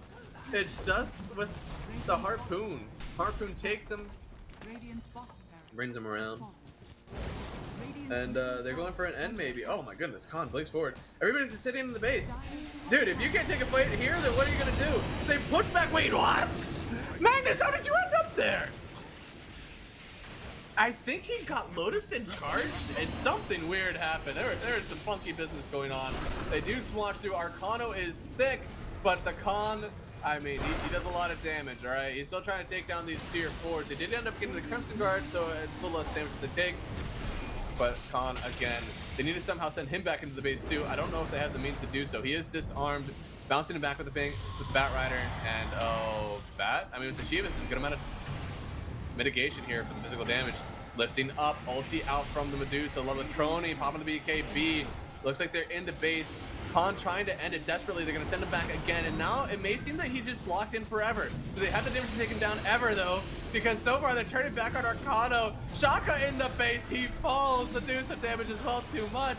They're charging through again. The Medusa just sitting around. I mean, they're finally trying to go on anybody else in this game. They're forcing the Medusa into the base. They push her back. They charge in. I mean, hey, if my team can't kill you, well, maybe the Fountain can. They'll get her once. Can they bounce her back again? Cancel's in here trying to be a disruption. They need to bounce her back first with the Coddle and then with somebody else. But she wasn't in the base for much longer. DCMC trying to hit, but the Dusa in their Fountain is doing all this damage. Oh my goodness, that was your one chance it seems. They got the Aegis at least, but that's all they had. And Khan still isn't scared. He's ready to go back for round 2. I didn't hear no bell. Radiant's structures are fortified. Man, that is unfortunate. Oh no. Oh no, the RP! Okay, welcome to the box of death. Enjoy your stay. GG. Game number 1 goes pretty in favor of Ram Squad. Again, Balrogs are really rough draw this first round. It's going to be a tough matchup for them, but I do believe a little bit better on the item building, maybe a little bit better on the map movements, and they could have taken this game. But for Ram Squad, I think they played a phenomenal one. They survived the laning stage. The Pangolier was probably quite tilted throughout the entirety of it. But the side lanes went well, right? Like your Medusa got crazy farmed. And your Magnus got enough farm to be a player in the game. So even though Cancel may have not been happy, he was happy to be a role player for his team. And on the other side, DCMC, I don't know. I ends up going for this Manta Diffusal. Really think the BKB is super necessary in this game whenever you're playing versus a Pangolier. His outputs so much damage like that. There's only a single BKB in this game. It's from Lalatroni. Not even the Spirit Breaker had one. This Crimson Guard, I think is a gigantic blunder. I think this maybe needed to just be Howard BKB. Again, like I know the item got nerfed. I know that debuff immunity still means that you take magical damage, but this Pangolier bouncing around just feels so impossible to take these fights now. I mean, this Venomancer did 32,000 damage. I can guarantee you it's almost entirely magical. It's still like you're never getting on top of the hero. So game 1 going to Ram Squad. We're going to be right back with game number 2. So stick around. We have more Dota 2 on the way.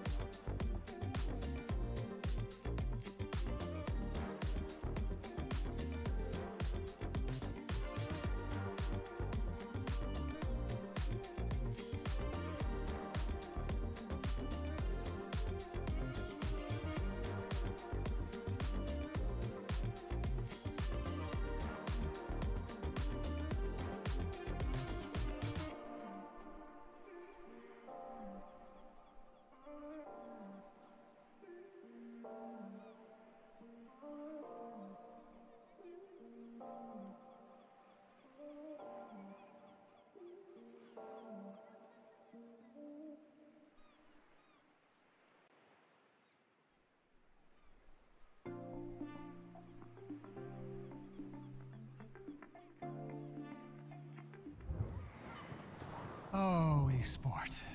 You and I have come a long way. It was such humble beginnings. As we gathered in small groups, we were professionals right from the start. Passionate, organized, and ready to rumble. We dreamed big, and surely enough, our parents supported us at every step of the way. Didn't they? Fired up by all this love, it wasn't long until we caught the scent of competition. To be honest with you, it wasn't always that easy. Joe here, he had to take on 2 side jobs to afford playing professionally. It's gonna get better, Joe. Fist bump. Some of you dared to not even call this a sport. And look where we are today. An endless stream of esports events every year. Bet you didn't see that coming, Mom and Dad. And you know what? We have been with you every single step of the way.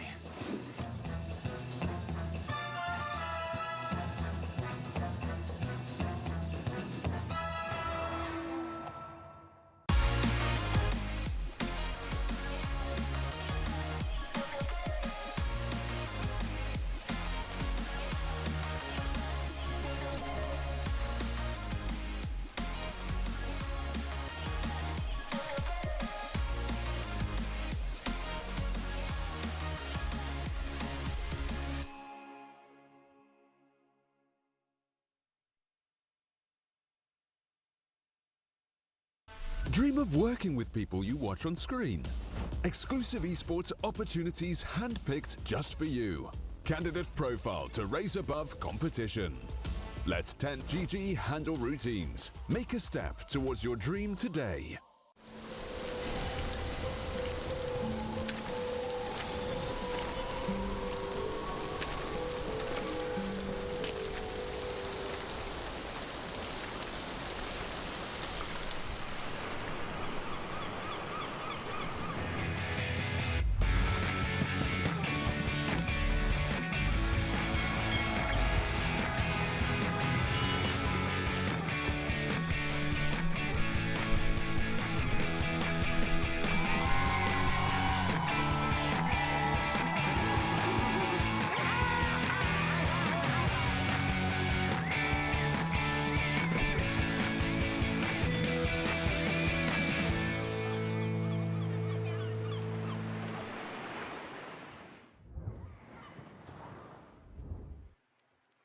Hello, everybody, and welcome back to the Pinnacle Cup, the Malta Vibes number 2, and we're possibly at our last match of the day. Ram Squad with a pretty decisive victory over Balrogs. I think the draft had some potential, but there were some fundamental issues, I think, with how they played the game again. BKBs and Halberds were supposed to be present on Balrogs, and there must be an error with my Dota 2 match recap, because there's only one BKB in this entire Balrogs lineup, and only one Halberd, too, so... I think whenever you let the Medusa go to 18, I don't think it's the worst thing in the world. I really don't. I think the DCMC has a fine matchup into it with the Windrunner. I just think that you need to alter your item build a little bit. I saw a lot of people saying that there was no Diffusal Blade, and that is true, but I also think that you maybe only get that as a luxury item versus the Dusa. You know, you still need to be able to survive these fights. You need to be quite ahead. And we do have a draft ahead of us. We'll see if the Dusa even makes it to this one. I don't know. It seems like after that one, you may be distraught. And there it is. Balrogs are like, get it out. Don't do this to me again. They get rid of the Dusa. It's a hero that, I don't know, maybe you don't first phase it. I think there are a lot of counters across different positions. And it's not as powerful as a first pick anymore because of that. I think it's a really good second pick and a fantastic third pick. I don't know. I think that in the first phase, it's definitely not as good anymore because of the prevalence of the Darkseer, the AM, even Oracle. So I don't know. I don't know if I really love them. Banned it off first, but hey. I'm okay with getting rid of it since it murked you in game number 1. They do get rid of the Magnus here for Balrogs. And then Spirit Breaker picked up by Ram Squad. So good map splitting again. I think that you just go Windrunner. I know that they're probably like shell shocked. Do I want to do this to myself again? I think the hero is too good. I think that Ramscott are going to pick it on 8. Oh no. Oh no. The Windrunner's available. Ooh. Techies is also available though. So you could just go for the full offlane set and get Techies here. It's a really good support. It kind of opens up the rest of your game, but you don't really ban out for it. You don't need to protect ban a Techies. You may protect ban a Windrunner, and Windrunner looks fine in this game, right? Monkey King is predominantly physical. You can Windrun around. You can break trees. Venomancer is, but that's a game where I think that your Gleipnir and Manta pickups would actually be really good. Manta off everything that the Venomancer is doing to you, just kill him. So I would be okay with them doing that.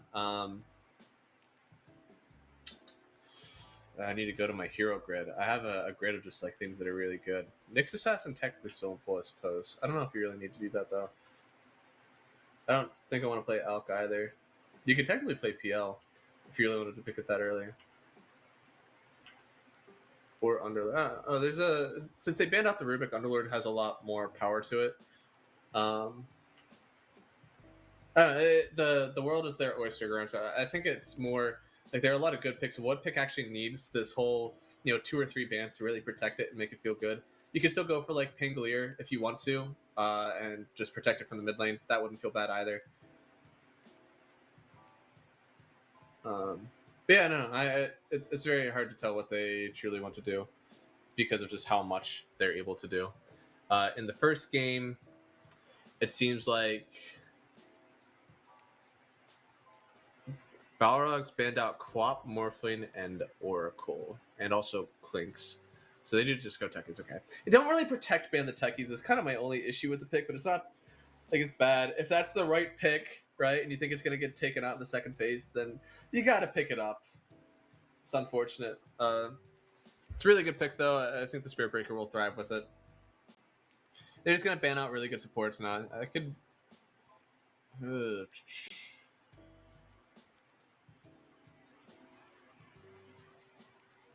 I don't know, actually. Did they ban out Enchantress as well? This really start to mix the support pool. And this Monkey King could be a pause 4. Balrogs, especially teams in SA in general, aren't opposed to that, I suppose. They can do that.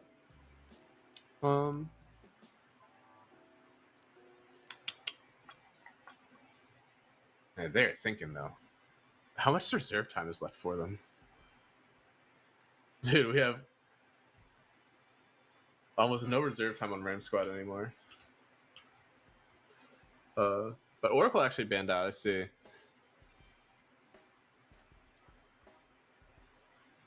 It is good to dispel everything that the Venomancer is doing. Also, if you want to go all in on the Monkey King, that could be good. Pangolier still in pool. Underlord still in pool. Enchantress still in. I think you could probably fit those into both lineups. This could be a Veno 5, Monkey 4. It's not the best in the world, but it's still a possibility. This could also, the same way, be Spirit Breaker 4, Techies 5. I think that one is slightly less possible. Spirit Breaker and Techies both won a lot of gold. I think they kind of have to be year 3-4 there. But, stranger things have happened. Windrunner gets banned out here. Void Spirit as well. So we're looking at a Clockwork pickup for Balrogs. Somewhat protects them maybe from a Pango pick. I don't think it entirely dissuades it. But it does make it somewhat hard. You can't really roll up whenever you're getting battery assaulted. Now, if you have your shard, you're able to do the roll up and then roll through afterwards. So you have a little bit of a play there. But it's not fun.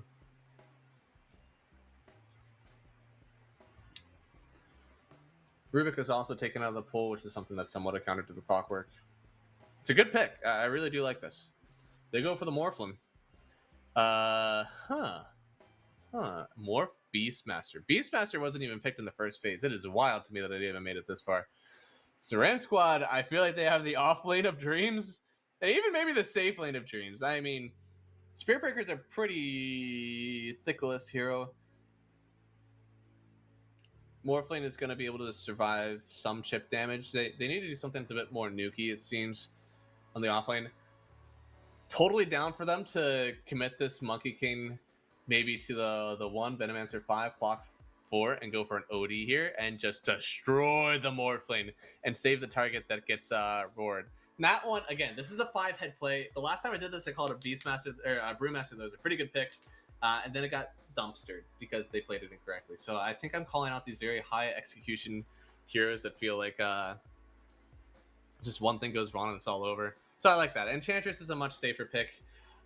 There is a core among us. In fact, there are 2 cores among us somewhere in this lineup where every one of these look like a pause 4. But I promise you, 2 of these are going to be hitting creeps. If I had to guess, I mean, Enchantress is definitely a support. Geez. Clockwork definitely supports. So I guess Veno offlane into this monkey like mid safe flex. You probably ban out some mid laners that would like really burn it. They banned out the Quap already as one. Even Void Spirit and Pangolier are both down. I'm unhappy, honestly, that Void Spirit and Pangol are out because I think that the monkey would actually be able to win that matchup. Now you have to ban out like, jeez. Do you ban out Tinker? No, not versus a Clockwork. Never mind. You don't ban out a Tinker versus a Clockwork. Boy. Never mind. You definitely ban out Tinker. I knew that was coming. Huh. This is not want to get cheesed. Are you banning up Meepo too? What's happening? I don't know.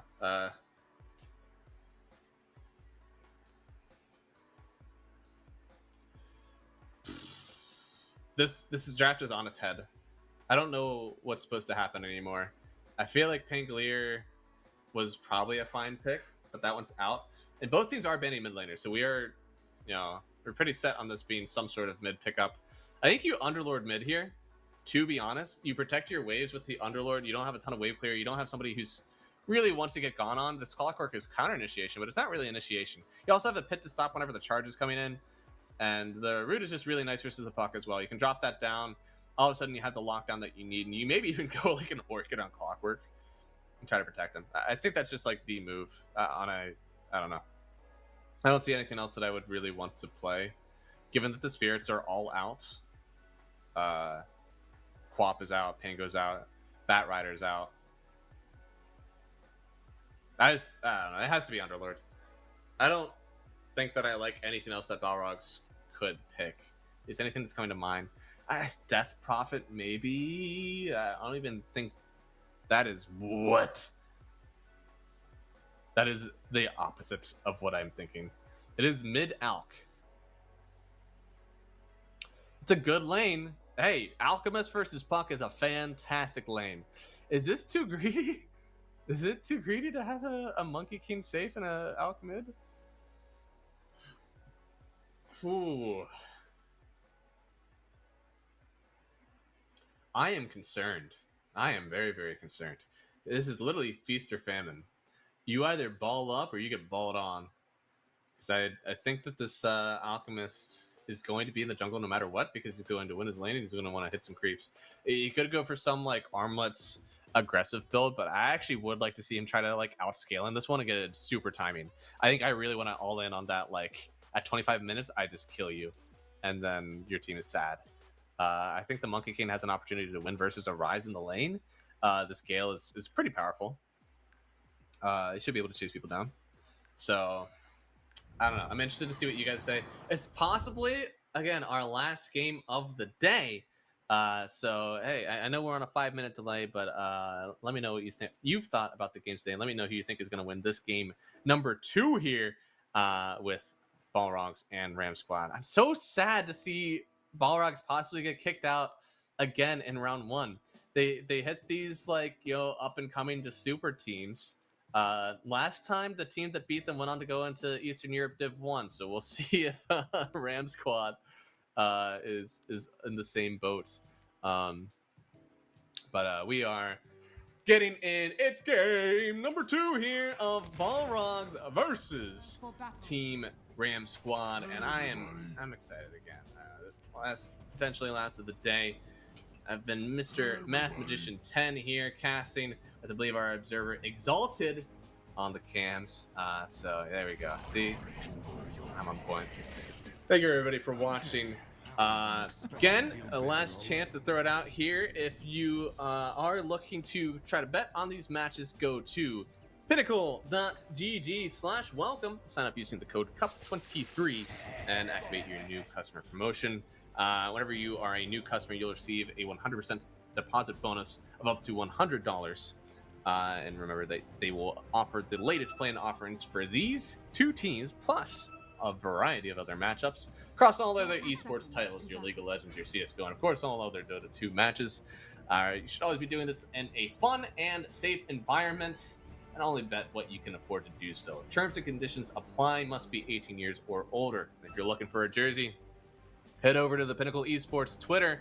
You can go to the pinned post at the top of their feed, comment, and tell us who your favorite team is, and follow. Make sure that you give the post a retweet. You will not be entered into the giveaway if you're not following and retweeting. And unfortunately for Angel, oh boy, I hope you guys bet on the first blood for Angel on the Spear Breakers. It seems like they're trying to give it to Lalatroni. No, he took down to Arcano. Dude, he didn't even click him, all right? Respect to the Venom. All right, he didn't try to make that happen. And of course, for the jersey giveaway, also make sure that you are following them. They're going to be giving away jerseys throughout the event. Also, terms and conditions apply. You must be 18 years or older to enter. Interesting to see how Lalatroni is going to play this one. He's got the phase boots queued up. As many denies as the Puck can get, it's going to be fantastic. But Puck is not necessarily a what you call a high armor hero. Only has 3 when you're out of the tower. Oh, and oh no! Oh no! No! Lalatroni! Oh, that's so sad. That is actually like what was so good in lane. Honestly, like kind of dumb. I don't know. Oh my god, that's so sad. Oh goodness. Simply, what can you do? Simply, what can you do? Unfortunate stun. Trade up top. Looks like Michael is doing pretty well in these trades. Again, that Techie's hero is taken out of these games for a reason. It's just so easy to kind of trade and win these matchups. I'm, I guess, slightly surprised that they're not putting the Veno down here, but I do kind of like the idea of the Veno getting more net worth, and also that you can just enchant, right? You want to enchant the boar, so you don't want to give the Beastmaster the opportunity to maybe get boar and try to like play around this getting. Ooh, Michael, dude, the impetus was that like, dude, that was like 15% HP that just goes. Holy, good job from him. Yeah, this mid lane, I honestly think this mid lane could pop up with a net worth. I think we might see an Alchemist that is skyrocketing. He may not honestly go for the Radiance just because he doesn't need to. I would like to see it. Again, I really want to see them hit a strong timing. But it might not happen. It might not happen. Bot lane though, Khan, there's not a whole lot of nuke damage, so he's fine. And, ooh, Puck is going the treads, interesting. Monkey's got some decent net worth, but yeah, whatever. He's. It's weird that he has the what is it called, the Elven skin queued up instead of the Robe of the Magi. But so far, it looks like after our first few kills, beginning of the game, ooh, oh, Demon tried to catch the blood grenade whenever he was low HP. Is DCMC actually able to catch up to this? No, he's not. Damn. Michael got away with murder, it seems, and then attaches the sticky grenade. That is so sad.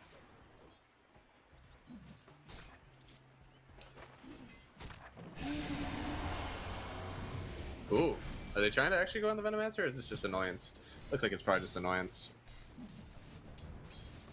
I think if Khan gets too much net worth out of this one, it's just going to be like the hardest game. I don't know. I think you really need to get going on this Monkey and this Alchemist and just strike whenever the iron's hot. If you don't have that sort of timing on your team, then you can just lose. But he's trying to make it happen, DCMC. Oh my, okay. Almost actually dodged away on Michael, but they do end up getting the kill. Meanwhile, on the other... Oh no, they had already killed the Beastmaster. Wow, so just a double kill up top there for the Monkey. Khan is battling back from the bot side. Yeah, Enchantress, 2 kills. My Enchantress. Oh, Enchantress, my Enchantress.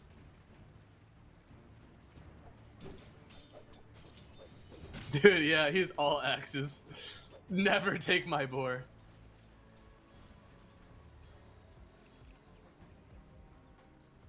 Yeah, Khan cannot be happy. The only thing with tick damage versus this Morphling is that he has the opportunity to kind of shift through. Doing a bunch of nuke damage on low agi is much better than doing tick damage on like low agi and then tick damage else on high strength. Oh wait, what? Arcano? Huh. Didn't expect that. Looks like they come around with Michael, probably blast off in. But they do know that the Arise is in a bit of danger now. He is alone, throws up another set of axes, but DCNC is actually getting body blocked by the Frost Ogre Shaka. Like, my kill. Right? Nobody kills Beastmaster but me, unless he kills me. Holy, he's 6 stacks of the axes on him.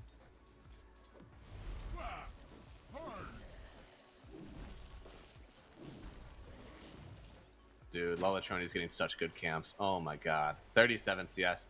And Alk is a hero. It doesn't matter. Oftentimes I'll look to see like, oh, you know, has he been hitting jungle creeps? Is he either lanes creeps? It ain't matter. Alright, he's getting big gold either way.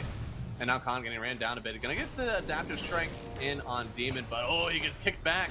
And yeah, I think it's time to sit and take your beating, buddy. Khan goes down on the Morphling. Grandmaster Morphling knows when it's time to just sit back and take the death. Yeah, dude, this Alchemist is just slamming the net worth. He's already at 3,300. He's 1,000 up on the Monkey King, who, by the way, is also on his team at second net worth. And you gotta think, like, are we sending somebody after this guy soon? do we need to stop him? Because on the other side, I mean, they're just running down this Morphling. They do TP in Michael. He needs to try to go on Arcano. Looks like they wanted to try to take him down first. But Arcano, oh, with the Sticky Bomb will fall. They TP in the puck as well. They will protect the Morphling. Do they get anybody else, though? Oh, TP away. Oh, no! They get the coil onto Shaka, so Cancel gets the kill there. It's 2 gone on the bot side for Balrog, but it doesn't mean that else they are just farming up as much as they want.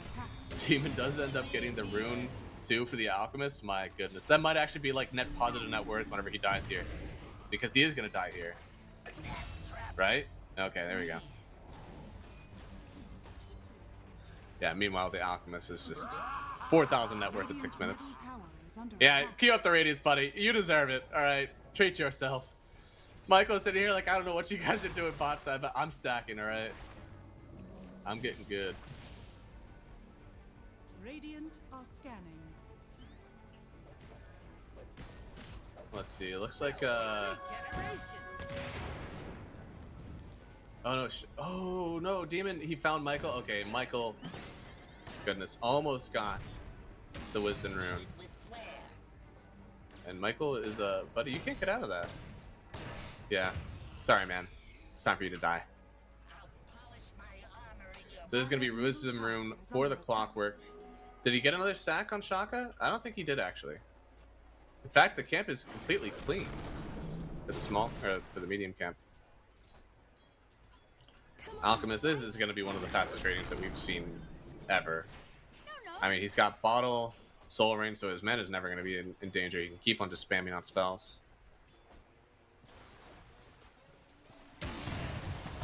Looks like they are trying to go in. Demon actually locked up too. I mean, Khan is in a bit of danger. He is ticking a good bit.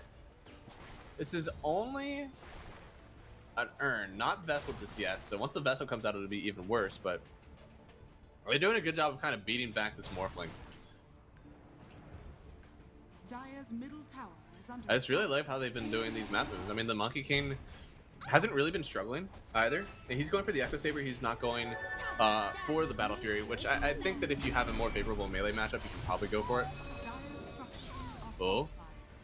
Looks like Puck trying to get away. Wanted to get the kill on Shaka, but Shaka shocked the world and actually got a point in his heal.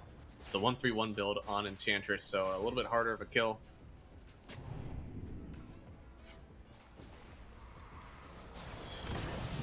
And oh boy, Morphling. Gonna have to try to jump away from this one, but already used the waveform out, caught in the midst of the Wukong's command, and then the stun actually connects and they get the kill on Angel too. They don't get the axes to keep Monkey King out of the trees, And, well, unfortunately, he did dive the exact wrong way. Once he used the roar, he keeps pump faking it. They get the hook shot. They're trying to just keep him out. Finally, they use it. They get onto the Monkey King. He needs to build up stacks somewhere, but the Sticky Bell's already on top of him. He surely will die here. He dodged it with the... Oh, my goodness. I mean, Arise gets the kill, but, man, he kept himself alive for as long as possible. And Shaka looks like he'll get away. The charge won't be near in time to get the kill. Meanwhile, though, I mean, it's kind of Monkey carrying the mid game a little bit so that Lalatroni can do everything that he wants. Lalatroni is still well on the way to that Radiance. Only 800 off of the Relic as well. And look at these camps, dude. He just keeps getting the best camps.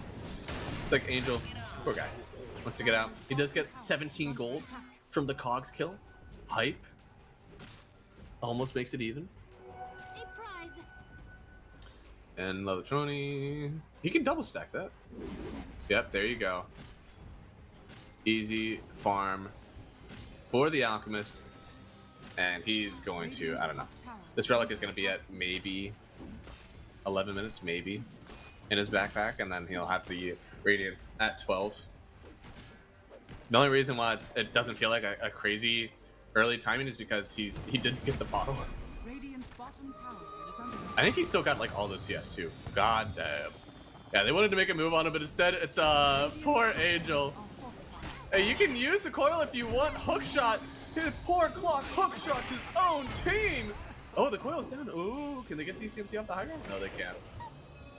He's still trying to catch up to the puck. Maybe you've gone a bit too far right now. Another sweet dodge, but you can only dodge so much here. Cancel. Sends the illusory orb out. Doesn't. Oh no, he does get the kill. Doesn't end up going to that last orb either. Lalatroni is actually taking a good amount of damage. He doesn't have his ulti up anymore. But Clockworker is just going to set himself forward and make sure that he's the one that goes down. Because now Lalatroni gets the stun off. At least wants to get the kill on Techies. Oh no, he just dies? Oh my goodness. Cancel got the kill. That's a gigantic kill. What? Dude, he was farming so well. Oh no. I mean, hindsight is 2020. Maybe he needed to not even be around for that kill. Oh, he probably just should have kept hitting the creeps.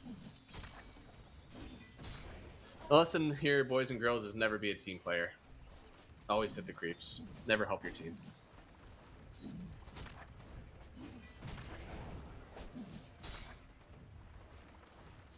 Holy, the levels are actually outstanding. This poor Spirit Breaker. His net worth isn't bad, but his gold is his levels are awful. 12 minutes, still level 5.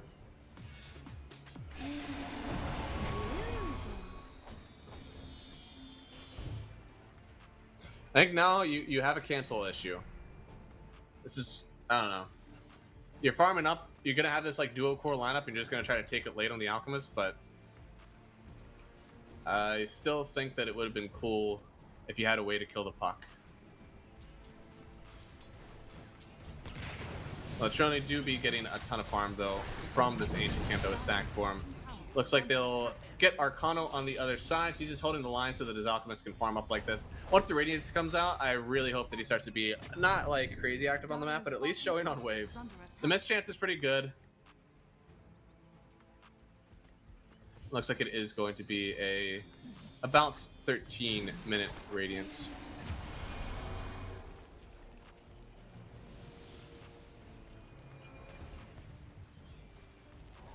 Dire's middle tower is All right, under attack. so oh, he's going Manta too. Holy moly! Oh my God, this is so greedy. I don't know if I like that. Looks like they are trying to go on Arcano again here. The Axes are coming through, and they do roar to even get the kill on Venomancer, which means that it may be a bit of an open fight now for the Balrogs, but they know that there is no Alchemist really that wants to join this. He's going Radiance to Manta. I mean, dude wants to hit creeps forever and ever. And it's just basically turning into a mid-Monkey King. But the Monkey King has his own issues. He's trying to jump away. He is charged up. Looks like he'll get out.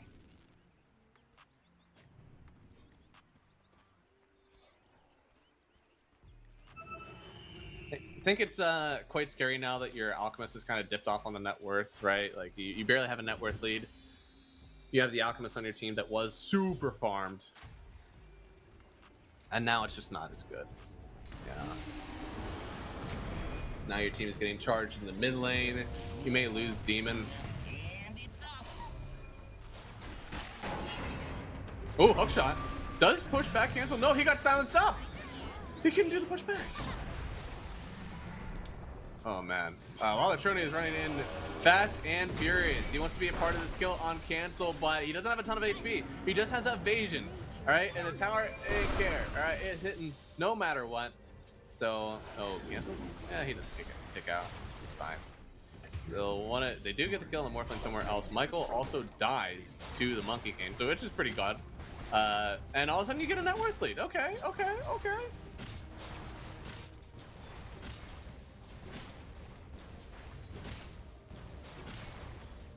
What is my Clockwork going? Are you going Orchid? No, he's going Mules. Ugh. Would have really liked an Orchid, to be honest.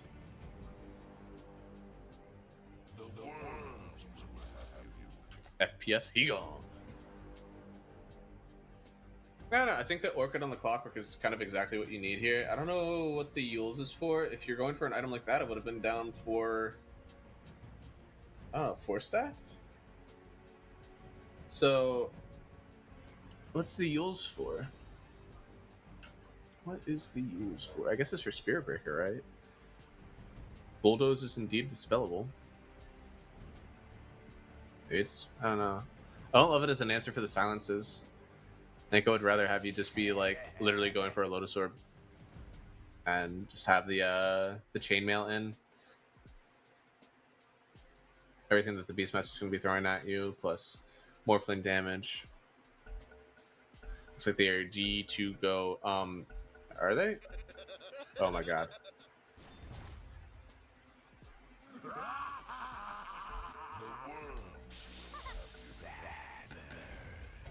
Alright, and the game is resumed. Finally. I don't know what was happening there. Yeah, hey, we're into the game, and my DCMC is farming. My Lalatroni is farming. Boy, I hope that somebody else on this team is farming, but hey, maybe if they can just, again, take it really... After this Manta Blink, I guess, try to make something happen. I just think that you're waiting a bit too long. I think the Morphling may be able to survive this sort of burst now. But, I don't know. Abyssal Blades and Orchids and Hexes are all going to be like fantastic versus this Ram squad lineup. I think the Manta is just like unnecessarily doubling down on this like soft dispels plus farming. I think if you wanted to do that, you just go for like BKB, Blink BKB. Like what are you... I don't know. I don't think the Manta is really that powerful. I understand the idea is that you want to be able to get the silence off from the puck, but at that point, like Satanic, maybe even Disperser would be kind of cool versus the Morphling because he does have his mana to use his attribute shift. I don't know. I'm confused. Oh, it doesn't actually hit the ground there. DCMC though, pops the ulti, stuns up, I mean, gets the kill. Now the roar is used. It looks like everybody's gonna connect here to get the kill on the Monkey King. Shaka is just well too late, won't be able to help out here. And now actually attribute struck. Or adaptive struck. And now Shaka could go down. Too much nuke damage out from the puck. Does toss the stun out on the Morphling, but I think they know Cancel thinks there's a little bit of an opportunity for them to fight here. They're trying to turn back on Alchemist. Manta's off, trying to turn back on Khan. The stun hits, and Khan goes, he gets the kill on Lalatroni, using his own stun against him. It's barbaric. And now, oh, the rotation out. Puck doesn't even go down just yet. Demon trying to get away from this one. The Sticky Bomb does not connect, and this charge through eventually gets battled back a bit, but it's just another kill. They even find themselves in Ancient Camp if they want it, but Khan just wants to get out of here. Another favorable fight from the Ram squad. They get themselves a tower. And I don't know, this net worth lead just doesn't feel impactful at all right now from Balrogs. Yeah, Jesus, 67-33. I feel that.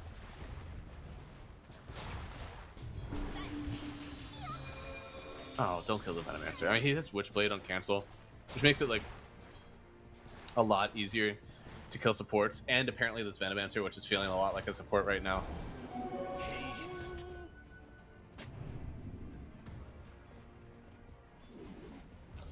What is their avenue? I mean, boy, I feel like every time I see this Alchemist queue up another item, I'm just like, it's okay, guys, another 4 minutes, and then you'll be able to fight with him. This is really fine if it's a carry Alch, honestly, but it's not. I feel like this Monkey King is starting to really feel the pain of it. He doesn't really have anywhere to hit creeps effectively. He can go for a Battle Fury because he needs to be able to show up to these fights. Hookshot through. It looks like they tried to go on Shaka, but a decently low commit from the puck. He still has the coil available if he wants. They do get on top of the Beastmaster. Wukong's command is out. The kill on the offlaner would be nice. 570 gold going the way of DCMC. He definitely needed that one, and they definitely need this tower. Oh, Latroni's going to stop chasing and just go right after the objective here, which desperately needed by his team. Now Cancel, able to jump in and out as he pleases. There's no Hex, there's no Silence, so he just does this for free. Oh my, okay, wait, what? That is a big stun. Do they actually have the damage afterwards? They do! Cancel goes down to DCMC, the impossible kill streak. Holy! What a big crit off of that, the Jingu strike, or the... Goodness, what is it called? Boundless strike. Yeah, now we're at a 53-43. We're coming back. Even game once again. It's kind of the explosion that you need. You need this Alch to kind of get up, get this net worth lead, and be dominant on the map. And if that's what it took. Oh, heals up. Trying to cox him backwards. Does get it. But Khan turning into the Enchantress is one with the forest. They do jump in on poor old Clockwork. He's going to go down quite easily. Maybe getting a bit ran back on the map now. Our Balrogs, I feel like you want to try to keep this momentum that you have. Instead, you're just letting it go. I swear to God, my Alchemist is just hitting creeps. Ugh. That's okay. He's got the blink now. That means he's going to be with you. Smile. Alchemist just went to the store to get a gallon of milk, some cigarettes, and in 20 minutes he's going to be back to play ball with you.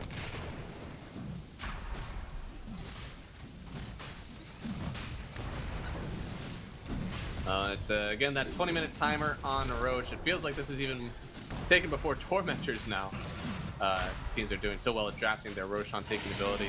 Aegis goes to Khan, so he doesn't get caught outs like that any longer. There's even a Clockwork that could have seen this happen. They do get the hookshot in. Actually, causes in both the Beastmaster and the Spiritburger. This is the fight that you want, and the big crit from DCMC. Gets to kill Michael, trying to get away here, but the damage, it should be too much. They have it.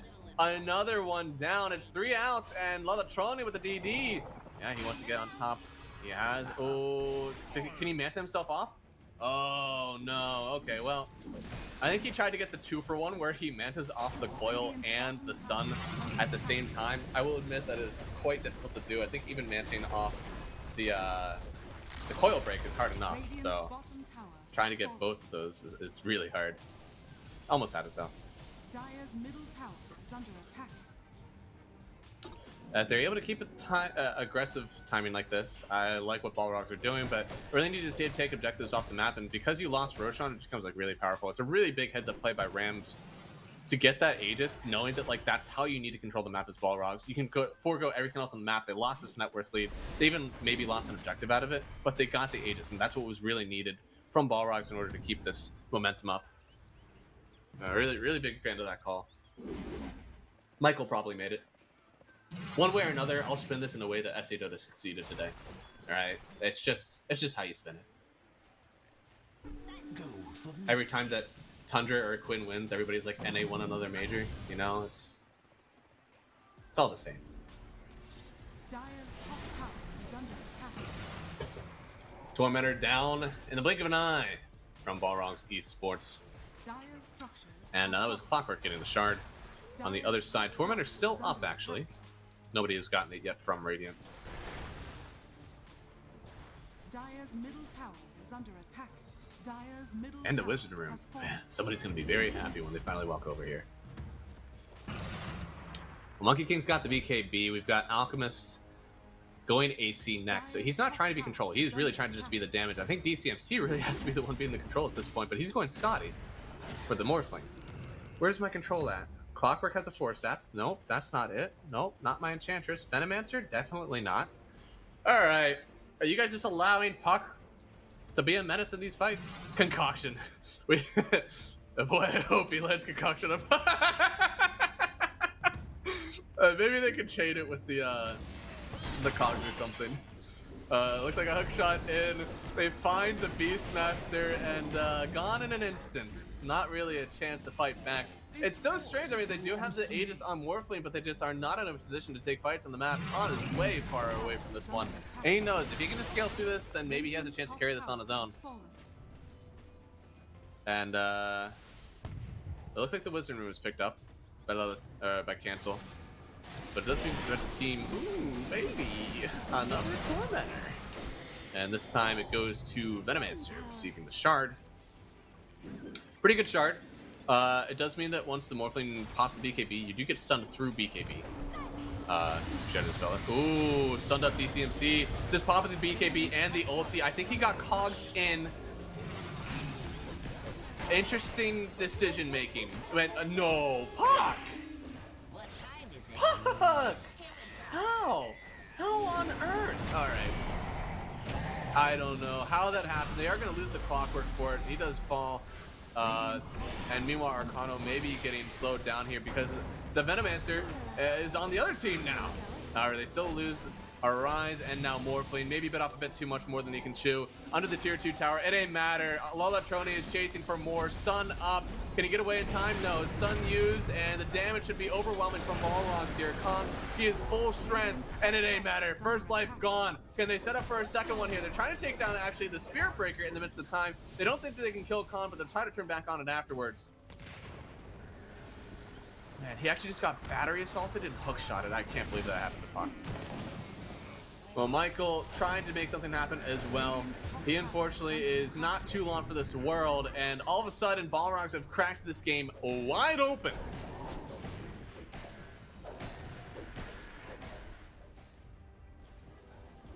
Finally, this farming lineup here from Balrogs. Maybe they've figured out something about Ram Squad. They just want to take all these games late, so they find a lane matchup that can farm, and it happened to be the Alchemist this time, which is one of the best farmers in the game. Maybe that's what they're going to try to do, just outcore you. I'm surprised that they let the Beastmaster in again. I mean, that was a second phase pick. And I thought that it would kind of be end all be all, but oh boy, Angel. You can't charge out of this one, buddy. Goes down, and it seems like a bit of chain feeding. Honestly, you may have wanted to take a fight whenever everybody was up, but now that your Spear Breaker is out, you don't really want to do that. Ags is available on the Morphling. Is there any... You take a ton of stats from Universal Heroes. And the only Universal Hero in this game is Clock and Veno. Clock and Veno. So I guess that's why he's been turning into the Venomancer. It is a lot of stats. Demon. Oh boy. Fuels up into the sky. It's going to land into a bunch of mines. Tries... Ooh, wait! Jetpacked away! He's alive! He's alive! And now this, oh boy, the stun actually connects onto the Beastmaster. He's taking so many impetus. He actually could fall down here. No, they get the charge to disrupt everything. He still falls though. The last impetus got him. Lolatroni trying to mantle up, but he does go down as a big amount of goal here for Khan. They have the damage afterwards to kill the Morphling. I don't think they do. He's clean enough, baby. Khan just backing away for a second. This untouchable is putting in some work, but the stun last second there. Khan is dominating and gets the kill spree. 4 are gone from Balrog. Send it back Ram Squad's way. I think they might be able to take some net worth out of this.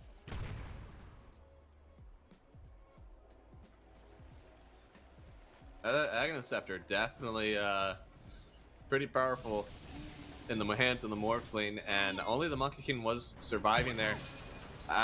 Maybe they just were too far, too big. There's no BKB on the Alchemist just yet. He's actually going for the Abyssal Blade, so he's not even trying to protect himself like that. And now Monkey King, oh my god. I'm gonna call that a wipe. For all intents and purposes, that is a team wipe, and Cancel just got 900 gold off of that one. I mean, this Orchid or this Octarine Core is not too far away. Oh boy, in the blink of an eye.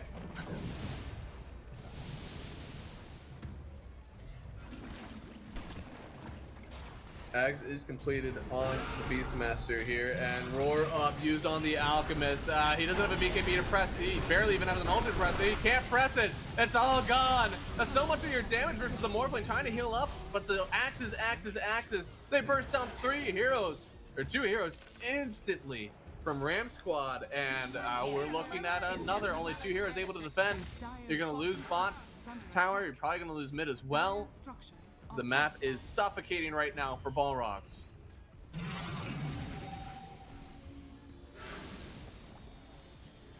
75, goodness. What a roller coaster this entire game.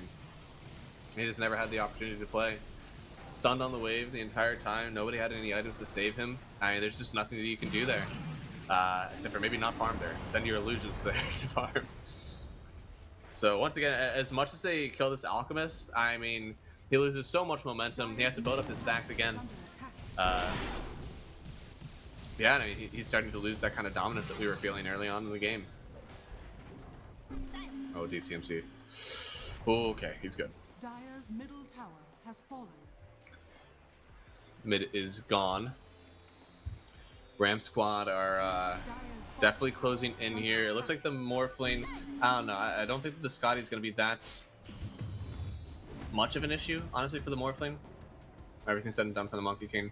I think Monkey has just been quite sad this entire time, playing second fiddle to the Alchemist, who is going Basher again, trying to do something.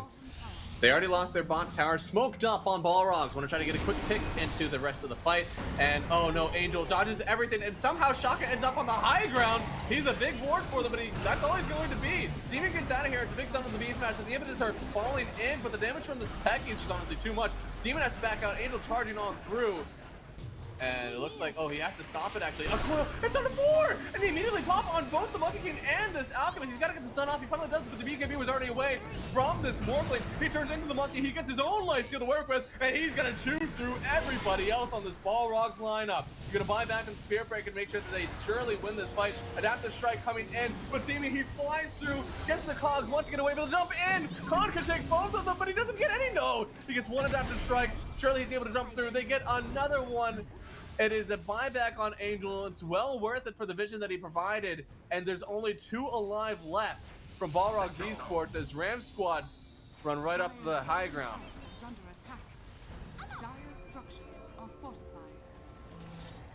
Good lord. I mean, this was such a nice cog start. It seemed like it was going to be really good there from Demon, but the bombs that were being absolutely pummeled by Techies. There's so much damage all at once. It was a nice pipe, but pipe came a bit late, it feels. And then, dude, this coil, oh my god, such a good coil. And a nice stun from Khan as well. Monkey on monkey action. Unfortunately, whenever you steal the stats of Monkey King, you do turn into the better Monkey King. Everything else was just clean up crew from there. Really nice effort from Demon, though, this entire fight. I really do think that Demon played a phenomenal fight. He just got a little bit let down. He really stepped up though in that one. Dire are scanning. Looks like it's gonna be another Roach here. Only 1,000 net worth lead for Ram Squad, and they do know this is happening. Clock Cam, is Clock on the way? He is, but his hook shot is just not close enough. They're even gonna charge forward. Yeah, Spirit Breaker just like sections everything off. Shaka still wants to fight this, maybe? I don't think you do, sir. Please back away. They hook shot in, find the Beastmaster. Impetus are hitting from the high ground. They cogs him away. Even using the Monkey's Wukong's command. At what cost? That was only 1 kill. What do you have left for the rest of the team? Stunned up, they find the Monkey. He's trying to get off the high ground. He pops the BKB, but he can't stay alive. He just gets bashed away. And now Lelatroni forced to try to do it all on his own. But they kill Arcano, and oh no, Alchemist. Suddenly he looks around and the rest of his team just is nowhere to be found. Poor old Shaka down. They coil broke on the Alk, and I think he's going to go down as well. Lelatroni, no blink away. Found him, killed him. And that's going to be 4 outs here. They only got the kill on the Beastmaster and the Techies. It was a buyback on the Techies, but an ultra kill for Khan is a bit too much to overcome.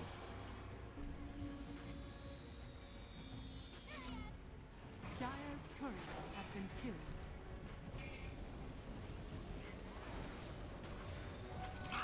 Dude, this is sick. Sick play here on the trees. Just turns around, instantly stuns. Look at this. Charge, bash. 17% chance, my ass. Poor guy. Spear Breaker locked him up entirely. This hero is so good. Dire's middle tower is under attack.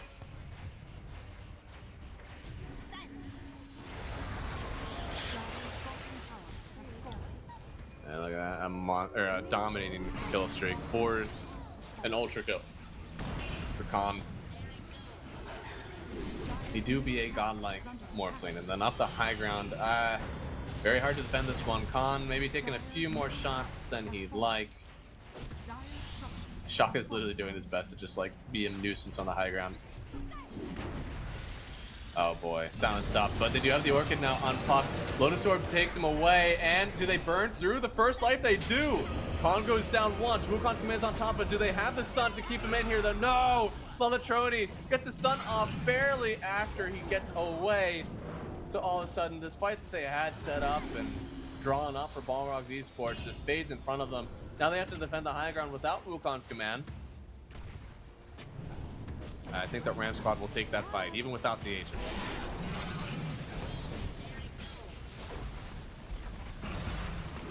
Dire's middle barracks. Looks like easy at least one Rax.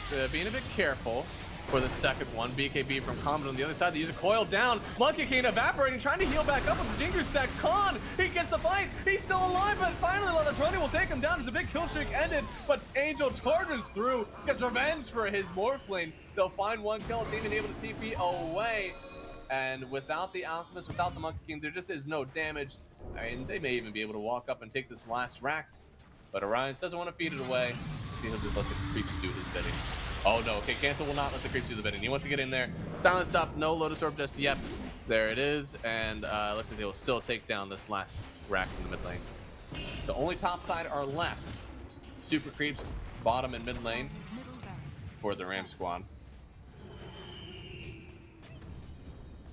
And I think now you have issues. You have definite issues. It seems like that fight was another one where maybe it started okay. Oh, cancel 25. Oh. Dream Coil pierces debuff immunity. BKBs don't matter. Oh no! Was that? Oh. I think that was his Ags. Oh, it was his Ags. Oh no! Oh god, 2 minutes 30 seconds. That Ags actually could have been pretty lit. There is a Manta Style and a Lotus Orb, so whenever the Gale gets dispelled, it will release a Poison Nova. A good amount of damage, especially versus this high HP Morphling hero. Oh my goodness. Disastrous. Disastrous for Balrogs. Quickly as I go. Cancel has felt. Oh my god. Cancel has felt pretty good in this game as the puck. Hey, what stuns are there? Have we finished Abyssal on Alchemist? No. Okay, we still just have Basher. There's definitely no Abyssal on the Monkey King. We have an Orchid on Venno? Yeah. And even that doesn't feel like it's important enough to matter. Shard goes to the Monkey King, so he's going to be able to toggle his... Oh, he instantly toggles it too, damn. So he wants the Boundless Strike to just propel him wherever he needs to go. I have seen a lot of people do this. I'm surprised that he like... Okay, he was just testing it out. It's like, man, do you want to just auto-toggle that? That sounds awful. He does not. Radiant are scanning. Dire's They've top somehow, honestly, Balrogs have managed to get really good rolls. Like, this Enchantress Shard is awful in this game. And somehow she's gotten the low roll every single time. She has lowest net worth, Dire's top and her tower Monkey King has got the fallen. Shard before her, so... Balrogs won every 50-50 there.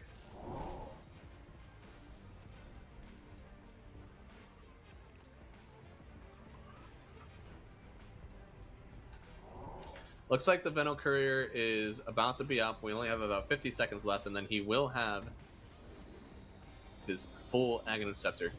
It's very good. Whenever the effects of Venomous Gale are prematurely end on an enemy hero, it spreads the poison rain. So, any Mantas, any Lotus Orbs, BKBs. I think actually BKB entirely gets rid of it, but I'm not sure. Either way, somebody will be dispelling, and it will be funny to see the big rings.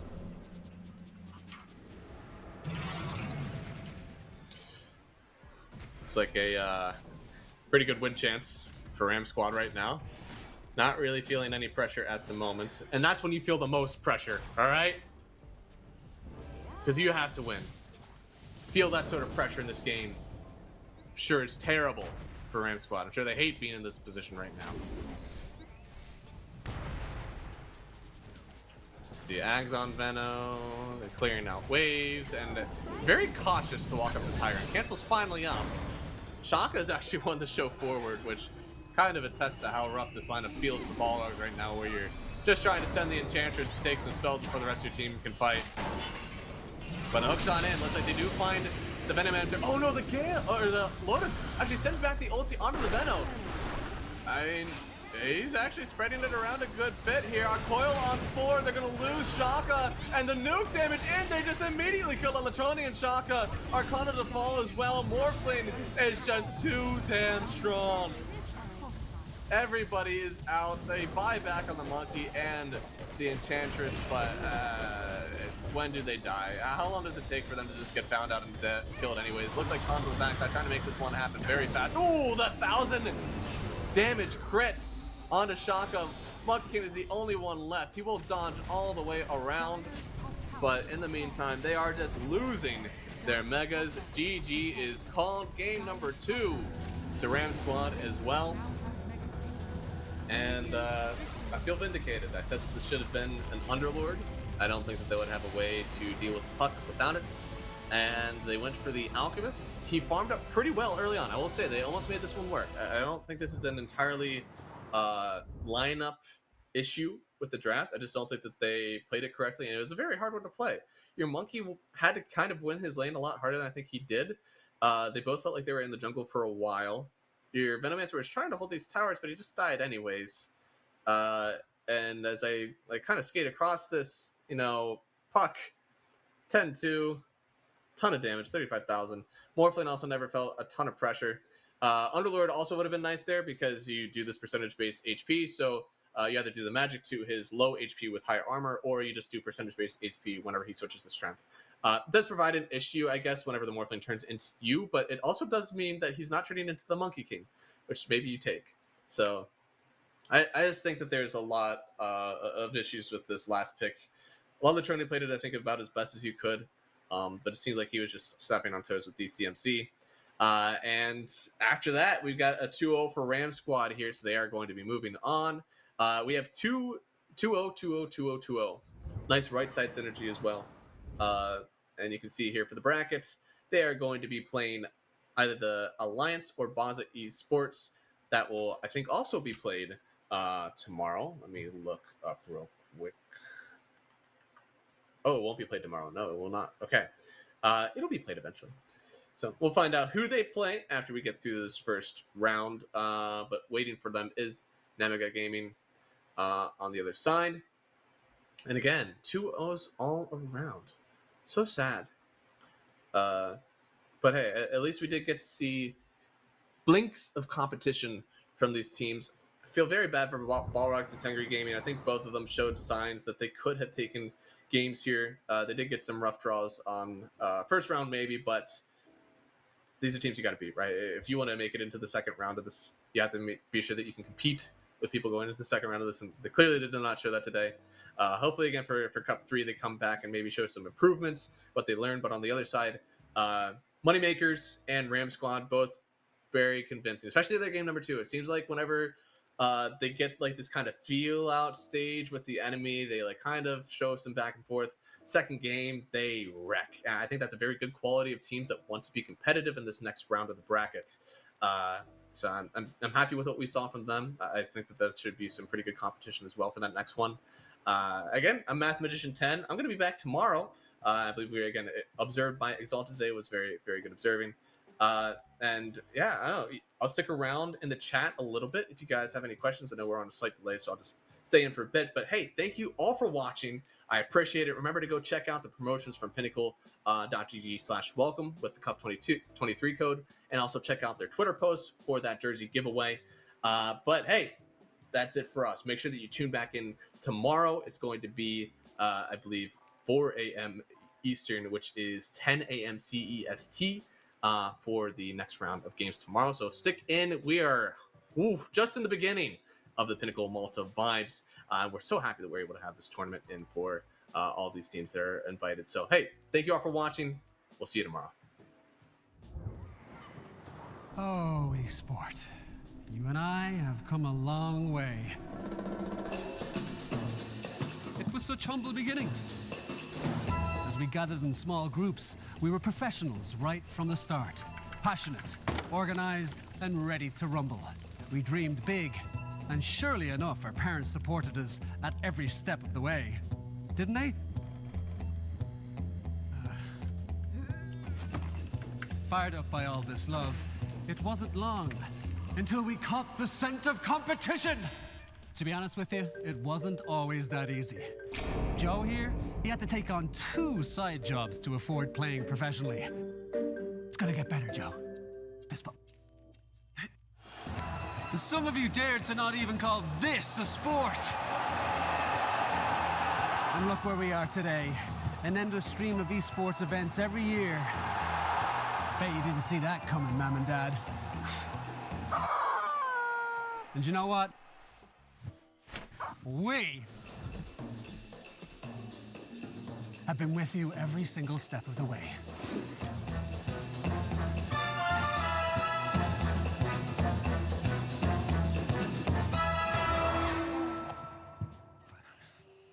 Sorry. Go on, go back. That's it. That's better. Keep going. Bring that down here. No. Keep going. Go. Roll. And cut. Cut the thing. I'm going. Where are you going? Where are you going? Hey, come back. Guys, ladies. I don't know if that's correct. No.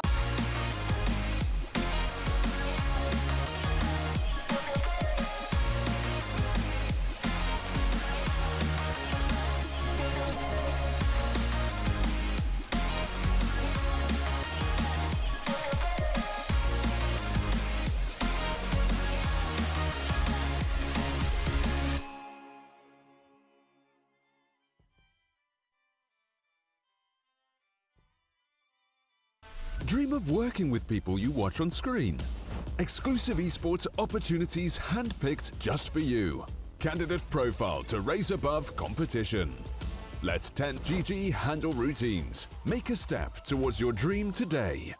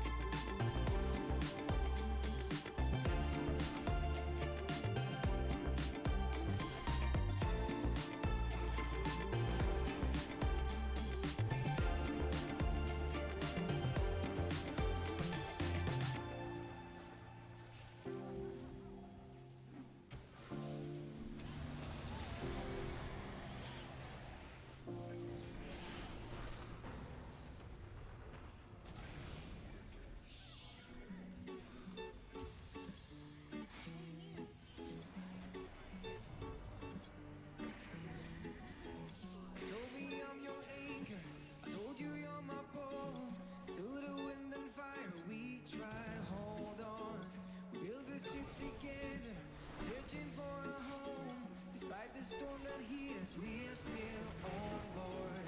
Dancing in the moonlight, the world just stopping stares. We got no destination, I'll take you anywhere. All the doors we've opened, and all the books we've closed. Words just come together, story that we never told. So far saying for my own, you said just keep holding on. If you're about to break, I'll always be your captain.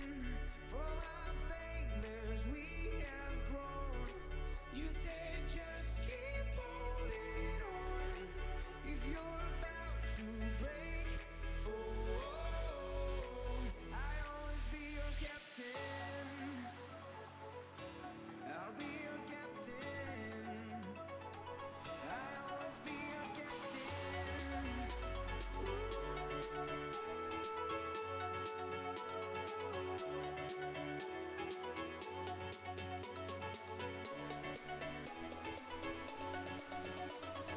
I'll always be your captain.